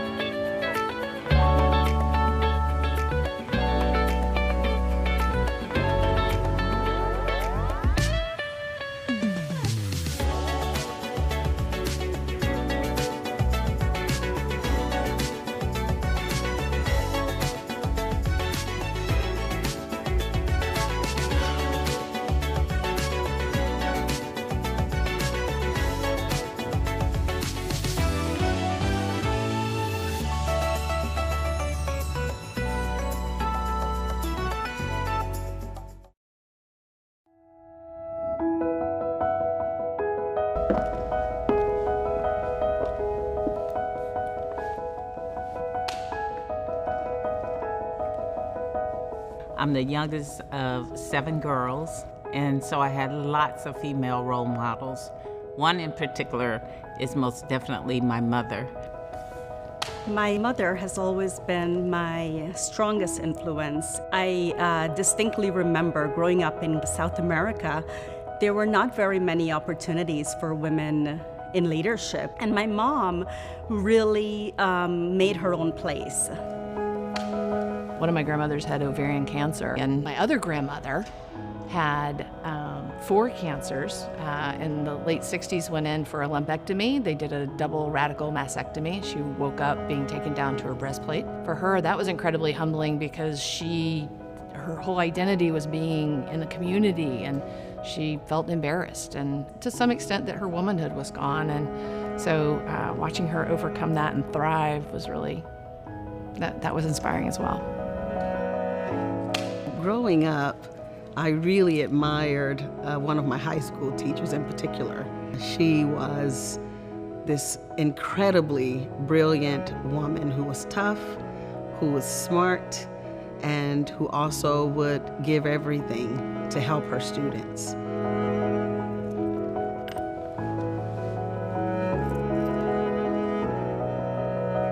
I think it's critical to have a mentor. I found mentors that taught me self-acceptance, self-love. They help you find a way, they help you find an opportunity to a path to your full expression. Well, I think mentorship is extremely important to the pathway to success. Having someone there who is really going to be the shining example, who is going to be your guide through life, is really what's so important and what so many of us need. Every life, you should have somebody that is your champion and somebody you can champion. And I think that's really important as we think about elevating others.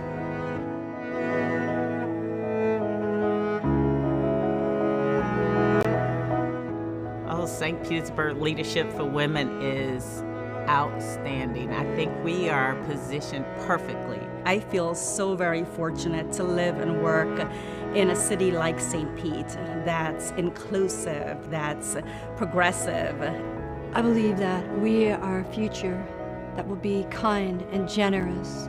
There's great support amongst the women leaders to collaborate, to make a difference, to solve complicated problems, and they're brilliant, brilliant women. This community has not just great women leaders, but a platform where they're elevated and able to do things that are meaningful and that really impact our community. And that's part of the reason it's such a phenomenal community. Women have such an important role in our culture. The future of women in St. Pete has never felt brighter. Mentor a young lady or find a mentor for yourself. Be sure to honor the women in your life this month and every month.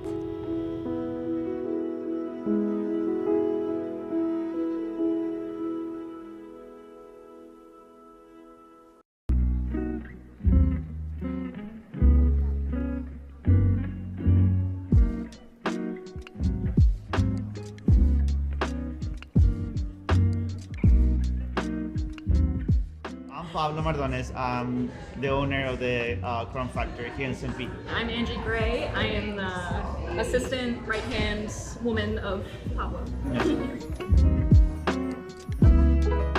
Me and my friend Felipe, we opened this store together. We had this idea that we were kind of tired working like our corporate jobs, you know, although life was very like stable and all that, we wanted just to have something like of our own and kind of like work a little bit more like the life-work balance, you know, in our favor. So we decided to open a restaurant.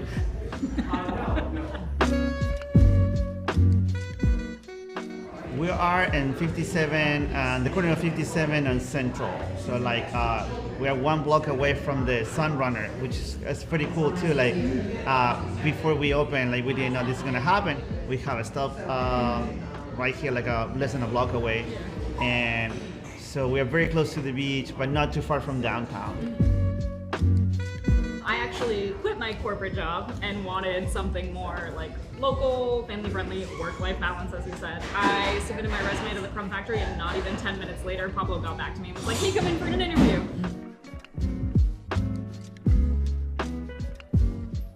We produce everything here in-house, like... And you can watch us do it.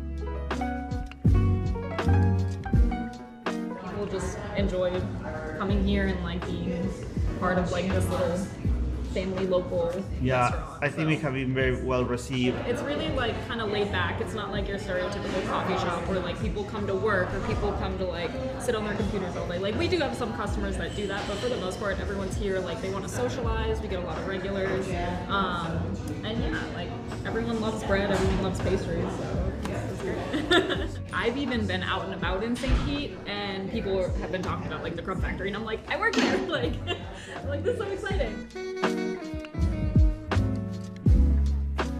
That's one of my goals. Like I want to be a place that people associate the Crumb Factory with St. Pete.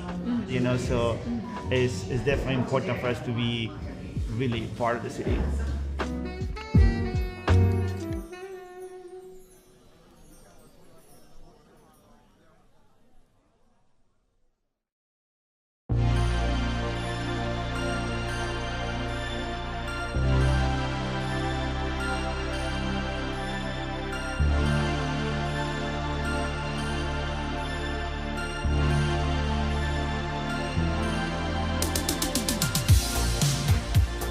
My name is Lisa Fleming. My business is Dress Up Studio. It's actually a boutique, one of the newest boutiques in downtown St. Pete, on the corner of First Avenue North and 6th Street.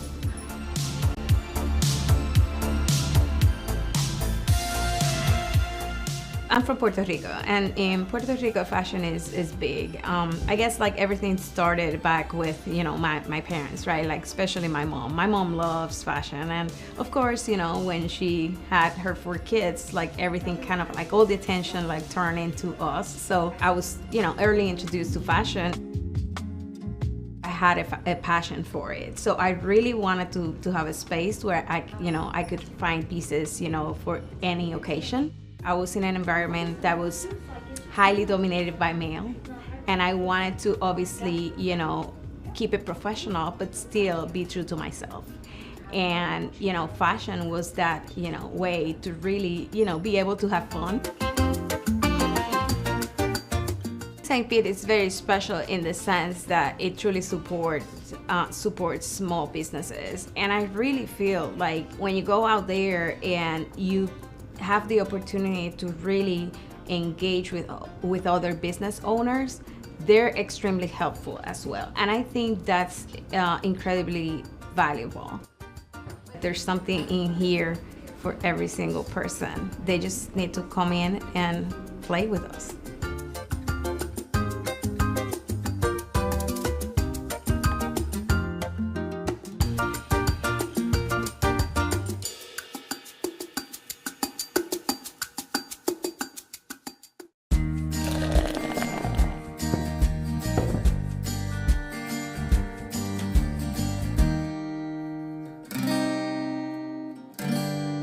You know, the other day I was down close to the ballpark, and I stopped at a fountain to get a drink, and a woman came up to me and said, you know, that's really the fountain of youth. You're going to turn younger. Do you have any idea what she was talking about? Do you feel younger?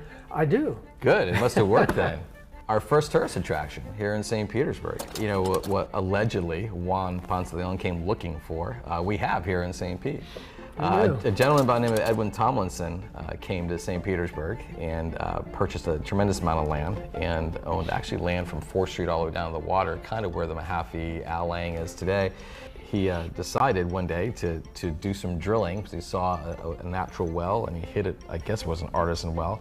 And when the water came onto shore, I think the people in St. Petersburg were going to run him out of town because it smelled really bad. It was, I think, the story I read, someone equated to a dozen raw eggs being broken open in an August afternoon in Florida set on the sidewalk. I don't know who was brave enough, but someone drank it. They tasted the water, and they actually felt pretty good, and it made them feel good. And before you know it, word got out. St. Pete had this reputation of being the healthiest city in the, in the nation. People were coming and filling their water jugs and drinking the water, and everybody was feeling great. And then someone finally had to test the water, and they did, and had an unbelievable amount of lithium in it. Oh my gosh! So what does lithium do? That would calm you down. Happy water, right? So of course it was, the fountain of youth. Everybody was drinking, and they were happy, and they were great. So finally it got shut down and capped, and regular potable water came through. Why are we drinking beer? We should have. We should have the water from the fountain of youth. It made everybody younger again.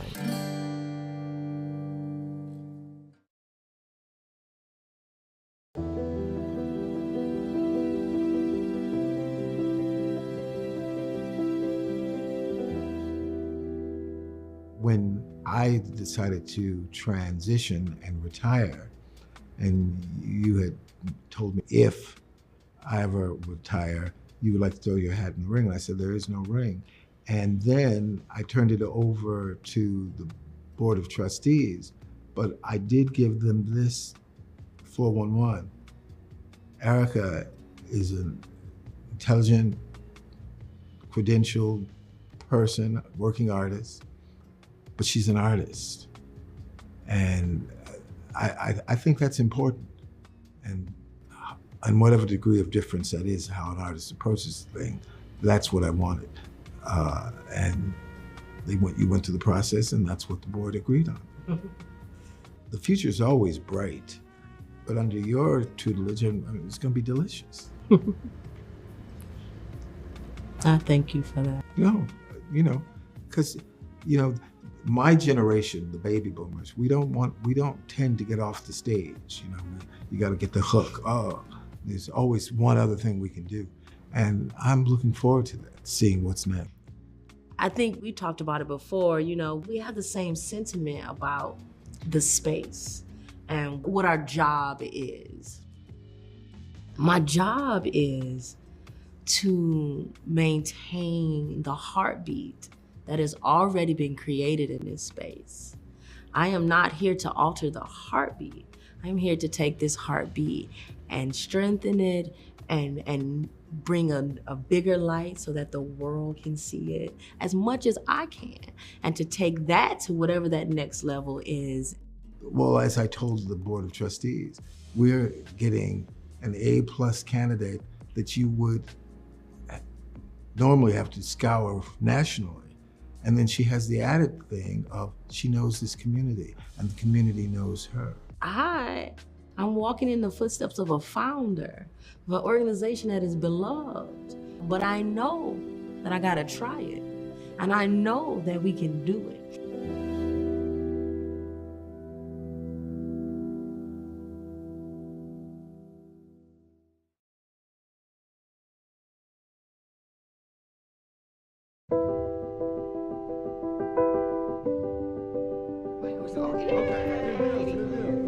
Evan? Yes, sir. My name is Evan. I graduated from St. Pete. St. Pete High? All right, good to meet you. My name is Mario. Mario. From St. Pete. Another Green Devil?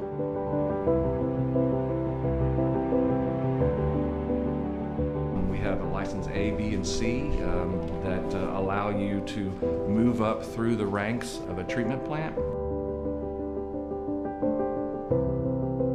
Okay, 1, 2, 3, everybody.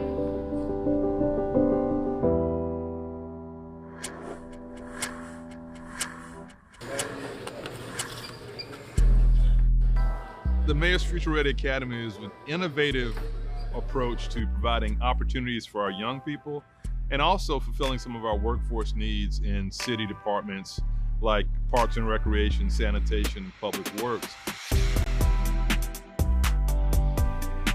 This was an innovative way that our departments thought to open the doors of opportunity to let our young people know about the career path, not just a job, but a career with the city of St. Petersburg.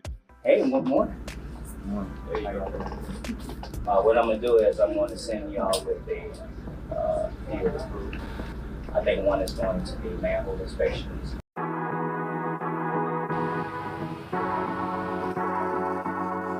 Our Future Ready Academy really consists of going through each department through the city and then learning new experiences through each department and what each department consists of. You get to learn a lot. Well, I'm with Water Resources Department right now, and we came out here to this manhole to see if the float should be moved. The blower is ventilating the air right now, pushing all the toxin gas out and bringing fresh air in. Today, we're trying to get the flow meter changed from one manhole to the next one. And one manhole, there's a lot of sludge, and then the other one, we just found out it is sludge in that one as well. We have to use a blower to blow all the toxic gas out and put fresh air in the manhole so it's safe for somebody to go down there. It's a good way to look at what they do behind the scenes. Coming out here, you actually see like they test the waters for how fast it's traveling, and they test the waters like to see like the gases and what's in it.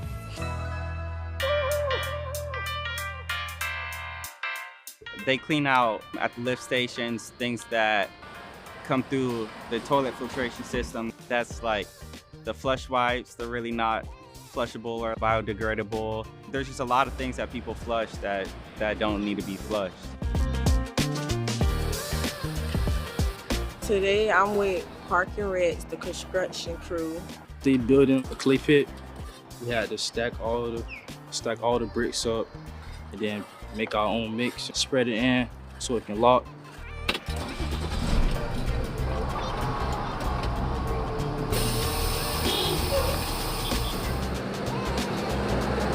The cadets have opportunities to earn some other certifications outside of the classroom. These cadets were working on their CDLB, which means once they complete this particular program, they will be CDLB certified, which means that they'll be able to operate certain vehicles that you have to have the CDLB permits for. So y'all did it. I'm proud of y'all. I swear I'm so proud of y'all. Today I'm with the SPTO department and I'm with the traffic group. Across the road, there's another pole box. Once we pull it through there, we're gonna run it up the pole and out onto the arm. Today we were setting up radars, which kind of scan the cars when they pull up to the lights, giving signals to the lights so that they could turn. We have sensors that will see cars. And what we did is we needed to add 2 sensors for north and south coming out of the dog track and coming out of the apartment complex. I've never been up that high, other than in like an airplane, but seeing the wires and how everything works was really cool. I want to have a job with the city so I can start my career, and then from that point on, just keep moving up.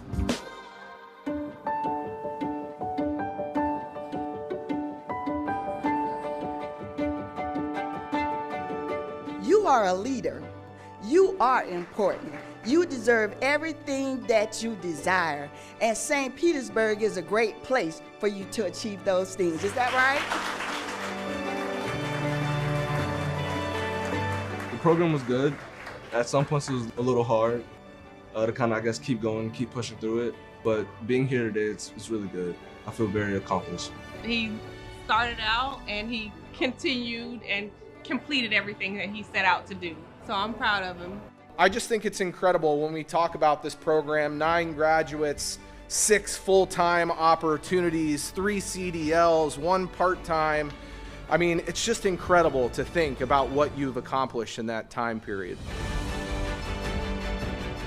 I feel like I'm real proud of myself. I feel like I did a good job throughout the whole program, you know, not giving up and just keep working so I can better myself in life. I'm just so thankful for the program. It gives him a start in life, and I'm really, really proud of him. You are the first. You set the standard, and you've proven the concept of this program. We want to make sure that whether you're with us for 5 years or for 50 years, that you know that you have the foundation to move forward in life and achieve anything that you all want to achieve.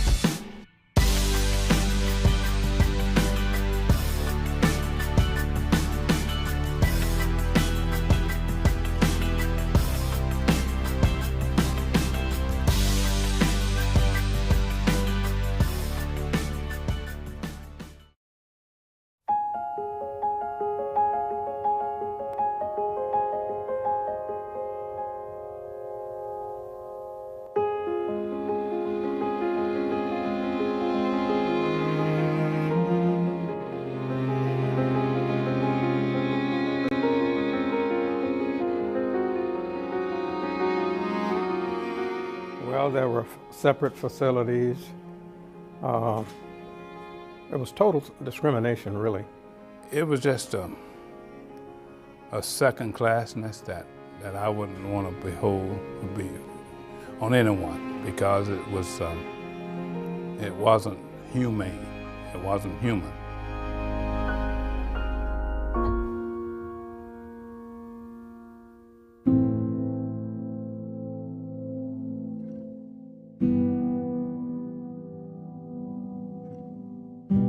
We African Americans could not eat at the lunch counters. We could not even sit on those green benches downtown. We were not treated equally as the white citizens in this city. In 1963, I was hired on the St. Petersburg Police Department. And when I went to work at the police station, I determined that the police department wasn't totally integrated. The locker rooms were most definitely segregated. They were put in the corner. Patrol cars that they did have were the old ones, but maybe not in very good shape. We African American police officers were always assigned to work in the African American neighborhood only. We could only investigate complaints from citizens of color. We could only arrest citizens of color. You know, you're trying to enforce the law and trying to get respected or be respected, and you know, you're getting disrespected by the people you're working for. In 1965, there were 15 African American police officers on the St. Petersburg Police Department. That includes 1 sergeant, 2 detectives, and 12 uniform officers. They wanted equal responsibilities. They wanted to be able to police white neighborhoods like Snell Isle, like the Old Northeast.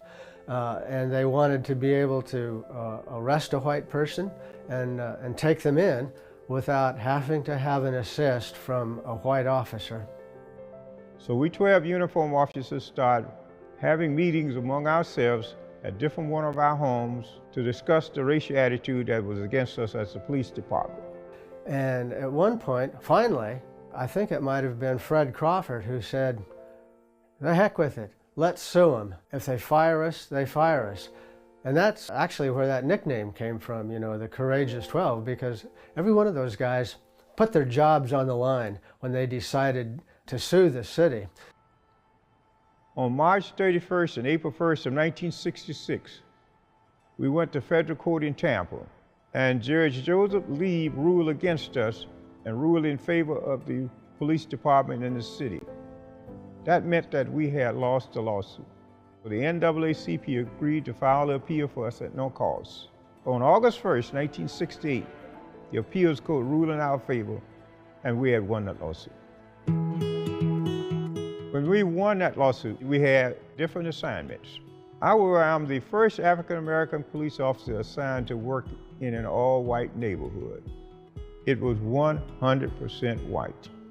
We were very proud and honored because we felt that we accomplished what our mission was set out to be.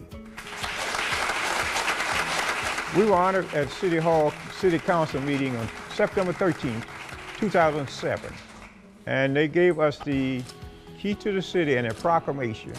And we really thank the city for what they did for us. I never dreamed that I would see a black chief of police here in St. Petersburg. They have one African-American chief now, and they had one previously black chief before. And it's part of what we was put that lawsuit for. We want to make sure that when people enter our lobby now, we want to recognize the doors that you walk through are the doors that these Courageous 12 open for minorities here in the St. Petersburg Police Department. Police department in the city put a plaque in the police station with all our names and our pictures on it, and a narrative let people know what we did to be honored. I have put into place that every sergeant and lieutenant shall read the lawsuit, and they will be tested on it to make sure they are aware of what happened, so we make sure that never happens again. What we did help these young men that come on the force now, that came on the force after. I look around now, I see deputy chiefs, I see chiefs, I see majors. It sort of makes you feel good.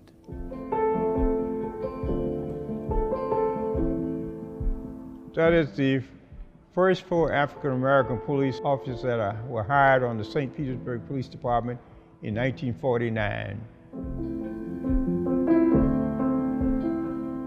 That's the Courageous 12. When I see these 12 faces together as unity, we was closer, just like brotherhood, that's what I think of. I'm the last one of the Courageous 12 left. And I think about those 11 other officers that are going on, because we were brothers. We were just like brothers. We were so close. And I am going to carry the banner on for those other officers that are going on. But I tell the younger generation to stand up and for what you got and what you believe in, and stand your ground and don't back down. And think about the Courageous 12 as what we did. We stood our ground and we did not back down.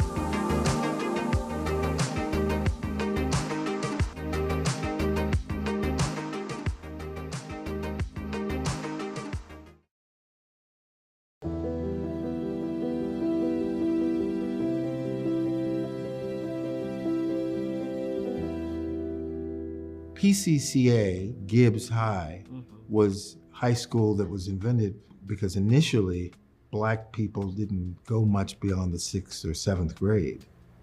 And they created it. And then they put this performing arts magnet there.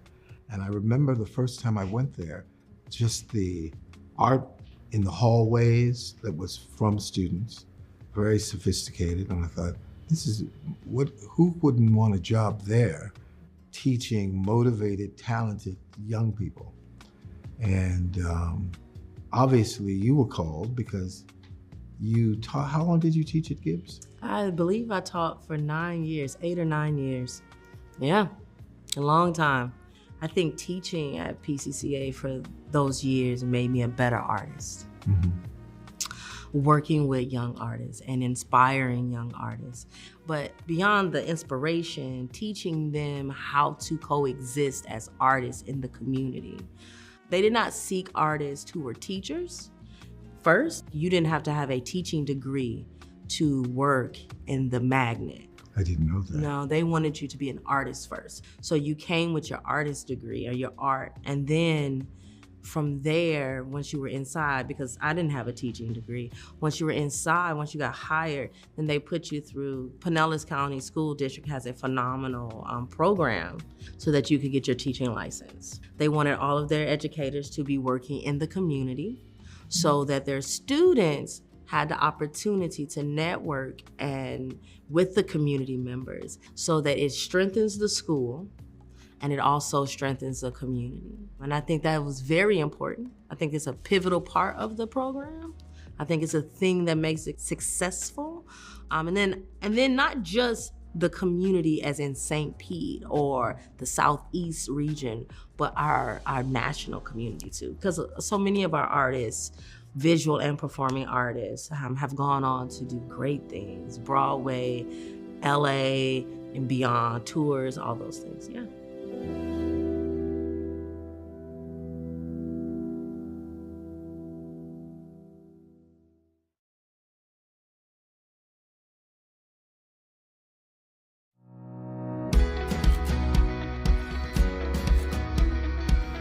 District 7 is central to the city and includes the Deuces Live Main Street, the South St. Petersburg CRA, and a majority of the Skyway Marina District.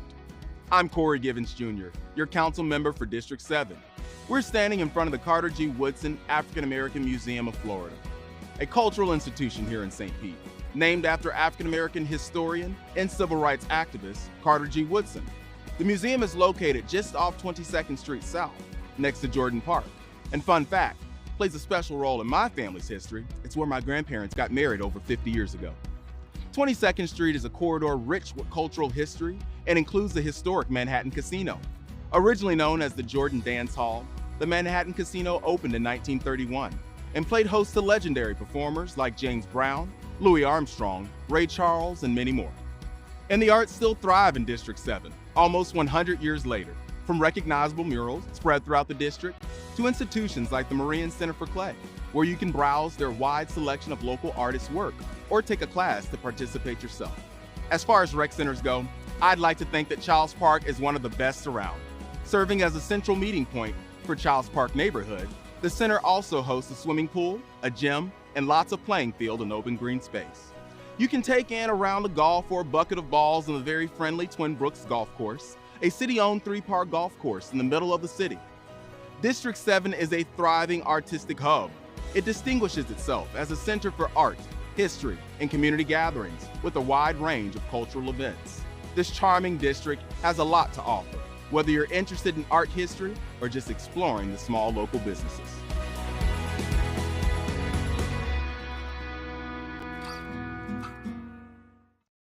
Hey St. Pete, and welcome to the definitive guide for how to be the best president you can be. A little tip from your good neighbor guide.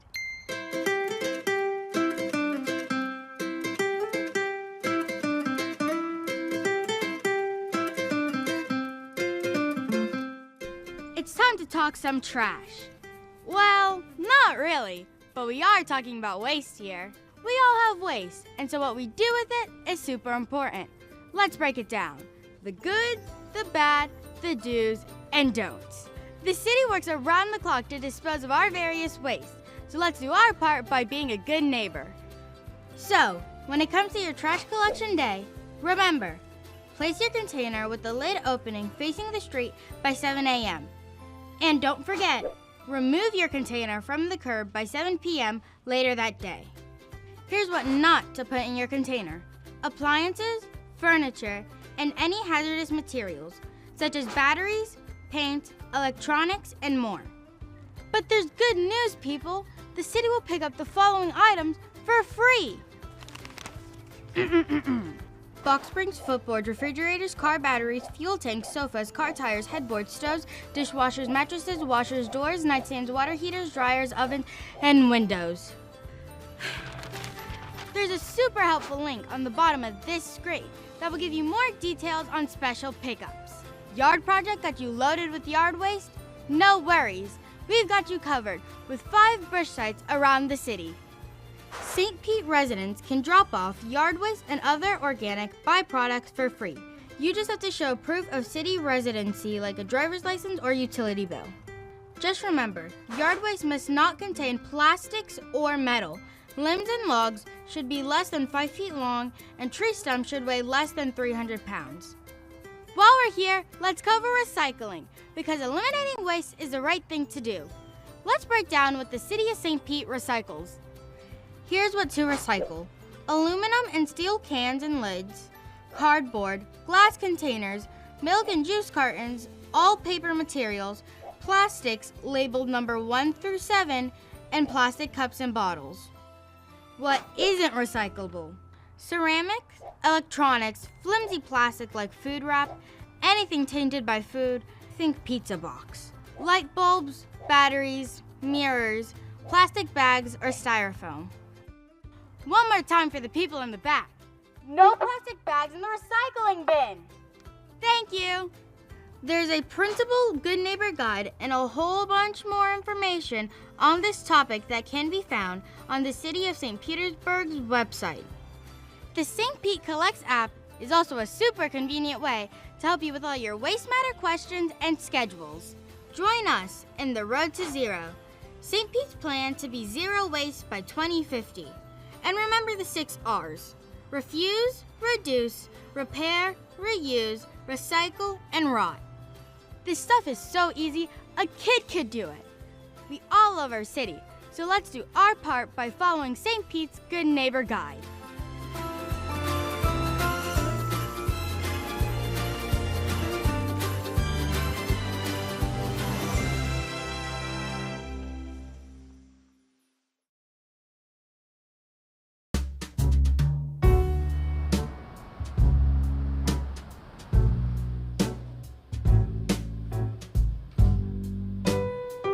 Food has always been a passion of mine. My passion from food comes from my grandfather. It was really just born out of the fact that I believe that he wanted to show us the world, and he did that through everyone's different cuisines. So like we would have really elaborate holiday parties, and we would have like Thanksgivings would be all designated towards like a different country, and he wanted to introduce us to that country, and it was through their food. So one of the things, we had a Japanese spread. I was not vegan at that point, but just the art of the cuisine, I was able to like eat with my eyes, and it just made me fall in love with sushi. When I went vegan, I realized I couldn't have sushi anymore. So it kind of started with a cookbook, and I did a pop-up, and then we were sold out, and then I kind of just went from there. I just did pop-ups, markets, and festivals, and I started delivering sushi to people's houses, and it kind of just caught on.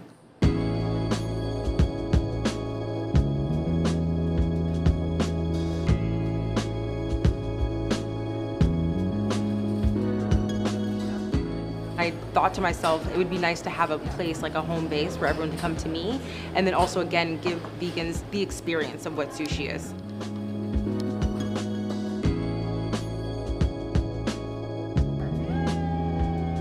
Being in St. Pete, I feel like everything is happening on Central. I feel like Central is where a lot of businesses want to be. On a normal day, we would go through 4 pots of rice, and that was like a great day. And now coming to the new space, like we're going through like 8, 9, 10 pots of rice in one night, which is like, for us, is crazy.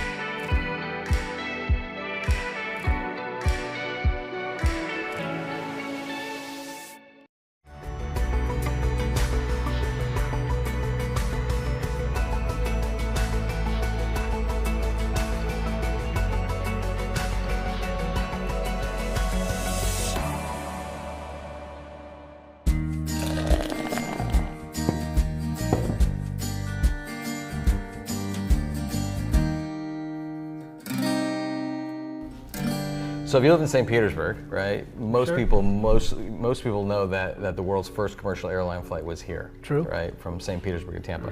But what a lot of people don't know, could have been disastrous for the whole idea of the whole airline business, the chain came off the sprocket. The engine was basically powering a propeller like a bicycle chain and a bicycle sprocket that turned the propeller. And halfway across the bay, the chain came off, and he had to land the airboat in the middle of Tampa Bay and repair it. Remember when you were a kid and your chain would come off and you have to put it back on, your hands would get all greasy and dirty? Well, him and AC File both had to do that, and they both got their hands all filthy and stuff, but they put it back in the air and they made it. That could have been game-changing for the whole airline industry if the flight didn't work. If they'd had to come rescue these guys out in the middle of Tampa Bay after all this publicity. That's exactly right. My goodness.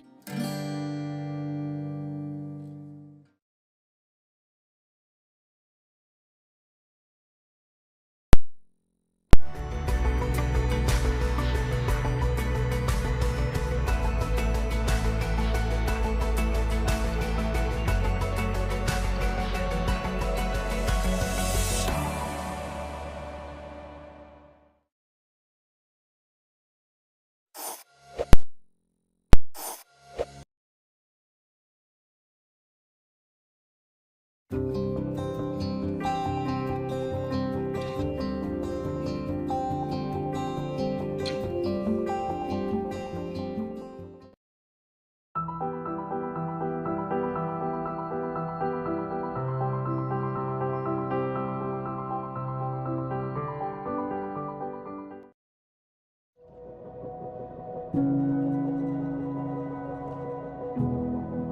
name is Catherine Washington, and I'm the first Black female firefighter for the city of St. Petersburg, Florida, and I'm very proud to be that and hold that title.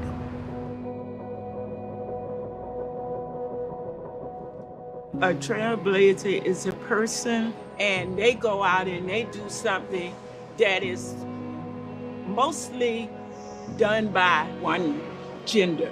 And they pierce that and they make something out of it that redistributed what people think of each other.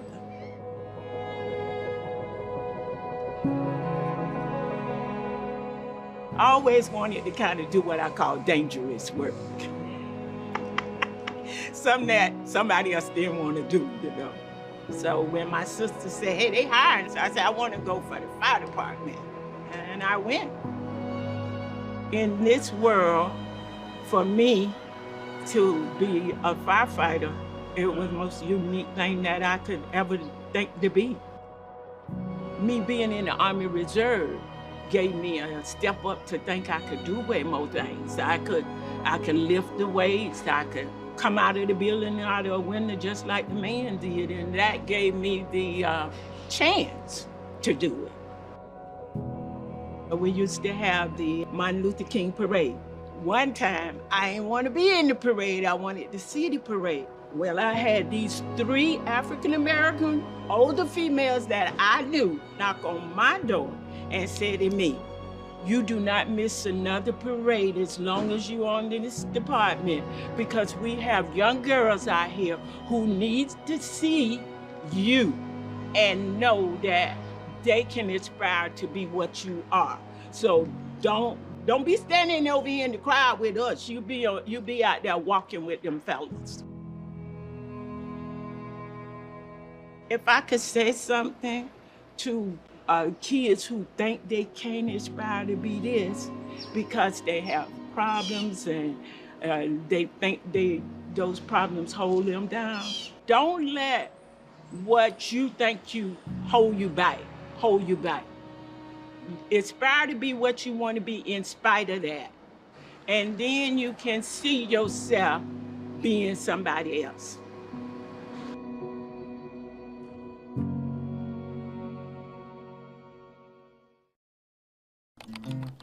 It feels like my whole career, I've just found a job, but never the job. Finding the perfect job that suits my life has always been challenging. I've always sort of just felt like a number at the places where I worked, so I think that I'm ready to find a job that will give me the benefits that I deserve. They always say that you're only as strong as your own network, so I'm expanding that. Beginning today, I'm asking anyone and everyone I meet if they know where I should work. Hey, don't you wish that you had a job that would contribute to your retirement fund without having to contribute your own money? You should work where I work then. It probably makes sense that I can't find the perfect job situation. I mean, who would ever leave if you had it so good? Hey, wouldn't you freak out if you could find a job that would provide you with a doctor that you could see anytime, without a copay even? Yeah, and how about most common prescriptions too? Yeah. Wait, is that a thing? Yeah, you should work where I work.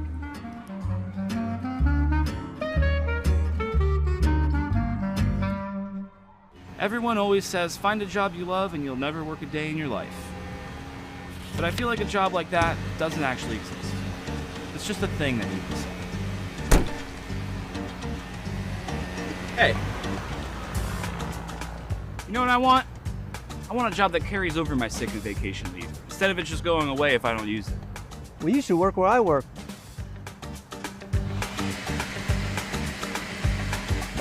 Maybe my expectations are too high. Maybe a job is just a job. I mean, who really works somewhere that has the perfect package? Hey, little guy. You have a maid, don't you? I should take a page out of your book. Get a job without a desk. I don't have a desk. Wish I could find that job. Well, you should work where I work. I'm starting to think that there is a place that has the benefits that matter to me. A place where I can find a solid work-life balance, but there's no way there's any job possibilities, right? You really should work where we work. Wait, you guys too? Yeah, man, there's plenty of job opportunities at the city of St. Pete. Where would I even begin? Easy. Just go to stpete.org/jobs and then go from there. Oh, I have to go. Okay, wait. He's got our mic. I need to work where they work. Cut.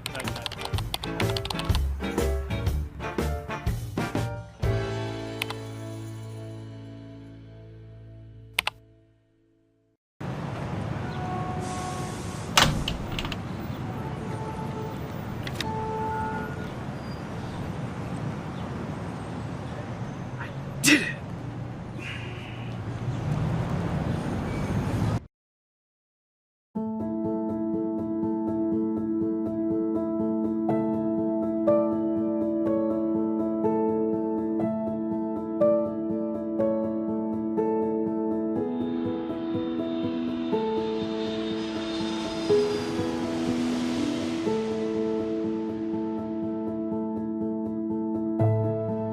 It's very important for people to have diverse cultural experiences so that they can better understand and empathize with people around the world. Sometimes you can take away things from those other cultures and add it into your own life, and it's very inspirational. I learned so much about the culture of Japan, what it means to be in another country, what it means to have a host family in another country. It's truly a very unique and amazing experience. It offers an immersion opportunity that's really once in a lifetime. You can't find it anywhere else. I definitely learned so much more about their culture. I learned how everyday life is lived. You learn to love the people that you're staying with. You learn to love where you're surrounded. One of the events was going to the Yashima Temple. It's a temple up on a mountain in Takamatsu, and it's otherworldly. It's absolutely beautiful.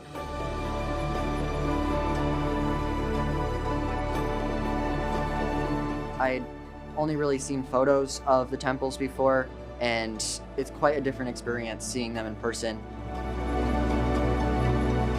I just remember it was so beautiful, and the more temples and things like that you visit, the more you appreciate the culture and appreciate the historical significance of Japan. This is maybe a once-in-a-lifetime program.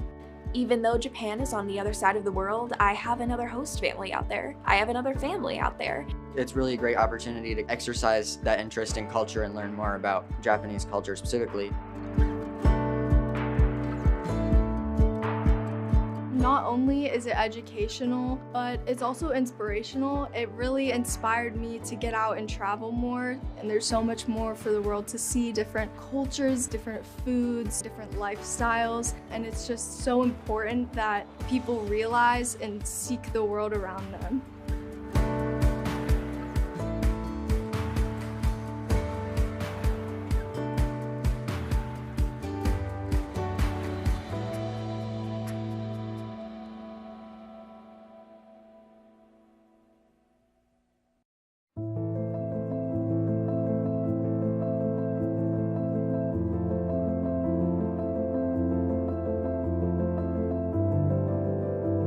Growing up, one of my biggest female role models was my grandmother.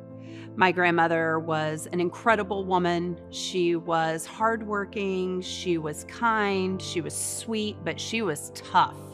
And she really taught me from a very, very young age how important it is not only to work hard for everything that you want, but once you achieve those things, to give back to others. When you look at who did I look up to, I have to say my mother was definitely the primary one, because she was actually able to take so little and provide so much. She taught me what fortitude was. She taught me what commitment was. Even in this day and age, it can be really tough for women who are, aspiring to achieve their career goals or their own personal goals for their life. For those of us who are at this level, who have, accomplished some of our goals in life, we have kind of a responsibility to reach our hand out to that next young woman, grab her hand and pull her along. Well, I think growing up, children learn from those who are around them. And even as they're babies, they mimic everything that their parents do and what they teach them. And I think having the positive role models that are necessary to make the right choices in life, role models are helpful.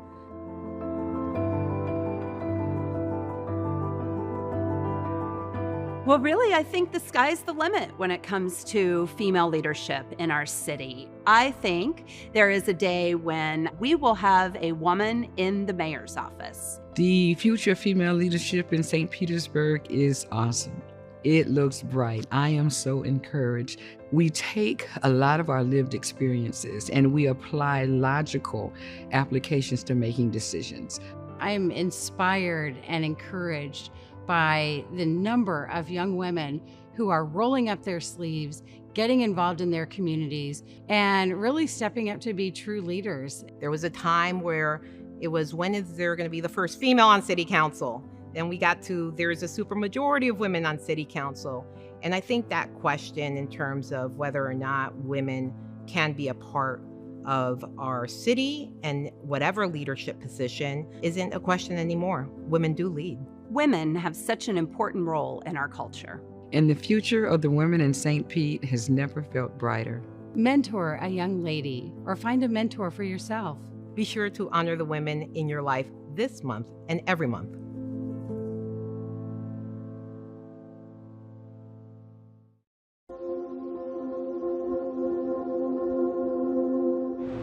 My name is Shakayla Berthelo, and I am the first to graduate from the Gibbs High School EMT program and get hired on with St. Pete Fire and Rescue.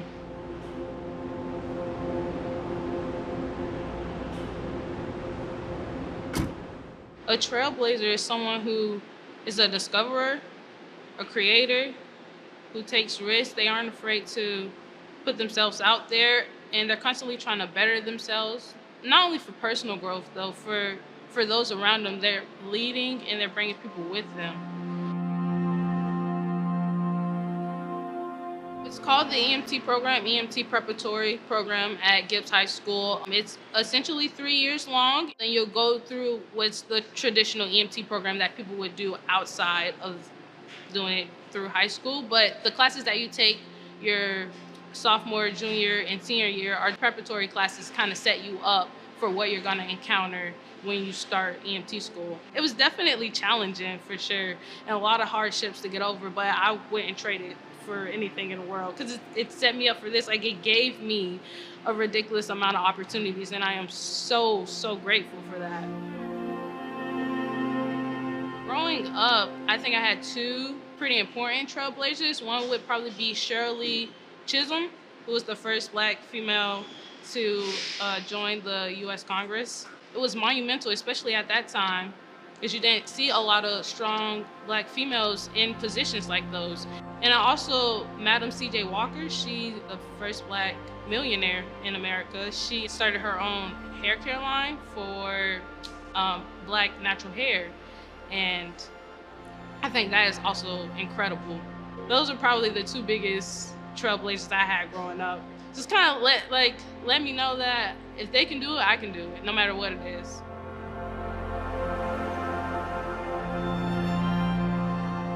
I am a representation of you can do it. You set your mind to it and you can do it. absolutely do not hesitate, do it, because you can. So I say for people who are kind of struggling with that, or like struggling with the confidence of not being able to do something, I say just do it. Just do it, because you're only hurting yourself by not doing it. So just put yourself out there. You never know what's gonna happen.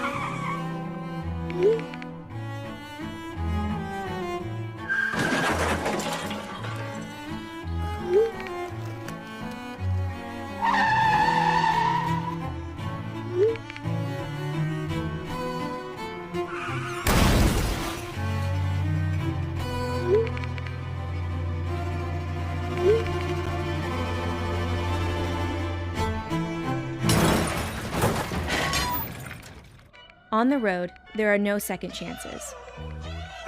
When you're behind the wheel, nothing is more important than staying focused on the road. Your life and the lives of others are at risk.